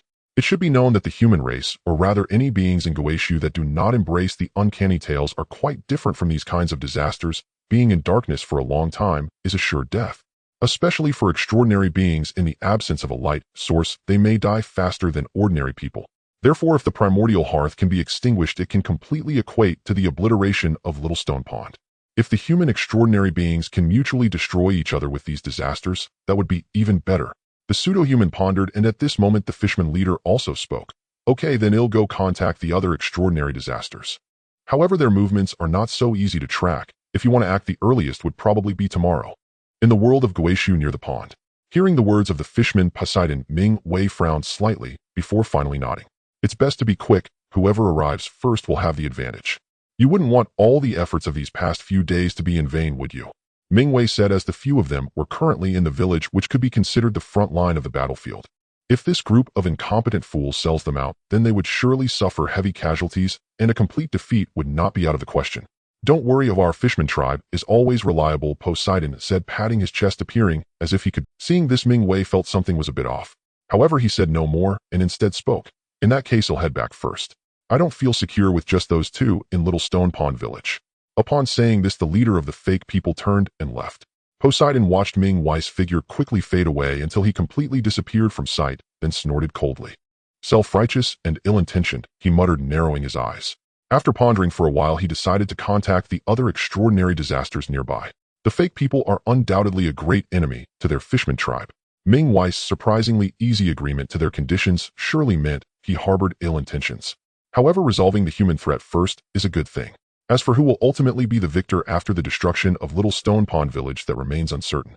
In any case, they fishmen do not need to engage in a direct confrontation, they only need to eliminate the primal fireplace.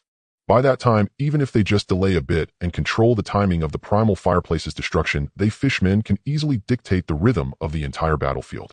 Poseidon Bay, you go north to find the mountain ghost. However, this old rogue is quite cunning. Convince him if you can, or it's no big deal if you can't. Understood, big brother.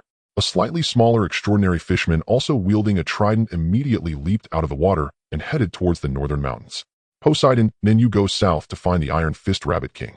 That rabbit is all muscle, it should be easy to bait. As for the benefits, just promise whatever you want, the fake people will foot the bill for everything. Got it, tribe leader. Another fishman identical to Poseidon Bay in appearance and aura surfaced and quickly headed south upon hearing the leader's command. However, if Ming Wei and the others saw this scene, they would surely be greatly astonished. For in their impression, the fishman tribe had always only had two extraordinary members. Even when they had teamed up with the chaotic fog to besiege the village chief and others a few days ago, only two extraordinary fishmen had been deployed. Yet now 3 extraordinary fishmen had emerged. Another troublesome disaster to find. I wonder when this guy will leave. The fishman tribe leader rubbed his temples and walked east, feeling slightly headache. As for whether he could persuade the chaotic fog, the fishman tribe leader was not worried. After all, this disaster loved to bring chaos to various places, and for such significant matters affecting a whole region, it would surely be willing to get involved. However, the fishman tribe leader felt that the thinking of many disasters was completely unlike that of normal beings, making communication quite difficult. On the other hand, after leaving the pond, the leader of the fake people did not choose to return directly to Little Stone Pond Village, but instead headed back to his own tribe's territory. Keep a close watch on all cultivators approaching Little Stone Pond Village, especially those extraordinary ones coming from Deerhorn Town. Any signs of unusual activity must be reported to me immediately. Yes, tribe leader. All the fake people responded in unison, then methodically began their surveillance actions. However, Ming Wei felt a sense of unease as he watched this scene. He certainly could not truly entrust his life and death to those extraordinary disasters. If their support was even a second slower than the humans, they would have to flee immediately. In fact, upon sensing that the old village chief might be testing Zhang Jiao and others, the leader of the fake people had already thought of retreating. After all, infiltrating the enemy's ranks was essentially to strike a fatal blow against the extraordinary cultivators at a critical moment. But now that the opponent was already on guard, executing a surprise attack was naturally quite unlikely. The problem is, while he and the commander could still find reasons to leave, Zhang Jiao, who was in the midst of a breakthrough, had no chance of escaping. Surely he couldn't say he was pausing the breakthrough to have lunch, right? If he dared to do that, it would be like branding him a fake person on his forehead, and it would likely trigger a battle on the spot. This area does not have many revived fakes. It took years to finally see a few extraordinary fakes emerge, and he felt reluctant to give up on Ming Wei. Moreover, if he did so, how would the other tribe members view him? It would be strange. Clearly he had disguised well previously, so what went wrong? The leader of the fake people was puzzled, but no matter how hard he thought, he could not imagine that the key issue lay with the young human who had unexpectedly come to have a meal with him yesterday. After all, from Ming Wei's perspective, Lin An had never interacted with extraordinary cultivators, but had gone hunting early in the morning. Sigh. With a soft sigh, Ming Wei chose to head back to Little Stone Pond Village once again. Meanwhile, within the 10,000 Great Mountains. Because the scene of Haki Lei being crushed by a claw was still fresh in memory, Lin An and Haki Feng did not venture too deeply this time, remaining in the range of 70 to 90 kilometers for hunting. However, with Haki Feng, a powerful disaster sensing machine, even hunting disasters above level 8, this time their progress was not much slower than yesterday. If anything, it was even quicker. It was still just noon, and Lin An had already killed 5 level 8 disasters again, with his experience points smoothly reaching 50. Why is it so hard to find level 9 and 10 disasters in this area? Floating in the air, Haki Feng could not help but complain as he carefully sensed the rhythm of the wind. Lin An calmly explained, the reason is simple: one mountain cannot accommodate 2 tigers.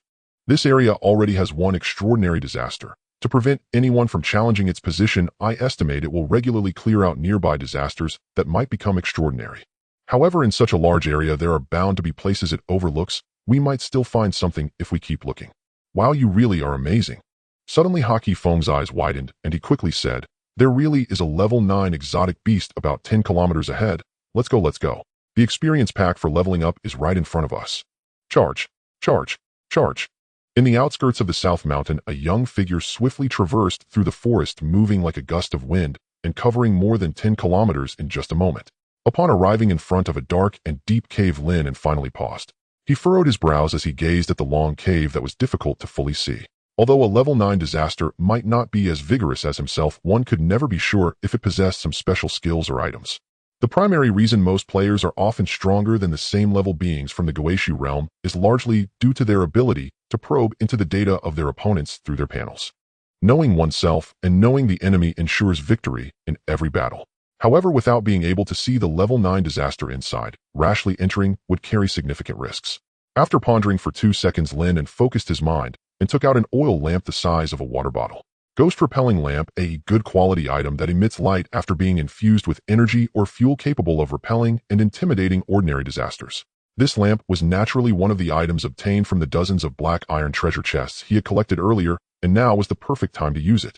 Transformation. A small amount of elemental force was quickly infused into the ghost-repelling lamp. As Lin An activated the transformation technique, the originally bright and warm lamp rapidly turned into an eerie crimson hue. Although the amount of elemental force infused this time was not much, Lin An had already advanced to level 8 compared to last night. Thus, the transformed ghost-repelling lamp had also reached level 5, just like the transformed breath-stopping stone. With a thought, Lin An opened his panel to check the status of this transformed item. Transformed ghost-repelling lamp. Level 5. Vitality, Physique 15. Energy, Disaster Power 20. Spirit, Mental 15. Skills, Crimson Thread, Ghost Attracting Light, Crimson Suppression. Remarks: a special disaster product transformed from the ghost-repelling lamp. It actively attracts and suppresses ordinary disasters and will only obey its owner's commands. Go ahead, Haki Wind, stay behind and confirm the situation first. Why, by Babu, noble and great master of transformation, I shall offer you everything. The ghost-attracting lamp loudly shouted a few phrases that only Lin An and other transformed beings could understand, then suddenly expelled a crimson thread, swiftly darting into the cave like a spider. Seeing this, Haki Wind quickly transformed into a wisp of breeze, silently following behind the transformed ghost-attracting lamp. This transformation technique is indeed useful, but also quite eerie. Moreover, it seems that the transformation is currently irreversible. At least the initial stage of the transformation technique is unable to achieve that. Lin An pondered, recognizing that the transformation had a noticeable effect on his strength. Inanimate objects could turn into bizarre life forms, and living beings could further gain new skills after transformation, though the cost would be becoming an ambiguous entity, neither human nor ghost. If in the future it were possible to transform temporarily and revert back afterward, Lin An would not mind undergoing transformation himself to see what it would be like. But for now, it was better to avoid it. After all, if he truly transformed himself, he would likely be killed by extraordinary cultivators before even entering a human town. Moreover, as his well-known strength in the game is merely a matter of version, but looks are a significant concern that follows one for a lifetime. While Lin An was contemplating deep within the cave, under Haki Wind's command to follow, the transformed ghost-attracting lamp sped up, its crimson glow quickly attracting the attention of several bats. However, as soon as the ordinary bats entered the crimson light, they were instantly suppressed and unable to move, allowing the duo to proceed smoothly. Soon several forks appeared before them. Ahead, the path in the middle. After carefully sensing for a moment the two quickly advanced along the middle path, while increasingly higher-level bats began to attack the ghost-attracting lamp. Blood-attracting bat, a type of group disaster with special energy transmission abilities. It seems this should be the lair of the blood-attracting bats. Hockey Wind thought to himself, then with a thought scanned the increasing number and higher levels of blood-attracting bats surrounding them. Wind. Wind. A great wind arises. In an instant, energy erupted, and the skill incarnation that inherited 80 of Lin An's attributes had its elemental force exceed 50 points. In a flash, a violent wind swept through the cave, blowing countless blood-attracting bats against the walls with utter force, and leaving them unable to control their movements. Many of the blood-attracting bats died on the spot, and Hockey Wind watched this scene with satisfaction. While he might not match Hockey Lei and Hockey Hu in unknown combat, when it came to area damage, Hockey Wind believed he was second to none. The intense battle quickly attracted the attention of the disaster dwelling at the deepest part of the cave. Suddenly, a piercing sonic wave echoed from within, reverberating throughout the cave repeatedly. The powerful sound wave even caused the transformed ghost-attracting lamp to develop fine cracks, and Hockey Wind felt as if he had suffered a mental attack, experiencing an intense headache. In the next instant, a blood-colored bat as tall as an adult swiftly flew out from the depths of the cave, its sharp claws smashing the transformed ghost-attracting lamp into pieces. At the same time, Hockey Wind finally saw the data of this creature. Blood-attracting Bat King.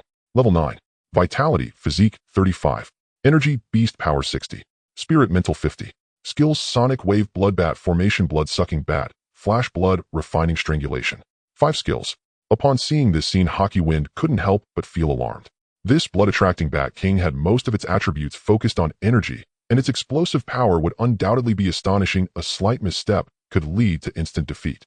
However, the drawbacks were also evident. It was fragile, and it would come down to who could eliminate the other first. The blood-attracting Bat King eyed Hockey Wind, and in the next moment its form flickered and appeared directly behind him. Blood Refining Strangulation. As the skill activated, powerful blood-colored sharp blades suddenly shot out from the blood-attracting Bat King's massive wings, completely surrounding Hockey Wind before him. The sense of impending doom pulsed continuously in Hockey Wind's mind.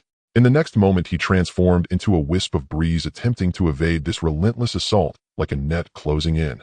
Crack! Despite his efforts, a portion of the dense blood-colored blades still struck Hockey Wind's body. Cough, cough. After a light cough, Hockey Wind, who evaded and created distance, discovered that the blood-attracting Bat King had once again activated Bat Flash to appear behind him, followed by another blood-refining strangulation. Whoosh, whoosh, whoosh, whoosh. After several consecutive evasive maneuvers, Hockey Wind was pursued by the blood-attracting Bat King and quickly became covered in wounds. Seeing the still energetic blood-attracting Bat King, he couldn't help but frown. This creature could unleash so many skills. Could it be that it didn't consume any energy? At that moment, he suddenly noticed that the previously densely packed blood-attracting bats were now all clinging to the walls of the cave. However, they were not dead. Instead, they were emitting faint glows, and these energy light points were continuously flowing towards the blood-attracting Bat King. Energy transmission. Realizing this, Hockey Wind finally understood that these small monsters had been continuously charging the blood-attracting Bat King. Normally, one captures the king before catching the thief, but this time the small minions must be eliminated first. Hockey Fong realized this, but the next moment the figure of the Bloodwing Bat King reappeared behind him.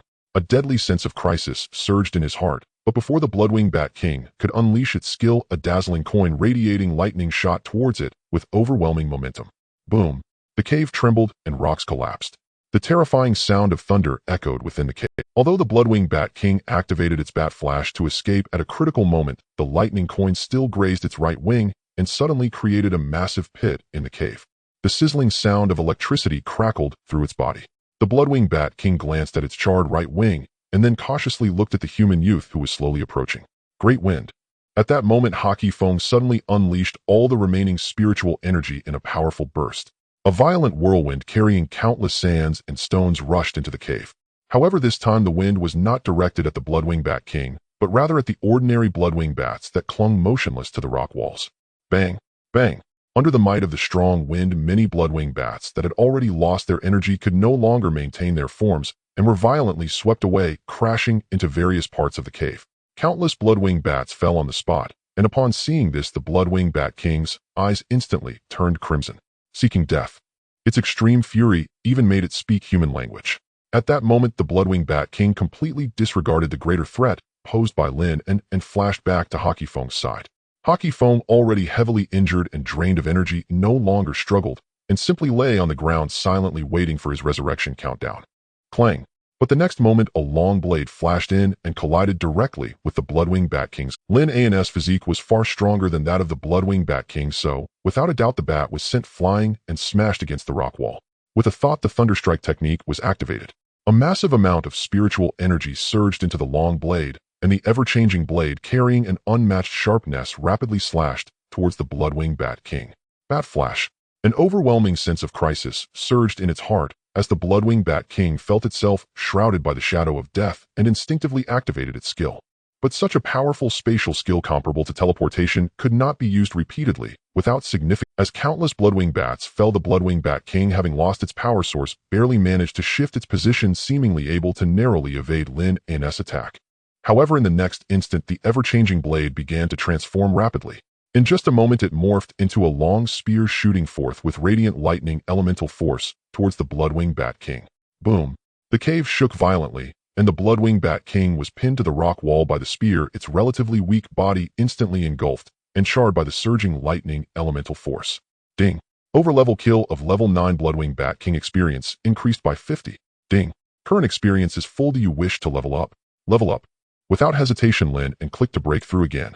The familiar warm flow of energy reappeared within his meridians, but this time the energy was even more abundant, swiftly filling his numerous meridians.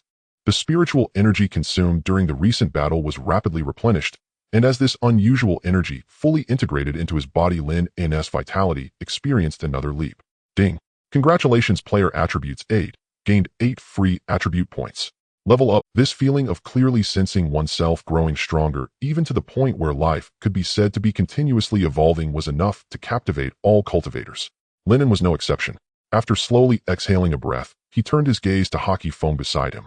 At this moment, Hockey Foam also broke through alongside his level up, not only returning to peak condition, but also significantly enhancing his spirit and energy. Clear out all the disasters in the cave and store the materials in the treasure chest. Got it. Hockey Foam nodded in response and began to clean up the remaining disasters. Meanwhile, Lin An, as per usual, allocated his free attribute points to his current highest energy. With a thought, he raised his gaze to the latest player interface.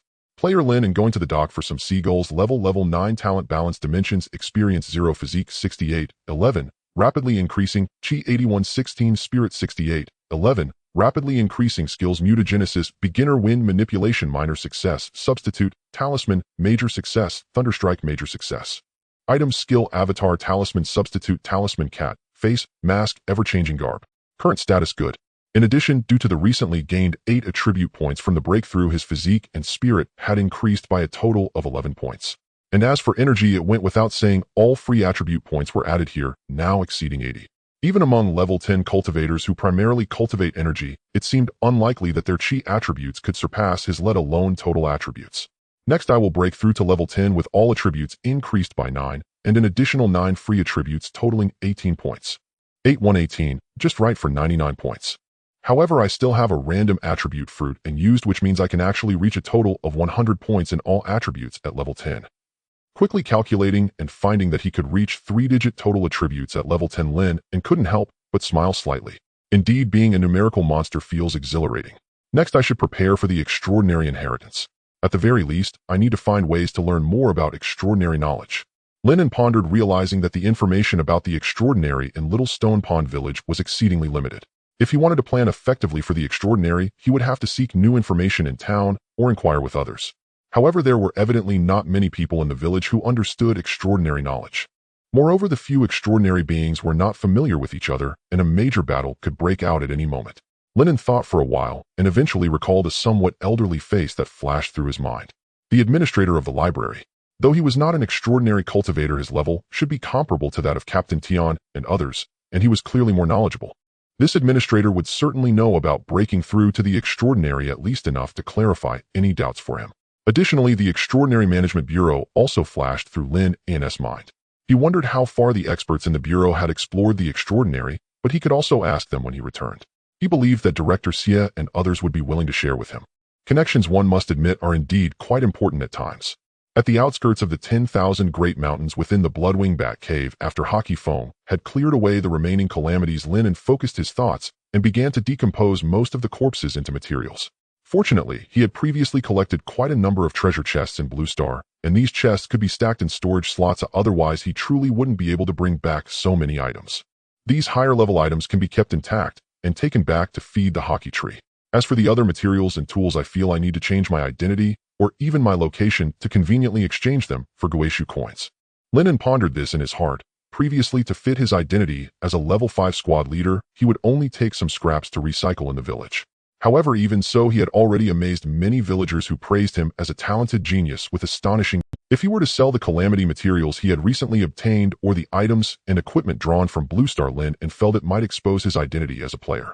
After all, a refugee who had just fled from afar a few days ago, even if exceptionally gifted, would not be able to suddenly produce so many treasures and upgrade at an extraordinary rate without raising suspicions.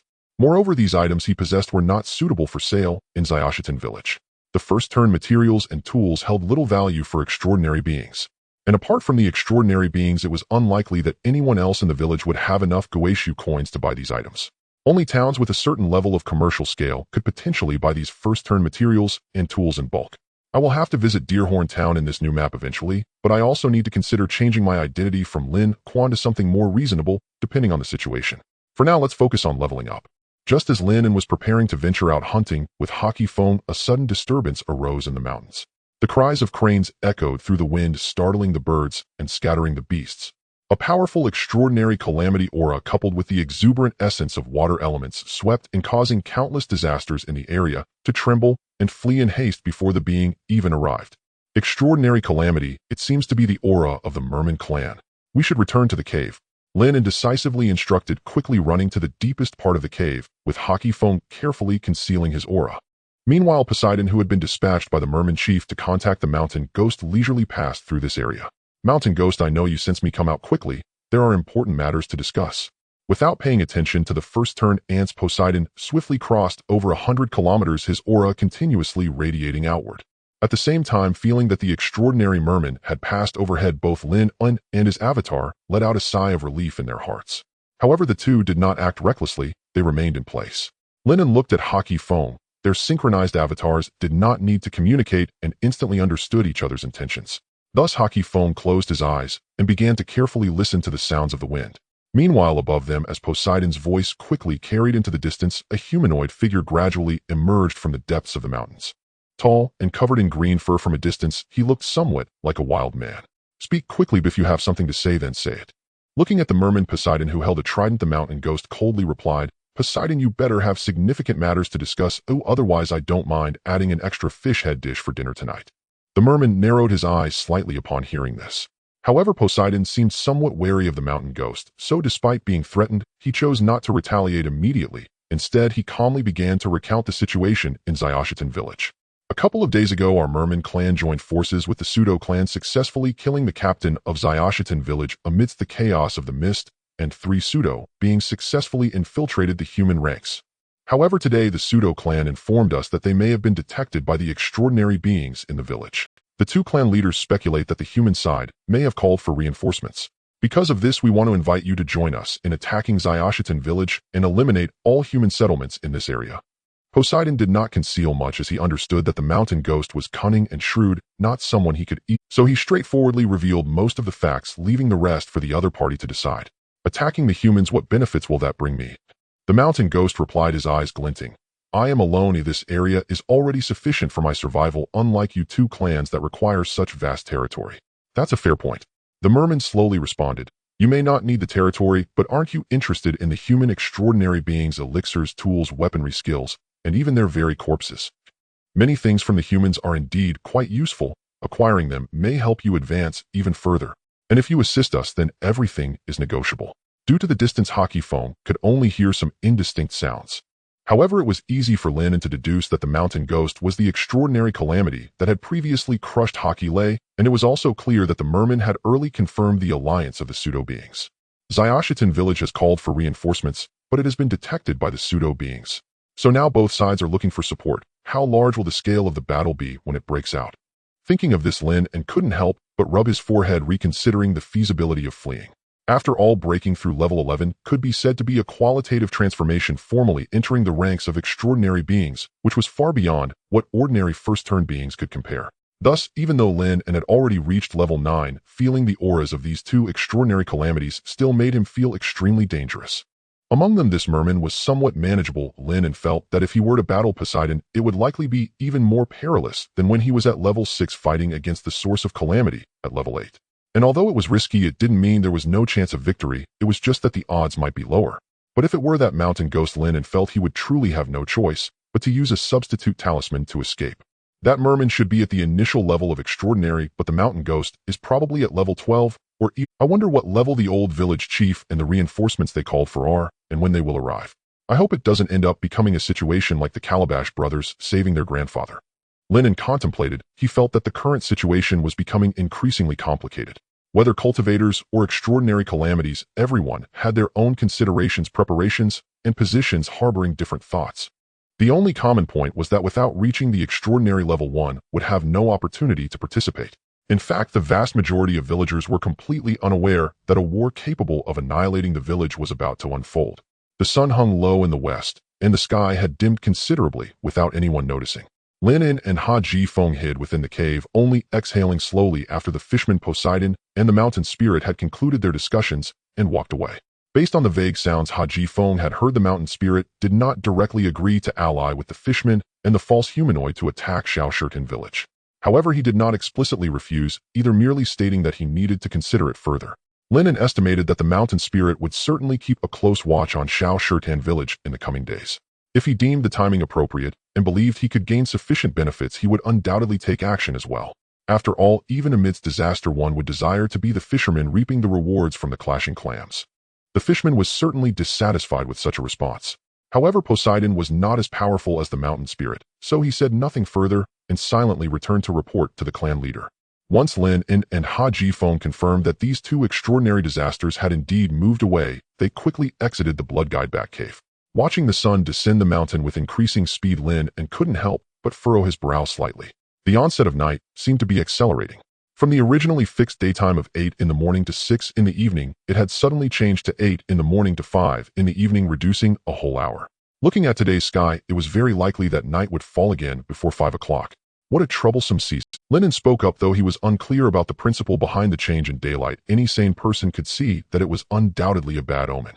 After all, the nights in the Guixu world belonged to eerie tales. Now that days were growing shorter and nights longer, it indicated that the already precious and fleeting time for humanity would once again be compressed.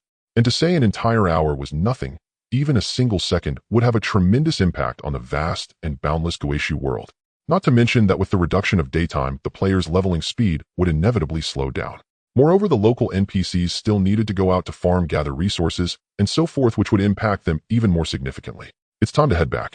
There are limited level 9 and level 10 disasters in this area, and we must be cautious of that mountain spirit. The difficulty of breaking through to level 9 and even reaching the pinnacle of level 10 will likely be much higher from here on out. As Lin An spoke, he took out a white glider. By the way, mutated items belong to life, and therefore cannot be stored in a player's backpack.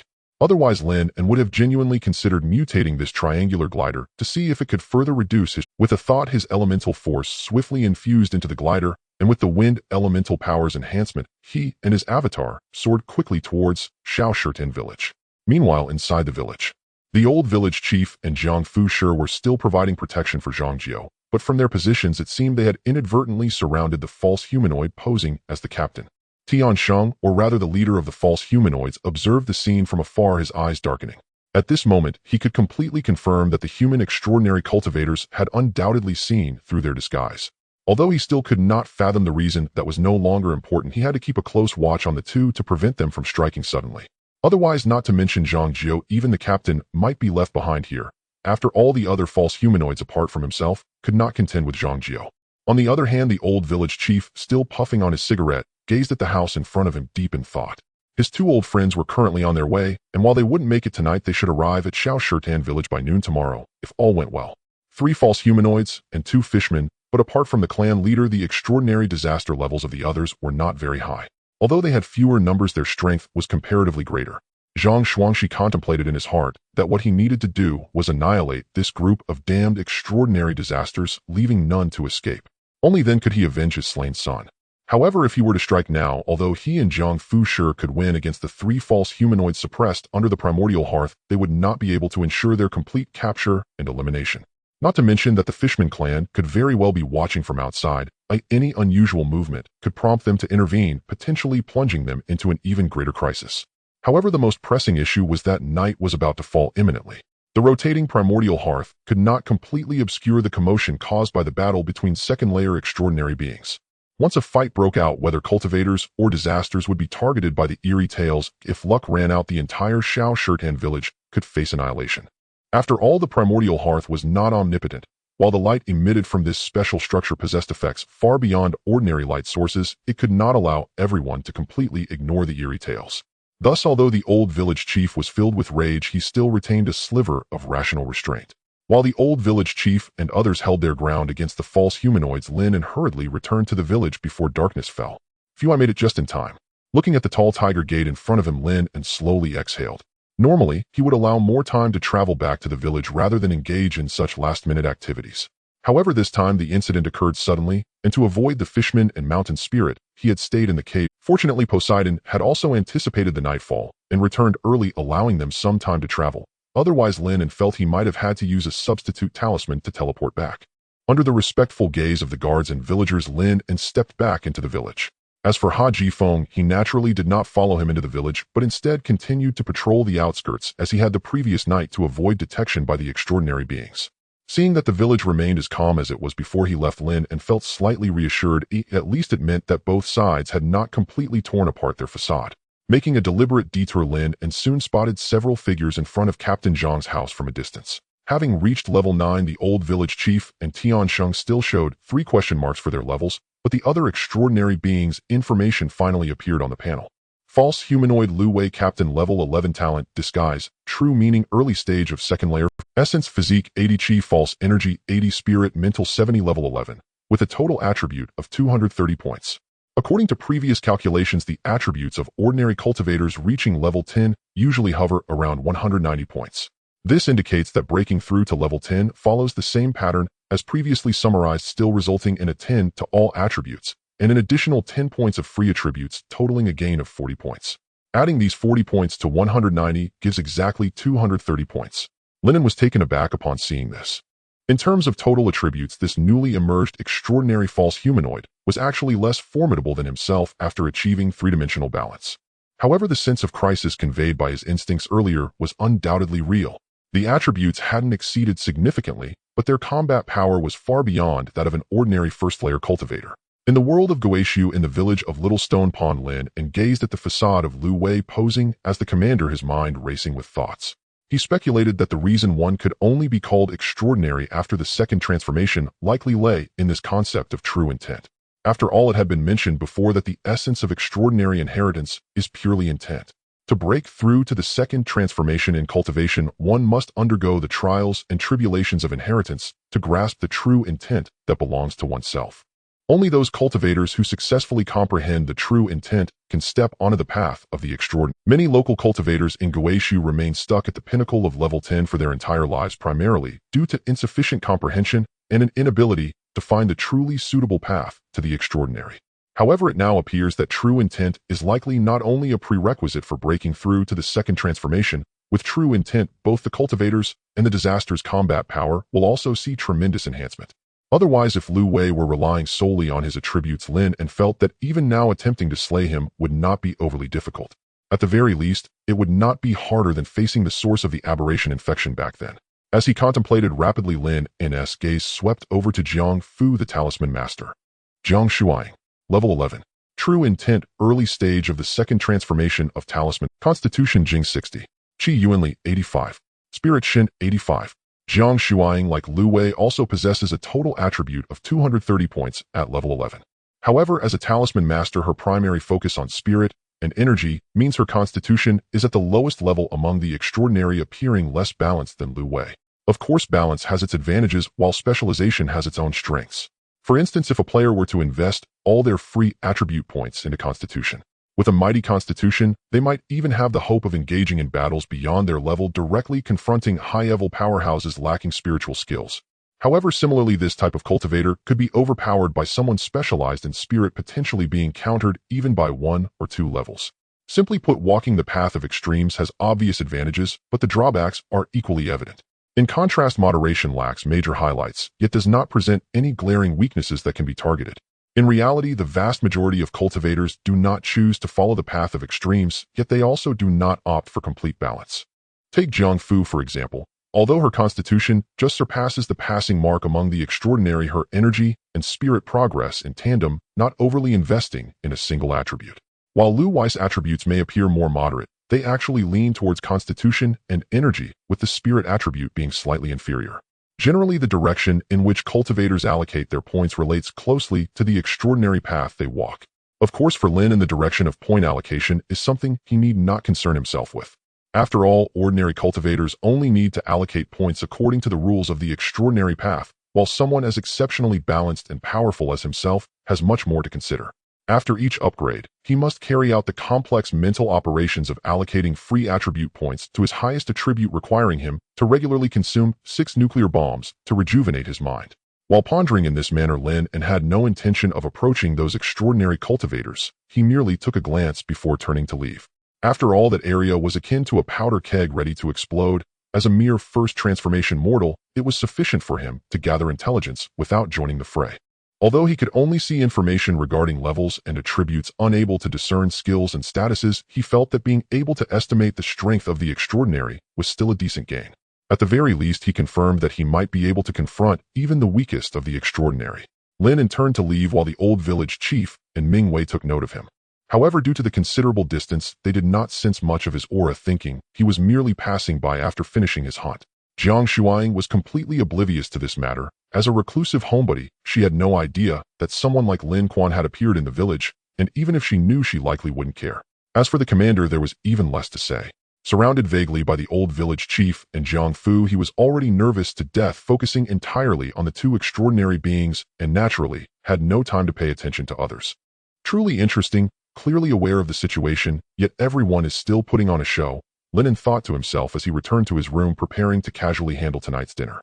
After all, at this moment, the extraordinary beings and disasters of humanity were gathered together, mutually surveilling each other. Even if he wanted to relay the intelligence he received today, it would be impossible, lest an eruption occur there. Fortunately, Lin An speculated that tonight should still be safe. To be precise, the night was the safest time. No matter whether it was normal beings or disasters, everyone would try to minimize noise according to the rules, avoiding attracting the attention of the strange tales. Of course, this premise is under the illumination of special items like the primordial hearth. Otherwise, the strange tales would surely let normal cultivators experience what true horror feels like. With a thought, Lin An began to sense the aberration concealing stone that had already run a considerable distance to the east. What is the situation? He inquired, opening his mind to the weak connection between the 2 sides. Upon hearing this, the aberration concealing stone immediately responded. Abba, Abba, respectful greetings to the great Lord of Aberration, the exalted and supreme sovereign, mysterious and powerful. I have followed your orders and arrived at a location 150 kilometers from the official road. Abba, Abba, everything is fine so far, though I have not been noticed. Good, well done. Lin An nodded slightly and said, next continue heading towards Lu Jiao town. It should be around 220 kilometers from Little Stone Pond. Stay safe.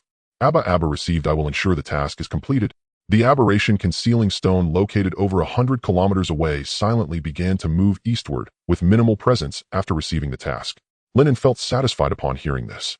His total attributes had now exceeded 200 points, and upon achieving 3-dimensional balance, it would reach a total of 243 points. In other words, at that time, using a substitute talisman could directly achieve a teleportation distance of over 200 kilometers, as the teleportation distance of a substitute talisman is equal to one's total attributes multiplied by 1 kilometer. Originally, Lin An was worried whether he could reach Lu Jiao town after teleporting during the day, but after leveling up consecutively today, the success rate had drastically increased. If all else fails, he could further alter his gliding parachute and have Hockey Wind cooperate fully with his flight. In this way, even hundreds of kilometers could be swiftly crossed. Of course, encountering a powerful, extraordinary disaster on the way would be another matter. However, even so, Lin An felt that this escape route had become much more reliable and feasible. In the world of Guixu at Xiaoshitan village, after quickly finishing dinner, Lin An headed straight for the library. Seeing the information on the panel, Lin An was slightly taken aback. The last time he had seen this library administrator, he had just reached level 4, so he couldn't probe into Wang Bu's specific information. However, at that time Lin An felt that even if the other party was not an extraordinary practitioner, he should at least be a level 9 or level 10 powerhouse. Now it seemed that his previous conjecture was indeed correct. Wang Bu not only reached level 10, but also attained the perfect state of half-step extraordinary. However, the state of the other party was somewhat unexpected for Lin, and as his attributes had directly declined by dozens of points compared to practitioners of the same level, as if he were a leaf withering in the wind. Lin An pondered, if I can never break through to the extraordinary, will my future also be like this? Only by breaking through to the extraordinary can one hope for longevity, otherwise one will ultimately be unable to escape the natural law of birth, aging, sickness, and death. At this moment Wang Bu, sitting in the rocking chair, slowly spoke. It's quite late to come by. Oh, is there something you need? Lin An replied, Old Wang, I have some questions that I am quite curious about. I remember you seem to be only level 5. Young people are a bit too ambitious. However, this youthful eagerness is somewhat reminiscent of my own younger days. Wang Bu chuckled before slowly explaining, this kind of knowledge, if a mortal knows it, will only harm themselves. However, for practitioners to understand in advance, it doesn't have much impact. The greatest difference between second transformation extraordinary and first transformation practitioners is undoubtedly intention. Before this, one must first understand the concept of true intention. After considering his words, Wang Bu continued, you should have heard of concepts like sword intent and knife intent that frequently appear in martial arts novels, right? Lin An nodded slightly in response. Seeing this, Wang Bu continued, true intention in essence is a special thing that arises from one's understanding of a certain field reaching a whole new level, thus generating a unique essence from within. Let's call it a thing for now. The concept of true intention is quite elusive, often only understood rather than defined clearly. It sounds quite metaphysical, but as a seasoned reader who often reads novels, Lin An could easily accept such a concept. For example, he had previously read a martial arts novel titled I Have a Knowledge Panel, which seemed to mention similar setting. Back to the main topic. Wang Bu continued, true intention is formless and intangible, yet it can be felt in practice. However, the most important thing is that true intention can greatly enhance a practitioner's abilities and even suppress other existences. Enhancement and suppression. Lin An looked somewhat puzzled upon hearing this. Indeed. Wang Bu nodded slightly after comprehending true intention. When a practitioner uses skills related to that true intention, the effects can even be magnified several times. For instance, if you are a body cultivation practitioner, after breaking through to the extraordinary, your physique could reach as high as 115 points, or even more, while also comprehending the true intention of body in the early stage of second transformation. So at that moment, how much do you think this practitioner's actual physique would be? Lin An fell into contemplation upon hearing this. After pondering for 2 seconds, he replied, you mean this practitioner's actual physique differs from the surface attributes and is doubled? Exactly. Wang Bu nodded, feeling satisfied. Talking with a practitioner of high comprehension was indeed convenient, requiring no effort to explain fully. The other party understood at once. A body cultivation practitioner with a physique of 115 points could actually exert a power of up to 230 points. And if it were an elemental practitioner, then the corresponding elemental force they wield would also double easily, unleashing power far beyond their spiritual energy. And this is only when true intention is at the early stage of second transformation. Wang Bu paused for a moment before continuing, you might not quite understand, but true intention does not divide into levels 1 to 10 within the same major realm. Rather, it is divided into early, mid, and late stages. The true intention in the early stage of second transformation can basically bring about a twofold enhancement. In the mid-stage of second transformation, it is 2 times, while in the late stage of second transformation, it becomes 5 times, and when reaching the early stage of third transformation, it can even result in a 3-fold enhancement. Lin An was somewhat shocked upon hearing this. After all, in games, this represents a noble percentage increase, directly enhancing by 100%, or even if it targets only one aspect, such as lightning, true intention only enhancing lightning skills, or wind, true intention only enhancing wind elemental power, it is still an exaggerated and somewhat terrifying boost. Now he finally understood why those extraordinary beings whose attributes seemed ordinary could give him such a strong sense of crisis. Those with a higher realm can suppress those with a lower realm. This is not difficult to understand, and the same applies to true intent. In the library, Wang Bu continued to educate Lin An. He spoke slowly, saying, if your true intent level is higher than that of your opponent, then you can attempt to activate your own true intent to exert a certain level of suppression on the enemy. Under such suppression, the opponent's true intent will struggle to unleash its full effect. If the gap is significant enough, it may not have any effect at all. For example, a second-tier initial true intent that could originally produce a 2-fold enhancement may only enhance to 8 times, or even lower under suppression. I see. Lin An nodded in realization upon hearing this. From this perspective, the competition of true intent is likely to be one of the most crucial factors in battles for transcendent beings. Whoever possesses the stronger true intent can tip the scales of victory in their favor. If the gap is substantial enough, it is even possible to achieve challenges beyond one's level solely relying on true intent. However, this does not mean that the attributes of spirit energy and mental state are unimportant. On the contrary, the foundational attributes will have an even more pronounced impact on various aspects. After all, the higher the foundational attributes, the greater the enhancement gained from true intent. For instance, if others have a physique attribute of 60 points, it would only double to 120. But my physique reaches 100 points, doubling to a full 200, creating a significant gap. Of course, this is merely an example. In reality, cultivators who can comprehend the true intent of physique are typically those who specialize in or may solely focus on the extreme path of physique, thus their foundational physique is usually exceedingly high. Additionally, attribute restraint is a common situation that can lead to suppression. For example, water restrains fire and metal restrains wood, hence fire-type cultivators are naturally more susceptible to being suppressed when facing water-type cultivators. Lin An nodded slightly in understanding. However, he couldn't help but think that besides mutual restraint, the 5 elements can also generate each other. Following the principle that wood generates fire if a wood-type cultivator and a fire-type cultivator cooperate, or if a cultivator can simultaneously comprehend both types of true intent, wouldn't that yield an effect greater than the sum of its parts? Moreover, it's not just limited to the 5 elements. If I can comprehend the true intent of the divine to double my spirit and then embark on the path of talismans, wouldn't that enable me to crush the vast majority of talisman masters? After all, for talisman masters, mental strength is a crucial attribute that greatly influences talisman drawing. In addition to realm and attributes, the quality of true intent is also a vital factor. Wang Bu had not anticipated that Lin An was already contemplating the cooperation between transcendent true. Looking at Lin and Wang Bu, continued true intent also has differences in quality, but unlike the ordinary good and excellent qualities of skills and items, we do not have a precise classification for true intent quality, as only during mutual competition can cultivators distinctly feel the difference in quality. In general, the higher the activation difficulty of the transcendent legacy you use, the higher the quality of the true intent you comprehend. Activation difficulty. Lin An recalled the disaster legacy of the path of transformation, which has an exceedingly high activation difficulty. All 3 attributes of spirit energy and mental state must exceed 90. It can be said that any being capable of achieving this at level 10, whether player or local NPC, is extremely rare.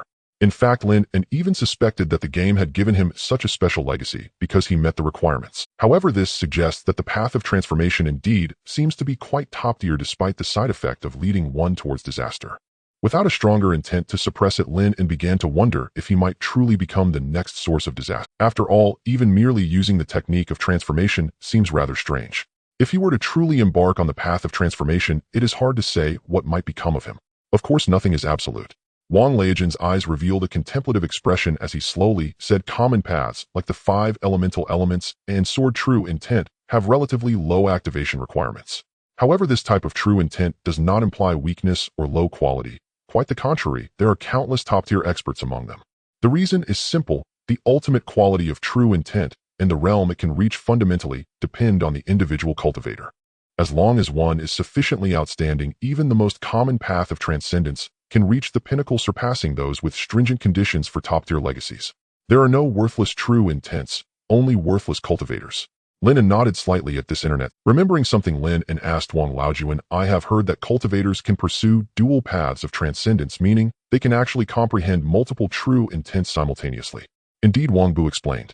Not only dual, but even triple transcendent paths or more are possible. Theoretically, there is no limit to the number of true intents a cultivator can comprehend. However, theory is theory, and most cultivators actually only comprehend 1 or 2 true intents. More than that becomes unmanageable. After all, a person's energy is limited. Many cultivators cannot fully comprehend even 1 true intent, let alone manage multiple paths of transcendence simultaneously.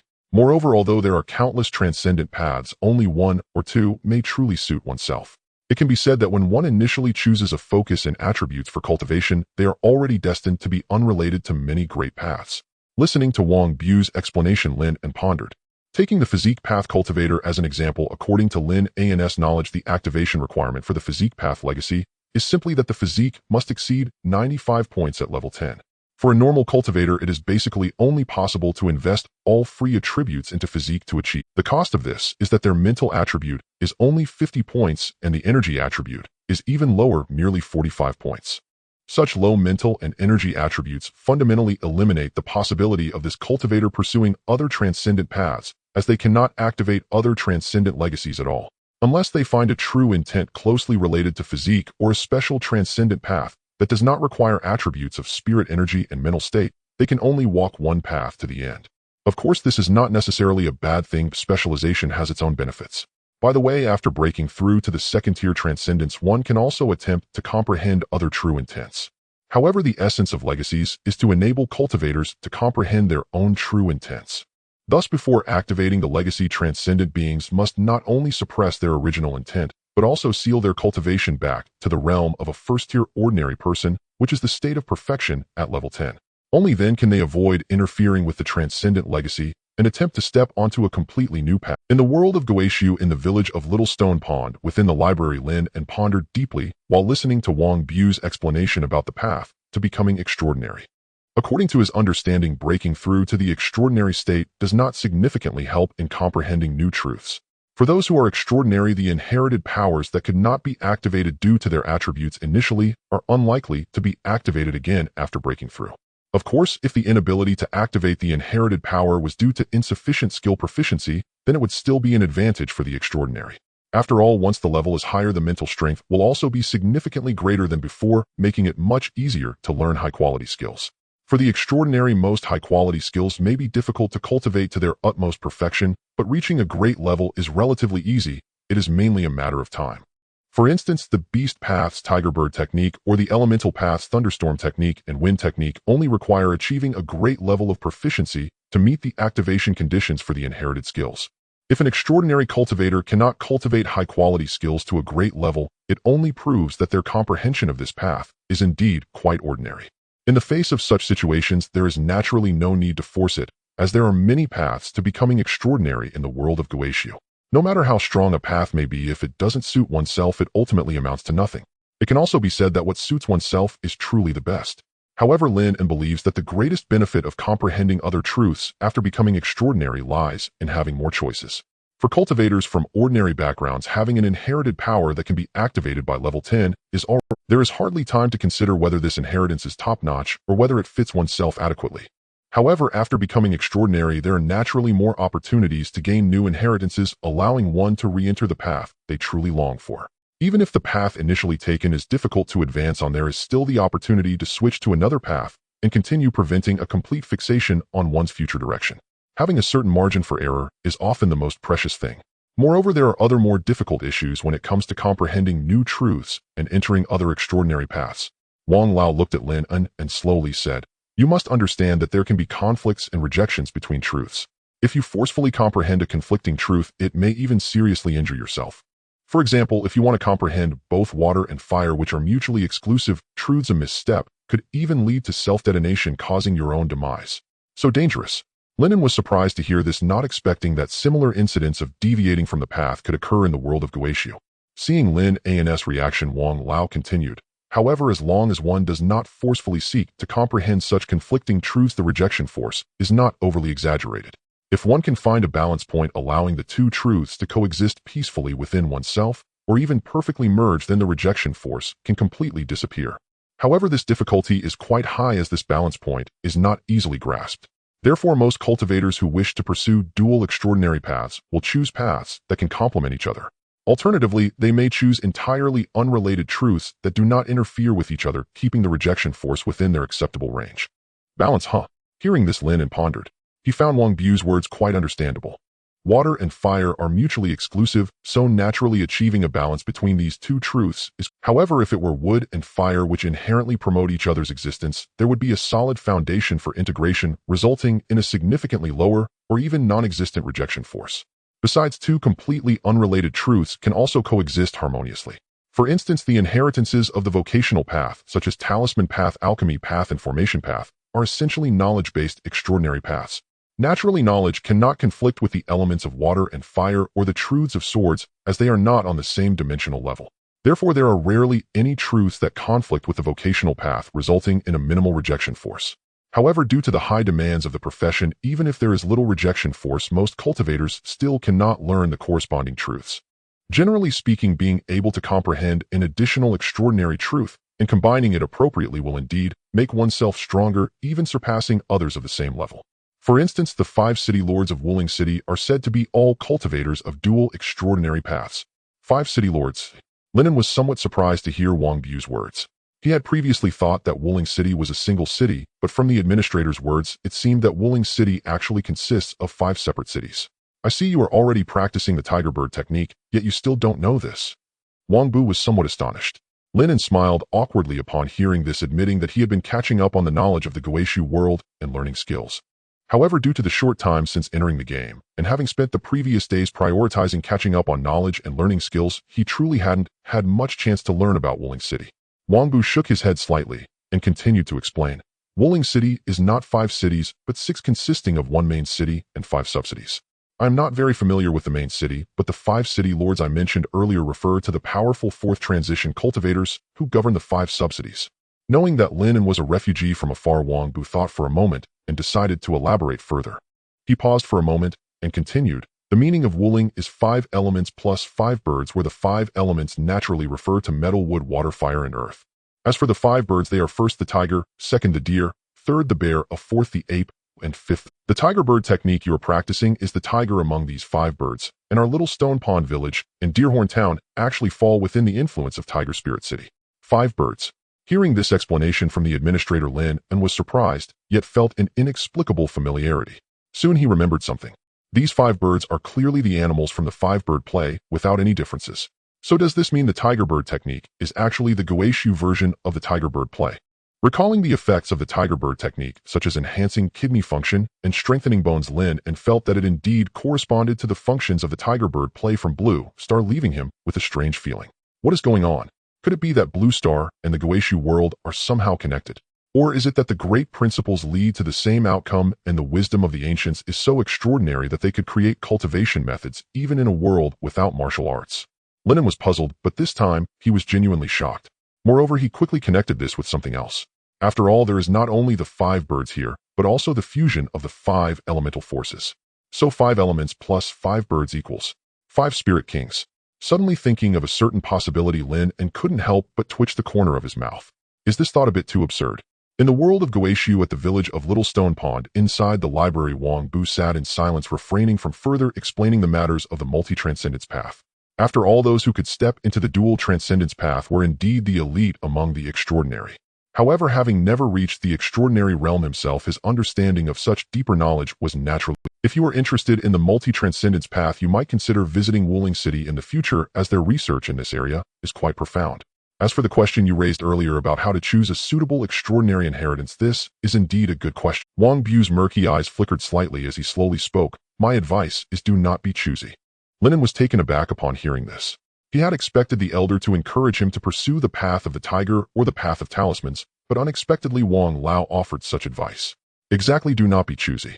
Wang Lao emphasized with a serious expression tinged with a hint of regret. After a moment of silence, Wang Bu finally spoke. This can be considered a piece of experiential advice. When I was younger, I held myself in high regard and always felt that ordinary inheritances were beneath me. Unfortunately, the heart was higher than the heavens, but fate was frail as paper. It wasn't until the end of my life that I realized the choices one can make in life are never related to what one desires, but rather to what one is capable of possessing. Lin An, upon hearing this, was momentarily at a loss for words. It seemed this elder had once been full of vigor, yet something had evidently happened that left him stuck at the brink of the extraordinary realm, unable to break through. Recalling Wang Bu's frail state and the significant decline in his attributes, Lin An couldn't help but shake his head slightly in his heart. Though he had reached the perfect level of 10, Wang Bu's actual attributes were even lower than those of a level 9 cultivator, making it clear that he could no longer activate the extraordinary inheritance. Even if there truly was an extraordinary inheritance that did not require spiritual energy, how could it be accessible to an ordinary person? Moreover, given Wang Bu's age and condition, unless he could recover, the possibility of obtaining an inheritance was virtually negligible. One must understand that extraordinary inheritances do not guarantee success merely by meeting conditions. In fact, the probability of failure when attempting to break through is quite high. The margin for error in life is quite high, yet also very low. It is high enough that as long as one is alive, all possibilities exist, but low enough that a single careless choice can lead one to miss the extraordinary path that was within reach. Having a plan is a good thing, but plans will never keep pace with changes. Wang Lao looked at Lin An, his voice carrying a sense of weariness. I suspect you would not relish hearing this old man's philosophical musings, for I myself did not appreciate such things when I was young, nor could I absorb them. However, I still wish to say that if you have the opportunity to break through to the extraordinary, do not give up. Regardless of whether the inheritance is ordinary, strive to break through first, for only after breaking through can you have more choices. As for the uncertainty of tomorrow and when opportunities will arise, I doubt anyone can truly predict. If given a second chance, Wang Bu would surely not have chosen to undertake those high-risk, high-reward tasks, forsaking a good inheritance to seek breakthroughs. This way, he wouldn't have nearly been felled by the calamities of the extraordinary. Although he had survived, the cost was a damaged dantian and permanent decline in attributes, essentially losing the possibility of further breakthroughs. Do not worry that the extraordinary inheritance will not suit you. Since an inheritance can be activated by you, it indicates that its compatibility is at least above the passing line. Your talent is good, but lacking a background, you should seize every opportunity to rapidly improve yourself. If one were a cultivator from a powerful family with abundant resources, they would naturally have the right to choose. After all, such individuals likely have their extraordinary paths paved from birth with advantageous conditions, allowing them numerous choices regardless of whether they break through. Yet this is ultimately a minority. The vast majority of cultivators begin with no choices at all, missing out on opportunities with every chance they let slip. As the theory of wheat ears suggests, if one solely seeks the largest wheat ear, the final outcome will only leave them empty-handed. Only the wheat ear already in hand truly belongs to oneself. Thank you for your guidance, Wang Lao. I will take. Lin An replied, sensing that Wang Bu's words were indeed heartfelt. Moreover, transcending does not preclude one from understanding further truths, so Lin An felt there was indeed no need to demand top-tier inheritances from the very beginning. That's for the best. Wang Lao nodded slightly, but then suddenly shifted the topic. Do you know what the essential difference between disasters and normal beings is? Upon hearing this, Lin An was somewhat puzzled. He did not quite understand why the conversation had jumped to this topic, but he honestly shook his head. Though the Encyclopedia of Disasters detailed the 4 major disasters, it seemed to have never explicitly defined what a disaster is. Lin An had thought it should be categorized based on stance. Anything harmful to humans is naturally a disaster, but it seemed it was not that simple. The distinction is quite simple. Anyone who chooses to embrace strange tales is a disaster. Wang Bu replied calmly. One must understand that disasters neither have the original hearth nor emit light at night, so how do they avoid the gaze of strange tales? Are you implying that disasters and strange tales are one and the same? Lin An asked, somewhat confused. If disasters and strange tales were allied, then there would be no need for those disasters to fear the dark so much, right? Wrong. Initially, some beings attempted to integrate into strange tales, but strange tales did not acknowledge. Wang Bu shook his head and continued. However, their attempts were not in vain, or at least they allowed them to better evade the gaze of strange tales at night. As long as they did not make too much noise, strange tales would not pay attention to them. This type of being gradually evolved into what we now recognize as disasters. Among disasters, calamities are particularly special and can be regarded as the disaster among disasters. I see now, Lin An replied, somewhat enlightened. Previously, he had been curious about how those disasters survived in the dark. Now it was understandable. The reason I tell you this is to say that if you ever find yourself needing to spend the night outside, you might consider placing some disaster materials near yourself. This might help reduce the attention of strange tales. Also observe the situation closely before returning to the village in the coming days. If anything seems off, just run directly towards Deerhorn Town. Upon hearing this reminder, Lin An looked at Wang Bu with surprise in his eyes. Did Wang Lao realize the issues in the village and was warning him to prepare to flee? It is late. You should head back. I need to rest too.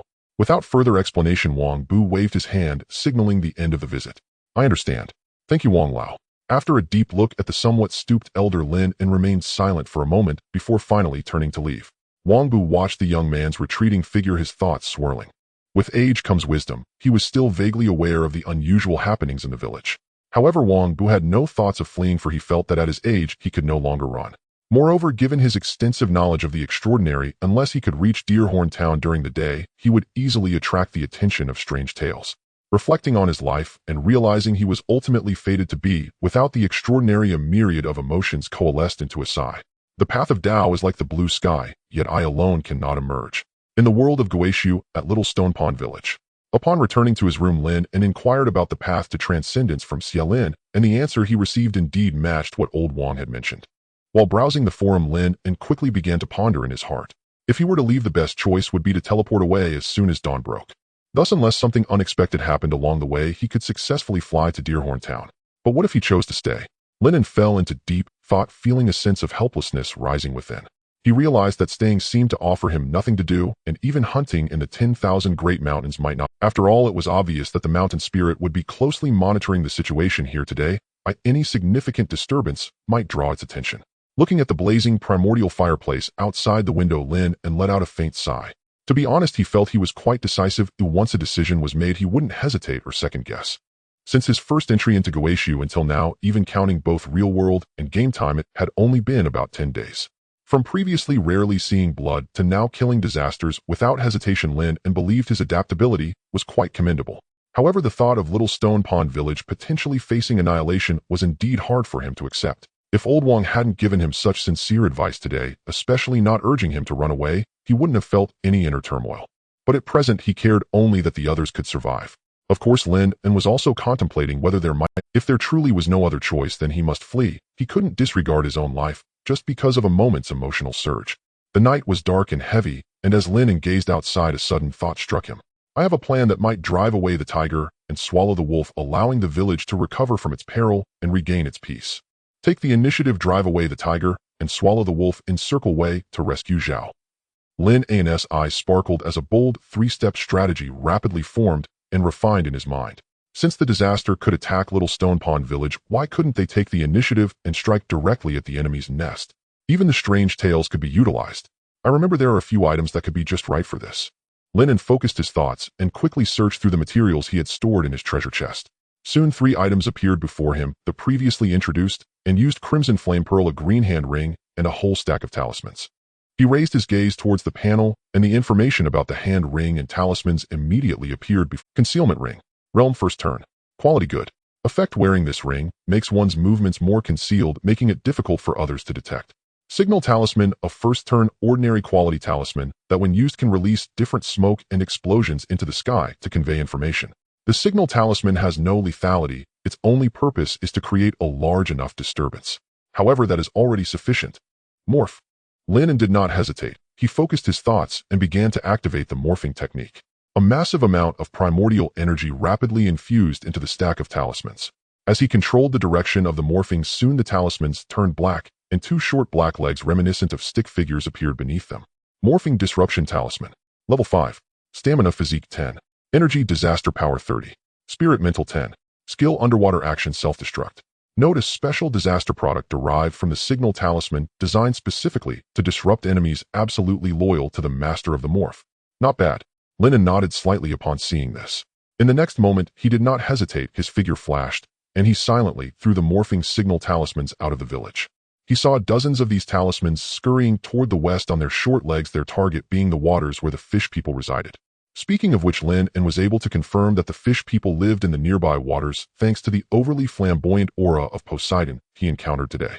Through the aura, he could easily perceive the direction from which the enemy had departed, leading straight to that deep. Otherwise, considering that there were actually multiple bodies of water in this area, it would have been quite difficult for him to pinpoint exactly where the fish people lived. Watching these morphing talismans quickly vanish, Lin An restored his primordial energy, while secretly hoping for the first time that the strange tales would be more effective. If they could directly eliminate the transcendence of the fish people, that would be splendid. However, Lin An felt that the likelihood of this was slim, as the level disparity was still too great. Even if the morphing talismans were to self-destruct recklessly, they could likely only create some initial surprise and cause a certain impact. Moreover, if the transcendent disaster had no defenses against even this, the human race would likely have already formed a death squad to gamble with their lives. However, as long as it could have a deterrent effect, that would be enough. Once his primordial energy was fully restored, Lin An began to activate the morphing technique again, injecting primordial energy into the Crimson Flame Pearl and the concealment ring before him. A flash of light appeared, but this time the changes in the Crimson Flame Pearl and the concealment ring did not seem too significant. They had merely deepened in color. Morphing Crimson Flame Pearl. Level 7. Stamina Physique 10. Energy Disaster Power 75. Spirit Mental 10. Skill Fire of Disaster. Notice special disaster product derived from the Crimson Flame Pearl, capable of releasing flames carrying disaster aura, greatly reducing the chance of being noticed by strange tales absolutely loyal to the Master of the Morph. Morphing Concealment Ring. Level 7. Stamina Physique 10. Energy Disaster Power 75. Spirit Mental 10. Skill Concealment. Notice special disaster product derived from the concealment ring, capable of maximizing the concealment of the wearer's aura and movements absolutely loyal to the Master of the Morph. Perfect. Lin An looked at the two items produced from this morphing with great satisfaction. Especially the morphed Crimson Flame Pearl, though not of high level, could undoubtedly be called a first-turn artifact. After all, the disaster aura itself could reduce the attention of strange tales, and the flames could also keep him in the blind spot of their vision. With the combination of both, the system directly provided a high evaluation for significantly reducing the chance of being noticed by strange tales. Lin An speculated that if this item were to be sold, it would undoubtedly attract fierce competition from second-turn transcendents. With the thought, Lin An began to call out to Horrifying, who was still lingering outside the village. The fundamental purpose of morphing these two items was to allow Horrifying to venture out at night. Even if he couldn't fight, it would be good to gather some intelligence. To encircle Wei to rescue Zhao, one must first know where the state of Wei is. Xiao Shirtan village near the Tiger Gate. Upon receiving Lin An's message, Horrifying instantly transformed into a gentle breeze, effortlessly evading the village guards. Having ascended to level 9, even with only 80 of his original attributes inherited, Horrifying was already approaching invincibility in his first ascension. Thus, amid the stalemate between the village's transcendence and local calamities, neither daring to act rashly, slipping into the village posed no challenge for Horrifying. The primordial hearth held no deterrent power over him. With the true Tiansheng and Zhangjiu now fallen, the number of level 10 cultivators remaining in the village had dwindled to almost none. Take these and locate the pseudo-human stronghold to the south. I surmise their territory lies south of Shaozhu village, likely within 100 kilometers, much like the mountain spirit's domain. Conduct your search meticulously. Lin An turned to his skill manifestation and spoke thus. After all, it was known that the fishfolk dwelled in the western pond, while the mountain spirits occupied the outer fringes of the 10,000 mountain range to the north. To the east lay the road toward Lujiao town, a route occasionally traversed by powerful transcendents moving between the two settlements. Hence, it was highly improbable the pseudo-humans would establish their base there. A chance encounter with a formidable human cultivator might well result in their annihilation. As an intelligent race, the pseudo-humans would never select such a perilous location for their domain, making the southern region Lin An's strongest hypothesis. Coincidentally, during Lin An's very first entry into the game, and his initial confrontation with the pseudo-human squad, he too had arrived from Shaozhu village i.e., from the south. Understood. Grasping the gravity of the mission, Horrifying abandoned his usual levity and assumed a solemn expression. Donning the wristband and the mutated Crimson Flame Pearl, he immediately soared southward. Watching Horrifying's figure vanish swiftly beyond the horizon, Lin An fell into quiet contemplation. 3 transcendent pseudo-humans were already confirmed within the village, and rumors suggested the pseudo-human resurgence had occurred only recently. He therefore deduced that the pseudo-human's main stronghold must now be devoid of high-level guardians, its defenses unprecedentedly vulnerable. Once Horrifying returned with precise intelligence, Lin An would have every opportunity to single-handedly eradicate the entire pseudo-human lineage, a strategy akin to besieging Wei to rescue Zhao.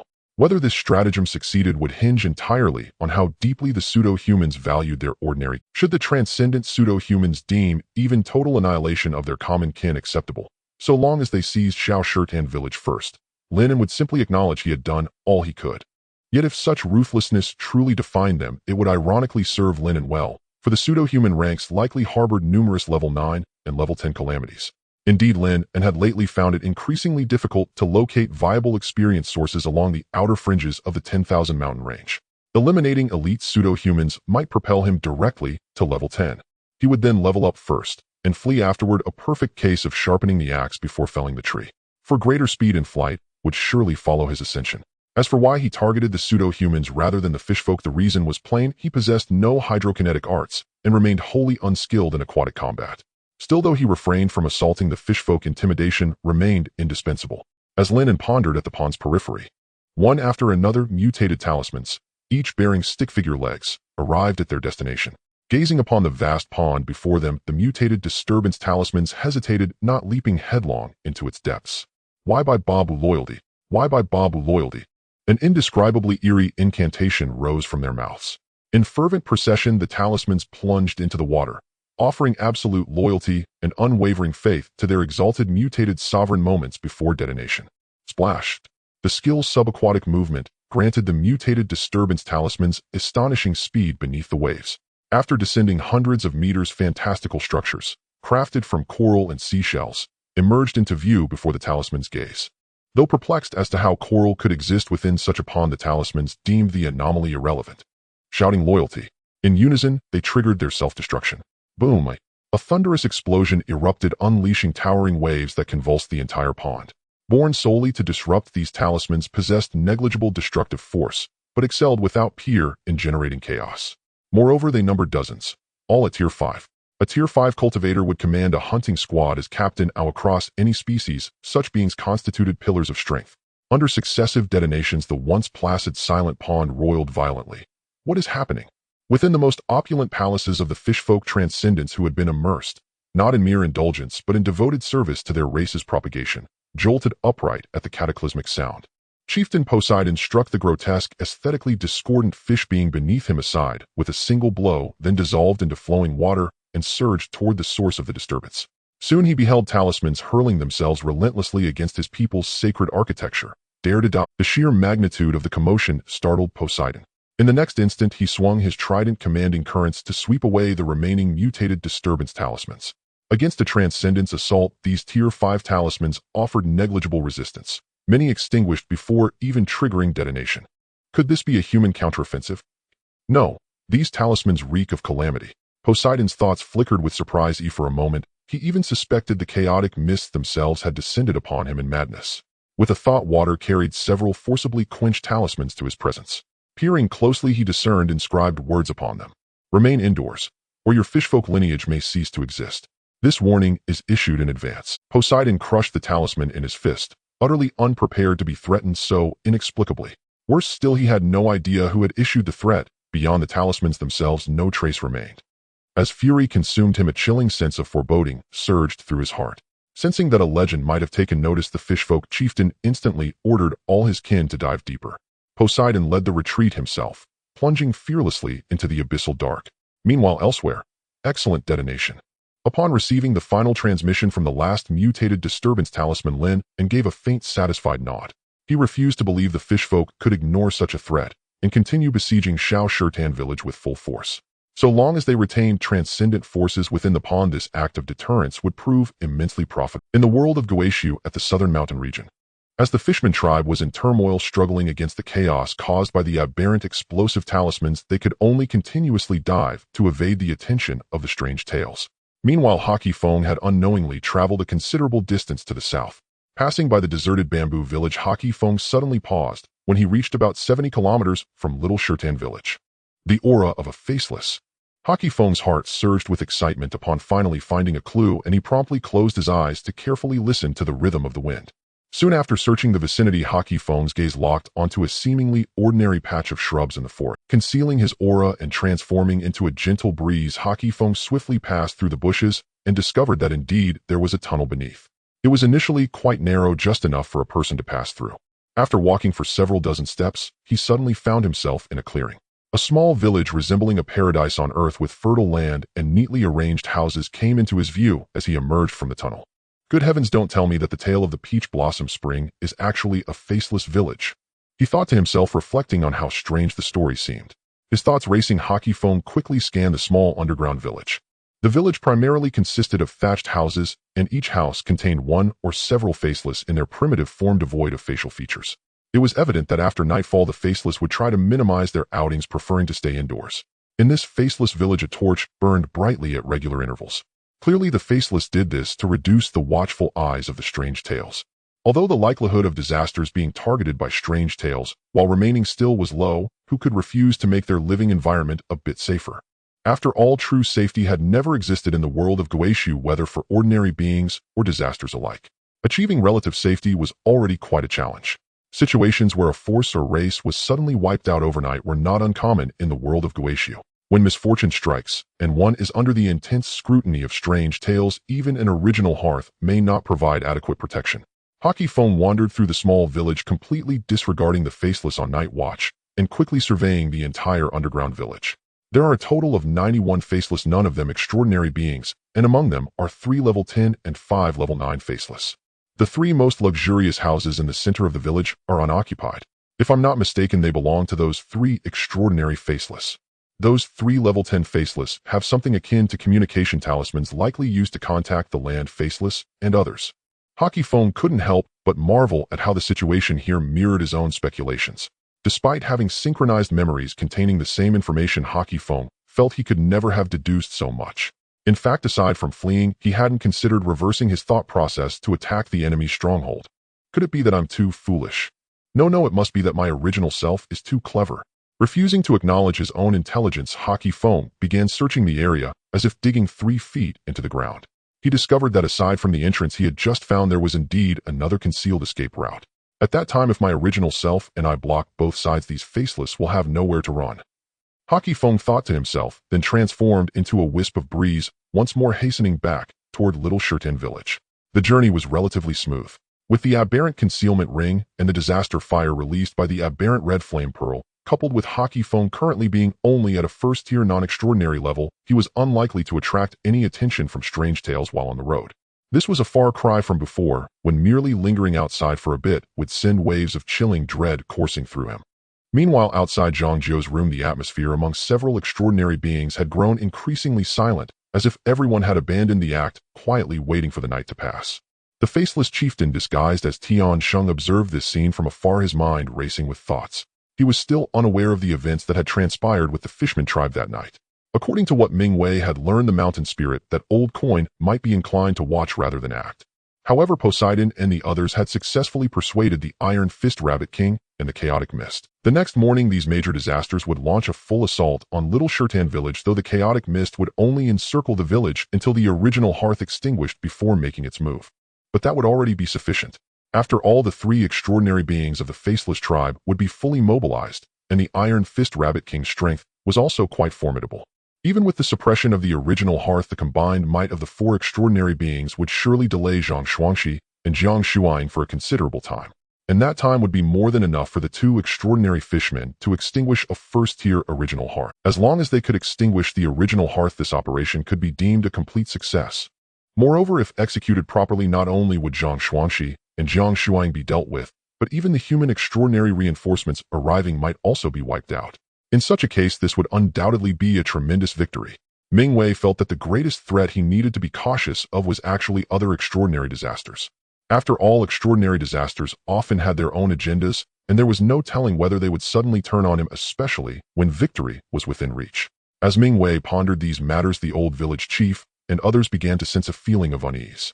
They noticed that the faceless seemed to be growing increasingly calm, as if they were fully prepared. Meanwhile, on the other side, just as the long night was nearing its end, the familiar system notification echoed in Lin An's mind. Your soul has grown by 13 points in spirit after a day of diligent cultivation, successfully catching up to the energy attribute. Your body has grown by 13 points in physique after a day of diligent cultivation, successfully catching up to the energy attribute. Once again, the 3-dimensional realm returned to equilibrium. Seeing this familiar prompt, Lin An slowly, after consuming it in a couple of bites, Lin An felt that this attribute fruit was not only similar in shape, but also in taste to an apple, giving a rather dull feeling. Among spiritual fruits, the loquats from the hockey tree are undoubtedly much tastier. As this thought crossed his mind, the energy within the fruit transformed into warm currents that rose within his dantian. As the energy from the attribute fruit merged into his dantian, his yuan power began to increase steadily. Ding! Congratulations, your energy attribute 1. Noticing that this random attribute had once again been added to energy, Lin An opened the panel and raised his gaze toward the latest player interface. Player Lin An going to the dock to catch some seagulls, level 9 talent, 3-dimensional equilibrium experience 0, physique 8113, rapidly increasing chi 82, 1 spirit 8113, rapidly increasing skills transformation, art, beginner substitute, talisman, mastered Xuanfeng technique, mastered thunder technique, mastered tiger bird technique, perfect. Items, skill, avatar, talisman substitute, talisman cat, face, mask, 1000 changes outfit. Current status good, all 3-dimensional attributes exceeded 80 and the total attribute had already reached an impressive 244 points. At this moment, not to mention a level 10 cultivator, even an early stage level 11 extraordinary being would have slightly inferior base attributes compared to him. At the very least, both Lu Wei and Jiang Shuang, the 2 level 11 extraordinary beings, had total attributes that were over 10 points less than his. In addition to the growth in attributes, the Xuanfeng technique also successfully reached a mastered proficiency level after nearly a day and a half of idle training. Previously, Lin An had noticed that the idle training speed of the skill avatar was positively correlated with his mental strength and comprehension. As his spiritual attributes continuously improved, the speed of his idle training indeed increased significantly. Such excellent quality skills can reach mastery in less than 2 days, which can be considered remarkably rapid progress. After all, for ordinary first-turn NPCs in the Guixu realm, cultivating an excellent quality skill typically requires a time span measured in years. Even if players wanted to achieve this, they would have to spend a lot of money repeatedly purchasing manuals and then continuously consume insight via the panel to make it possible. Therefore, whether for players or beings from the Guixu realm, being able to cultivate an excellent skill to mastery in less than 2 days is indeed a shocking matter. Even among the geniuses of second-turn extraordinary beings, few could accomplish such a feat. If Captain Tian were still around, he would probably collapse once again upon hearing this news. Recalling Tian Sheng's appearance and demeanor, Lin An couldn't help but shake his head slightly in his heart. The world is unpredictable, especially in the Guixu realm. Just a few days ago, the other party had told him he was going out to take care of some matters, and Lin An originally thought it was just an ordinary farewell. Who would have thought this would turn out to be the last meeting? What's more important is that even in death there was no peace, as his identity had to be replaced by a so-called pseudo-human to commit wrongful acts. While pondering at that moment, Hockey Foam also circled back past the guards and returned to the village.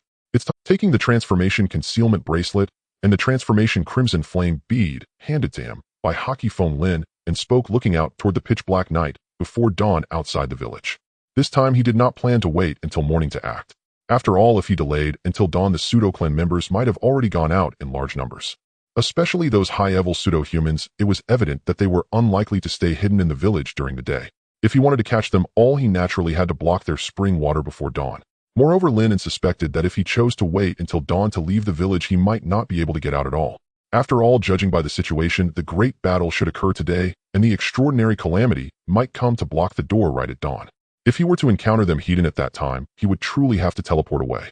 Fortunately, after Hockey Foam's test, it could be confirmed that the transformation concealment bracelet and the transformation crimson flame bead were indeed quite reliable, significantly reducing the attention of the strange tales, just as the panel indicated.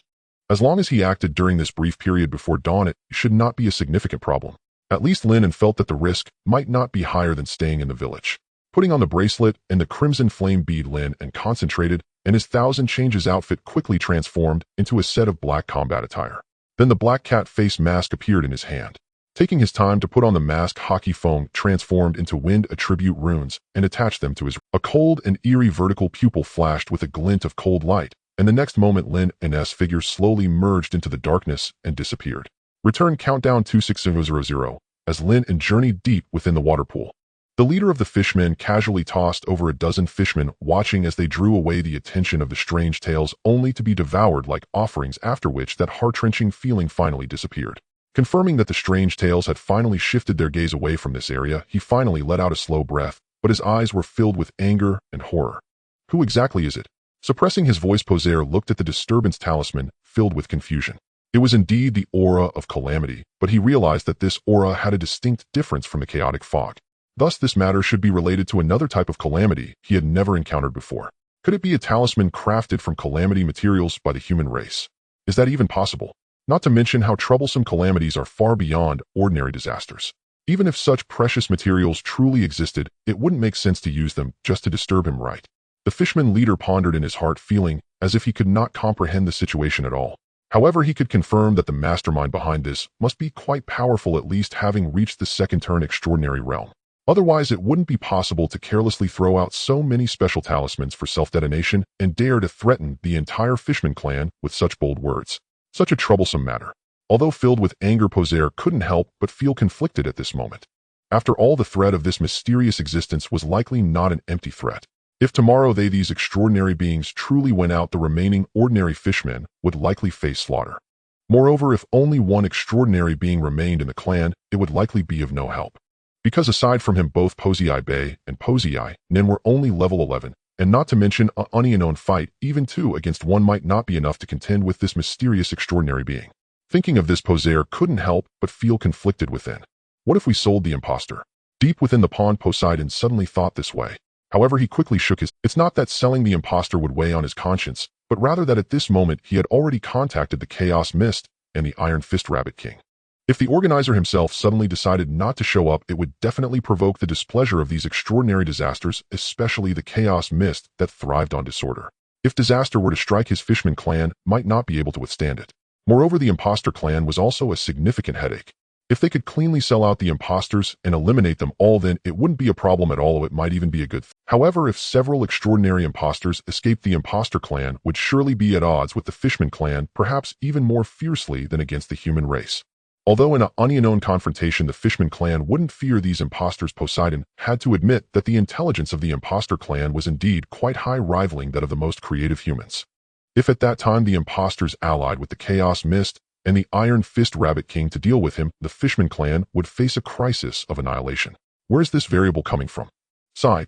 The Fishman clan leader couldn't help but sigh, feeling exceptionally. After much hesitation, he finally spoke slowly. Poseidon, you two stay in the clan to guard. All external actions of the clan members are to be suspended for now. I still need to visit Little Stone Pond Village at dawn. If there are any changes, remember to contact me immediately. Of course, you must also keep an eye on any news. If I have new instructions, they must be executed at once. Yes, clan leader. Upon hearing this, the two Fishman brothers Poseidon nodded emphatically. The Fishman clan leader, however, couldn't help but feel a twinge of doubt. After all, he suddenly thought that if he was the only one, it would be quite challenging to extinguish the primordial furnace. The primordial furnace within Little Stone Pond Village might only be of the first transformation realm, but the flames inside were derived from a source of astonishing rank. One could say that these special quality rarities, even at the lowest level of the first transformation realm, could not possibly be ordinary items. As a fellow extraordinary being, the primordial furnace might even exceed the standard extraordinary realm, making Poseidon feel that dealing with it alone was indeed quite problematic. After all, theoretically, his true meaning of water could restrain flames, but the issue was that the opponent's flames had to be normal for that to work. If the true meaning failed to take effect, he would have to rely on his level advantage to slowly extinguish the flames. However, perhaps this isn't such a bad thing. The Fishman clan leader suddenly thought this way. After all, he initially considered whether to drag out the battle tempo, allowing the imposters and the human extraordinary to fight a bit longer, ideally mutually annihilating each other. Now, although it had shifted from deliberate delay to genuinely not being able to speed things up, the outcome seemed to align with his initial purpose, and he could later justify that he had done his utmost. At that time, he could explain the events of tonight and why Poseidon did not participate in the battle, leaving the imposter clan with no better reason to blame him. After all, Poseidon's identity had always been concealed, and in their perception, the Fishman clan only had two extraordinary beings. As the Fishman clan leader facing the threat of possible extinction of his race, he still chose to step forward to fulfill his previous promise, while leaving only one extraordinary being behind to guard. Such a benevolent action would leave no room for criticism from anyone, because normal beings aside from their own lives would prioritize their race, which shares both glory and ruin. As for the affairs of outsiders during a crisis for one's race, to even remember such matters is already commendable. Not to mention that he, as the highest combat power of the Fishman clan, still chose to come personally. Perfect, able to attack and defend, and even prevent others from finding fault. With this thought, Poseidon couldn't help but nod in satisfaction. Truly, it is I who can devise such a wise plan. The Fishman clan leader felt proud in his heart, and then without further hesitation, he made the decision to implement this strategy. Meanwhile, on the eastern side of Little Stone Pond Village, a large pile of bonfires was burning fiercely along the official road. Nearby the bonfires, there was a special formation made from disaster materials. The formation continuously operated, releasing a disaster aura that made it difficult for the Spectre to notice any abnormalities when they scanned this area. How is it? Zhang Mozi shouldn't be dead yet, right? Asked a red-haired man dressed in flame-patterned clothing. There definitely won't be any fighting tonight. With work. How is it? Zhang Mozi shouldn't be dead yet, right? Asked a red-haired man dressed in flame-patterned clothing. There definitely won't be any fighting tonight. The other person replied slowly, but Shuangxi feels that these imposters are somewhat off, urging us to hurry over. Is the situation that severe? The red-haired man furrowed his brows slightly upon hearing this. They were indeed the support summoned by the old village chief, and were also his longtime friends. Though few in number, each of them was on par with Zhang Shuangxi. Then there's nothing we can do but hurry in the morning. The red-haired man looked at the surrounding disaster formation and finally said this. After all, once they left the formation's range, they would almost certainly be targeted by the Spectre, making it impossible to travel at night, leading only to their demise. However, while the two extraordinary beings were troubled by their inability to travel at night, at this moment, to the south of Little Stone Pond Village, a young figure was moving swiftly. The mutated crimson flame pearl emitted a disastrous fire that seemed to drip blood, and paired with the vividly lifelike cat-faced mask on the young man's face, it looked exceedingly strange. The most critical factor was that it was still night. If ordinary beings, or even disasters, witnessed this scene, those with poor mental fortitude would likely faint from shock. After all, in their impressions, only the Spectre would act so aggressively at night. Lin An found no issue with this and silently praised this useful tool in his heart. While walking, he also dropped a few mutated objects along the way. These mutated items had no combat power. Their greatest utility was serving as his eyes. In this way, when the extraordinary imposters or other enemies approached, Lin An would be able to detect them at the first moment. Continuing onward, he finally arrived at the entrance of the imposter's den. Looking at the dawn approaching, Lin An focused his thoughts and took out the ever-changing blade. Randomly finding a stone, the sound of sharpening echoed strangely through the forest. Watching the ever-changing blade become increasingly bright and sharp, Lin An suddenly recalled Tian Shang's appearance, his expression calm. The imposter clan is due for extinction. Suddenly, a madman sharpens his knife. At night, the imperial star trembles while the comet soars high. In the world of Guixu, in the southern mountainous region, dawn breaks and the sky begins to brighten. A crisis, however, is quietly approaching outside the village of Little Stone Pond. The leader of the Fishman tribe, the Iron Fist Rabbit King, and the chaotic Black Mist rush in from different directions, all with a single target: the village of Little Stone Pond.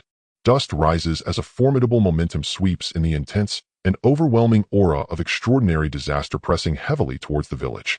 Such an exaggerated commotion naturally caught the attention of Little Stone Pond village at the first moment.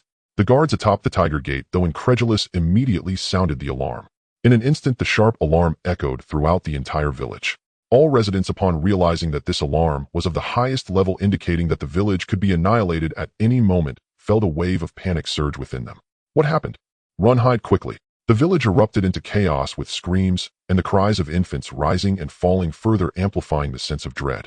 Meanwhile, outside Captain Zhang's house, upon hearing the alarm from outside the village and sensing the approaching aura of extraordinary disaster, the village chief and Master Jiang suddenly looked up, their hearts jolted. Besides the Fishman tribe, there were also the Chaotic Mist and the Iron Fist Rabbit King. Quickly discerning that this time the incoming pseudo-humans were all extraordinary disasters they had encountered nearby, the two human extraordinary beings furrowed their brows tightly. They never expected this group of disasters could unite so cohesively, considering that they previously had their share of friction. These thoughts flashed through their minds in an instant. Just as the old village chief and his companion understood the reason behind the calmness of these pseudo-humans, the closest to them, Lu Wei, suddenly struck. Whoosh! A sharp blade unsheathed and a fierce blade aura shot out directly towards the old village chief's face. However, the human extraordinary beings, already aware of the identities of these pseudo-humans thanks to Hockey Feng's warning, were not without defenses. Seeing that this pseudo-human could no longer restrain itself, the old village chief let out a cold hum. In the next moment, powerful earth essence swirled around him, and two earth spikes suddenly shot up from the ground. Swish! One earth spike shattered the blade aura launched by Lu Wei, while another earth spike erupted from beneath his feet with a speed so swift it was almost unbearable. A strong sense of crisis surged in Lu Wei's heart. The next moment, the pseudo-energy within him burst forth, rapidly completing the transformation of the unique essence of the pseudo-tribe. The greatest characteristic of the pseudo-tribe is disguise. After becoming extraordinary, pseudo-humans can not only mimic the appearance of others, but can also disguise the true essence of their devourers. Of course, in situations of the same level, the effectiveness is certainly much weaker than that of the original owner. Nevertheless, even so, the pseudo-human's methods could be quite terrifying. At this moment, Lu Wei quickly activated the beast path essence of the commander, specifically the monkey path from the 5-animal play. With the enhancement of the monkey essence, Lu Wei became incredibly agile, narrowly dodging the powerful earth. Seeing this, the old village chief showed an expression of disdain. With a wave of his hand, the terrain below rapidly shifted. They had not merely waited in the last few days, but had been preparing for the upcoming battle. Earth sink. With a command, the ground collapsed. Lu Wei immediately fell into it, and before he could think of escaping, a cold voice rang out again. Heaven collapse. As Zhang Shuangxi's essence erupted, countless rocks transformed into sharp spikes that shot down from both sides, and the sky seemingly aiming to pierce Lu Wei to shreds. Just as this disaster seemed desperate, the pseudo-human leader Ming Wei, disguised as Tian Sheng, suddenly made a move at the scene. The essence of wood rapidly emerged around him, and countless plants burst forth from the ground, shattering the earth spikes one by one. Wood conquers earth. Barely escaping death, Lu Wei quickly ran out, standing beside Ming Wei and facing off against the old village chief. Meanwhile, next door, the pseudo-human Zhang Wei, disguised as the old village chief's son, Zhang Zhou, finally stopped pretending and unleashed his energy in an attempt to smash the house. However, the talismans that Jiang Shuang had previously affixed, which were said to assist in breaking through the extraordinary, suddenly erupted with brilliant light. Spirit Talisman Explosion. With a hand seal, the energy contained within the talisman erupted instantly. The combat power of talisman masters is not judged by mere stats. The difference between being well-prepared and unprepared is like night and day. For Jiang Shuang, who preferred to stay in her room drawing talismans, she was clearly always well-prepared, especially since she had been informed of the pseudo-humans' identities in advance. Boom! The deafening explosion resonated throughout the village as the house was instantly turned to rubble, revealing a charred figure staggering into view. The attack that the Talisman Master had long planned was clearly not something average cultivators could withstand directly. At this moment, due to severe injuries, Zhang Wei was forced back to his original form, reverting to the faceless man state. Had it not been for the pseudo-human's formidable vitality, making it nearly impossible for them to die unless their weakness was exploited, Zhang Wei might have fallen on the spot.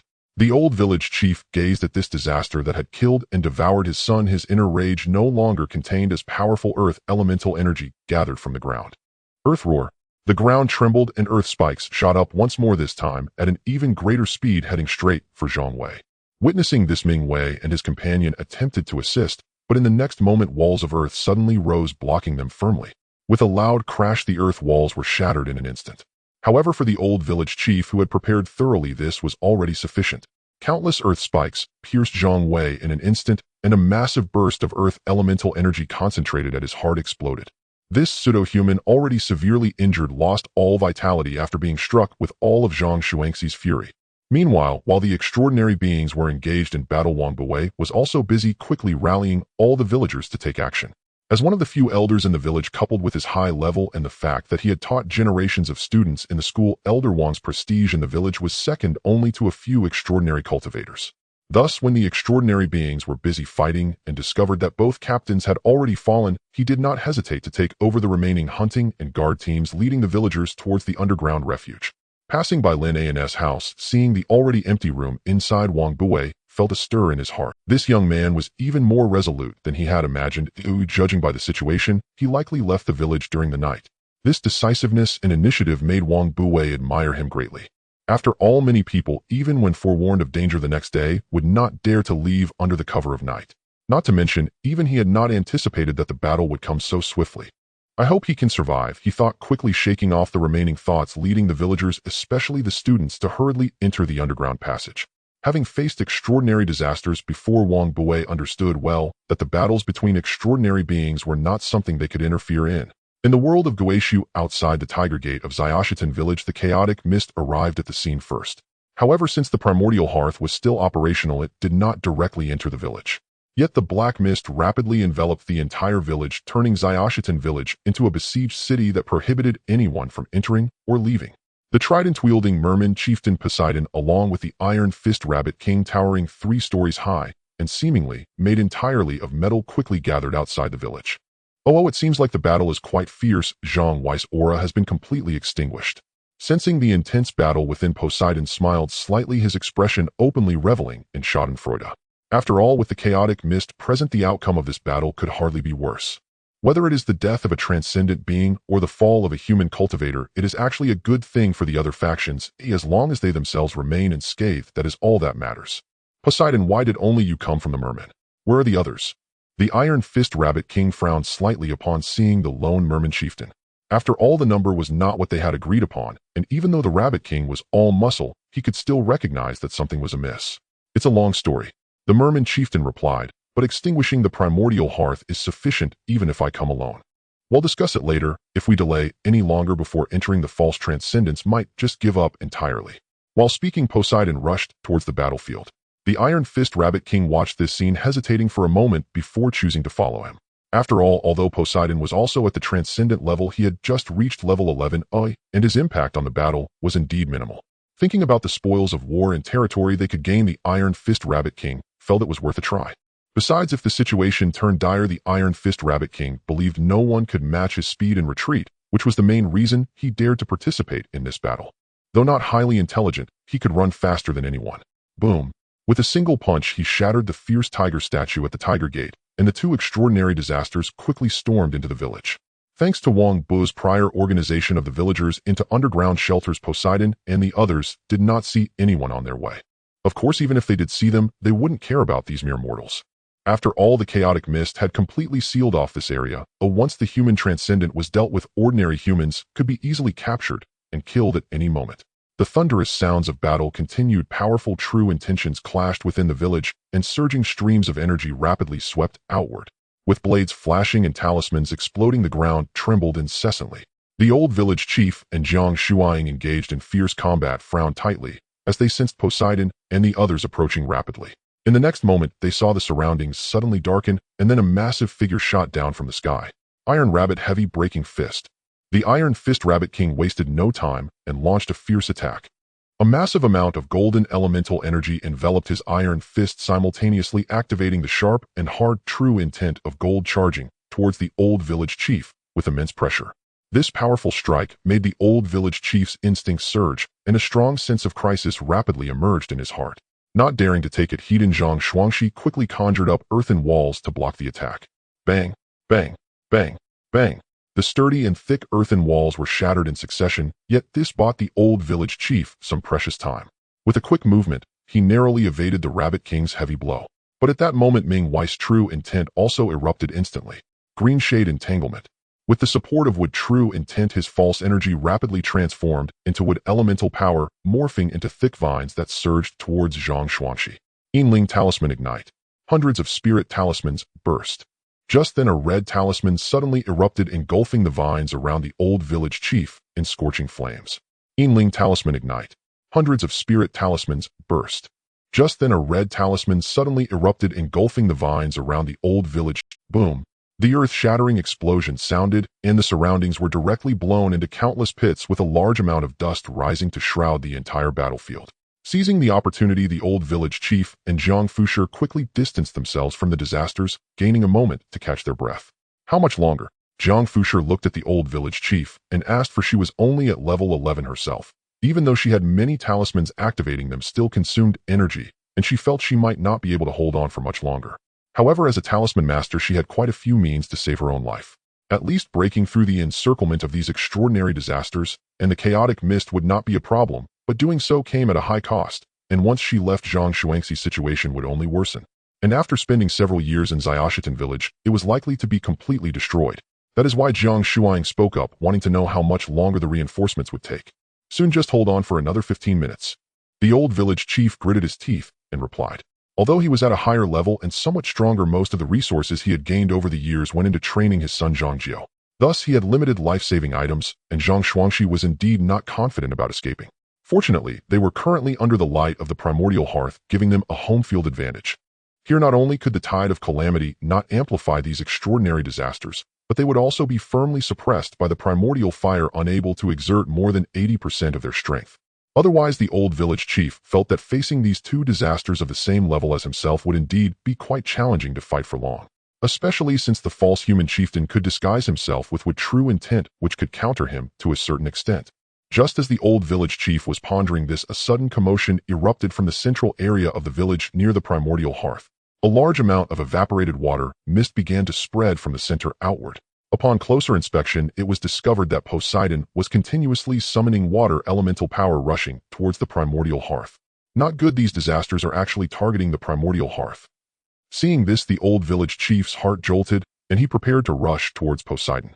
After all, if the primordial hearth were destroyed, the village would truly be finished. Old fool, we are not dead yet. The several extraordinary disasters would not let the old village chief leave so easily. The false human and the Iron Fist Rabbit King struck again, and amidst the smoke and dust another fierce battle erupted. But soon during the fierce battle, Ming Wei suddenly received an urgent communication notification from his clan. An urgent message. What could possibly happen in the clan at this time? Ming Wei was puzzled and quickly scanned the information transmitted by the communication talisman. And it was fine not to look, but after seeing it, the false human chieftain's pupils trembled violently, nearly forgetting about the battle. The reason was simple: his home had been robbed. At the same time that the extraordinary calamity struck Xiaoshitan village, another side was anything but as the first ray of sunlight appeared in the morning, Lin An polished his transforming blade to a brilliant shine and then swept it to clear the bushes that the doppelgangers used to conceal their stronghold. Without a word, hockey wind transformed into a wisp of breeze and swiftly blocked the other escape route of the doppelgangers. Looking at the narrow passage before him, Lin An stepped in without hesitation. Cat-faced mask, black tight-fitting attire, sharp long knife. The configuration was simple, yet it exuded an overwhelming aura of killing intent, sending shivers down one's spine. The long knife dragged along the ground, leaving a long scar, while making a continuous screeching sound. One 9th level doppelganger woke up first, and just as he was about to go outside, he bumped directly into Lin An at the tunnel's corner. Seeing the sudden intruder, the cat-faced man radiating obvious killing intent, the 9th level doppelganger instinctively retreated while preparing to shout and warn his kin. There's something. The word something never left his mouth. Before the doppelganger could finish speaking, he realized the opponent's speed was ghostly fast. By the time he reacted, he only saw a long knife piercing through his heart. Such a fast knife. The thought barely flashed in his mind, and at that moment the consciousness of the 9th level doppelganger rapidly dissipated. Ding. Killed a 9th level doppelganger experience points, increased by 10. For Lin An, facing a calamity of the same level was simply a matter of a single strike. He casually disassembled the doppelganger, adding one more doppelganger core to his backpack. Lin An continued to step forward. Although the 9th level doppelganger died, quickly his scream still attracted the attention of some other doppelgangers. Reaching the end of the tunnel, two sharp blades suddenly lunged at him from the left and right.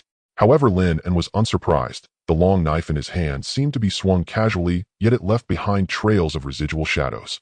Clang! The metallic clash rang out as the two attacking blades were instantly severed, along with the two doppelgangers attempting the ambush, sliced in half at the heart. With a loud bang, the dismembered bodies flew in all directions, crashing against the walls with a deafening roar. This exaggerated noise instantly drew the attention of all the doppelgangers in the village. Under the tense gazes of dozens of doppelgangers, Lin An stepped out of the tunnel at a leisurely pace. The entire scene seemed to fall silent for a moment. Looking at the coldly charismatic cat-faced youth, many doppelgangers even felt a bit breathless.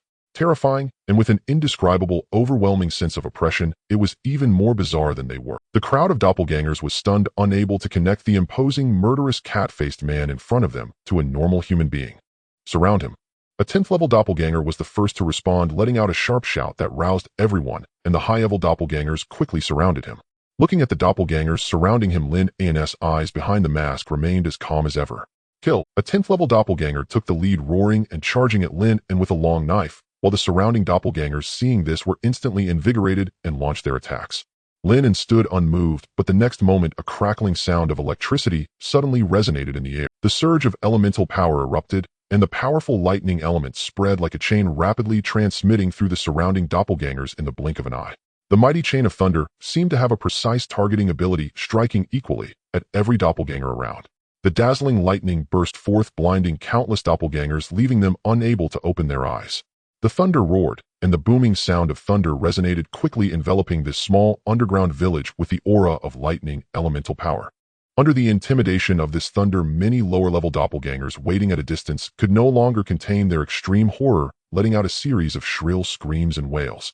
The doppelgangers that had originally surrounded Lin An were instantly charred by the lightning element. Under the immense power of the current, more than 10 high-level doppelgangers were killed in an instant. Ding. Killed a 9th level doppelganger experience points, increased by 10. Ding. Killed a 9th level doppelganger experience points, increased by 10. Ding. Killed a 10th level doppelganger experience points, increased by 50. In just one move, even a calamity higher level than Lin An was easily taken down like cannon fodder. This scene directly shattered the confidence of all the doppelgangers present, causing them to completely abandon the idea of resistance, scrambling to flee towards the escape route. The 10th level doppelganger, who had previously shouted to surround Lin An, wore a terrified expression. He couldn't understand why the opponent lacked an extraordinary aura, yet was powerful to such an extent. Nevertheless, seeing that his kin still had a chance to escape, he gritted his teeth and charged forward, trying to buy some. Swish! Several flashes of blade light passed by, and this 10th level doppelganger was directly cut into pieces. Don't rush, it's not your turn to die yet. A cold voice sounded in his ear, while a faint, eerie smile appeared on the cat-faced mask. The 10th level doppelganger watched this scene, his pupils trembling, and his expression was filled with extreme horror. A demon, this was definitely a demon. His heart trembled continuously. The remnants of his sanity made him recall something as he hastily grabbed the emergency communication talisman with his remaining upper body. Lin An glanced at him, but did not intervene. After all, the premise of surrounding Wei to rescue Zhao was that the main force of Wei's army needed to be aware that their country was surrounded, so he naturally had no reason to interrupt. However, the reason he hadn't killed him yet was purely to maximize experience points. After all, experience points could only reach 100, and once maxed out, even killing stronger monsters would not yield any increase. Thus, to maximize experience points, he naturally needed to finish off the remaining 9th level calamities first. With a thought, 2 ruins coins appeared before Lin An. The thunder technique was activated, and the brilliant lightning elemental power was injected subsequently, emitting an extremely dazzling light. With a whoosh, the 2 lightning coins shot forth at a speed far exceeding what ordinary first-turn calamities could react to, accurately targeting the last 2 9th level doppelgangers. Boom! There was no suspense. The lightning coins accurately struck the hearts of the 2 doppelgangers, and at the same time the pleasant system notification rang out once more. Ding! Killed a 9th level doppelganger experience points, increased by 10. Ding! Killed a 9th level doppelganger experience points, increased by 10. Ding. Current experience points are full. Do you want to level up? In the world of Guixu, in a village of artificial beings. With all the 9th level artificial beings defeated, the experience points filled up once again, but Lin An did not choose to level up directly this time. The 10th level artificial being, severed in half, trembled as it activated the communication talisman, finally relaying the situation occurring in the village to the extraordinary artificial beings. At the same time, a powerful whirlwind suddenly surged from the escape passage. Tornado. The long-prepared hockey foam rapidly unleashed a vast amount of elemental energy, and with his command, infinite wind, elemental forces gathered. The artificial beings that were originally trying to escape the underground village, some just a step away from the exit, were instantly blown back by the sudden whirlwind. Bang, bang, bang, bang. All artificial beings, regardless of their level, could not stabilize themselves under this powerful tornado and were sent flying, crashing heavily against the rock walls. Some of the lower-level artificial beings were even crushed by the impact, falling lifelessly on the spot. Lin An looked at another 10th-level artificial being that attempted to escape, but was blown back. In a flash, his blade shone, cleaving it into several pieces. Boom. The two severely weakened 10th-level disasters were casually slammed to the ground by Lin An, feeling immense pain and dizziness in that moment. At this moment, powerful lightning elemental forces continuously gathered around Lin An. The 10th-level artificial beings struggled to lift their heads, seeing that the strange cat-faced figure was directing its attack at each remaining artificial being, and despair filled their hearts. Unless the clan leader and Lu Wei could return here immediately, their artificial being clan was destined for total annihilation. No, no. The 10th-level artificial being that had previously risked its life to buy time for its clan and sent a signal to the extraordinary beings with its severely injured body forced itself to stand up. Coughing incessantly, it still insisted, "We have no grievances or enmities, sir. At least spare the elderly and children. Tisk, how righteous, making it seem like I am the villain." Lin An, upon hearing this, couldn't help but feel a desire to laugh. No grievances or enmities. Why not ask your extraordinary beings how many of the remaining villagers would survive if the old village chief were to perish or flee? Mercy towards enemies is evidently cruelty towards one's own. Thus, the elderly and children must be prioritized for elimination. With a thought, Lin An sent forth dozens of Guixu coins, striking precisely at the heart positions of each artificial being. The sizzling sound of electricity echoed in the air, and this small artificial being village was instantly reduced to ruins. As far as the eye could see, every artificial being was charred black at this moment, and the continuous kill notifications frantically popped up on the panel.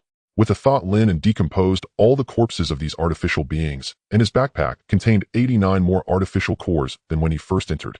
Adding the two severely weakened 10th-level artificial beings, the total number of extra artificial cores was exactly 91, which matched the number previously counted by Hockey Foam.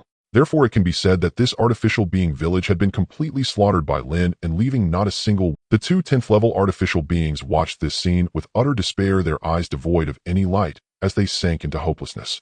For in this moment, even the return of extraordinary beings would be of no avail. Although they did not understand why they had not been killed until now, it was evident that this was merely a matter of time. In fact, the reason the other party had not killed them immediately might be due to more nefarious schemes.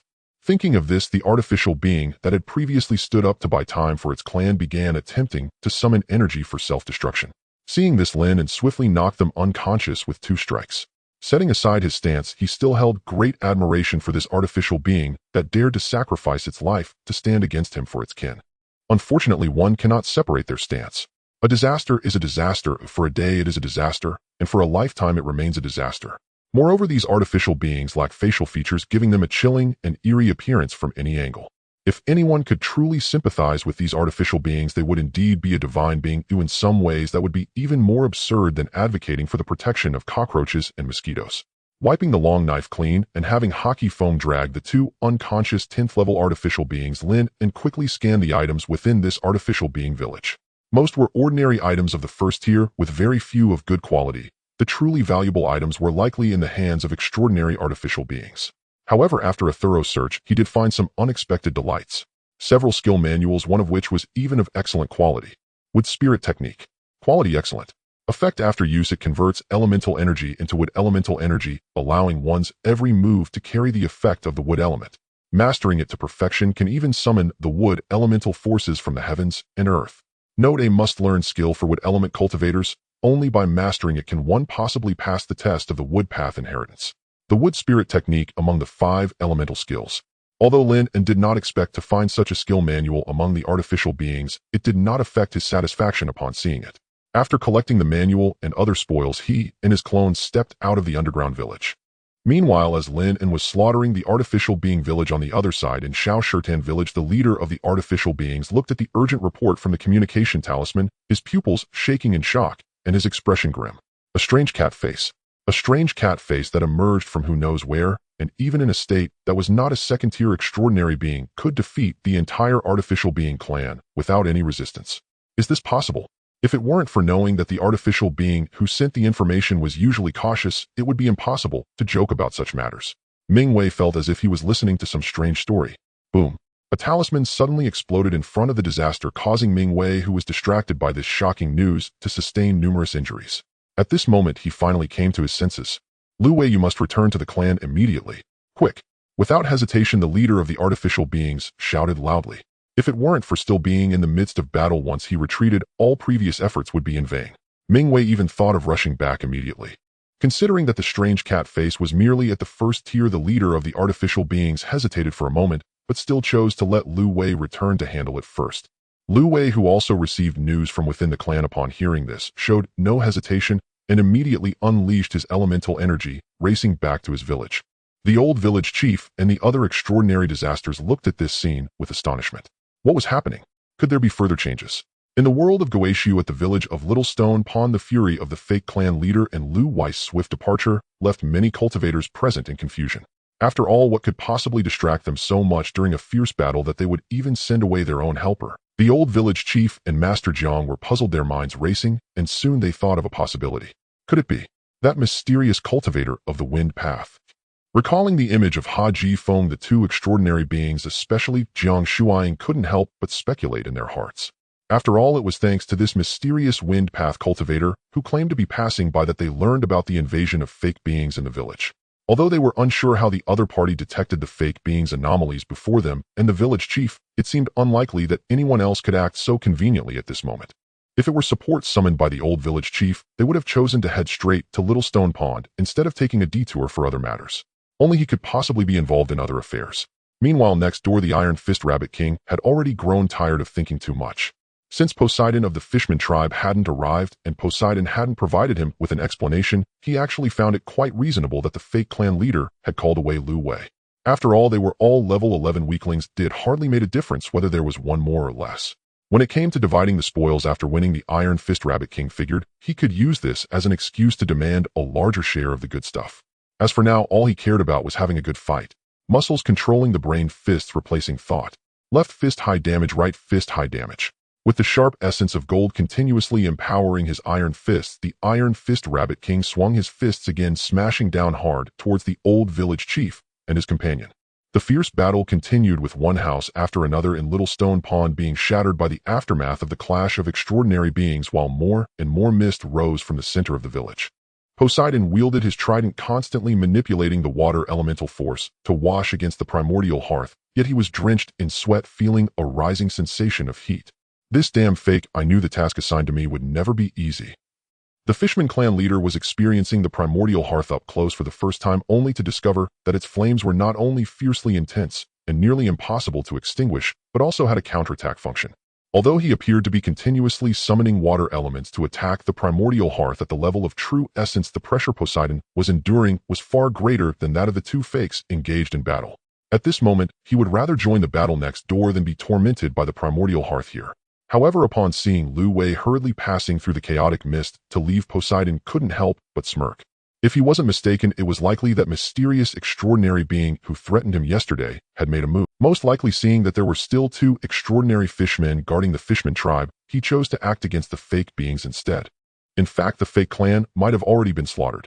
No wonder I made the most wise and martial decision. The Fishman clan leader felt secretly pleased, further solidifying his resolve to keep Poseidon Bay and Poseidon and the two brothers stationed within the tribe.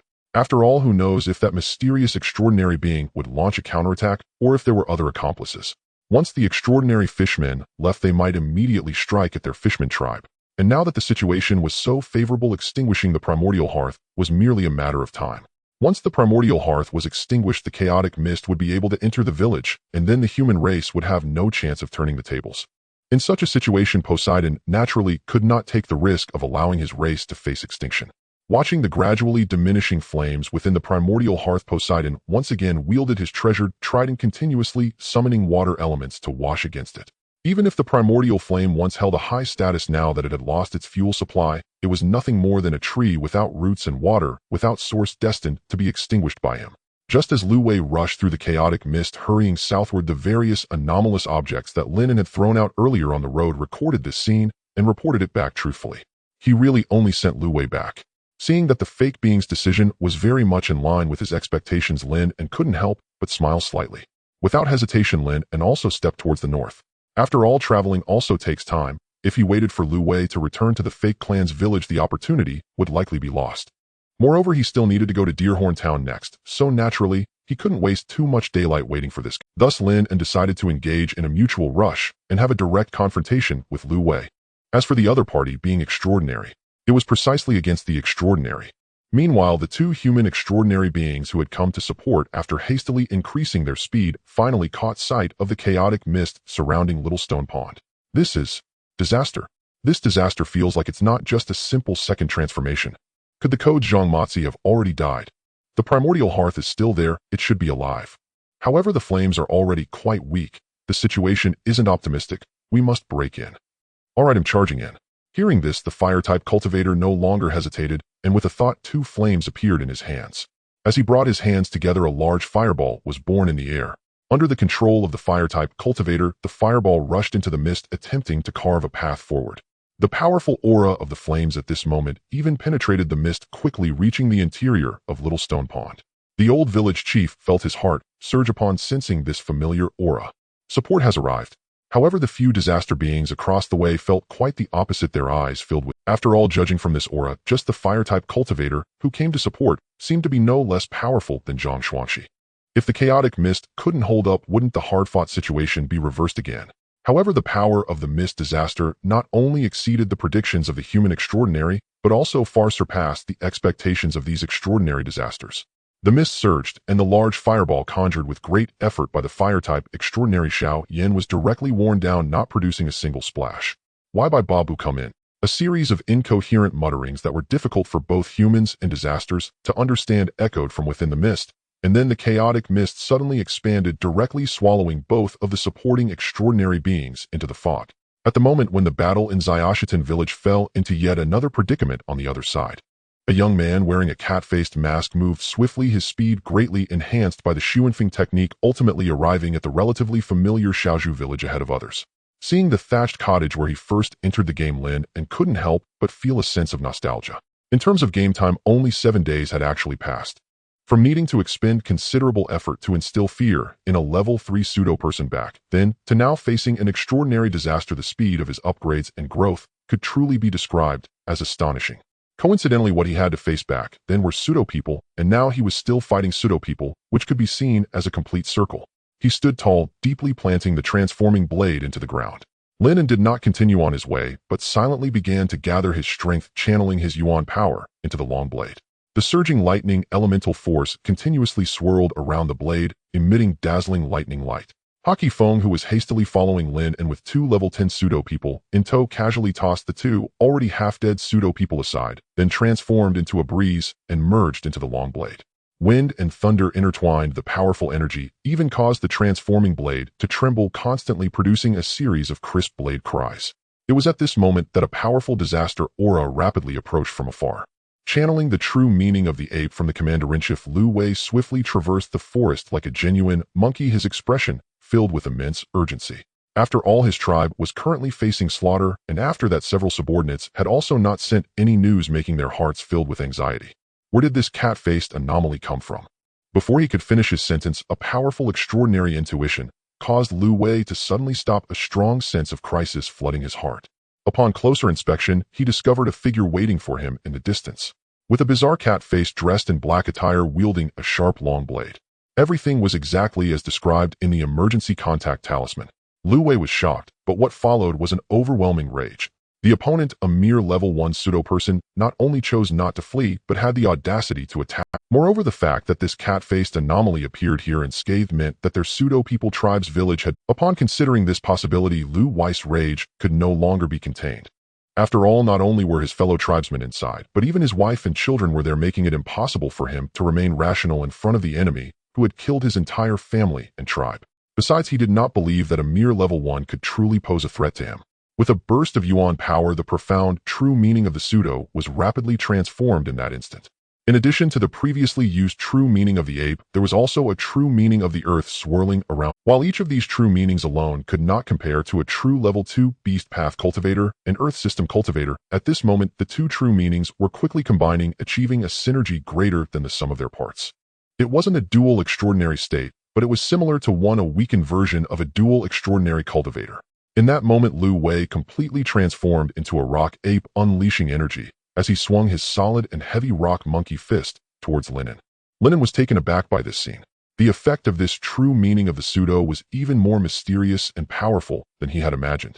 Originally, he thought that the pseudo people were only frightening and annoying due to their disguised talent, and that their actual combat power was quite average, but now it seemed that extraordinary level pseudo people were not simple at all. However, even so, Lin An had no intention of retreating. He drew his blade. The transforming blade, which had long been prepared, was instantly unsheathed, carrying unmatched power as it clashed head-on with the oncoming Lu Wei. This blade is named Wind Thunder. Though the rock ape forged from the true meanings of the ape and earth was indeed powerful, the Wind Thunder blade, infused with all of his Yuan power and transformation, was not without its advantages. The magnificent power of wind and thunder erupted, colliding squarely with the massive rock fist. Boom!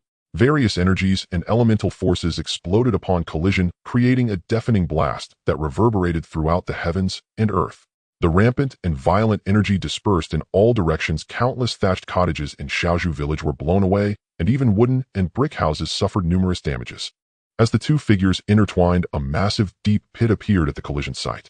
Cough, indeed impressive. Lu Wei turned around, a clear blade wound at the position of his heart, but this injury was quickly healing at that moment. Looking at Lin An, he felt a shock in his heart. If it weren't for the fact that extraordinary beings could shift their heart positions after transcending, he would have truly perished right now. Who could believe that a level 1 cultivator could possess such exaggerated strength? But your Yuan power must be depleted, right? Today let me show you why the majesty of the extraordinary cannot be provoked. Lu Wei said, coldly, stepping forward quickly to kill Lin An. Compared to Lin An, his own state was not very good either. After all, simultaneously transforming two true meanings and combining them was an enormous drain on him, something he would only use at the last moment. Otherwise, he would have started using it during the battle with the old village chief and the others.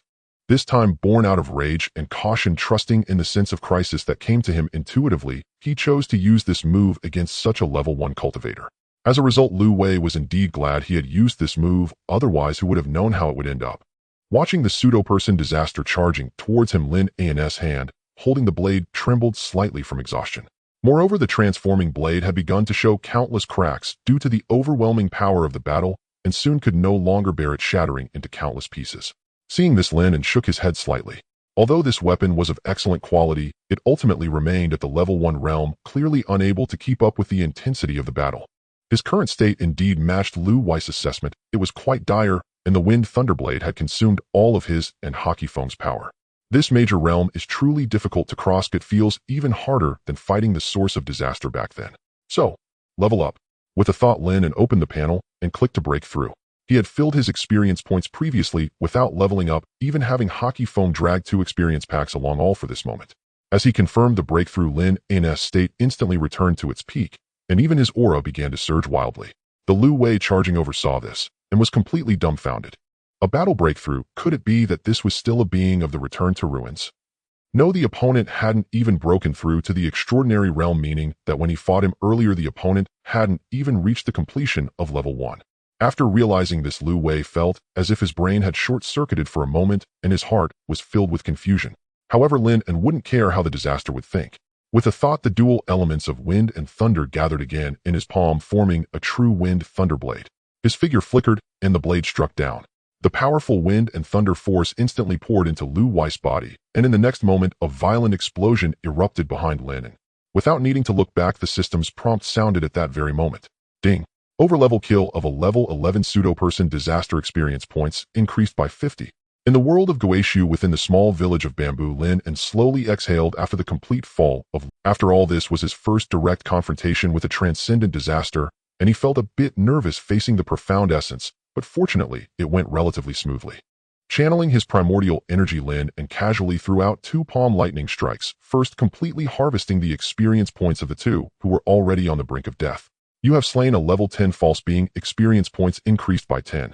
You have slain a level 10 false being, experience points increased by 10. As 2 notification sounds rang out, Lin and focused his mind and looked at the latest player interface. Player Lin and going to the dock to deal with seagulls, level 10 talent, 3-dimensional balance, experience point 70, over level killing of a level 11 transcendent false being 1, slaying a level 10 false being 2, physique 99, rapidly increasing chi 118, spirit 99, rapidly increasing skills, transformation art, beginner substitute, talisman, major completion, wind technique, major completion, thunder technique, major completion, tiger bird technique, perfection. Items, skill, avatar, talisman, substitute, talisman, cat, face, mask, ever-changing outfit. Current status good. You have broken through level 9, all attributes increased by 9, and you have gained 9 free attribute points. At the first moment of leveling up, Lin and allocated all free attributes to his current highest energy. As a result, his 3-dimensional attributes now all exceeded 90 points, with the highest primordial energy attribute already reaching an astonishing 100 points. The total attributes had already reached 280, and with the support of his 3-dimensional balance talent, it wouldn't take long for his total attributes to reach 300. At this moment, Lin An's panel could be said to be extraordinarily luxurious, truly a numerical monster. If transcendent beings don't count as true essence, let alone level 11 cultivators, even level 12 transcendent powerhouses would still be far inferior to him. What a joyful day. Transforming into a character of ancient charm, Lin and felt an unusual eagerness tugging at the corners of his mouth. Switching interfaces, Lin and immediately looked at his backpack, wanting to see what the core of true essence gained from slaying the transcendent disaster was. With a thought, a somewhat murky, yet seemingly ever-changing crystal core appeared in his hand. Core of True Essence, Lu Wei Realm, early stage of second transformation, false, Dao type, one-time low-quality item effect. The True Essence core can only be obtained by players after slaying disasters. It can be used to enhance the player's True Essence realm. Introduction. The True Essence core is a crystallization of insights gained by transcendent disasters throughout their lives, and even the disasters themselves have unique thoughts, actions, and behaviors.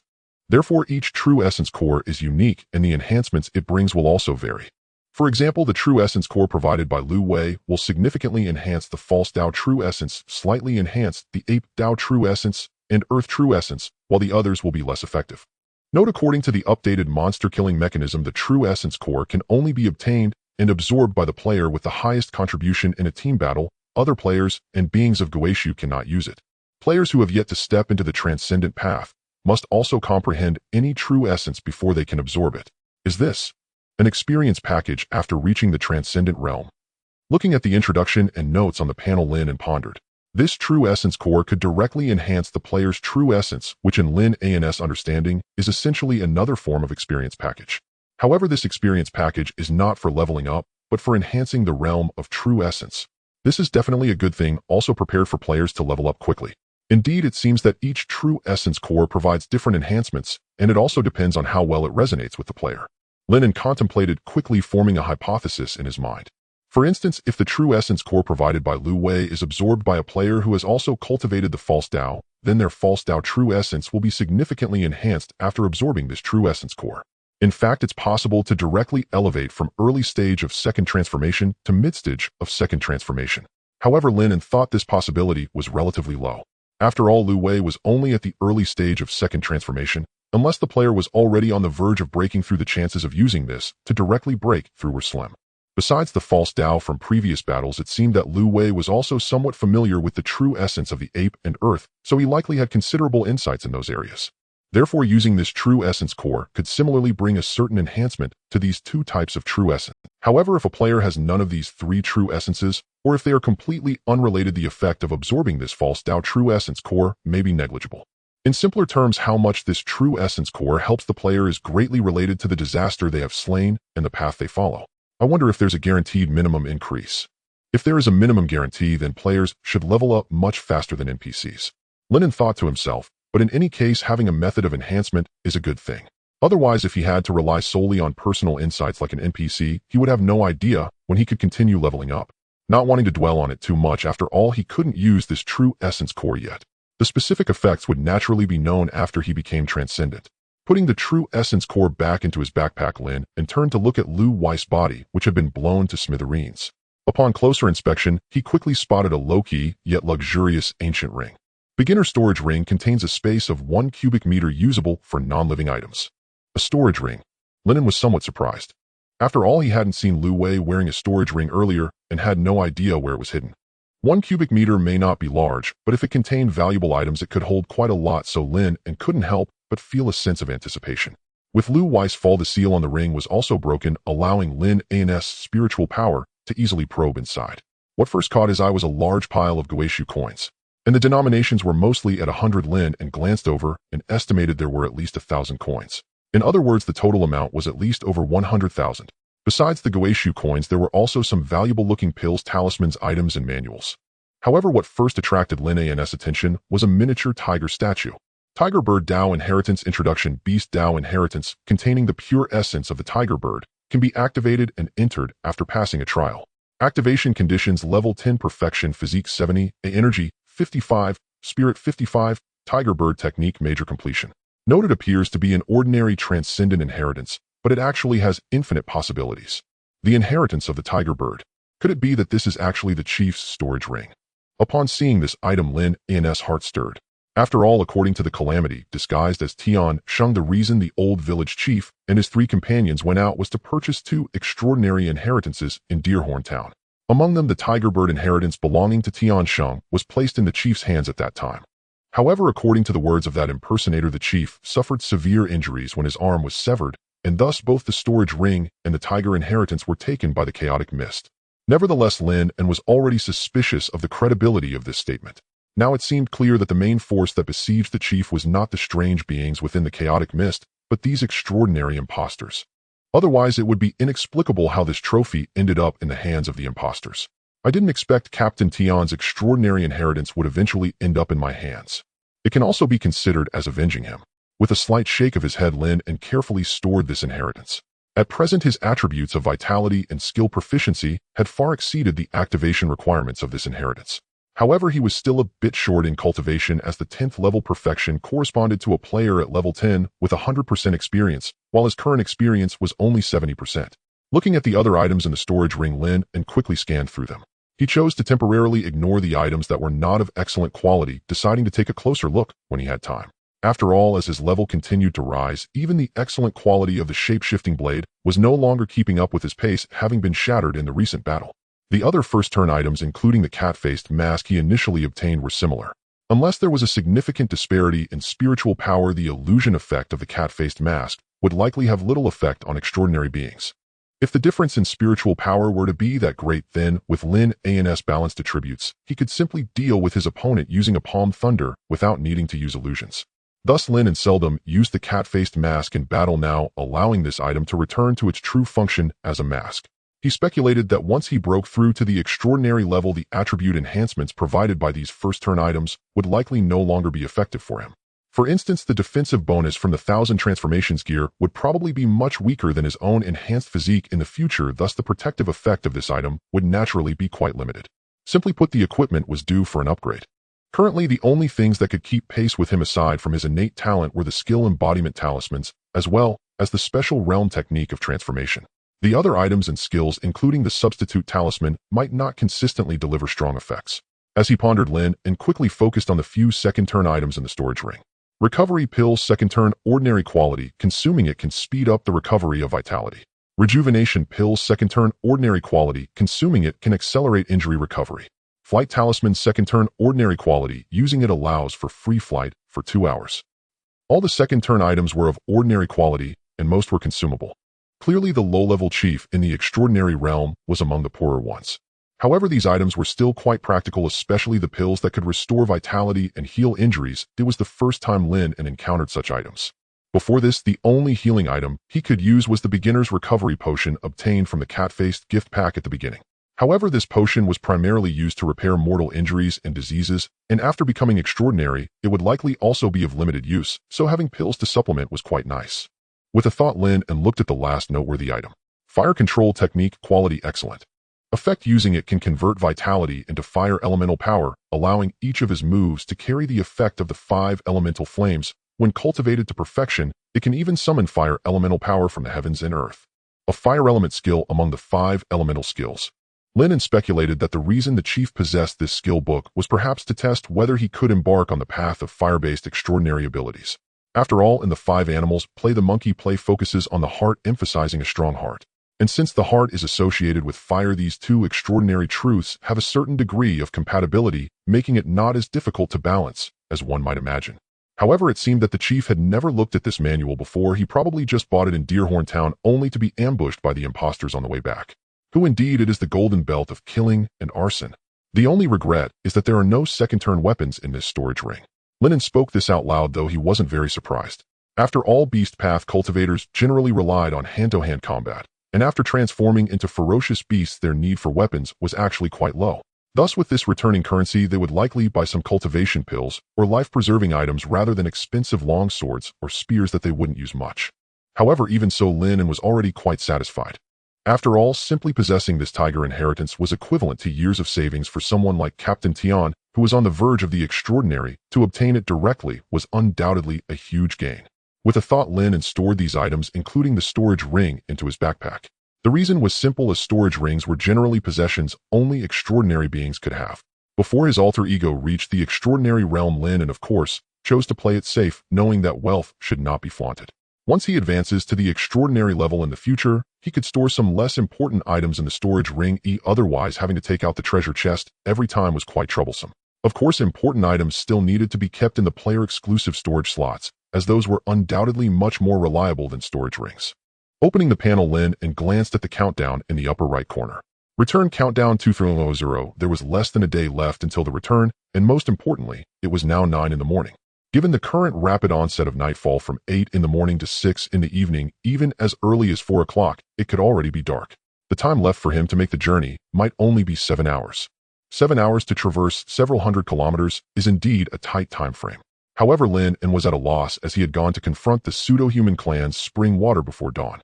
Not only did he eliminate all the pseudo-humans within this hour, but he also proactively set off to engage in a double-sided battle with the land pseudo, successfully slaying formidable disasters to reap experience points and loot. Efficiency was at its peak, yet the daytime in the world of guilt was far too short, making it exceedingly precious. Fortunately, Lin An had been intentionally preserving his condition. He had held off on leveling up, instead choosing to engage in a fierce battle with the extraordinary pseudo-human using the Wind Thunderblade. This was not only due to his lack of confidence in facing the extraordinary for the first time, aiming to increase his chances of victory, but he also intended to retain some spiritual power after the battle. In fact, this approach had proven quite successful. Thanks to the player characteristic of regaining full status upon leveling up, he was nearly at full capacity after slaying the extraordinary. Moreover, after leveling up, his speed would only increase. Therefore, as long as no unexpected events occurred during the journey, he should still be able to reach Lu Jiao Town before dark.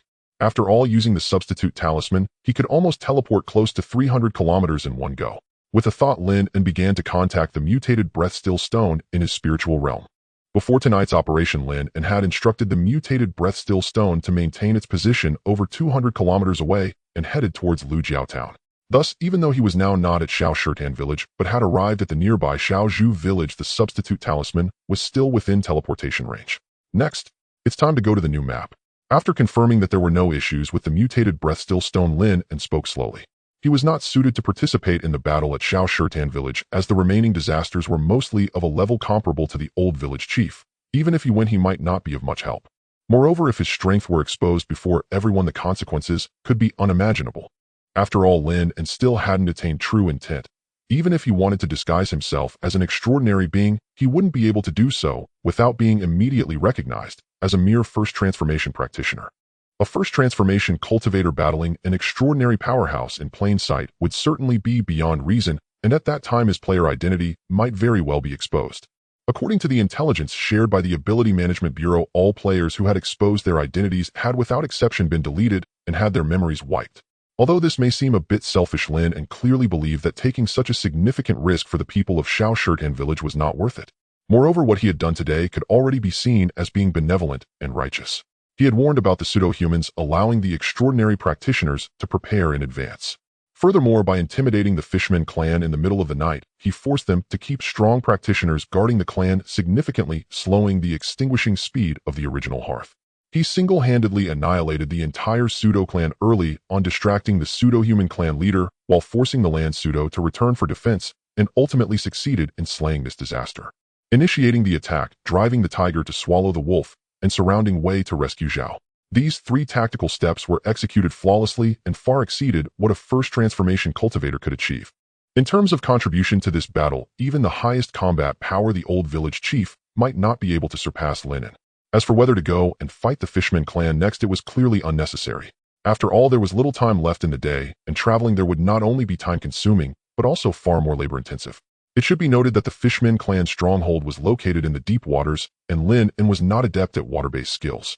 Even if he could indeed defeat the extraordinary fishmen if they decided to flee, he might not be able to catch up, let alone annihilate the entire clan as he had with the pseudo-humans. These thoughts crossed his mind in an instant. With a thought, Lin An decomposed the corpse of the land pseudo, immediately obtaining a second transformation pseudo-nucleus.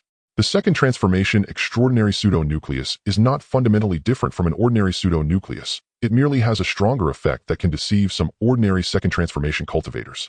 Thus, Lin An merely glanced at it before storing it away, then allowed Hockey Foam to once again transform into a wind attribute rune attaching itself to his wrist. Seeing that everything was ready, Lin An no longer hesitated. With a thought, he activated the substitute talisman. Substitute. With a command, Lin An's figure instantly vanished from the spot. Meanwhile, within Shao Shirtan village, the fierce battle continued, but the leader of the pseudo-humans, Ming Wei, appeared to be increasingly distracted. Boom. The Iron Fist Rabbit King smashed the incoming rock spear with a punch, but was unable to dodge, taking a direct hit from an explosive talisman. Even with its tough skin and flesh, the Iron Fist Rabbit King couldn't help but grimace in pain from such a... Glancing at his dazed teammate beside him, it couldn't help but angrily curse FCKU. None of you pseudo-humans or Fishman clans are reliable at all.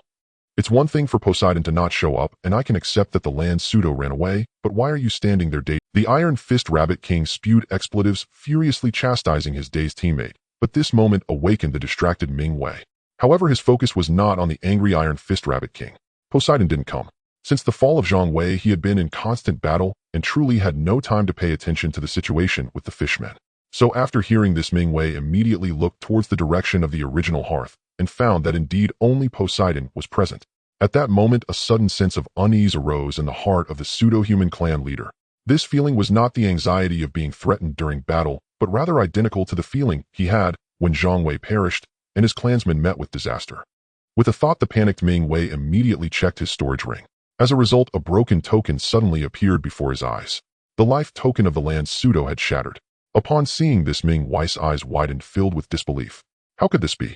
The life token was closely tied to the life of the cultivator. Only a few extraordinary beings within their pseudo-human clan had such tokens. Once a life token shattered, it meant the bearer had completely perished. But how could this be? Wasn't that strange cat-faced creature merely a first transformation realm? How could the extraordinary realm land pseudo possibly be defeated? Ming Wei found it hard to believe this fact.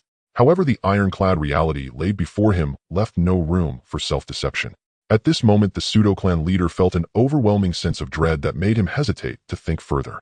After all, if even the extraordinary realm land pseudo had fallen, what would become of the remaining ordinary clansmen? In the world of Guixu, at the village of Xiaoshitan, energy clashed, and the profound battle that shook the heavens and the earth continued.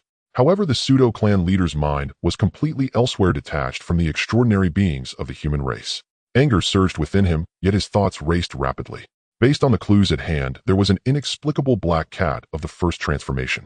Not only did it single-handedly shatter all the non-extraordinary cultivators of their pseudo-clan, forcing them to urgently seek help from those who were fiercely battling alongside him, distracting them in the process.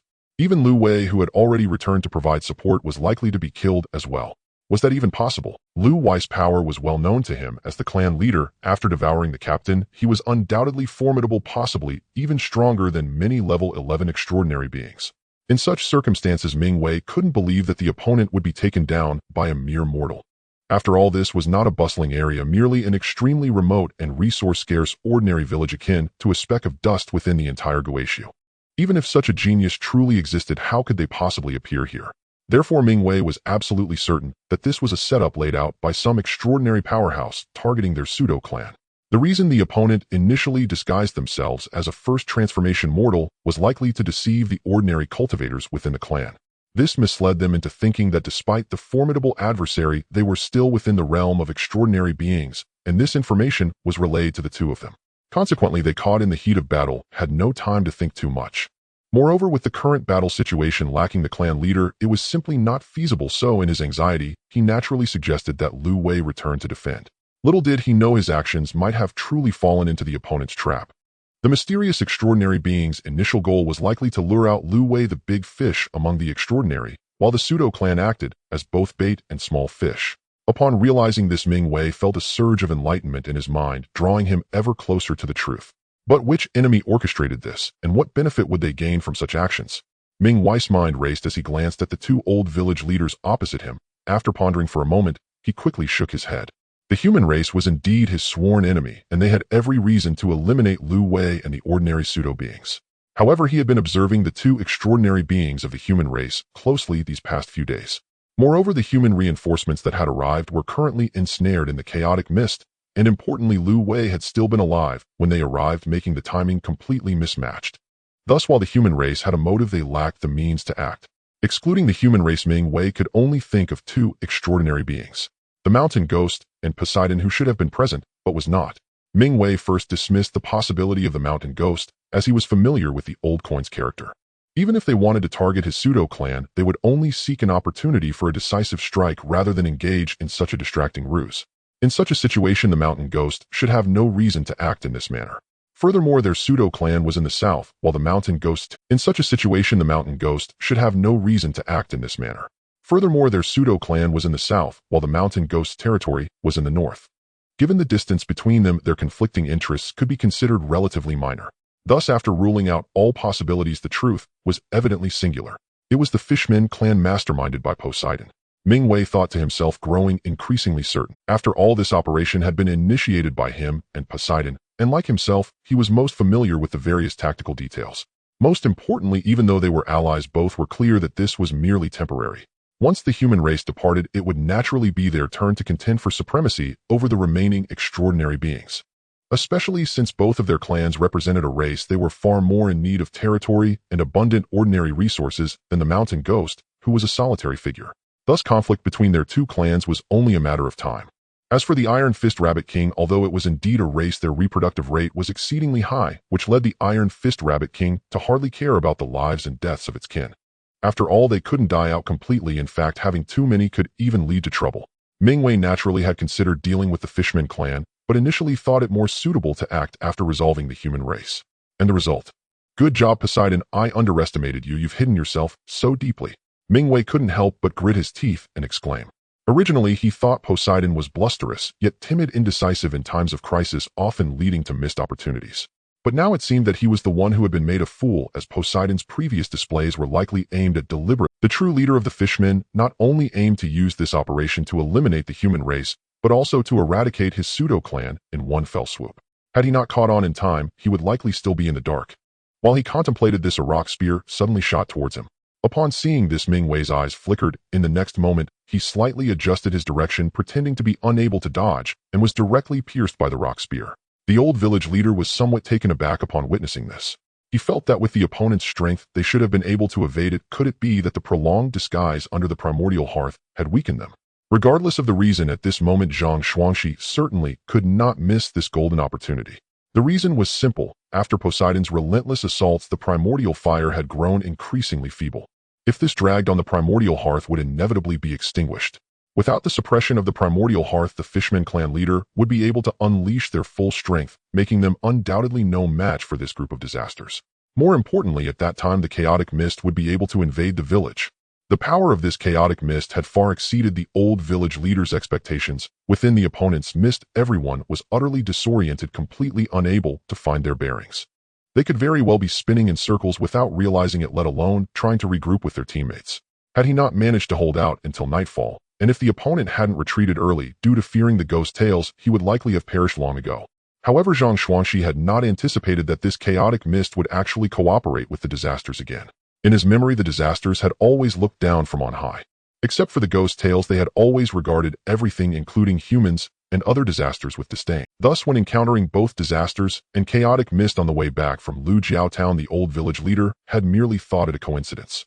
In the world of Guixu, at the village of Little Stone Pond, upon seeing Ming Wei being knocked away by his own rock spear, the old village chief could no longer care about anything else.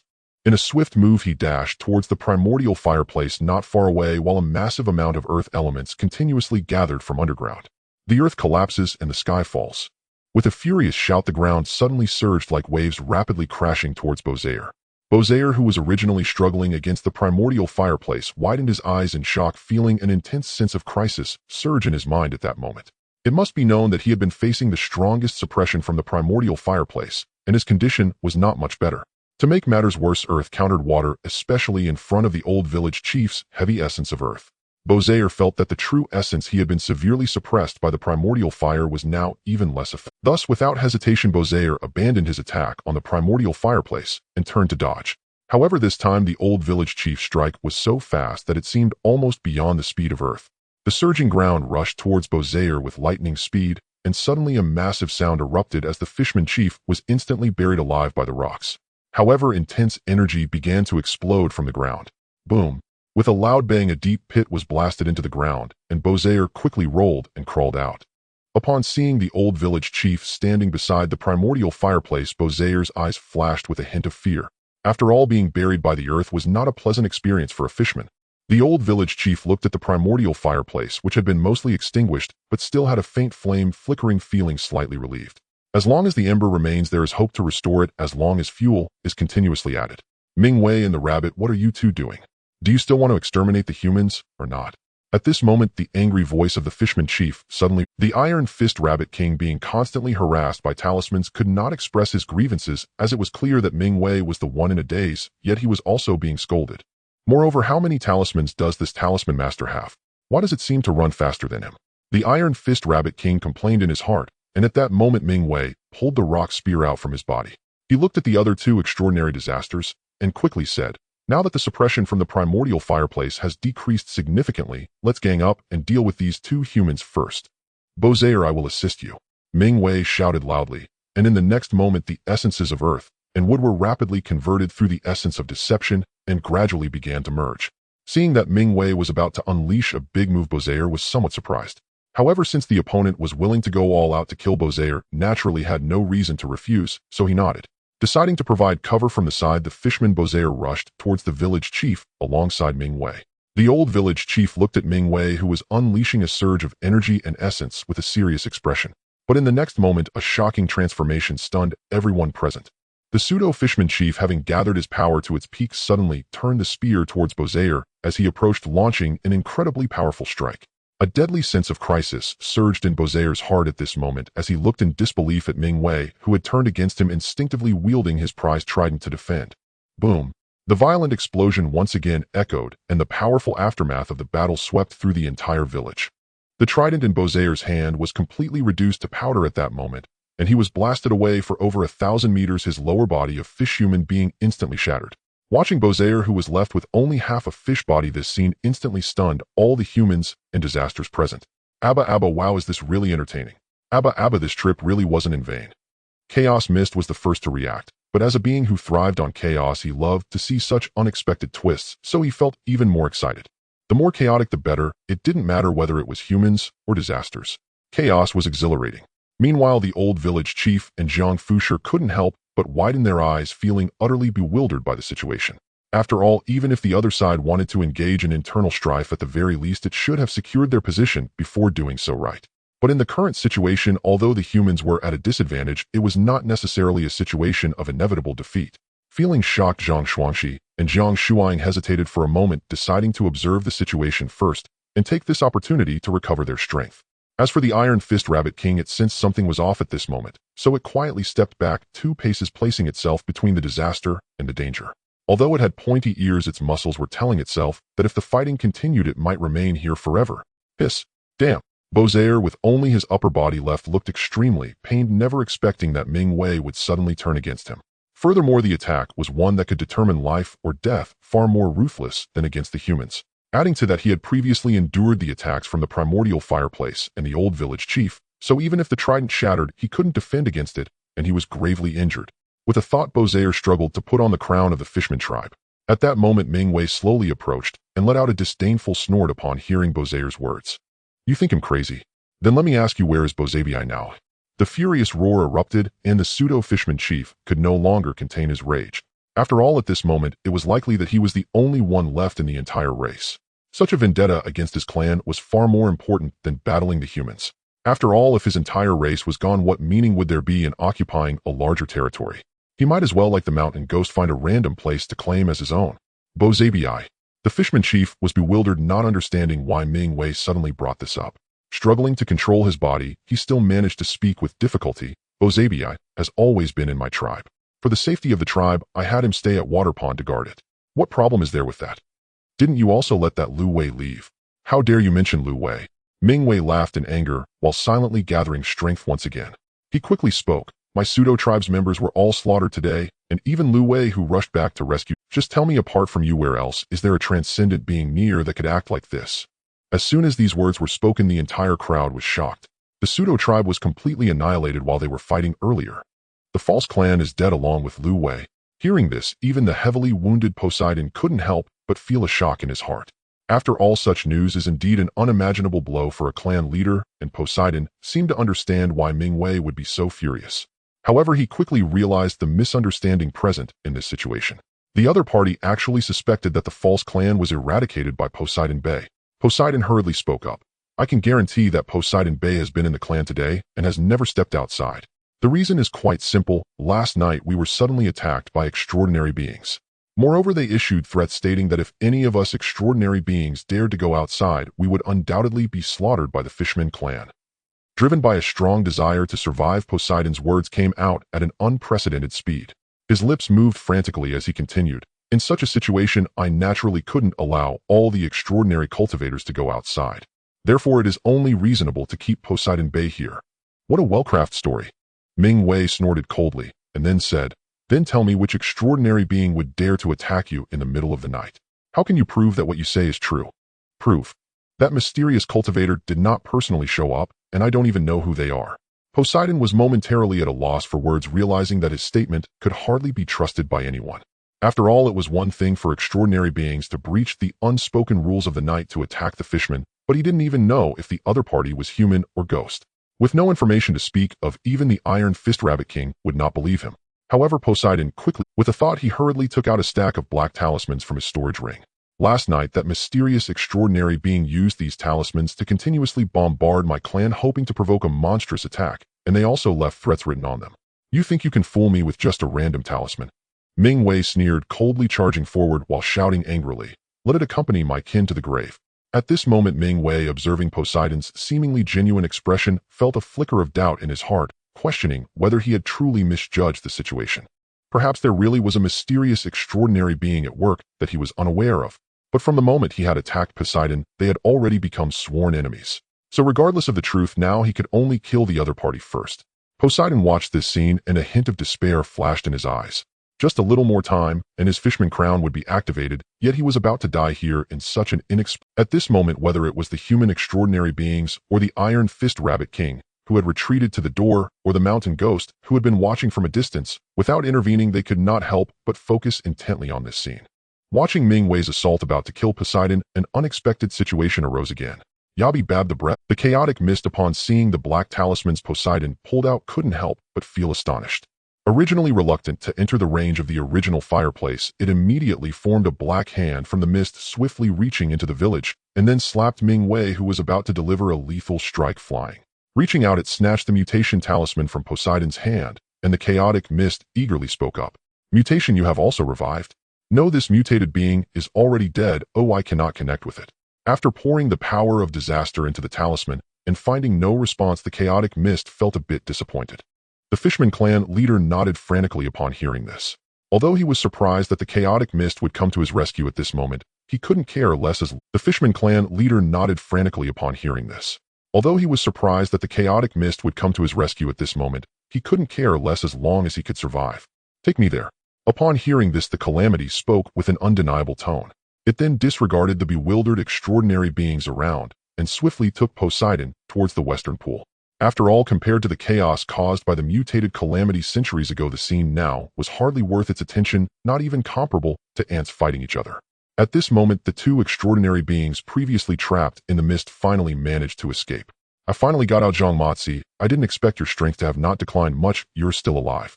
Is it possible that you didn't escape, but rather the calamity actively spat you out? The old village chief looked at his two old teammates and couldn't help but make a sarcastic remark. At this moment, the remaining two calamities were also staring blankly at these extraordinary beings.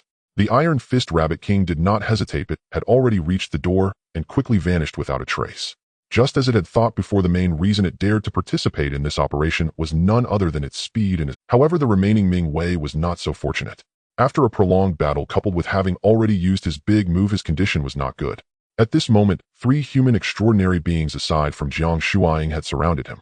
Seeing the one who had taken on Tian Sheng's appearance and was the mastermind behind the deaths of his son and the commander, the old village chief, naturally could not let him go. Kill. A voice as cold as ice echoed from the village chief's mouth, and in the next moment, three different elemental forces of wood, fire, and earth surged towards Ming Wei. Under this beating, Ming Wei's expression was filled with resentment and unwillingness. Even now, he still did not know who had set up the trap for their false clan and who the true killer that annihilated them was. However, it was evident that Ming Wei would no longer have the chance to find out. The powerful elemental force and true intent engulfed him instantly, and under the efforts of the extraordinary beings, this calamity could no longer resist. Soon, with a shattered heart, he was completely burned to ashes. At this point, all the false beings in the surrounding area were truly dead. Finally safe. Looking at the village now free of calamity, the old village chief and Jiang Fushi could finally breathe a sigh of relief. Especially Jiang Shuaing, she felt that she could hardly hold on any longer. If they fought for even a minute more, she might have to use her life-saving talisman to escape back to Deerhorn Town. Fortunately, although Little Shirtan village suffered significant losses, they had managed to survive this crisis. Moreover, the calamities around them had suffered even greater losses, and after this battle, they would surely not choose to cooperate again. Now, passing through this wave of calamity should not be a problem. Although they had many questions about this battle, at least they were safe now. Meanwhile, on the other side, a young man was piloting a glider on his way to Deerhorn Town, completely unaware that the chaotic mist was searching for him. However, the search towards the west would yield no results. After all, besides the mutated disruption talismans that had all perished, there were no other mutated beings remaining. In the world of Guixu, amidst the vast sky, a figure swiftly flew along the official road, covering a distance of over 10 kilometers in just a few short minutes.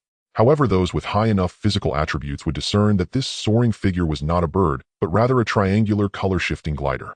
Within this glider, a young man was continuously channeling the power of wind elements to enhance his flight speed. This young man was naturally Lin An, who, after using a substitute talisman to teleport 200 kilometers away, immediately used his transformation technique to alter the glider. After all, this glider was merely of decent quality, and attempting to leap several hundred kilometers in one go without any evolution would be excessively difficult and draining. Fortunately, after reaching level 10A, the items he transformed became increasingly better. Transformed glider. Level 8. Physique 60. Energy 60. Spirit 12. Skills mimicry, rapid flight, reduced consumption, breath of calamity. Note: a special calamity product transformed from the active triangular glider designed for safe manned flight and absolutely loyal to its master. The conditions of the transformed items not only depended on Lin An's strength and proficiency in transformation techniques, but also on the original item's quality and effects. Although the transformed glider lacked offensive capabilities, its durability had significantly improved, ensuring it wouldn't plummet the moment its energy was depleted. Moreover, while the mental attributes did not increase, much its ability to recognize directions and follow commands remained, marking a leap from purely manual to semi-automated operation. Flying high in the sky, the vast mountains and rivers unfolded before his eyes. Gazing at the boundless land below, information about the map surfaced in Lin An's mind. At his current speed, it could even be said to surpass that of most ordinary transcendent beings, making it more than sufficient to reach Lu Jiao Town before nightfall. After all, aside from Wind Path and Avian transcendent practitioners, most second transformation beings could not achieve free flight on their own. At most, they could only hover for a short while. Furthermore, although transcendent practitioners became significantly stronger after attaining true intent, they could only powerfully enhance the domains they traversed. However, if their true intent had little correlation with speed or spatial movement, they would still have to rely on their basic attributes for traveling. Speaking of basic attributes, Lin An, as a numerical anomaly, had fully stepped into the transcendent level, making it difficult for even low-level transcendent beings to compare. Looking at this position, there's about 300 kilometers left. It's not too far anymore. As he thought about soon arriving at a new map, Lin An began to ponder the situation in Lu Jiao Town. From what he knew, there were a total of 9 original hearths in Lu Jiao Town. The central original hearth was at the second transformation level, while the other 8 first transformation original hearths formed a protective octagonal formation around it. Naturally, the area illuminated by the original fire defined the actual range of Lujiao Town, which could be seen as a safe zone for humanity or regular beings of Guixu. Although it was referred to as a township, it was said that Lujiao Town's permanent population could exceed several 100,000, even nearing 1 million during its peak.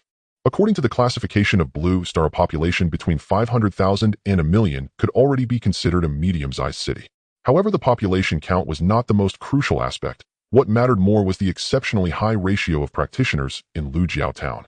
In a village like Xiaoshitan, which had around 2,000 to 3,000 residents, the number of practitioners above the second level was only about 1 or 200, less than 1/10. However, in Lujiao Town, the proportion of practitioners could potentially exceed 1/3, meaning the number of practitioners might reach as high as 200,000. As for the remaining ordinary people, the vast majority would be related to a practitioner in some way. They were mostly either the relatives or concubines of practitioners or their servants and subordinates. The reason for this was previously mentioned by the Supernatural Management Bureau in the forums. That is the exorbitant entry fees and rent. It was said that one had to pay 100 Guixu coins just to enter the town. Then to live there long term, even in the worst locations and environments, it would still amount to 300 Guixu coins each month. While this may not seem much, especially for transcendent beings, it is a trivial matter. After all, the team leader alone had over 10,000 Guixu coins in his storage ring. However, for low-level practitioners and ordinary people, that was quite an unbearable burden. After all, in Xiaoshitan, even members of the hunting team below level 5, not including team leaders, only earned about 1,000 Guixu coins a month. And one must understand that being part of the hunting team was actually the highest risk, yet also the most rewarding position in the village. Even so, they still had to spend 1/3 of their hard-earned income just to live in the town. Ordinary people had it even worse, with incomes generally between 100 and 200 Guixu coins, barely enough to cover rent. Thus, if they had no ties to practitioners, ordinary people naturally had little hope of staying in the town. However, this was unavoidable as the illumination range of the original hearth was limited. If the restrictions were relaxed, a massive influx of population would naturally flood into the town, potentially leading to even greater chaos. In this world of Guixu, houses themselves were not valuable, and even the basic necessities of life were not. This was a world where the transcendent existed and productivity far exceeded the imagination of Blue Star inhabitants. Even the yields of crops were extraordinary. Otherwise, ordinary people would not be able to meet their basic needs with just 100 or 200 Guixu coins. At least under normal circumstances, ensuring basic sustenance was nearly a non-issue. The most one might consider a luxury was eating meat. However, while food, clothing, and shelter were inexpensive, safety was almost priceless. Therefore, in Lujiao Town, for the vast majority, the purpose of paying rent was not merely for the house itself, but for the residency permit that came with it. With this residency permit, one could be considered legally qualified to reside in the town. Thus, ordinary people, or even low-level practitioners who failed to pay rent on time, were often captured by the guards and placed in villages near the town. However, such villages had no original hearths and no transcendent practitioners guarding them. Therefore, even if they were close to the town, should an incident occur, the town's administrators would arrange for practitioners to provide swift assistance, but it may not even compare to the remote village of Xiaoshitan.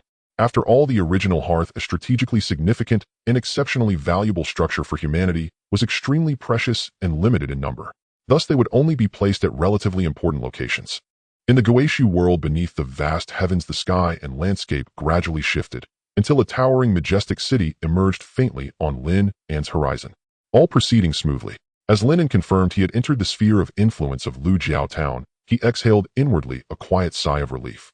Perhaps it was due to the swarm of aberrant entities masking his aura, mimicking ambient forms and concealing his presence, or perhaps the very scent of calamity repelled ordinary life forms and even other disasters.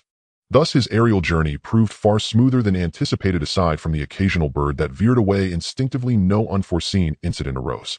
Naturally, Lin An surmised the most decisive factor lay in the scarcity of airborne transcendent cultivators and airborne calamities across this region. Fewer flyers meant fewer mid-air collisions. Guiding his glider downward with precision, Lin An alighted lightly upon a small earthen hillock, landing with effortless balance. Horrifying and the glider are to locate Tier 10 calamities nearby, engage and eliminate them without hesitation. Also remain vigilant for any transcendent intelligence or additional intel. Understood. N. Yes, your exaltedness. May your path be blessed with tranquility. And without hesitation, the two immediately set off on their hunt for calamities. After all, the time remaining until his return was brief, and now that his primary body had reached the safety of the town, his avatar could once again roam freely unrestrained. As for the aberrant entities, their loyalty required no elaboration. For the aberration sovereign, they would surrender life itself. Absolute, unwavering devotion. Watching Hockey Fong and the aberrant glider vanish into the distance, Lin An wasted no time. He removed his feline mask and strode swiftly toward Lu Jiao Town. Upon entering Lu Jiao Town's domain, he frequently glimpsed other travelers hastening along the same path. Yet in the Guixu world, strangers maintained profound wariness toward one another, especially beyond the confines of settlements. Thus, even when paths crossed, each continued onward in silence. No superfluous words exchanged. And precisely so did Lin An prefer it. Journeying eastward, Lu Jiao Town at last rose into sharp clarity before him. Its first striking feature, a colossal wall soaring 100 meters high. Lin An paused momentarily, stunned by its staggering height. During his first visit to Shao village, he'd considered the Tiger Gate wall, twice the height of an adult, impressively imposing. Yet here Lu Jiao Town's ramparts dwarfed that scale by dozens of times, and they gleamed with a cold metallic luster unmistakably forged not merely of concrete, but of hardened alloy. Moreover, intricate luminous sigils, mystical and arcane, were etched across the surface. From his studies of substitution talismans, Lin An recognized them instantly, a grand-scale defensive formation array. Most striking of all were the numerous arrow towers, artillery emplacements, and weapons whose designs he had never encountered, each radiating palpable lethality. Gazing upon them, a visceral sense of mortal peril surged within him, as though a single blast would reduce him to ash in an instant. This wall alone could grievously wound, or outright slay, the overwhelming majority of second transformation transcendents. Truly, the disparity between villages and towns is absurdly extreme, greater even than that between Beijing, Guangzhou, Shenzhen, and a remote county seat. Lin An mused wryly, but undeniably this disparity also granted him a profound sense of security. For the townsfolk, stronger defenses meant greater safety, both in warding and in retaliation. Joining the line of hurried cultivators awaiting entry, Lin An swept his gaze over the gate itself, equally immense and imposing. Above the arch hung a plaque inscribed with the characters West Gate, marking this as the western entrance. Atop it stood a sculpture shaped like deer antlers, carved from an unknown material, Lu Jiao Town's emblematic symbol. As he observed the queue advanced swiftly, soon reaching him, he casually withdrew a 100 Guixu coin note from his pocket. The gatekeeper, retrieving a 3-day entry permit, asked perfunctorily, "Name, cultivation rank, purpose of visiting Lu Jiao Town in Linping, 10th rank." And Lin An replied calmly, unhurried, "I intend to reside here temporarily, to explore whether any suitable transcendent inheritance aligns with my path." For Lu Jiao Town, with over 200,000, perhaps even more cultivators, second transformation transcendents remain prestigious, yet far from rare. Moreover, authentic transcendent inheritances were obtainable almost exclusively through town-level or higher sects and organizations. Many 10th-rank cultivators from rural villages, once confident in their readiness, and having amassed sufficient Guixu coins, naturally journeyed to the nearest town in search of such inheritances. Even Tian Sheng and his companions had traveled to Lu Jiao Town for precisely this reason, making Lin An's stated purpose both plausible and commonplace. And very well. May Lord Lin achieve swift success in your cultivation breakthrough. Here is your entry permit. Please accept it. And upon hearing Lin An's rank and intent, the guard's demeanor instantly transformed, reverent, deferential. After all, even his mere status as a 10th-rank cultivator eclipsed the guard's own standing, and should Lin An ascend to true transcendence, the gulf between them would become as vast as heaven and earth. Lin An offered a faint smile, accepted the permit, and stepped through the gate, into streets bustling with vitality and immaculate order, thronged with cultivators flanked by residential towers soaring over 30 stories high. He even glimpsed bicycles, mechanical puppets, and flickering television screens. Compared to Shao village, Lin An felt as though he had leapt from antiquity straight into modernity, albeit a modernity deeply infused with Xuanhuan wonder. Village and town are worlds apart. What then must a true metropolis be like? Astonished, he murmured to himself, then entered a shop resembling a bookstore. Welcome. May I ask what genre of text you seek?" A young woman of refined, serene bearing lowered her book and greeted him with a gentle smile. "I've just arrived in Lu Jiao Town. I wish to understand its general layout, surrounding regions, and especially information concerning calamities." Understood. "I've just arrived in Lu Jiao Town. I wish to understand its general layout, surrounding regions, and especially information concerning calamities." Understood. 100 Demon Cataclysm. At the titles, Lin An's lips twitched faintly. Essential insights for newcomers sounded suspiciously precisely what he needed. Then those 3, please. As Lin An stepped out of the bookstore, his backpack, which he used for disguise, had gained several additional books. Besides an introduction to Deerhorn Town, there were also many related to extraordinary knowledge. However, since these were not items of significant meaning like skill manuals, they were quite affordable, at least negligible. Not starting to read immediately, Lin An decided to rent a house first. As he walked forward, he quickly arrived at the official real estate and rental office of Deerhorn Town. "Hello, sir, how may I assist you?" A woman in black stockings with a beautiful face and well-fitted professional attire lit up upon seeing Lin An and promptly walked over to ask, "Is this still the Guixu world? How come even black stockings have appeared? Could it be that regardless of the world, the tastes of lecherous old men are universally consistent?" While internally complaining, Lin An's expression remained unchanged. After a moment's thought, he spoke, "I would like to rent a standalone house. The requirements are basic defenses and soundproofing formations. Additionally, it should not be too far from the first-level original hearth." The agent's eyes brightened upon hearing. After all, locations closer to the original hearth often meant a proximity to the core, and even a first-level original hearth was not something ordinary cultivators could approach too closely. Not to mention the formation requirements, which even a 10th-level cultivator might not be willing to bear. As for a standalone house, this was merely a basic requirement for higher-level cultivators. In fact, the towering buildings on the outskirts could be considered in some sense the slums of Deerhorn Town, where only mortals and low-level cultivators would reside. As one gradually approached the core area, the buildings tended to decrease in height. After all, a cluster of tall buildings surrounding the original hearth would likely obstruct the radiance of the original fire, affecting the area it could illuminate. Moreover, cultivators residing near the original hearth, especially those near the second-level original hearth, were generally extraordinarily powerful. Such powerful beings are particularly concerned about privacy and would naturally not be willing to squeeze in with others. "There are still quite a few houses that meet your needs. Please follow me to the VIP lounge so I can give you a proper introduction." The saleswoman said this, and Lin An nodded slightly. The two soon arrived at an elegant private room where, after preparing tea and arranging a fruit platter, the other party began to showcase her professional skills. She quickly took out a projection stone, and with a surge of her elemental energy, a three-dimensional map of the village appeared before them. "By the way, may I ask your surname, sir?" "My surname is Lin." "All right, Mr. Lin, this should be your first time renting in the town, right?"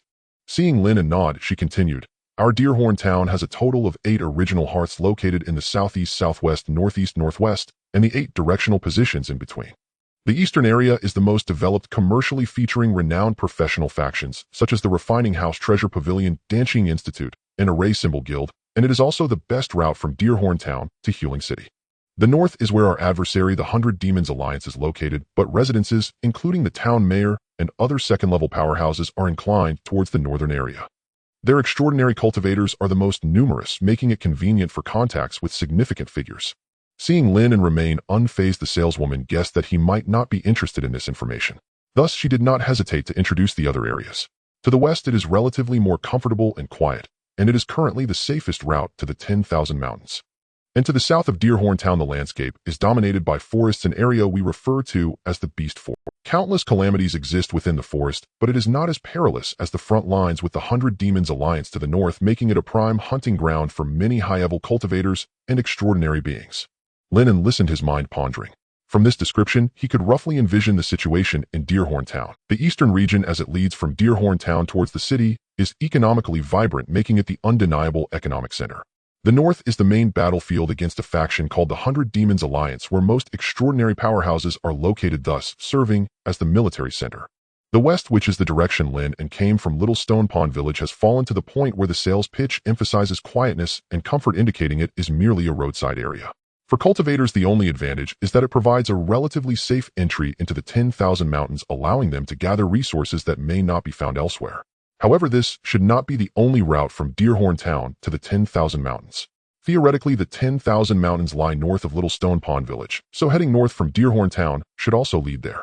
However, going north would require crossing the battlefield and confronting the 100 Demons Alliance. Although it was Lin An's first time hearing about this faction, since they could engage in battle with Deerhorn Town, they likely had at least some third-level powerhouses stationed. Thus, even a powerhouse like the mayor of Deerhorn Town would likely have to take a detour to reach the 10,000 Mountains, which should also be the greatest strategic significance of Little Stone Pond Village. After all, even if one does not frequently visit, there must be a place for resupply and overnight stays. Furthermore, if anything goes wrong in the west, they could learn a thing or two in advance through Little Stone Pond Village. Moreover, most small villages without an original hearth are primarily established on the east and west sides. After pondering for 2 seconds, Lin An spoke, "Just introduce the southern area." As a player leveling up by defeating monsters, the most suitable places for him were undoubtedly the disaster-ridden north and south.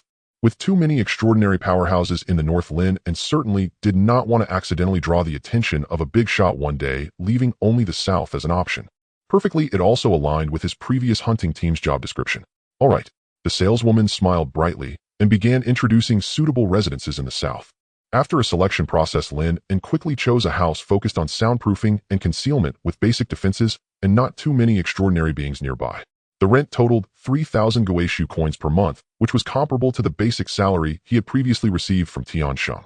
However, Lin An did not hesitate and quickly paid to complete the rental, receiving the corresponding housing certificate.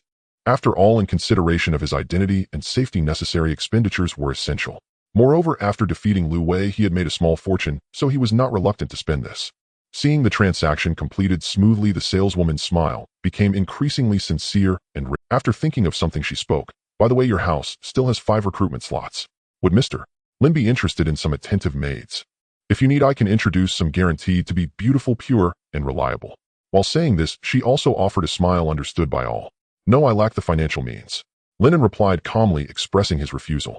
In the world of the return to ruins outside of Deerhorn Town, as Lin An was selecting a house, Horrifying, and his mutated glider swiftly skimmed over the vast skies, finally coming to a halt amidst a cliff. It's not easy to find a level 10 monster in the west. Horrifying glanced at the dimming sky, and without hesitation jumped off the cliff. Returning to his initial state, Horrifying continued to plummet downward, and suddenly came to a halt upon spotting a towering ancient tree growing horizontally. The reason was simple: the tree was harboring the ominous aura of disaster he had sensed earlier. 2 creatures that resembled vultures, but were covered in numerous corpse-like spots measuring 5 meters in length, were level 10 aberrant beasts. Undead corpse vulture. Level 10. Strength Constitution 75. Agility Beast Power 75. Mental Spirit 40. Skills: Undead Summoning, Undead Fire, Rending, Curse of the Dead. 2 undead corpse vultures, presumably a male and a female, were now cautiously eyeing the suddenly appearing Horrifying. Not an easy fight. Horrifying felt a headache upon seeing their attributes. Although his total stats were superior, it was mainly due to his mental attribute being far ahead. The other 2 attributes were fairly balanced. As the embodiment of Xuanfeng technique, he wouldn't possess abilities outside of wind attributes, let alone the relatively rare mental skills for a first turn. Forget it, let's just go for it. Not wanting to think too much, Horrifying focused his mind, and immediately countless wind elemental forces began to gather in the air. Countless azure wind blades materialized out of thin air, swiftly slicing towards the 2 undead corpse vultures with a howling gale. The 2 level 10 disasters were somewhat surprised that this miniature wind elemental figure chose to attack, pondering if this fellow had gone mad, wanting to drag them into death with him as night was about to fall.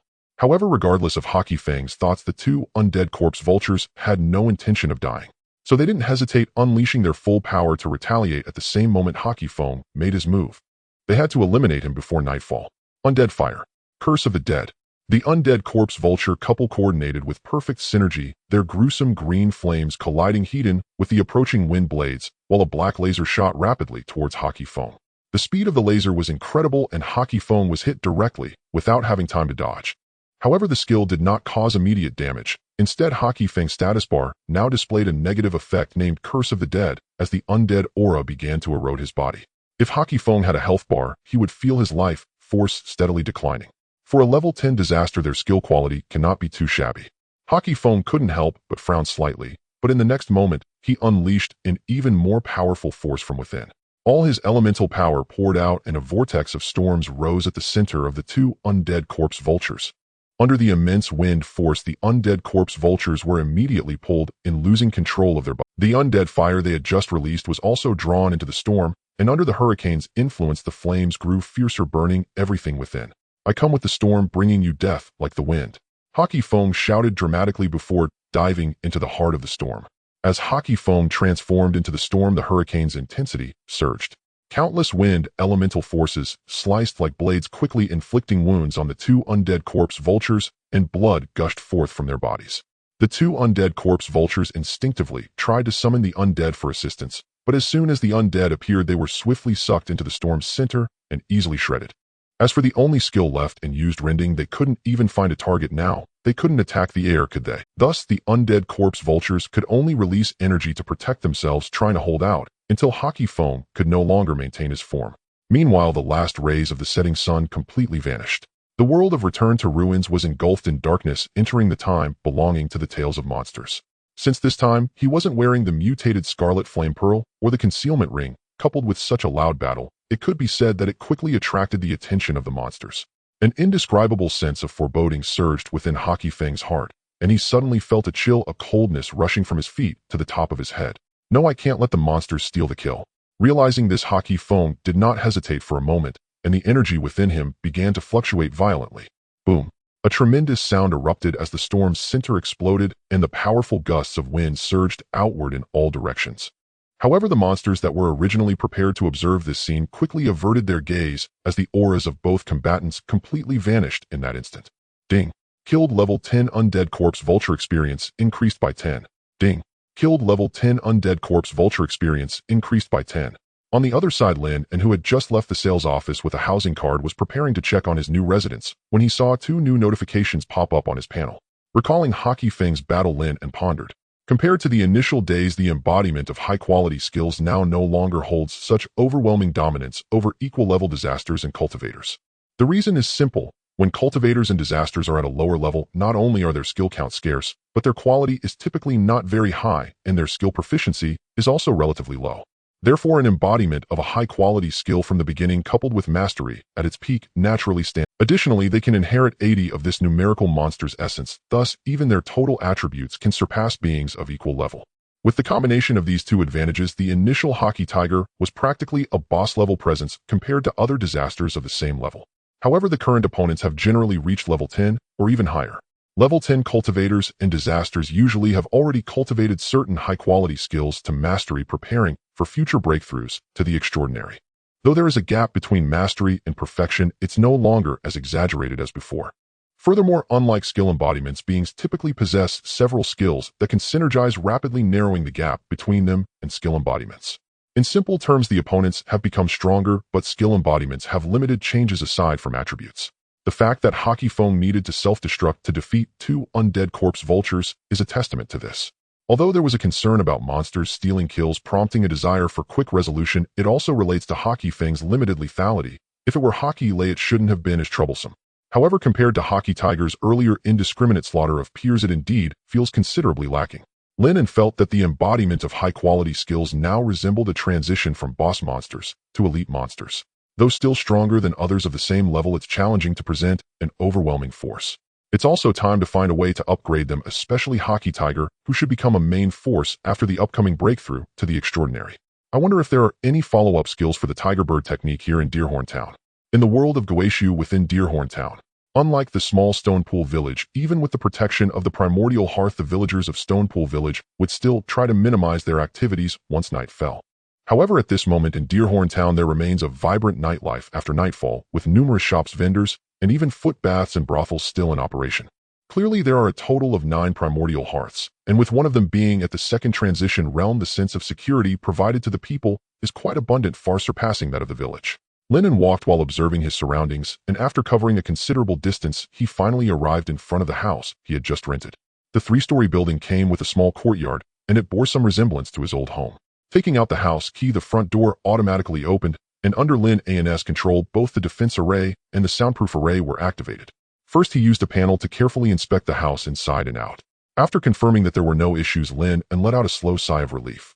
With a thought, Lin An took out the books he had just purchased from the bookstore, and the sound of pages flipping quickly echoed throughout the house. As his mental strength was already nearly 20 times that of an ordinary person, Lin An could still read 10 lines at a glance and retain everything with a flood of new knowledge pouring into his mind. After finishing the books, Lin An pondered thoughtfully. According to the text, the prices of skill manuals in Deerhorn Town were quite comparable to those in Stone Pool Village. Ordinary quality skills typically required 1,000 Guixu coins for a single observation, while good quality skills required 2,000 Guixu coins. However, the price of excellent quality skills was not so fixed, but the price for a single observation usually fluctuated around 3,000 Guixu coins, not deviating too much. But when it came to extraordinary quality skills, there was a leap akin to a chasm. Observing an extraordinary quality skill actually required a whopping 300,000 Guixu coins, 100 times the price of excellent quality skills. Moreover, even so, these extraordinary skills in Deerhorn Town remained priceless despite their availability. Many extraordinary quality skills were quickly bought or observed on the spot shortly after they appeared, so within a few days their essence would be completely consumed. Furthermore, it is said that the vast majority of second transition extraordinary practitioners could only use multiple different excellent skills. Typically, only third transition powerhouses and a select few prodigies could potentially comprehend extraordinary quality skills early and gain entry into them. However, the vast majority of second transition extraordinary practitioners, upon seeing extraordinary skills related to their own extraordinary paths, would strive to obtain them at any cost. The reason is simple: the profound insights contained within extraordinary manuals are far more advanced than the true meanings at the second transition level. When second transition practitioners comprehend these insights, it is as if they have encountered a peerless master guiding them, allowing their true meaning cultivation to potentially advance rapidly. Thus, the primary goal for most second transition extraordinary practitioners is not merely to learn the skills, but to seize this opportunity to elevate their true meaning realm. After all, improving one's true meaning realm not only greatly enhances one's own capabilities, but more importantly, it serves as the foundation for breakthroughs after becoming extraordinary. Only when one comprehends true meaning at the third transition level can a practitioner's realm potentially break through to the third transition.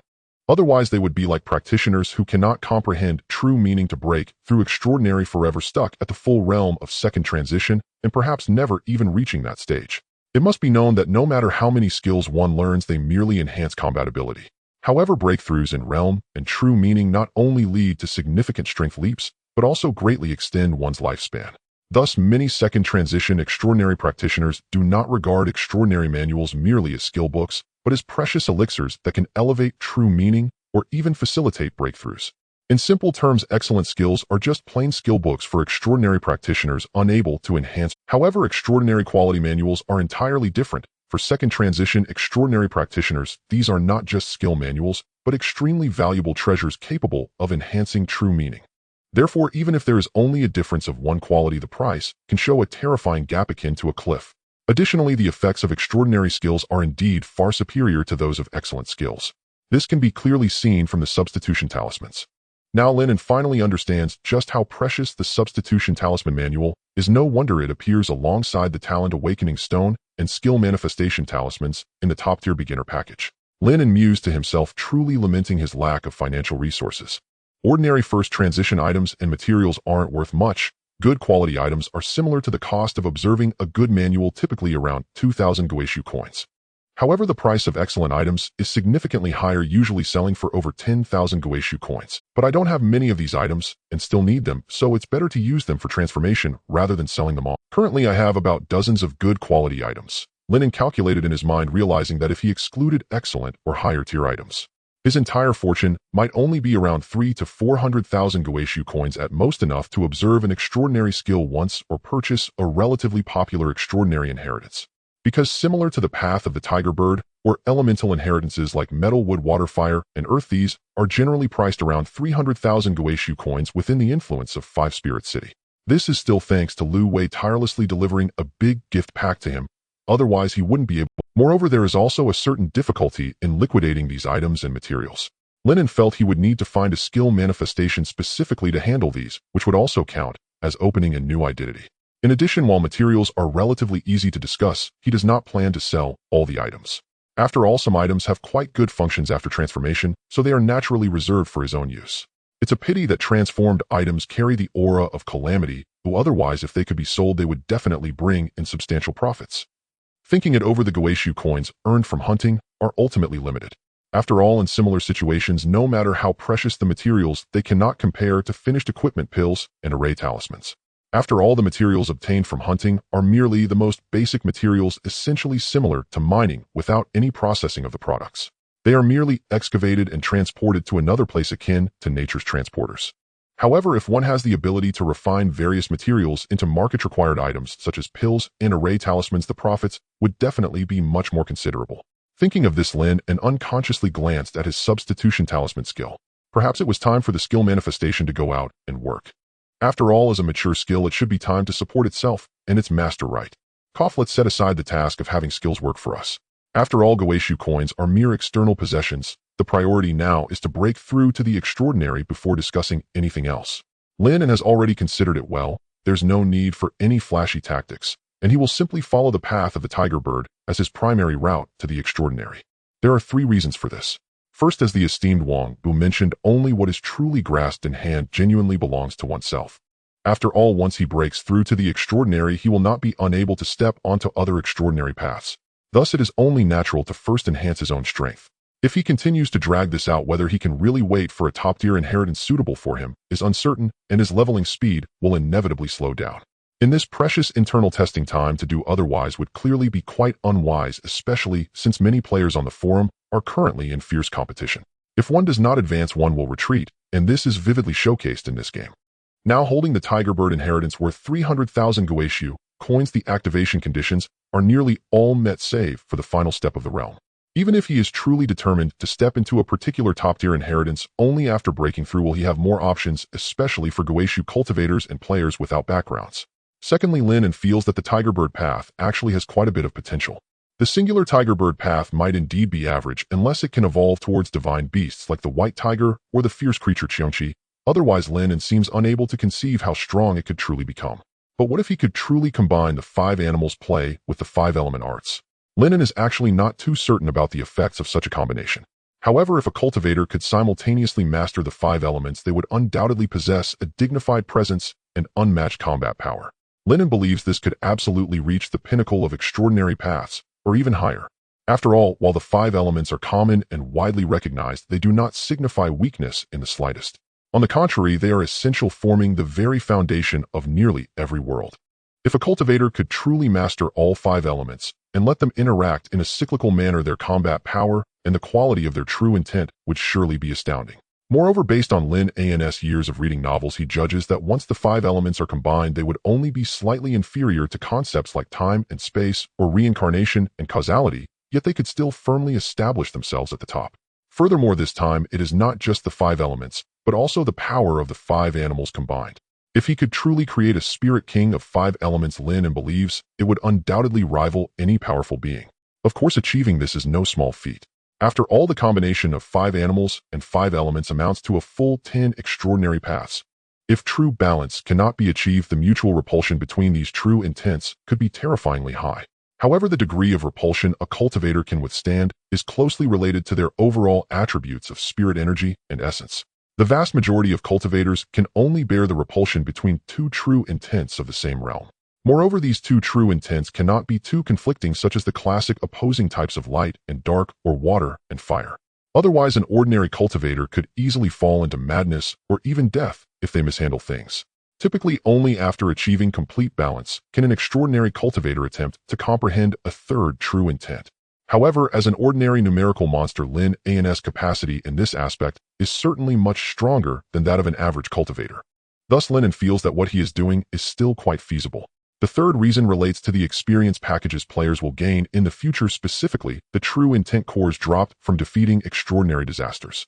Each true intent core dropped by a disaster is unique, and the types of true intent that can be enhanced vary, all closely related to the disasters they defeated. In such circumstances, common true intents may actually be a good thing. The reason is simple: which type of disaster is more likely to possess true intent related to space versus one that embodies the true intent of the 5 elements or beast paths? Without a doubt, it is clearly the latter. After all, encountering a space-related disaster while slaying 100 monsters is unlikely, but those that embody common elemental powers are much more numerous. Thus, for players, the more common the true intent, the faster it can be enhanced compared to rare true intents. After all, the quantity of resources is entirely different. Rare true intents are bound to have scarce associated resources. Furthermore, Lin An feels that the more true intents he masters, the more he can maximize the utilization of the true intent cores. For instance, the current true intent core from Lu Wei maximizes the enhancement of the false path, while the enhancements for the beast path and earth path come next. However, if he could simultaneously master the false path, earth path, and beast path, then absorbing this one true intent core would allow him to enhance all 3 true intents at once.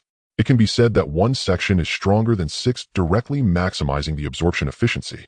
Furthermore, apart from the 5 spirits path, Lin An feels he will eventually need to learn the path of transmutation, as it is, after all, a top-tier inheritance.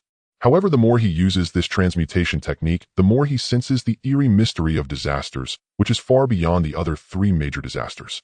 Therefore, Lin An believes that he must break through to the extraordinary before deciding when to utilize this transmutation inheritance. After all, he does not yet have the real intention of embodying disaster, and it is natural to wait until his true intent can suppress this transmutation true intent. With a plan set in his heart, Lin An quickly moved on. With a thought, he directed his gaze toward his backpack. Currently, there are 2 excellent skill manuals in his backpack, one obtained from slaying a false person, and the other also from slaying a false person. The wood spirit technique was obtained after the village of false people was annihilated, while the fire departure technique was the loot acquired after defeating the extraordinary Lu Wei from within his storage ring. Since he has already decided to pursue the path of the 5 spirits, the remaining 5 animal plays and 5 element arts naturally need to be cultivated to perfection. As he opened the manuals, profound insights immediately surfaced in his mind, and Lin An quickly entered a state of comprehension. As time passed, the 2 5-element manuals unknowingly turned to the last page. Ding! Congratulations to the player for learning the excellent skill with Spirit Technique Current Proficiency Beginner. Ding! Congratulations to the player for learning the excellent skill Fire Departure Technique Current Proficiency Beginner. Unexpectedly, it took only a month to reach 100 chapters. Diligent Hockey is here seeking a gift. In the world of Guixu within Luojiao, town time flowed slowly as new skills were being learned, while the interface unexpectedly displayed several new messages. Your spiritual soul has diligently increased by 10 points in spirit through a night of hard training, successfully catching up with the energy attribute. Your body has also successfully increased by 10 points in physique through a night of hard training, successfully catching up with the energy attribute. Ding! Your 3-dimensional attributes have reached equilibrium. Under the influence of 3-dimensional talent, the 3 attributes of spirit, energy, and vitality are once again balanced. With a thought, Lin An raised his gaze towards his latest player interface. Player Lin An at the dock to deal with seagulls. Level 10 talent, 3-dimensional equilibrium, experience 90 over level kill of a level 11 extraordinary pseudo being 1 kill of level 10 pseudo being 2 kill of level 10 undead vulture 2. Spirit physique 100, 10 itchy essence 100, spirit mental 110. Skills transformation technique beginner, fire separation technique beginner, wood spirit technique beginner, avatar talisman major, achievement wind technique major, achievement thunder technique major, achievement tiger bird technique perfect. Item skill avatar talisman cat, face mask transformative attire. Current status good.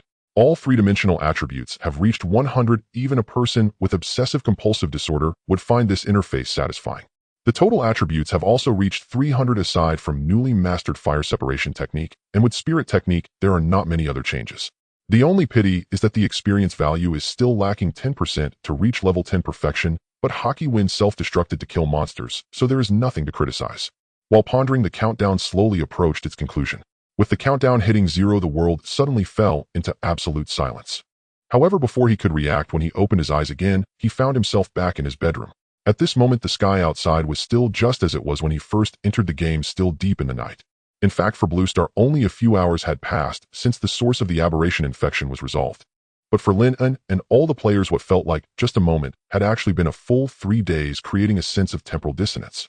With a thought, Lin An took out a pile of higher-level disaster materials. He tossed these materials into the small courtyard and then looked at Hockey Tree, who was still diligently studying, nodding slightly in approval. Hockey Tree, remember to digest these materials quickly and enhance your strength.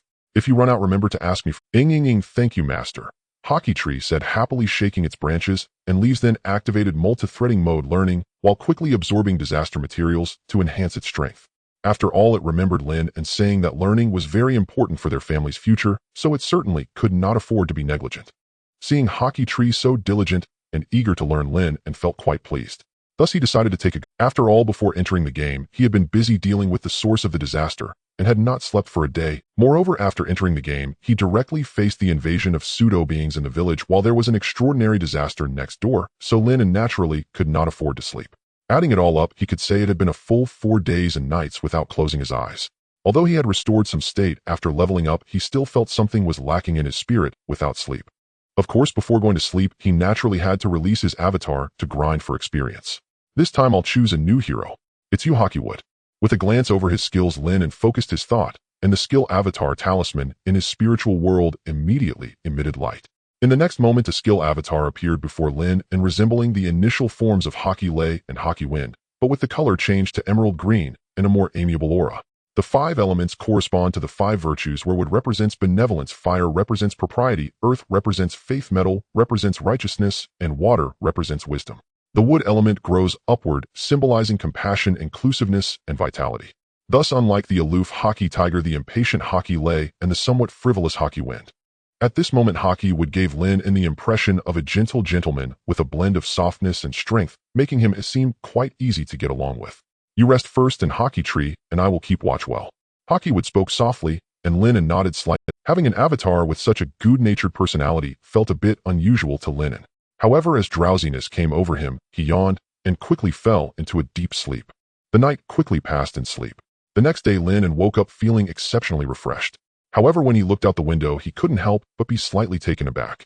He saw countless thin ice crystals falling from the sky. The ground had been covered in a layer of silver frost without him noticing, and even the crown of Hockey Tree seemed to be dyed white.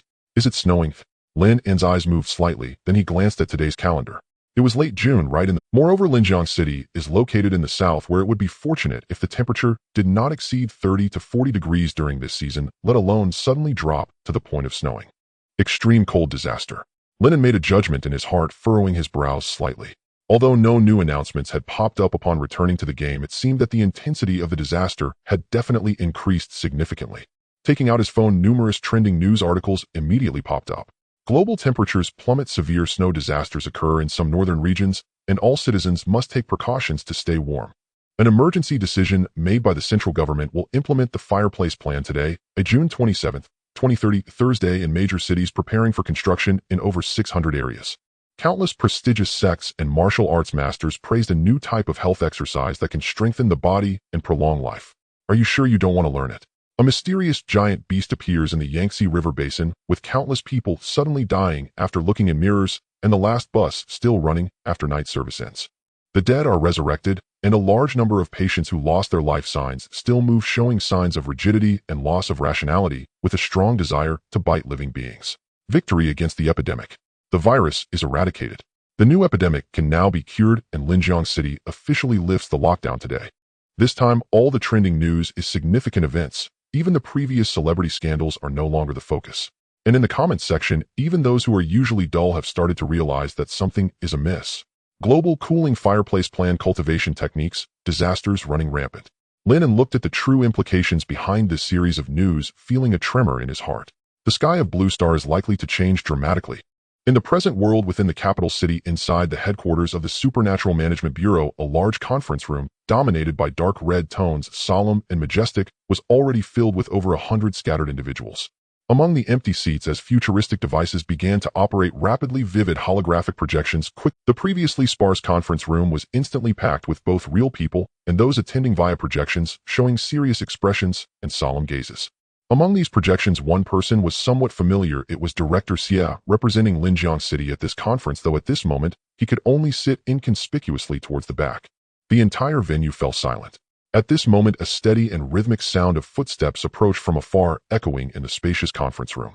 Everyone turned to the front, where a tall man dressed in a dark suit with deep-set eyes walked in at a leisurely pace. Following closely behind him was a woman wearing glasses. Headquarters called out several individuals from the front row as Chun Xiu, the director of the Supernatural Management Bureau, stepped onto the podium. Chun Xiu looked down at the crowd, and his steady and clear voice quickly rang out. The reason for gathering everyone amidst your busy schedules is to announce and implement three main matters. First, the fireplace project, also known as the endless furnace construction strategy. The initial concept of this plan originated from the primal fireplace of the Return to Ruins world and a unique blueprint obtained after eliminating the disaster lava. With this blueprint we can. Listening to Chun Xiu's rapid introduction, Xia Ling quickly recalled the materials he had just seen, as the headquarters had already sent them relevant information before the meeting. Although Xia Ling was surprised that the headquarters suddenly had so many significant moves, he had mentally prepared himself, allowing him to maintain a calm expression. The fireplace project essentially aims to emulate the human race in the Return to Ruins world by constructing countless endless furnaces within the country that can emit light and heat while also deterring disasters. However, compared to the primal fireplace, this furnace's effectiveness is significantly inferior. After all, the flames of the primal fireplace are too unique, possessing the power to sustain themselves by absorbing surrounding energy, and more crucially, they involve true essence and even higher-level entities. Therefore, at the current stage, players have no possibility of obtaining or creating a primal fireplace. Even the items dropped from defeating the disaster lava, such as a special blueprint for furnace manufacturing with unique realm and quality, would still produce an endless furnace far inferior to the lowest-level primal fireplace. Fortunately, the primary function of the primal fireplace is still to combat the urban legends in the darkness. Currently, there are no urban legends existing in Blue Star, at least not for now. Thus, their greatest enemy at the moment is the unconscious disaster extreme cold, which poses far less pressure compared to the Return to Ruins world. Therefore, as long as there are enough endless furnaces, they should suffice for the time being and help humanity quickly establish safe zones.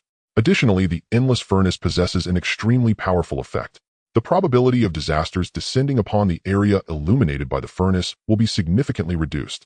This is because the essence of the endless furnace can be viewed as a disaster lava. Thus, the location of the endless furnace is easily perceived by disasters as their territory, leading them to avoid this place. In simple terms, this area is already fully occupied. Moreover, the occupants are the very disasters that even ordinary disasters tend to avoid, making it impossible for them to descend here if given a choice.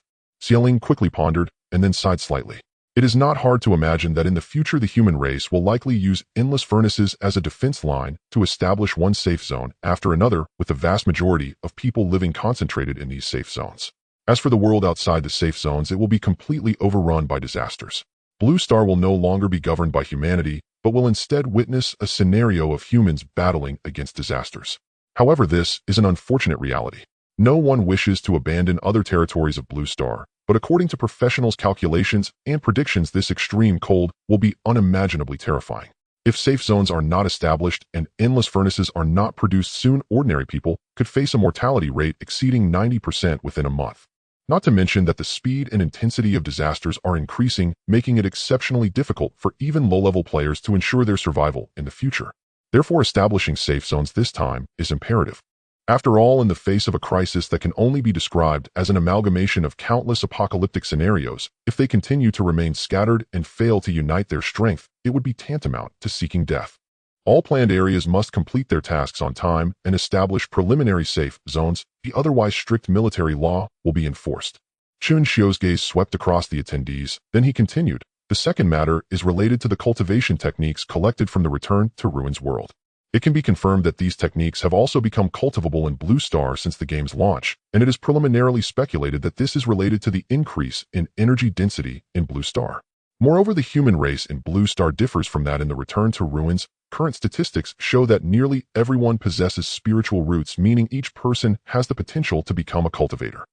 Cultivation techniques and skills are quite different. Ignoring those exceptionally gifted geniuses' skills almost always require a certain depth of understanding to learn. However, in theory, as long as one follows the guidelines and memorizes the heart methods while performing the movements adequately, they should be able to achieve some effect. Especially for those who have already leveled up, but later fell in the game, losing their accounts and memories along with their cultivation and all items related to the Return to Ruins. These players may have forgotten everything, including their cultivation.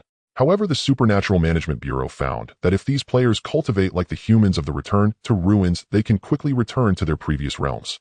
For example, a level 3 player, although he reverted to a level 1 mortal after deleting his account, can return to level 3 within just a few days of re-engaging with cultivation. Of course, they can only return to their previous realm. The subsequent cultivation speed will quickly drop to be on par with that of normal Return to Ruins humans. The Supernatural Management Bureau speculates that although these players had their cultivation levels erased, their foundational skills might still remain. Thus, they can quickly return to their previously reached realms akin to a powerful figure recultivating.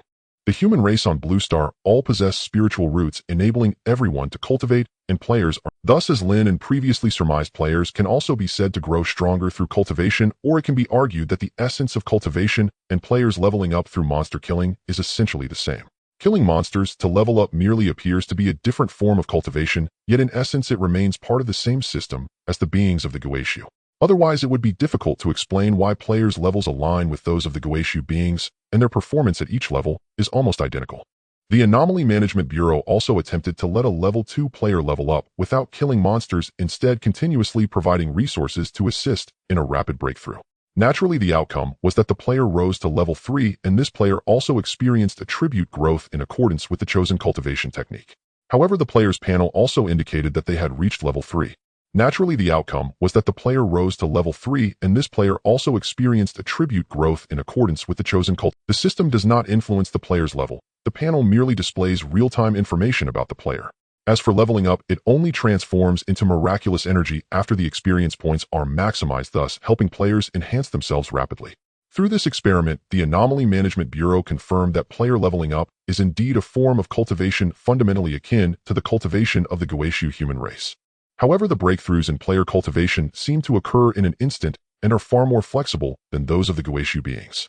After all, even disregarding the speed of breakthroughs, the freedom of assigning the attribute points obtained after leveling up, which can be allocated freely, is significantly superior to the need for ordinary cultivators to choose their techniques in advance. From now on, cultivation techniques will be promoted across various schools, from elementary and middle schools to universities and graduate programs. Cultivation must become a required course, from students to parents and even broader groups. It is essential to ensure that everyone has awareness and basic understanding of cultivation, making it easier for all to accept and adapt during the future nationwide public test. Chen Xiu quickly spoke, his voice not loud, but clearly reaching everyone's ears present. After a brief pause, he continued, "The third important matter I shall refer to as the extraordinary cultivation program. It is evident from the situation in the Guixu world that future extraordinary powerhouses will undoubtedly become the primary defensive force in every safe zone, and can even be said to be the most crucial force without exception. Blue Star also needs more powerful players to deal with the incessant calamities. Moreover, breaking through to the extraordinary level requires not only experience points, but also a substantial cost for extraordinary inheritance and skill proficiency. Therefore, the Anomaly Management Bureau needs to concentrate its resources to quickly gather sufficient resources to assist suitable players in breaking through first."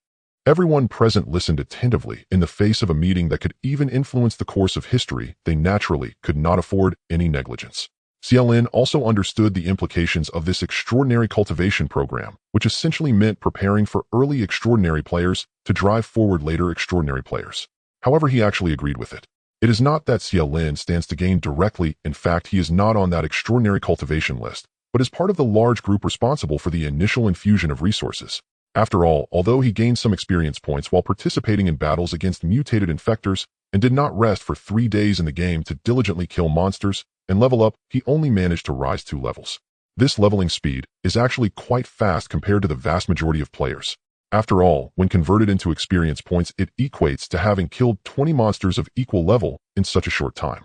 Moreover, surviving 20 fierce battles without being deleted would be considered quite fortunate for an ordinary player. Now at level 7, Director Xie is undoubtedly viewed as a super expert by most players. However, Lin is very clear about how great the gap is between himself and truly top-tier players. Not to mention, when Seagull leveled up 2 levels and killed the source of the mutated disaster, he must have successfully broken through to level 7. From the combat power he displayed at that time, even if the opponent had not leveled up at all during these 3 days in the game, they would definitely be able to easily overpower him. But how could such players slow their leveling pace? Lin even dares to guarantee that top-tier players like Seagull have at least reached level 8, and it is entirely possible they could be at level 9 or 10. Those who can be on the extraordinary cultivation list are all top-tier players who have reached level 9 or above. Moreover, from what Director Xie understands, many of them likely possess powerful talents. Therefore, Lin naturally has no objections to this extraordinary cultivation program, and one could even say he strongly agrees. After all, being in this special era that may not occur even in 10,000 years, Director Xie is not too clear about the other departments. However, in their Anomaly Management Bureau, there are indeed truly capable individuals. Using the phrase "the incapable are at the bottom and the capable are at the top" to describe the Anomaly Management Bureau might even be inappropriate. Because here, if the incapable are raised to a height that does not belong to them, they could truly perish. Moreover, the people of Blue Star indeed need experts to stand in front of, otherwise they will eventually face annihilation together. The current situation domestically is actually quite good. From what Lin knows, many other countries are unable to maintain order and have fallen into nationwide chaos. Some small countries have been completely obliterated and now only exist in history. With other lessons laid before them, everyone present naturally understands the preciousness of being protected by strong individuals.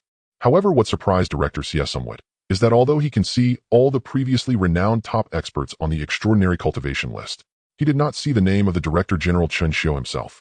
After thinking of something, Director Xie's pupils involuntarily shook. Could it be that the Director General has already broken through to the extraordinary level?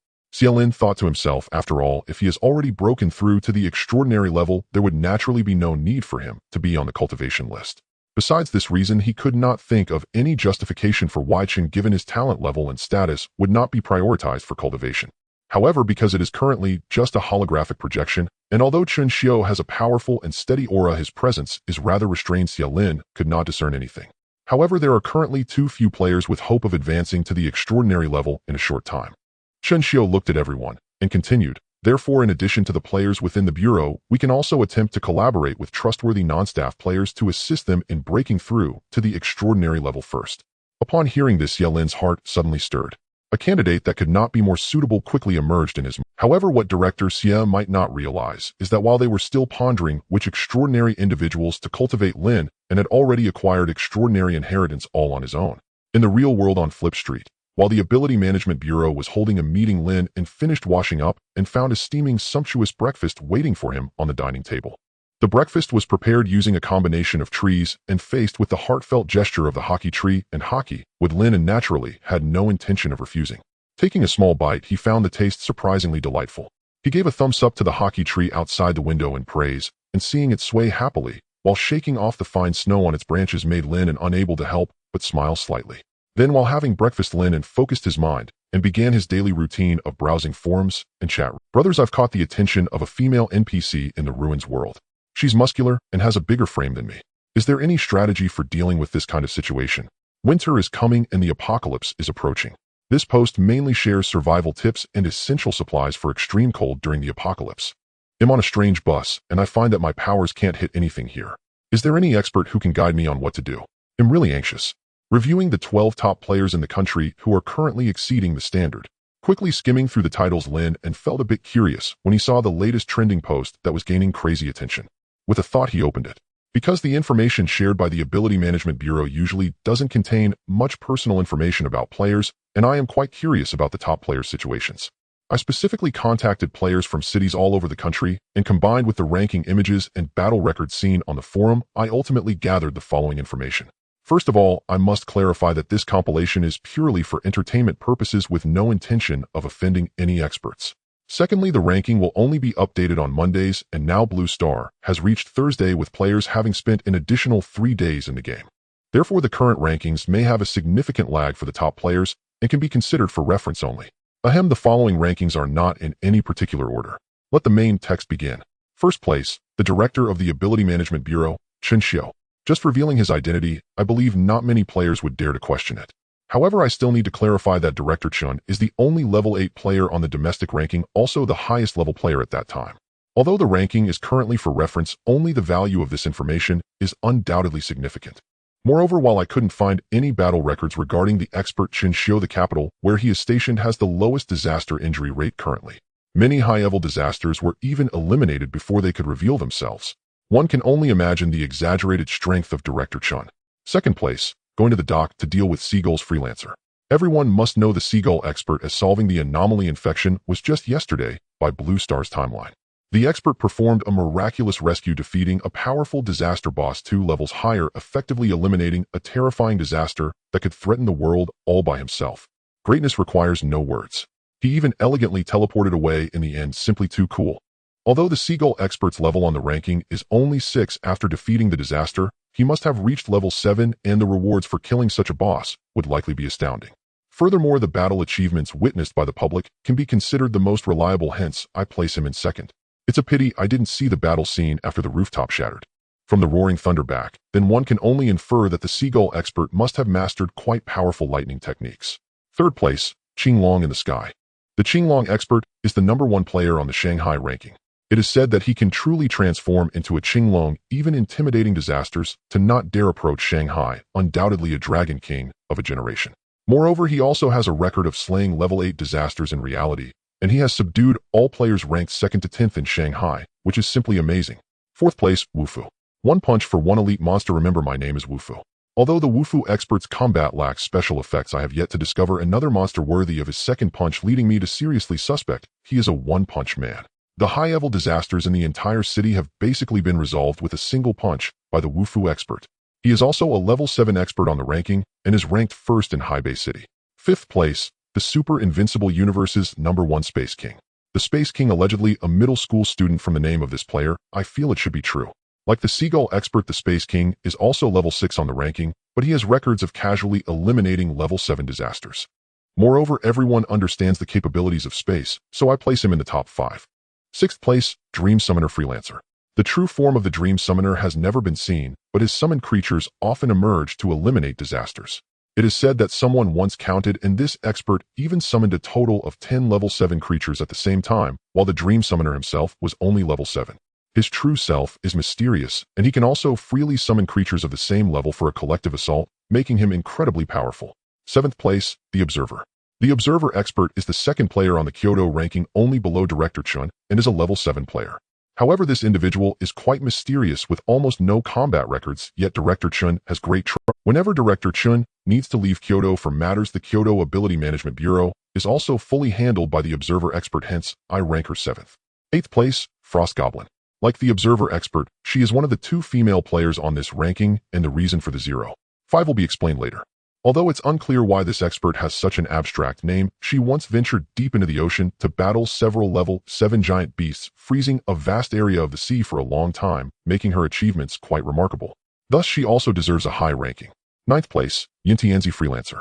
Yintianzi lives up to his name, giving off a rather eerie vibe much like a noble emperor from hell. The Yintianzi expert wields what seems to be a soul banner reportedly containing countless vengeful spirits, and is one of the rare players specializing in spiritual attributes. Like the Dream Summoner, he is also proficient in collective assaults harboring at least 3 powerful vengeful spirits of the same level as Yintianzi, making his strength unfathomable. P.S. It is said that the vengeful spirits nurtured by the Yintianzi expert are all beautiful female spirits, raising suspicions of being a Death Knight, truly a model for us. 10th place, the Ordinary Sword Saint.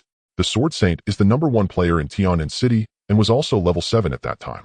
The expert, just like the title of Sword Saint, becomes extraordinarily powerful once using sword techniques to the point that it almost seems beyond what a player of this level can unleash. Once he cleared out a disaster gathering point with a single sword strike, truly deserving the name of Sword Saint. 11th place, Xuanxing. Xuanxing's gender is unknown. It is said that sometimes male, sometimes female, and there are also rumors that they are actually 2 individuals, which is why I previously mentioned there are 5 female players. On the ranking, the level is also as high as 7 reportedly, even having records of combating level 9 disasters, but this is yet to be confirmed, hence I rank them 11th. 12th place, at the end of items, I am at the peak Freelancer. The item expert, the 4th Freelancer in this ranking, and also the last one. It is said that any item in his hands can exert powerful effects, transforming decay into the miraculous with countless strange items at his disposal, making his tactics and methods impossible to guard against. He is also a level 7 player, and reportedly has had encounters with the Qinglong and Wufu experts. Although he didn't win, he left easily, hence I rank him 12th. Ahem, I must reiterate that the above rankings are not in any particular order with no intention of offending any experts. Furthermore, this ranking post is purely for entertainment, and since the levels of the experts are bound to improve, its reference value is limited and should not be blindly followed. The comment section of this post reviewing top players refreshes frantically every second. Clearly, such a topic which draws the attention of almost all players while being extremely controversial often leads to the highest level of discussion. Lin An glanced at the panel as numerous hot comments rapidly appeared before his eyes. Why do I feel like these big shots are so much stronger than their peers? Are they secretly using hacks? You're not wrong for saying that the top players are said to have awakened powerful talents, making them seem no different from you. Wait, does this game really have talents? As a mere passerby from Linjiang City, I think this list is quite fair, especially the 2nd place, which is truly justified. Bro, how can you act like a passerby when you're from Linjiang City? But I think the top 5 on this list are basically correct, although the ranking of the Sword Saint should be moved up a bit. Then I must vote for the Frost Goblin Big Shot. Not only is he fair-skinned and beautiful with long legs, but his strength is also impressive. The Sleep Master is the real god. He can kill all the monsters just by lying at home and sleeping. Who else can do that? I think the poster Wangu Jiji isn't that simple either. I feel that these 4 scattered cultivators are truly divine, reaching the pinnacle of players with their own strength, which is simply exhilarating. Numerous comments flashed rapidly before Lin An's eyes, and he felt a hint of emotion. In this world, there truly are countless talented individuals, and heroes abound.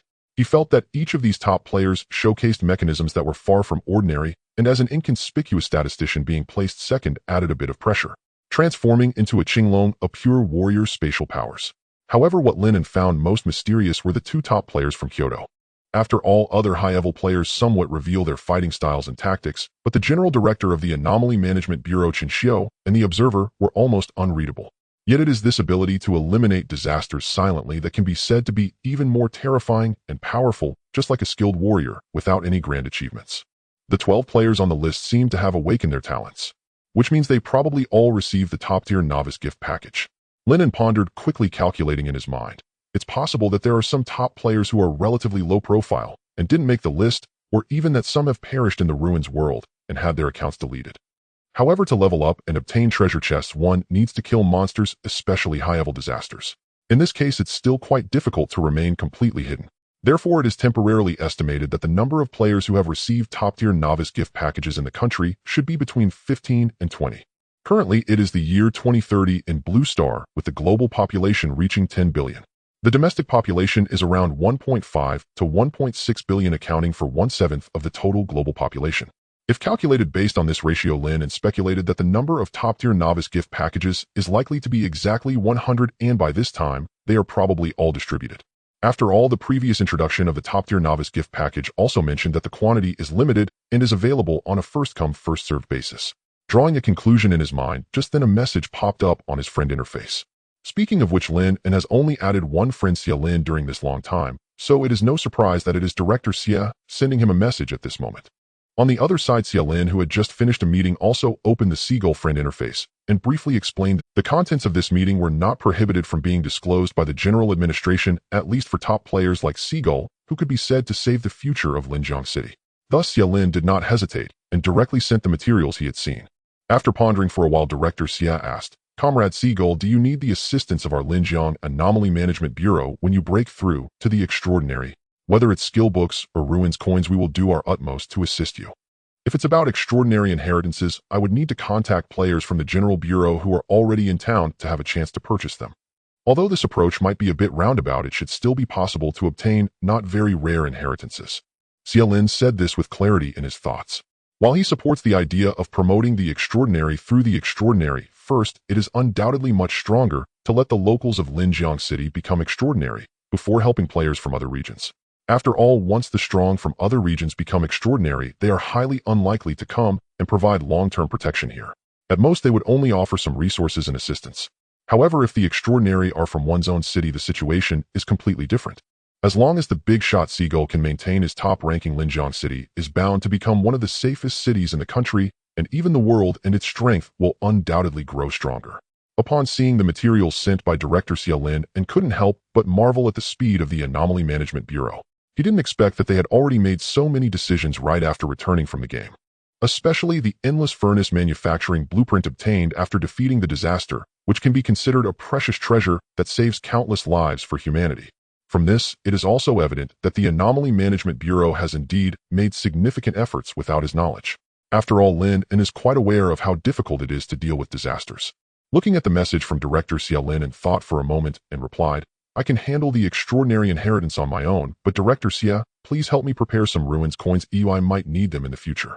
Currently, he already possesses 2 extraordinary inheritances, one obtained after defeating the source of disaster, which is the inheritance of the path of alteration, and the other from killing an extraordinary false being, which is the inheritance of the path of tiger and bird. However, if he truly intends to pursue the path of 5 elements, it would mean that in the future, he needs to gather at least 10 inheritances and also cultivate the corresponding skills to mastery. Skill books are not a major issue for Lin, and as he can observe high-quality skills for just 3,000 ruins, 10 books of secrets would only cost 30,000 ruins coins, and not to mention Lin An already masters several 5-element skills. Moreover, with the increase in his mental strength, if he releases his skill embodiment to grind for a day, it should be enough to raise the proficiency of excellent skills to a high level. In this case, while there are many skills he needs to learn, he does not need to repeatedly purchase secret books like other players and consume their essence to quickly boost proficiency, leading to relatively low costs and skills. In comparison, obtaining 10 extraordinary inheritances would indeed be a significant expense.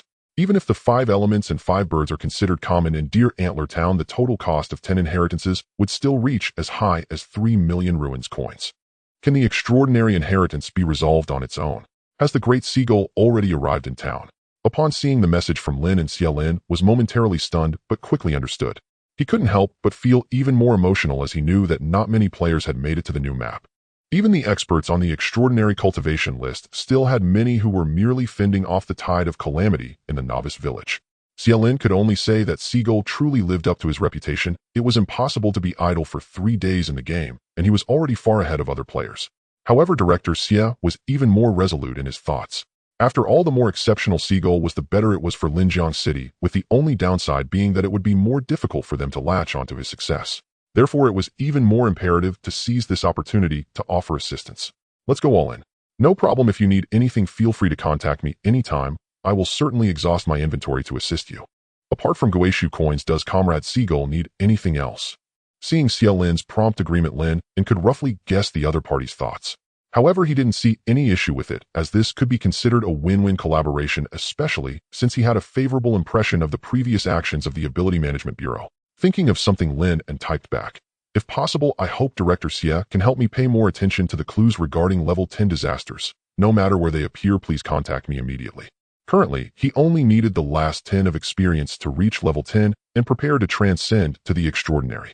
Therefore, what was most useful to Lin An now were the clues related to level 10 or even extraordinary disasters. However, such a level of disaster was unlikely to occur in Linjiang City in the short term unless luck was After all, if one didn't count the previous source of the aberration infection and the aberrant entities, the strongest disaster that had previously occurred in Linjiang City was merely level 5. That was the level of the blood race that was instantly killed by the hockey tiger. Although after the game's return yesterday, the intensity of newly emerging disasters would rise again, and the previous disasters that had not been cleared were also rapidly leveling up. However, Lin An speculated that even at its strongest, it would likely only reach around level 7, probably comparable to someone like Director Xie or Captain Qi. And disasters of this level, let alone be embodied by skills, could be handled easily even by aberrant entities, which naturally wouldn't provide Lin An with any help in terms of experience. However, that was only within Linjiang City. If looking at the country, or even the world, let alone level 10 disasters, Lin An wouldn't be too surprised even if extraordinary disasters appeared. Just as there are top players among humans, there will naturally be extraordinary existences among disasters. Such existences would seize the opportunity to invade Blue Star and rapidly upgrade themselves, growing at an astonishing speed. Even the more astute disasters would likely operate discreetly to ensure their own safety. The previous source of aberration infection was quite low-key, at least their main body had hardly acted. Had it not been for borrowing the Mirror of Calamity from the headquarters coupled with Xie Lin and others' decisive actions, it was possible the other party would have already distanced themselves from Linjiang City to seek opportunities for development. Lin An also understood that in terms of intelligence gathering capability, he was certainly no match for the Ability Management Bureau, which is why he proposed the request for disaster clues. As for whether to ask the Ability Management Bureau for some secret manuals and items, Lin An thought about it and felt it was unnecessary, because now that he was reaching level 10, turning to excellent items would no longer have much significance for him. And once he transcended to the extraordinary, unless it was a first-turn perfect quality item or a second-turn level item, it would also not hold much meaning for him. As for the skills and manuals, these indeed had some use to him. However, skills were generally considered a rather private trump card for players. Especially excellent quality skills, as most of these skills were prerequisites for activating certain extraordinary. Thus, essentially knowing which skill you major in could allow one to guess what extraordinary path the other party might choose. Currently, based on external speculations, he should be a lightning-type cultivator. After all, the defeat of the aberration infection source was primarily reliant on lightning techniques. This was a good thing for Lin, and as the less the outside world understood him, the more trump cards he actually possessed. If he were to go to the Ability Management Bureau for 5 spirit skill books, just to save some Guixu coins, thereby increasing the chances of exposing his trump cards, it would clearly not be worth it. After all, a lightning-type cultivator would only need 1 or 2 skill books of other types, which would be no surprise. However, to have 10 skill books that were unrelated to lightning, that would raise considerable suspicion. Although Lin An believed Xie Lin was a relatively trustworthy person and the likelihood of revealing such matters was low, one should always be cautious. After all, human hearts are ever unpredictable. Therefore, before he could react or even withstand a nuclear bomb, Lin An would still choose to remain low-key, avoiding any exposure of his identity in the real world as much as possible. However, Guixu coins were of no concern. After all, this was the universal currency in the Guixu world, applicable in various aspects, so it was not surprising if he consumed a lot. On the other side, Director Xie was unaware of Lin An's thoughts at this moment. Upon seeing the message sent by Seagull, he couldn't help but feel a jolt in his heart. Just the clues regarding level 10 disasters meant that the great Seagull had even set his sights above level 9 disasters. This situation clearly indicated one thing: killing a level 9 disaster would not grant him experience points for leveling up. In other words, Seagull had already reached level 10. A super big shot. Xie Lin couldn't help but marvel internally, as there were only a handful of players in the entire Ability Management Bureau who had reached level 10. If Seagull were to be part of their Ability Management Bureau, then he would undoubtedly rank extremely high on the extraordinary cultivation list, even possibly first.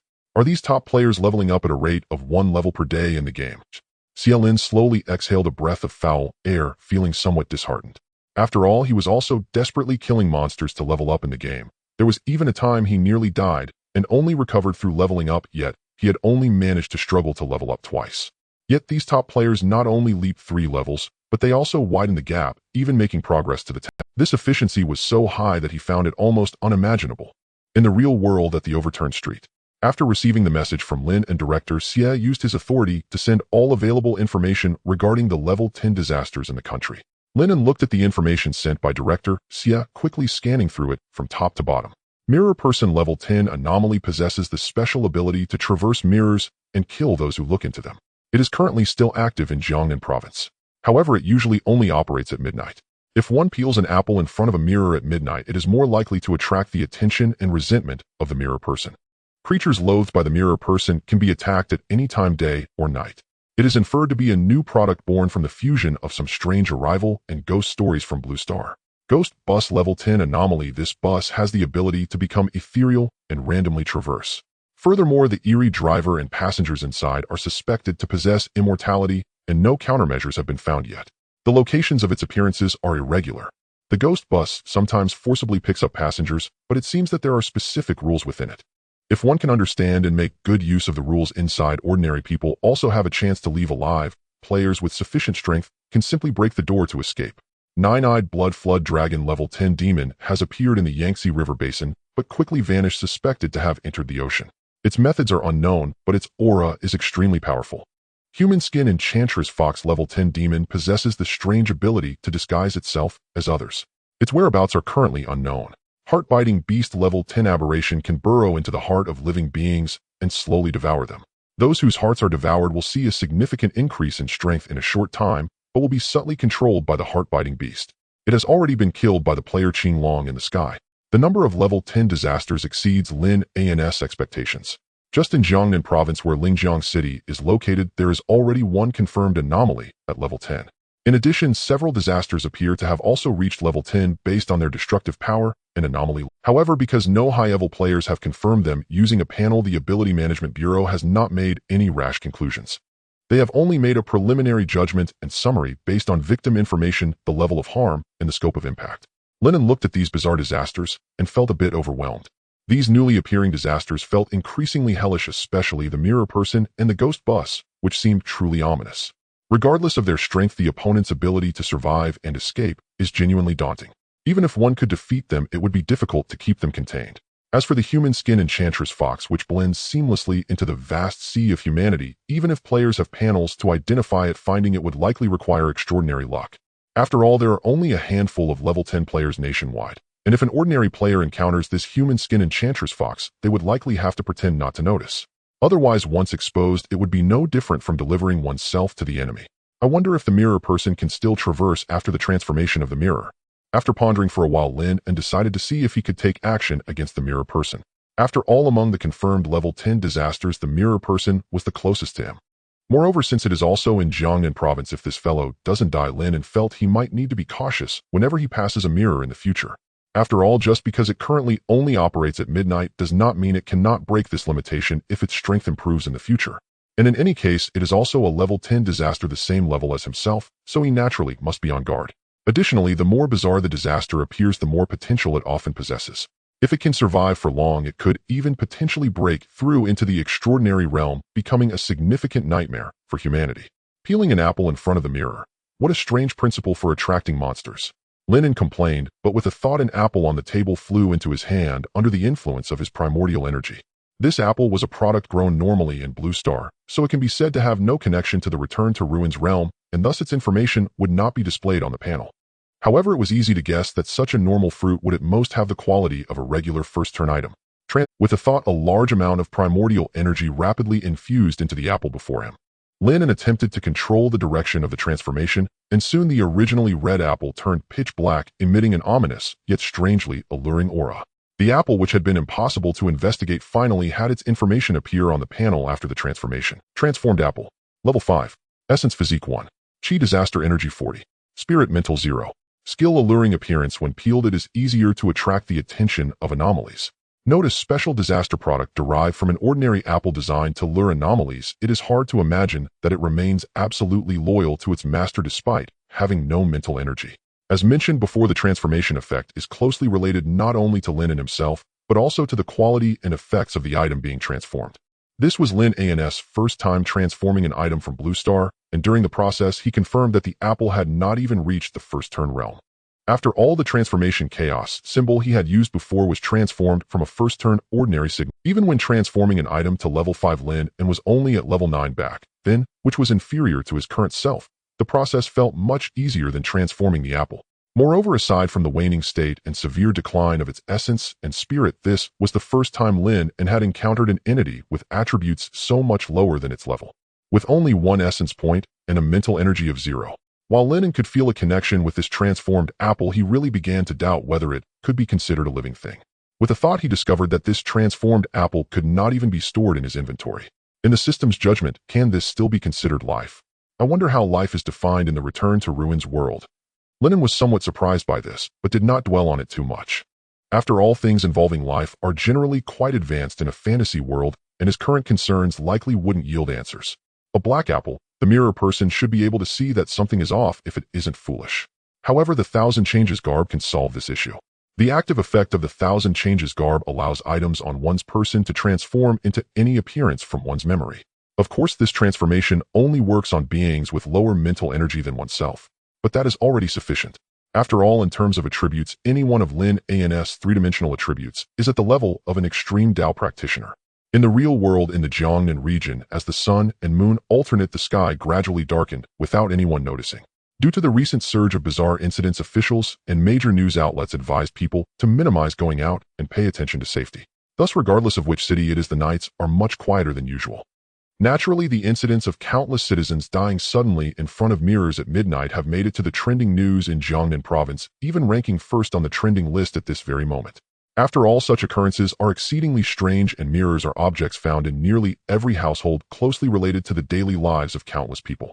Therefore, residents of Jiangnan province cannot help but pay attention. When normal people learn of this, they instinctively avoid mirrors at midnight or simply cover them up or even throw them away.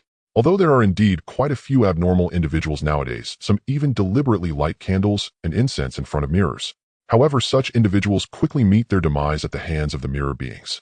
Moreover, with the current super-fast information dissemination speed online and the intentional propaganda from many who had originally intended to take risks began to reconsider after witnessing the gruesome live streams and news reports, deciding to keep their distance from mirrors.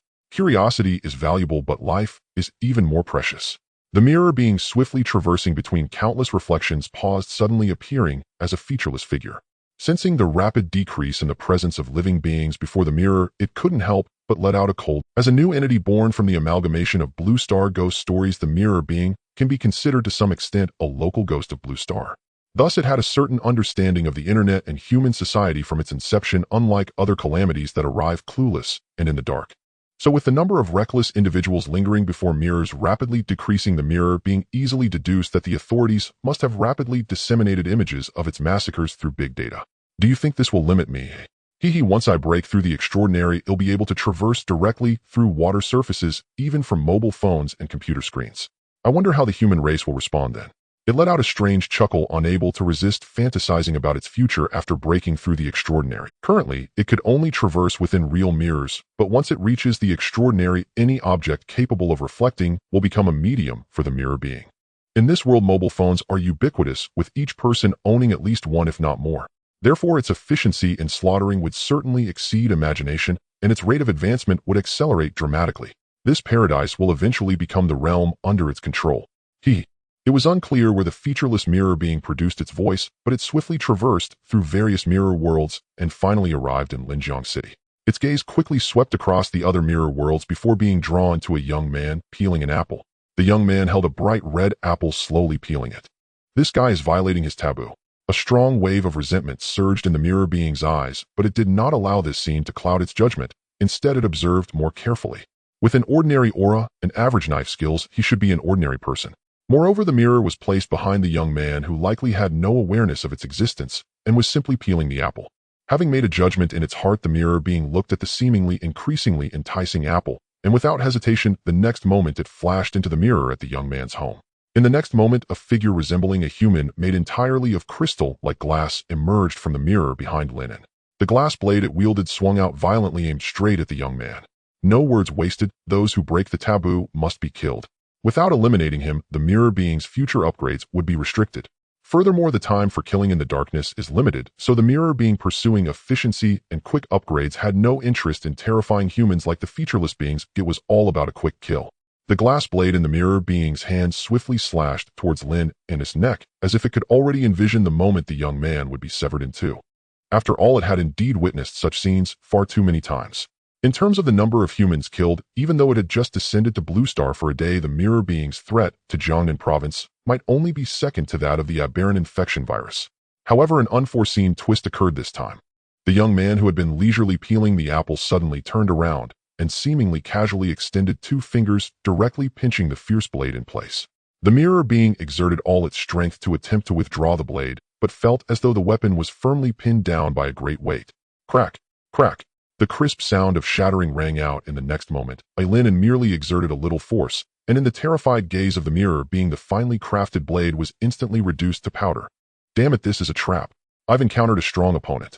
At this moment, the mirror being finally realized that this young man was no ordinary person, but rather a wolf in sheep's clothing. The opponent's power far exceeded its expectations, and at this moment, the mirror being couldn't care less about its taboos and desperately activated its skill to return to the mirror realm. In the face of life and death, whether it could upgrade in the future was trivial, survival came first.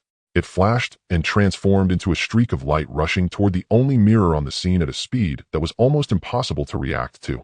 However, a calm, yet despairing voice echoed from behind it. Abnormalization. With a single command, the mirror ahead began to change rapidly, its reflective surface instantly turning pitch. For the mirror being, it felt as if it had suddenly crashed into a hard wall. The mirror surface that was once easily traversable was now firmly obstructed. With a loud bang, the mirror being fell heavily to the ground due to the excessive force and many glass fragments. However, at this moment, it couldn't care less about its bodily injuries. Looking at the suddenly ominous mirror surface, the mirror being's eyes widened in disbelief, its expression filled with incredulity. Abnormal disaster. Didn't you get killed by humans? So you never actually died. The mirror being it never expected that this time it would face not even humans, but a disaster that was more bizarre and powerful than ordinary calamities. In the Jiangnan region inside Lin An's home, just as the figure in the mirror attempted to flee and failed, information about the opponent was displayed on the panel. Figure in the mirror. Level 10. Essence Physique 65. Chi Mirror Energy 60. Spirit Mental 65. Skills Mirror World Eerie Mirror Body Passive. Description: a new creation born from the fusion of the Return to Ruins and Blue Star Ghost stories, possessing immensely powerful skills, yet also bound by certain limitations. Note: compared to ordinary disasters, this entity is perhaps closer to a ghost story. The attributes of this figure in the mirror can be considered rather mediocre. Although not as powerful as Lin An had anticipated, it indeed reached the normal level of 10. However, what truly surprised Lin An was that such an eerie creature had only 2 skills. The passive skill Eerie Mirror Body must refer to this bizarre glass-like body, which seems rather average. Clearly, the skill rated as immensely powerful by the system is this mirror world.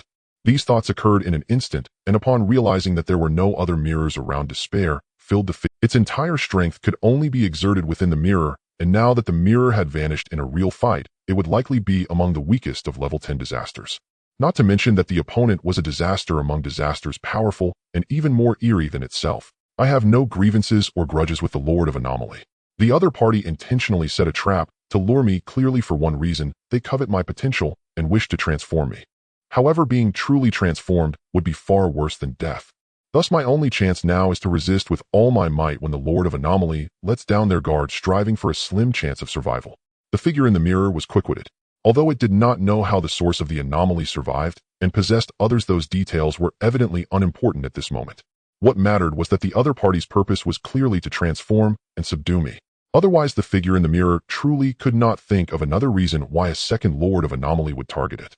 Unless they were simply attracted to my extraordinary potential, there could be no other possibility. After all, in this world, the enhancements gained from disasters killing and devouring each other are far less than those gained by invading and slaughtering normal beings. While it was unlikely to be able to defeat the opponent in a direct confrontation outside the mirror world, compared to other disasters, it had a deeper connection with the ghost stories. In essence, it was far from being comparable to ordinary disasters, so even if the source of the anomaly wanted to personally subdue it, that would not be an easy task, unless the other party had already ascended to an extraordinary realm. However, although the strength of this anomaly was formidable, it clearly lacked any true aura, indicating it was still only at level 10 like itself. Thus, my only chance now is to immediately kneel in submission and then find the right moment to resist, seizing the opportunity to flee or even retaliate. The figure's thoughts were quite optimistic, but before it could feign submission, it suddenly sensed a brilliant surge of lightning element appearing in the room. Looking up, it discovered that Lin An had inexplicably gathered an enormous palm-sized lightning bolt in his hand. How could a Lord of Anomaly as a disaster possibly wield such lightning powers? And what on earth was he planning to do by casting lightning magic? The figure's eyes were filled with disbelief, but this time it had no time to think, as it was immediately engulfed by a torrent of powerful lightning elemental energy. This figure in the mirror, which was exceptionally difficult for others to deal with, was quickly reduced to ashes, its essence completely dissipating from the world. Meanwhile, messages rapidly appeared on the panel. Ding! You have slain a level 10 eerie figure in the mirror, experience points increased by 10. Ding! Congratulations, the player has obtained a first turn excellent treasure chest 1. Ding! Your experience points are now full, and you can comprehend the true meaning to continue leveling up after passing any extraordinary inheritance test. Seeing the 3 messages popping up on the panel, Lin An nodded in satisfaction. In fact, Lin An had also considered whether to transform this figure in the mirror into his subordinate, as the skill of Mirror World was genuinely enticing. However, Lin An was also aware that when the source of the anomaly first saw Hockey Tiger, it had similar thoughts. The end result for that party was naturally being ambushed and severely injured by him. Otherwise, it was uncertain whether he could have defeated them in that fierce battle. Though the possibility of the figure in the mirror retaliating against him was minuscule, one could never predict whether an accident might occur. After all, the panel had stated that this entity had a deeper connection with ghost stories, and concerning anything tied to ghost stories, it was wise to be cautious. Moreover, disasters are disasters, though only the dead disasters could potentially be the good ones. Additionally, if he did not kill the other party, not only would he lose a treasure chest, but he would also not know how long it would take to find another level 10 monster on Blue Star. Therefore, despite his interest in the skill Mirror World, Lin An decisively decided to eliminate it. Finally, filled with experience points, all I need to do next is pass the inheritance to break through to the extraordinary. However, before that, let's take a look at this excellent treasure chest first. With a thought, a silver treasure chest appeared. Wood, black, iron, and bronze corresponded to the 3 qualities of ordinary, good, and excellent chests. This was Lin An's first time obtaining an excellent treasure chest, and it was indeed silver, just as he had previously speculated. Opening the panel, Lin An glanced at the description of the silver treasure chest. First turn excellent treasure chest. Upon opening, randomly obtain 10 first turn excellent items, or 1 first turn excellent item, with no chance of obtaining a perfect quality item. 10 excellent items, and no chance of obtaining a perfect quality item. This is quite different from previous treasure chests. Lin An was somewhat surprised by this description.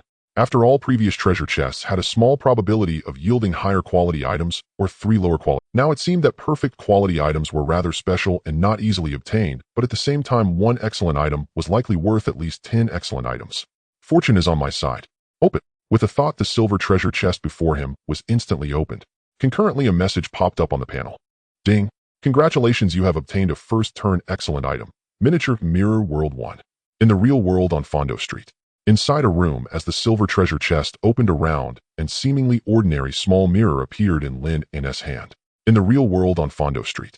Inside a room, as the silver treasure chest opened, a round and seemingly ordinary small mirror appeared in Lin. These were the random attribute fruit and the disastrous mirror borrowed from the headquarters by Xia Lin at the time, which Hockey Tiger looked at while searching for the source of the disaster, effectively meaning Lin An was also present.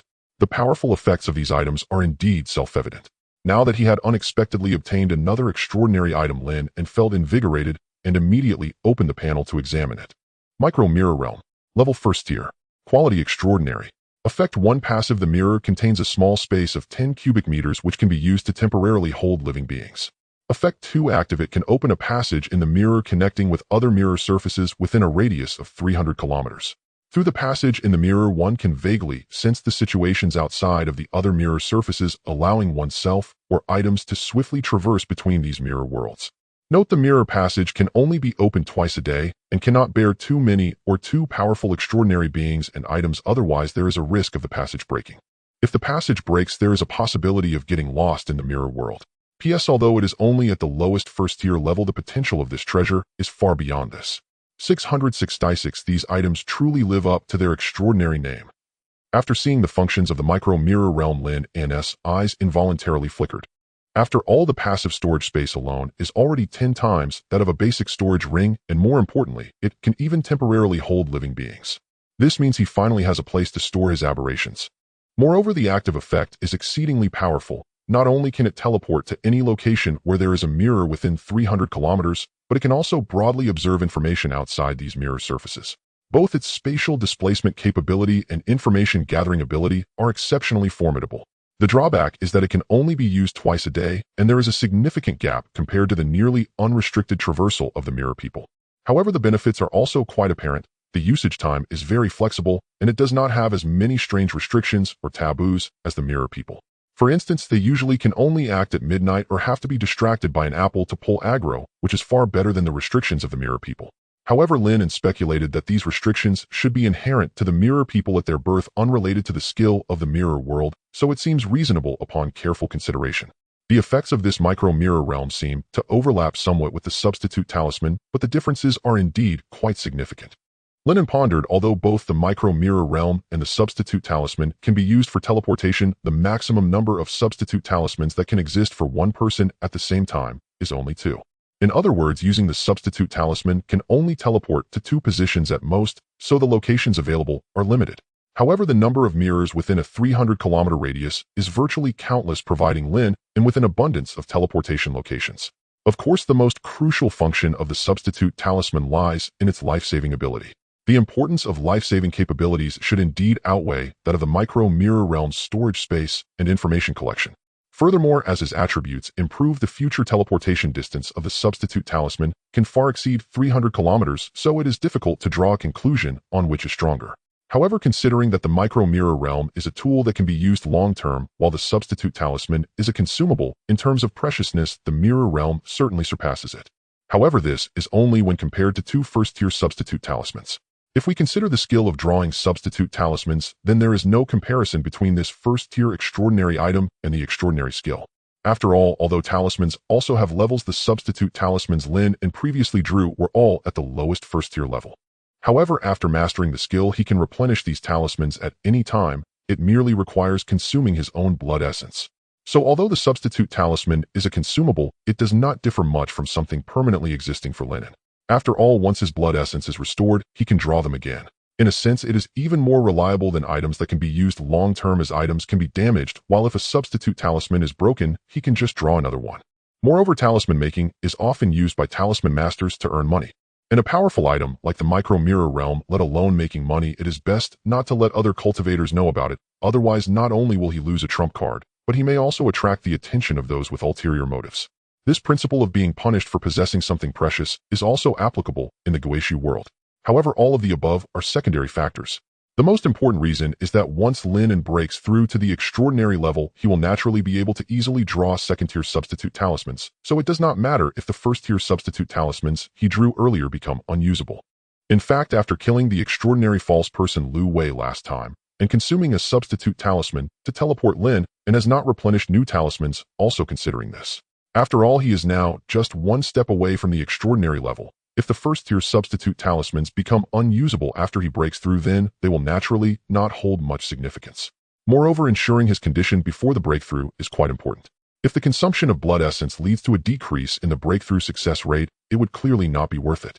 In comparison, the micro-mirror realm will actually see a significant reduction in usefulness after he becomes extraordinary. The reason is naturally as stated in the note: the mirror passage cannot bear too many or too powerful extraordinary beings and items, otherwise there is a risk of the passage breaking. Furthermore, if the passage breaks, there is also the possibility of getting lost in the mirror world, so using this item indeed carries certain risks. If the most crucial mirror traversal skill becomes unusable, then for Lin An, the micro-mirror realm would merely be a storage tool for holding living beings. In this case, its function would be significantly diminished. A treasure with great potential. It seems the system also believes that this micro-mirror realm has the possibility of further advancement. Therefore, aberration is a matter of course. Lin An spoke, already having thought of the direction of aberration for this micro-mirror realm. The main direction is to allow this item to have the ability to upgrade quickly. For example, by aberrating a disaster absorption skill similar to Hockey Tree, it can quickly enhance itself by absorbing higher-level disasters. The progress of Hockey Tree has indeed been rapid. Under Lin An's feeding, it has only taken a day or two to reach level 7, and it is already close to level 8. By the time he next enters the game, Hockey Tree might reach level 9, or even 10, enough to dominate all disasters and players in Linjiang City. As for another aberration direction, Lin An plans to allow this micro-mirror realm to be like the skill embodiment talisman, able to be carried in the spiritual world while being perfectly concealed. After all, currently aberrations cannot be placed in the system backpack or storage ring, and carrying and hiding such items with a disaster aura is indeed a problem. After thinking it over, it seems the safest option is to keep it together with the skill embodiment talisman. Stowing away the miniature mirror realm, Lin An summoned a mini tiger-shaped statue with a flick of his mind. Although he had already contemplated the transformation direction of this extraordinary artifact, the most suitable moment for its metamorphosis was evidently after he achieved a breakthrough into the extraordinary realm. After all, the effect of transformation is closely related to one's own strength. Once he breaks through leading this extraordinary mirror by a significant realm, he would surely be able to maximize its potential. As these thoughts swirled in his mind, Lin An turned his gaze towards the Tiger Path inheritance before him. After defeating the mirror's inhabitant and reaching 100% experience, he had now fully met the conditions to activate the Tiger Path and the extraordinary inheritance of transformation. Next, all he needed to do was pass the inheritance test and comprehend the unique true meaning that belonged solely to him, allowing him to smoothly break through to the second transformation of the extraordinary. The path of transformation is a double-edged sword. It was mentioned before that without a stronger true meaning to suppress it, one could easily be led to disaster. However, the specifics of what this disaster would entail were not explained by the panel. Nevertheless, Lin An knew without a doubt that it would not be anything good. If luck were on his side, it might mean joining the ranks of disaster, retaining his consciousness, while becoming the next source of transformation infection. On the other hand, if he were unlucky, he might lose himself entirely, allowing the source of transformation to revive within him and seize control. In such a scenario, his physical body would remain alive, but his spirit would be dead. Lin An felt that such an ending was even worse than being reduced to ashes, as at least that wouldn't benefit his enemies. Therefore, the timing for embarking on the path of transformation must be after achieving the extraordinary and having enough confidence. With a flick of his mind, Lin An glanced at his status panel. Player Lin An heading to the dock for some seagulls. Level 10 talent, 3-dimensional balance experience, 100 comprehend the true meaning, to continue leveling up and breaking through to the extraordinary physique, 100 chi, 100 spirit, 100 skills. Transformation technique, beginner. Fire separation technique, beginner. Wood spirit technique, greater success. Substitute, talisman, greater success. Wind technique, greater success. Thunder technique, greater success. Tiger bird technique, perfection. Item skill, incarnation talisman, miniature, mirror realm. Substitute, talisman, cat, face, mask, 1000 change attire.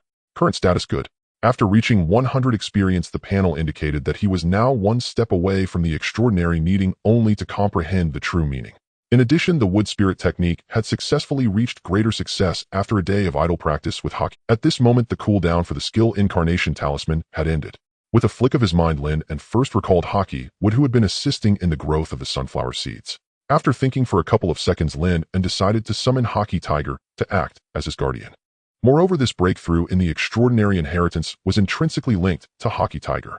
Having Hockey Tiger present could potentially make the process smoother. Moreover, this breakthrough in the extraordinary inheritance was intrinsically linked to Hockey Tiger. Having Hockey Tiger present could potentially make the process smoother. Additionally, it seemed he hadn't seen Hockey Tiger for quite some time. Ever since the last battle against the source of disaster, he hadn't had a chance to summon Hockey Tiger again, which he found somewhat strangely nostalgic. Thus, even though the Tiger Bird technique had reached perfection, Lin An still decided to let Hockey Tiger make. With a flick of his mind, the skill incarnation talisman within his spiritual realm was activated, and a dazzling pentagram flashed in an instant at Lin An's forehead. In the next moment, the juvenile form of Hockey Tiger reappeared. Ow, are we about to break through? Yes, the responsibility of guarding falls to you and Hockey Tree now. Lin An casually ruffled the fur of Hockey Tiger before sitting cross-legged on his bed, his gaze shifting towards the Tiger Path inheritance before him. The extraordinary inheritance is not something that can be activated and passed just like that. Activation merely signifies meeting the basic threshold qualifying to step into this path, but whether one can pass the test ultimately depends on their ability to comprehend the true meaning. Moreover, the extraordinary inheritance is also a one-time consumable item. Regardless of whether one can pass the test or not, once used it will definitely disappear. Therefore, if he fails to break through, it would mean a loss of 30,000 Guixu coins. Otherwise, people like Captain Tian Sheng wouldn't have satisfied the breakthrough conditions, but still been unable to reach the extraordinary realm. After all, Captain Tian's basic salary is only 3,000. Although he should have quite a bit of additional income under normal circumstances, it would take several years to gather 30,000. A single failure could equate to the loss of several years of income, which is a considerable pain for anyone except perhaps those second-generation extraordinary beings who might not feel as much. Lin An pondered and recalled the relevant information he had seen before. Each extraordinary inheritance test is not completely the same, and according to the extraordinary materials collected in Deerhorn Town, the Tiger Path inheritance generally involves combat. However, although the tests vary, the essence of these extraordinary inheritances remains the same: to assist cultivators in comprehending the true meaning that truly belongs to them. The two most important factors in comprehending the true meaning are one's own perception and their compatibility with the extraordinary path. Additionally, it may also be somewhat related to luck. Even with the help of the skill incarnation talisman, being able to cultivate the tiger bird technique to perfection proves that his perception and compatibility with the tiger path are quite good. After all, even extraordinary beings typically can only cultivate excellent skills to greater success. Perfection signifies that one has reached the level of the skill's creator, which is difficult for most cultivators to achieve, no matter how high their spirit is. It is something that can only be encountered, but not sought. Taking a deep breath, Lin An flicked his mind and began to execute his tiger bird technique that had already reached a fierce and majestic aura like that of a ferocious tiger enveloped Lin An as a massive amount of chi rapidly surged into the tiger-shaped statue before him. Before long, the tiger path inheritance was quickly activated, transforming into a streak of flowing light that carried the true meaning of the tiger entering the extraordinary realm, merging into Lin An's body at lightning speed. Seeing Lin An with his eyes tightly shut, Hockey Tiger and Hockey Tree knew that the inheritance test had begun, and while feeling tense, they swiftly entered full alert. Hockey Tree activated the tree's energy domain and the previously fused formation to its utmost limit, creating an invisible, yet incredibly solid defensive shield that enveloped the entire courtyard. Moreover, Hockey Tree's roots delved deep into the ground, maximizing its sensing abilities while ordering all plants within the domain to prepare for defense. It could be said that whether in the sky or underground, everything was now under Hockey Tree's control, ensuring that not even a mosquito could enter the courtyard. Meanwhile, Hockey Tiger lay beside Lin and acting as a second solid line of defense. Should anything manage to breach Hockey Tree's defenses, it would instantly face his most ferocious attack. At the same time, Lin An, who had activated the inheritance, felt as though he had entered another world. In the world of true intent, in a region resembling a tropical rainforest, a young figure slowly appeared. Upon opening his eyes, Lin An realized he was no longer in his bedroom, and a sense of surprise washed over him. Surveying his surroundings, Lin An felt that this world seemed incredibly real. It was as if he had not merely awakened a legacy, but had crossed over into a new realm. Panel. With a thought, Lin An attempted to summon the panel. However, the interface that usually popped up before his eyes failed to respond, as if it had vanished without a trace. Even the myriad transformations he could assume had inexplicably disappeared. His skilled transformation talismans remained, however, within his spiritual world. Yet Lin An felt that these high-quality talismans seemed to be sealed, unable to be utilized easily. Not only were the talismans sealed, but all his skills, including his transformation and thunder techniques, were also rendered unusable. After a careful assessment, Lin An quickly confirmed that nearly all his items and skills had been disabled. Aside from his attributes, which were all at 100, only his perfected tiger transformation technique remained fun. Of course, other skills and items were not entirely unusable. At the very least, Lin An felt that with effort, he could still activate the high-end abilities of his transformation and skill talismans. However, Lin An had a premonition that if he used skills or items unrelated to the tiger path in this world, he would likely be immediately expelled. If that were to happen, this trial of inheritance would naturally end in failure. Furthermore, he knew that extraordinary inheritances rarely resulted in true death. Thus, while this space appeared real, it should still be a fabrication. As he pondered, a series of terrifying and deafening tiger roars suddenly echoed from all directions. 12 tigers of various sizes emerged from the forest, their fierce golden eyes fixated on Lin An as if he were prey. It seems the tiger path inheritance is indeed related to combat. Hunting tigers. How intriguing. The 12 tigers circled around him, seemingly looking for the right moment to strike. For an ordinary person, being surrounded by so many ferocious tigers would be nerve-wracking. Even making eye contact with a single tiger would invoke a primal fear, a warning echoing from their very genes. However, witnessing this scene, Lin An remained unfazed, a slight smile curling on his lips. Today, let me show you what it means to be the king of beasts. With a surge of energy, a roar far mightier than that of the 12 tigers erupted from Lin An's mouth, instantly resonating throughout the forest. Leaves rustled down from the trees, and all the tigers that had been poised to pounce were momentarily stunned by the overwhelming pressure of Lin An's roar, their eyes widening in shock. At that moment, Lin An's figure sprang into action. With his perfected tiger transformation technique, Lin An's hands began to rapidly morph, transforming into sharp and powerful tiger claws in an instant. With a whoosh, Lin An's figure flickered, and in the next moment, he stood before the largest tiger, striking out with his lethal claws. Just as the tiger had recovered from the shock of Lin An's roar, a sense of deadly danger surged within it, but it was already too late to react. Bang! With a tremendous sound, the tiger's head exploded under Lin An's strike, reduced to nothingness. Scalding blood sprayed onto Lin An, enhancing his imposing presence. His golden and majestic eyes scanned the surroundings, akin to a top predator surveying its territory. The remaining 11 tigers, witnessing this, instinctively took 2 steps back. This human was terrifying. However, as the king of beasts, they naturally possessed their own pride, thus they could not simply choose to flee. With a series of roars, the tigers charged forward using their claws and fangs to unleash the most primal yet powerful attacks upon Lin An. "Come at me." Lin An welcomed their advance, charging forward instead of retreating. With his perfected tiger transformation, he resembled a newly born tiger king engaging in a deadly struggle against the remnants of the old powers. Bang! Bang! Lin An's figure flickered with such speed that afterimages appeared. With each swipe of his claws, a tiger fell swiftly to its demise. In no time, all 12 tigers, regardless of age or gender, lay lifeless on the ground, completely devoid. Tiger blood drenched Lin An, and under his gaze, golden light orbs began to materialize above the corpses of the 12 tigers. These orbs contained the rich and mysterious essence of the tiger's true intent. Upon seeing this, Lin An felt a sense of enlightenment. If he chose to withdraw from the inheritance at this moment, he could absorb all 12 light orbs, aiding him in comprehending a tiger's true intent more suited to himself. Of course, doing so did not guarantee that he would grasp the true intent, but it would increase his chances of a breakthrough. If he chose to continue with the trial passing, it would grant him access to even more and higher quality true intent light orb. Without hesitation, Lin An chose to continue.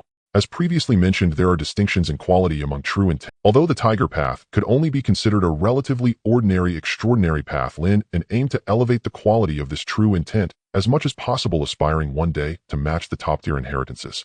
If he could obtain more true intent light orbs, not only would his chances of surpassing the extraordinary increase, but his tiger's true intent would also start from a higher point. As Lin An made his decision, 6 more tigers stepped out from the forest. Although fewer in number, their combined aura was even stronger than the previous 12. Seeing this, Lin An wasted no time and immediately engaged in battle. In no time, 6 more tiger corpses lay in the forest, each adorned with orbs of pure tiger's true intent floating above them. "Continue." A calm voice echoed through the forest as 3 prehistoric giant tigers charged. However, the outcome was still without suspense. With maximum attributes and skill proficiency, Lin An easily defeated these tigers that hadn't even reached their second transformation. "Bring it on." As the words left his mouth, the ground began to tremble slightly. A towering tiger king surrounded by an extraordinary aura approached Lin An with an imposing presence, stepping directly into his line of sight. In the realm of true intention within the heritage trial, under Lin An's gaze, a colossal tiger, 3 meters tall and enveloped in true intention, stepped forth from the forest. Unable to open the panel here, Lin An could not discern the opponent's specific data. However, a chilling sense of crisis surged within his mind, as if warning him that this creature before him was dangerously formidable. Boom, boom, boom. The extraordinary Tiger King seemed to deliberately exert strength, the massive footsteps resonating continuously against the ground. Each step left a deep pit, causing the ground to tremble slightly, even stirring up countless fallen leaves around. Gazing at the fallen tiger corpses surrounding him, a glimmer of cold light flickered in the Tiger King's majestic eyes as a powerful aura of pressure surged toward Lin An. Is this the true intention of the tiger? It feels even more powerful than I imagined. Experiencing the pressure released by the extraordinary Tiger King, Lin An marveled while feeling a dawning understanding. Though constantly in battle, he never forgot the primary goal of the heritage trial, which was to comprehend his own true intention. Despite the Tiger King's formidable strength, it was precisely such an opponent that could provide greater assistance. With a solemn heart, Lin An no longer hesitated and began to give his all. A vast amount of primordial energy erupted instantly, and the tiger avian technique mastered to perfection was executed by Lin An to its utmost limit at that moment. Lin An's entire being rapidly transformed into a beast. In the blink of an eye, he became a gigantic tiger equal in size to his opponent, unleashing a roar that shook the heavens. This was Lin An's first complete transformation into a beast, and he felt as if he truly embodied the ferocity of a tiger with primal instincts and bloodlust boiling within him. Without hesitation, Lin An unleashed a torrent of energy, charging toward the extraordinary Tiger King with a speed as swift as lightning. The beast path emphasizes wildness and instinct. Upon witnessing the transformation of this human youth, the Tiger King's golden eyes flashed with surprise and caution. Yet it did not hesitate, immediately unleashing its beastly energy to engage Lin An in a fierce contest. After all, as the king of beasts, it could not tolerate a weaker opponent challenging its authority. Boom! The thunderous roar echoed through the forest as the tiger transformed into Lin and collided with the extraordinary Tiger King, both refusing to dodge like 200-ton giants crashing together. With sharp and heavy claws wielding unmatched force, they slapped against each other, continuously pouncing, biting, and fighting fiercely. The earth shook as countless trees collapsed under the aftermath of their battle, and the violent energy swept outwards in all directions. Each collision was filled with primal ferocity and bloodshed. Roar! The furious and pained roars of the 2 tigers echoed in succession, and in just a fleeting moment the battle had reached a fever pitch. A significant amount of flesh was torn and shredded, and the hot, gushing blood spilled onto the already scarred battlefield, a tragic, yet powerful aura permeating the forest. Energy rapidly dwindled with each collision. Amidst their interwoven forms, the two tigers created some distance from each other. Huff Huff Lin An gasped, feeling as if he was experiencing a primal, yet extremely perilous battle for the relying solely on his attributes and the tiger avian technique. He felt as if he were truly a tiger, with insights about the path of the tiger rapidly surfacing in his mind amidst the fight. However, in such a poor state, Lin An could only feel his consciousness becoming increasingly blurred, with no opportunity to digest these insights. At this moment his body was covered in countless wounds, and he had no idea how many bones were broken within him, with blood flowing uncontrollably outward. Naturally, the extraordinary Tiger King was not in a much better state. Its right front paw had been severed by Lin An, and its left eye and tail had also suffered severe injuries, leaving it in a weakened state. Naturally, the extraordinary Tiger King was not in a much better state. Its right front paw had been severed by Lin An, and its left eye. Lin An looked at the heavily wounded Tiger King across from him, his murderous intent rising, and his hazy consciousness was left with but a single thought. The war between kings can only end with death. As this thought arose, an aura of true intention began to swirl around Lin An. The injured Tiger King, upon seeing this, could not help but widen its pupils in shock.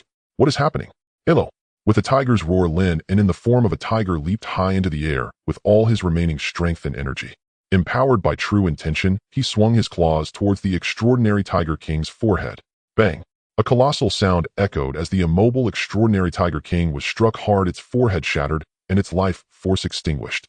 At the same time, a dazzling and profound orb of true intention appeared above the Tiger King's corpse.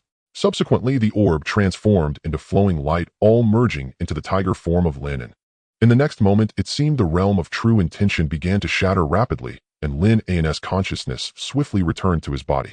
In the real world, within a bedroom, sitting cross-legged on the bed, Lin An was immersed in a state of comprehension, the majestic and sharp true intention of the tiger swirling around him, with insights continuously flooding his mind. These orbs of true intention seemed to bestow enlightenment, ceaselessly imparting insights about the path of the tiger to Lin An. However, Lin An did not accept everything blindly. Instead, he chose to extract the essence, while discarding the dross, constantly refining and enhancing his comprehension of the true intention of the tiger. Combined with the numerous insights gained from his previous battle, Lin An felt his understanding of the true intention of the tiger rapidly elevating in that moment. A powerful and majestic aura radiated outward, causing the guarding Hockey Tiger and Hockey Tree to feel shock and excitement. Master has comprehended true intention and is about to break through to the extraordinary. The tiger and tree thought to themselves, immediately becoming fully alert, their senses heightened to ensure that no accidents would occur. Lin An was unaware of the external situation. At this moment his body and mind were immersed in comprehension, and time unknowingly passed swiftly. After an indeterminate amount of time, Lin An slowly opened his eyes, radiating a dazzling and majestic golden light from his pupils. Simultaneously, the panel that had been waiting for his comprehension to end popped up with a message. Ding! Congratulations, player, for successfully comprehending true intention. You now meet all conditions to break through to the second transition of the extraordinary. Do you wish to upgrade? Upgrade. In the real world at Flip Street. Inside the room. As Lin An's voice echoed, a familiar, yet grander surge of energy warmth appeared within his body. This energy rapidly integrated into every part of his body, strengthening each aspect and every cell at an astonishing pace. At this moment, his vitality attributes surged wildly, and even his life force became more vigorous, as if the very essence of life had transcended to a new level. Ding! Congratulations, player, all attributes 10, gained 10 free attribute points. With this information flashing on the panel, the breakthrough was successfully completed. Lin An opened his eyes, feeling unprecedentedly clear-headed and revitalized.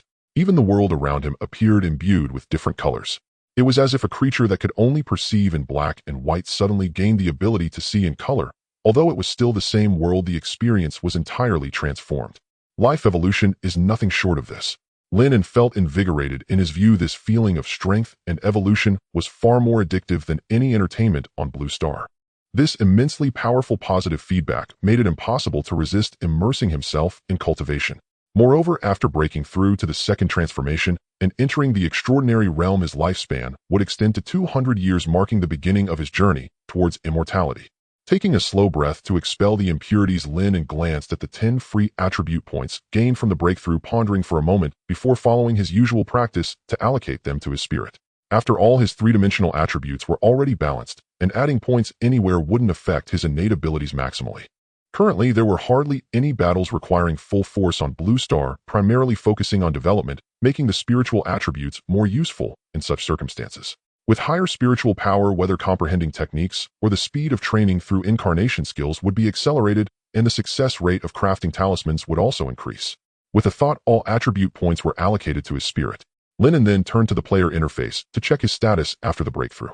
Player Lin An going to the dock for some Seagulls level 11 talent, 3-dimensional balance, true intent, early stage of second transformation tiger path, 10, experience 0 vitality, physique 110-10, rapidly increasing chi energy 110-10, rapidly increasing spirit mental 120-20, skills transformation technique beginner, leaving fire technique beginner with spirit technique major substitute talisman, major wind technique, major thunder technique, major tiger bird. Technique perfect. Item skill incarnation talisman, miniature, mirror realm substitute talisman cat, face, mask, 1000 changes attire. Current status good. The player interface added a new line for true intent indicating he had mastered the early stage of the second transformation tiger path. However, what concerned Lin An was the 10 in parentheses following true intent.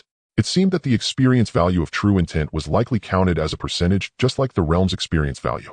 He wondered if other players also directly reached 10 experience after their breakthroughs, or if his enhancement from this breakthrough was particularly significant.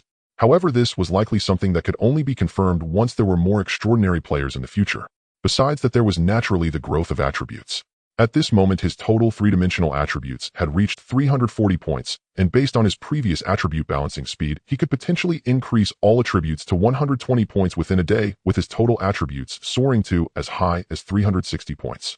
At this moment, his total three-dimensional attributes had reached 340 points, and based on his previous attribute balancing speed, in an instant Lin An's eyes transformed into a fierce and brilliant golden hue, his aura sharpening and becoming more imposing, while a colossal tiger phantom materialized behind him. With the enhancement of the tiger's true intent, Lin An felt his vitality, energy, and spirit all received varying degrees of amplification, with the increase in physique being the most pronounced. Although it was impossible to achieve a doubling effect like a physique cultivator, the boost he received was certainly. Moreover, the power of the tiger bird technique was significantly enhanced under the true intent's influence. After carefully sensing it, Lin An focused his mind and retracted the tiger's true intent back into his body. The fierce tiger phantom behind him swiftly shrank back, ultimately circling within Lin An's body, before transforming into a miniature tiger that nestled within his kidneys.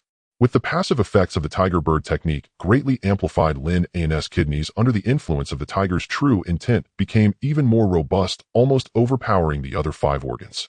The 5 organs need to be balanced for the best bodily health. It seems that cultivating all 5 animals is indeed necessary. Lin An pondered, then turned to the hockey tiger, who was guarding nearby, and the hockey tree, whose branches reached in. As Lin An's skill incarnation, the hockey tiger also leveled up successfully at the same time. He completed his breakthrough, and its aura was similarly powerful. However, the most important thing was that Lin An could clearly sense the tiger's true intent emanating from the hockey tiger identical to his own. It was evident that besides his attributes, the incarnation could inherit even his true intent. This was essentially a tremendous enhancement. After all, if the incarnation lacked true intent, it would be akin to being just a bystander after becoming extraordinary, not much different from that. But if it could perfectly inherit his true intent, then it would still be a powerful existence that transcended or even overwhelmed others of the same level. One could say that this skill incarnation talisman was indeed a tool of special realms and perfect quality. However, it was somewhat expected that the hockey tiger could inherit his tiger's true intent. What Lin An was more curious about now was whether other skill incarnations could also inherit the tiger's true intent. Thinking of this, Lin An glanced at the skill incarnation talisman in his spiritual world. At this moment, the talisman radiated a bright glow, indicating that the cooldown of the item had quietly ended while he underwent the extraordinary inheritance trials and comprehended true intent. In other words, at least a day had passed. Is it already Saturday? At this moment, the sun had just risen outside, and after checking the date on his phone, Lin An realized it was already Saturday morning.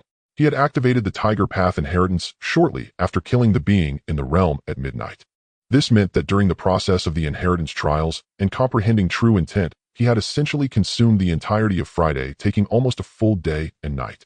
However, this was a normal phenomenon. As for the Guixu human race, breaking through the extraordinary typically took as little as 1 day and as long as 3 days. The pseudo-human Zhang Jiao had previously planned 3 days for his breakthrough. In comparison, Lin An's breakthrough speed was quite fast. In that case, it would be better to activate the inheritance for the trial in Blue Star in the future. Looking out at the bright sunshine, Lin An pondered this in his heart. After all, time in the Return to Ruins world is precious, especially during the day when the vast majority of experience points can only be gained during this period. If a day in the Return to Ruins is wasted on the inheritance trial, even if a breakthrough is achieved, it feels somewhat like a loss, as this would slow one's leveling speed. In contrast, Blue Star has relatively few disasters of the same level as oneself, making it hard to even find. Thus, this time can be used to make some other preparations, especially for the important task of passing the extraordinary inheritance trial, which is time-consuming, cannot be easily interrupted, and is best not to be discovered by other powerful beings. Such matters are obviously best accomplished in Blue Star, because the current strong beings in Blue Star are limited, and even if they are strong, they aren't overwhelmingly. If a breakthrough were to occur within Deerhorn Town, the commotion could very well attract the attention of a passing. After all, Deerhorn Town already has several third-turn strong beings residing there, and it's not far from Tiger Spirit City, making it quite normal for some powerful beings to pass through and stay for a few days. In summary, during the daytime in the Return to Ruins world, one should focus solely on leveling up. As for other matters, they should naturally be handled during the nighttime of the Return to Ruins world or at Blue Star. With this thought in mind, Lin An waved his hand to summon Hockey Tiger back. Although Lin An felt that other skill incarnations might not inherit the true essence of the tiger, he still needed to witness the specific changes after his breakthrough into the extraordinary. Just in time, since the skill incarnation talisman had cooled down, Hockey Tiger, who had completed the guardian task, could return and stay for now. Looking at the panel, Lin An quickly locked in on an excellent skill that was only at the entry-level proficiency. It's you, Hockey Fire. With a thought, a pentagram flashed briefly at his brow. Then he saw a new skill incarnation in its initial form, resembling Hockey Thunder and Hockey Wind, but entirely engulfed in fiery red, appearing before Lin An. Hello, main body. The newly appeared Hockey Fire waved enthusiastically and greeted Lin An as it looked at him. As mentioned earlier, the 5 elements correspond to the 5 virtues. Among them, fire represents propriety, characterized by humility and politeness, yet also prone to impair. Compared to the irritable Hockey Thunder, it might be more polite, perhaps greeting the opponent's entire family, while it is something about this scene a bit off. Thinking of that image, Lin An's mouth twitched slightly. Hello. These thoughts passed in an instant, and after politely responding to Hockey Fire, Lin An began to observe Hockey Fire seriously. Soon he sensed that there was indeed true essence existing within Hockey Fire. However, the true essence on Hockey Fire was extremely weak, far inferior to his own and Hockey Tiger's. Moreover, the true essence surrounding Hockey Fire was not the essence of the tiger, but rather a pure Dao charm infused with some fiery attributes. Curious, Lin An opened Hockey Fire's panel for inspection. Hockey Fire Fire Technique Skill Incarnation. Level 11. True Essence Weak Fire True Essence. Vitality Physique 88. Chi Essence Force 88. Spirit Mental 96. Characteristic Fire. Weak Fire True Essence. Does this mean the true essence hasn't reached the second turn, but has some significance? Then does this count as half-step extraordinary great perfection? He muttered, but Lin An's heart was rapidly pondering. Soon Lin An understood something. From Hockey Tiger's situation, it was evident that skill incarnations could indeed inherit his true essence in the real world on Flip Street. After confirming the specifics of the other skill avatars, Lin An sent Hockey Hua, who was free to clean up the nearby disasters. Watching Hockey Hua donned in a fire element mask disappear from sight, Lin An focused his thoughts and retrieved the exceptional item, the micro-mirror realm, obtained after defeating the person in the mirror. Gazing at this transformed exceptional item, Lin An wasted no time and immediately performed the transformation technique, continuously pouring his primordial energy into the mirror. With a concentrated expression, Lin An controlled the direction of the transformation, striving to manage every detail. Under the massive influx of primordial energy, the mirror radiated a dazzling, yet eerie light, slowly dissipating after a long while. Once the transformation was complete, the micro-mirror realm appeared to have no strange changes, just becoming a bit more translucent. Lin An focused his thoughts to view the information of the item. Transformed Mirror Realm. Realm First Transformation. Quality Special. Effect 1 Passive. The mirror possesses a small space of 10 cubic meters, which can be used for temporarily housing living beings. Effect 2 Active. It can open a passage in the mirror connecting to other mirror surfaces within a radius of 300 kilometers. Through the mirror passage, one can vaguely sense the situations outside the other mirror surfaces, allowing oneself or items to swiftly travel between these mirror worlds. Transformation Skill 1 Pay to upgrade by devouring a large amount of Return Ruins coins or equivalent materials and items. Continuous breakthroughs in realm can be achieved. Transformation Skill 2 Divine Mirror Reflection. This transformed item can be stored in the spiritual realm and can inflict mirror reflection damage while defending against mental attacks on the host.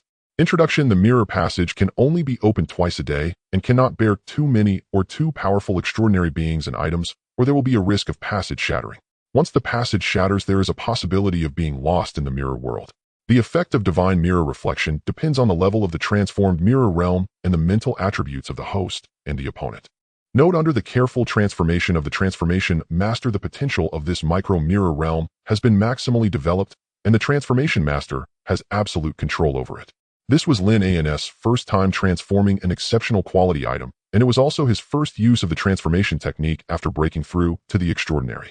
Therefore, this time the transformation effect was completely different from before. After breaking through to the extraordinary, although the proficiency of the transformation technique did not increase. However, during the transformation process, Lin An found that his control over the direction of the transformation had become more precise. Unlike before, when he could only transform items into living beings, now he could maintain the identity of the item during the transformation, making it truly the first disaster item in Lin An's hands. Moreover, Lin An discovered that this way seemed to be easier. In past transformations, items were automatically converted into transformed lives, and any changes Lin An wished to make were impossible. However, this change from dead to alive consumed more primordial energy and transformation effects, leaving the truly needed enhancements to occupy only a small portion of the resources.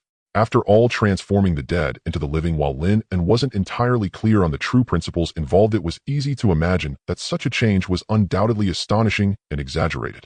Since most of the transformation power was focused on this change, the actual enhancement in the item's effectiveness was naturally limited.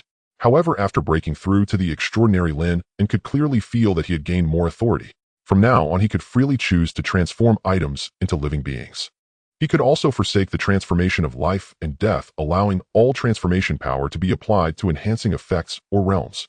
This undoubtedly provided more options. It enabled him to quickly summon a transformed army when needed, or to transform powerful items to deal with different situations.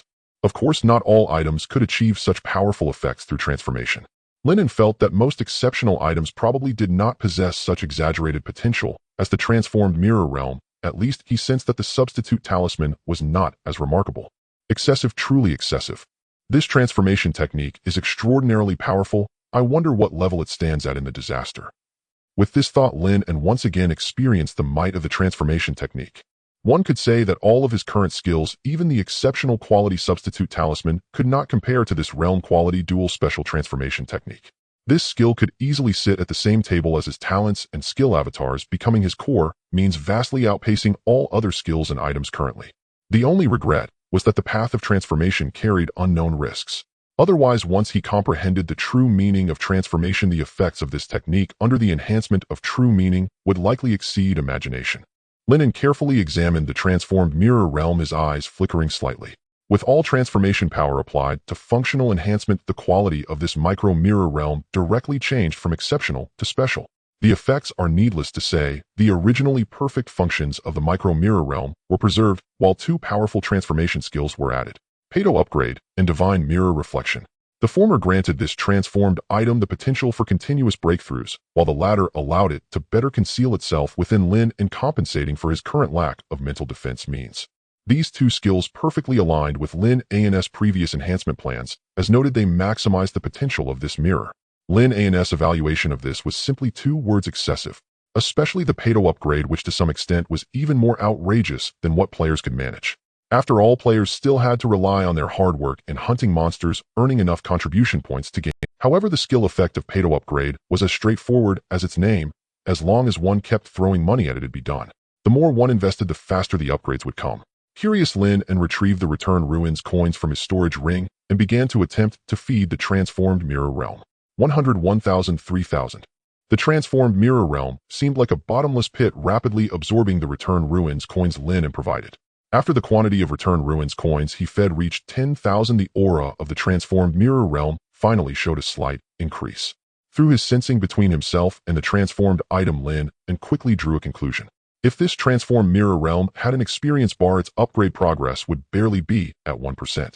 In other words, it would require a full 1 million Return Ruins coins to break through to the second transformation realm. A ridiculous amount. After calculating this number, Lin An felt a bit of a toothache. He was raising a gold-guzzling beast.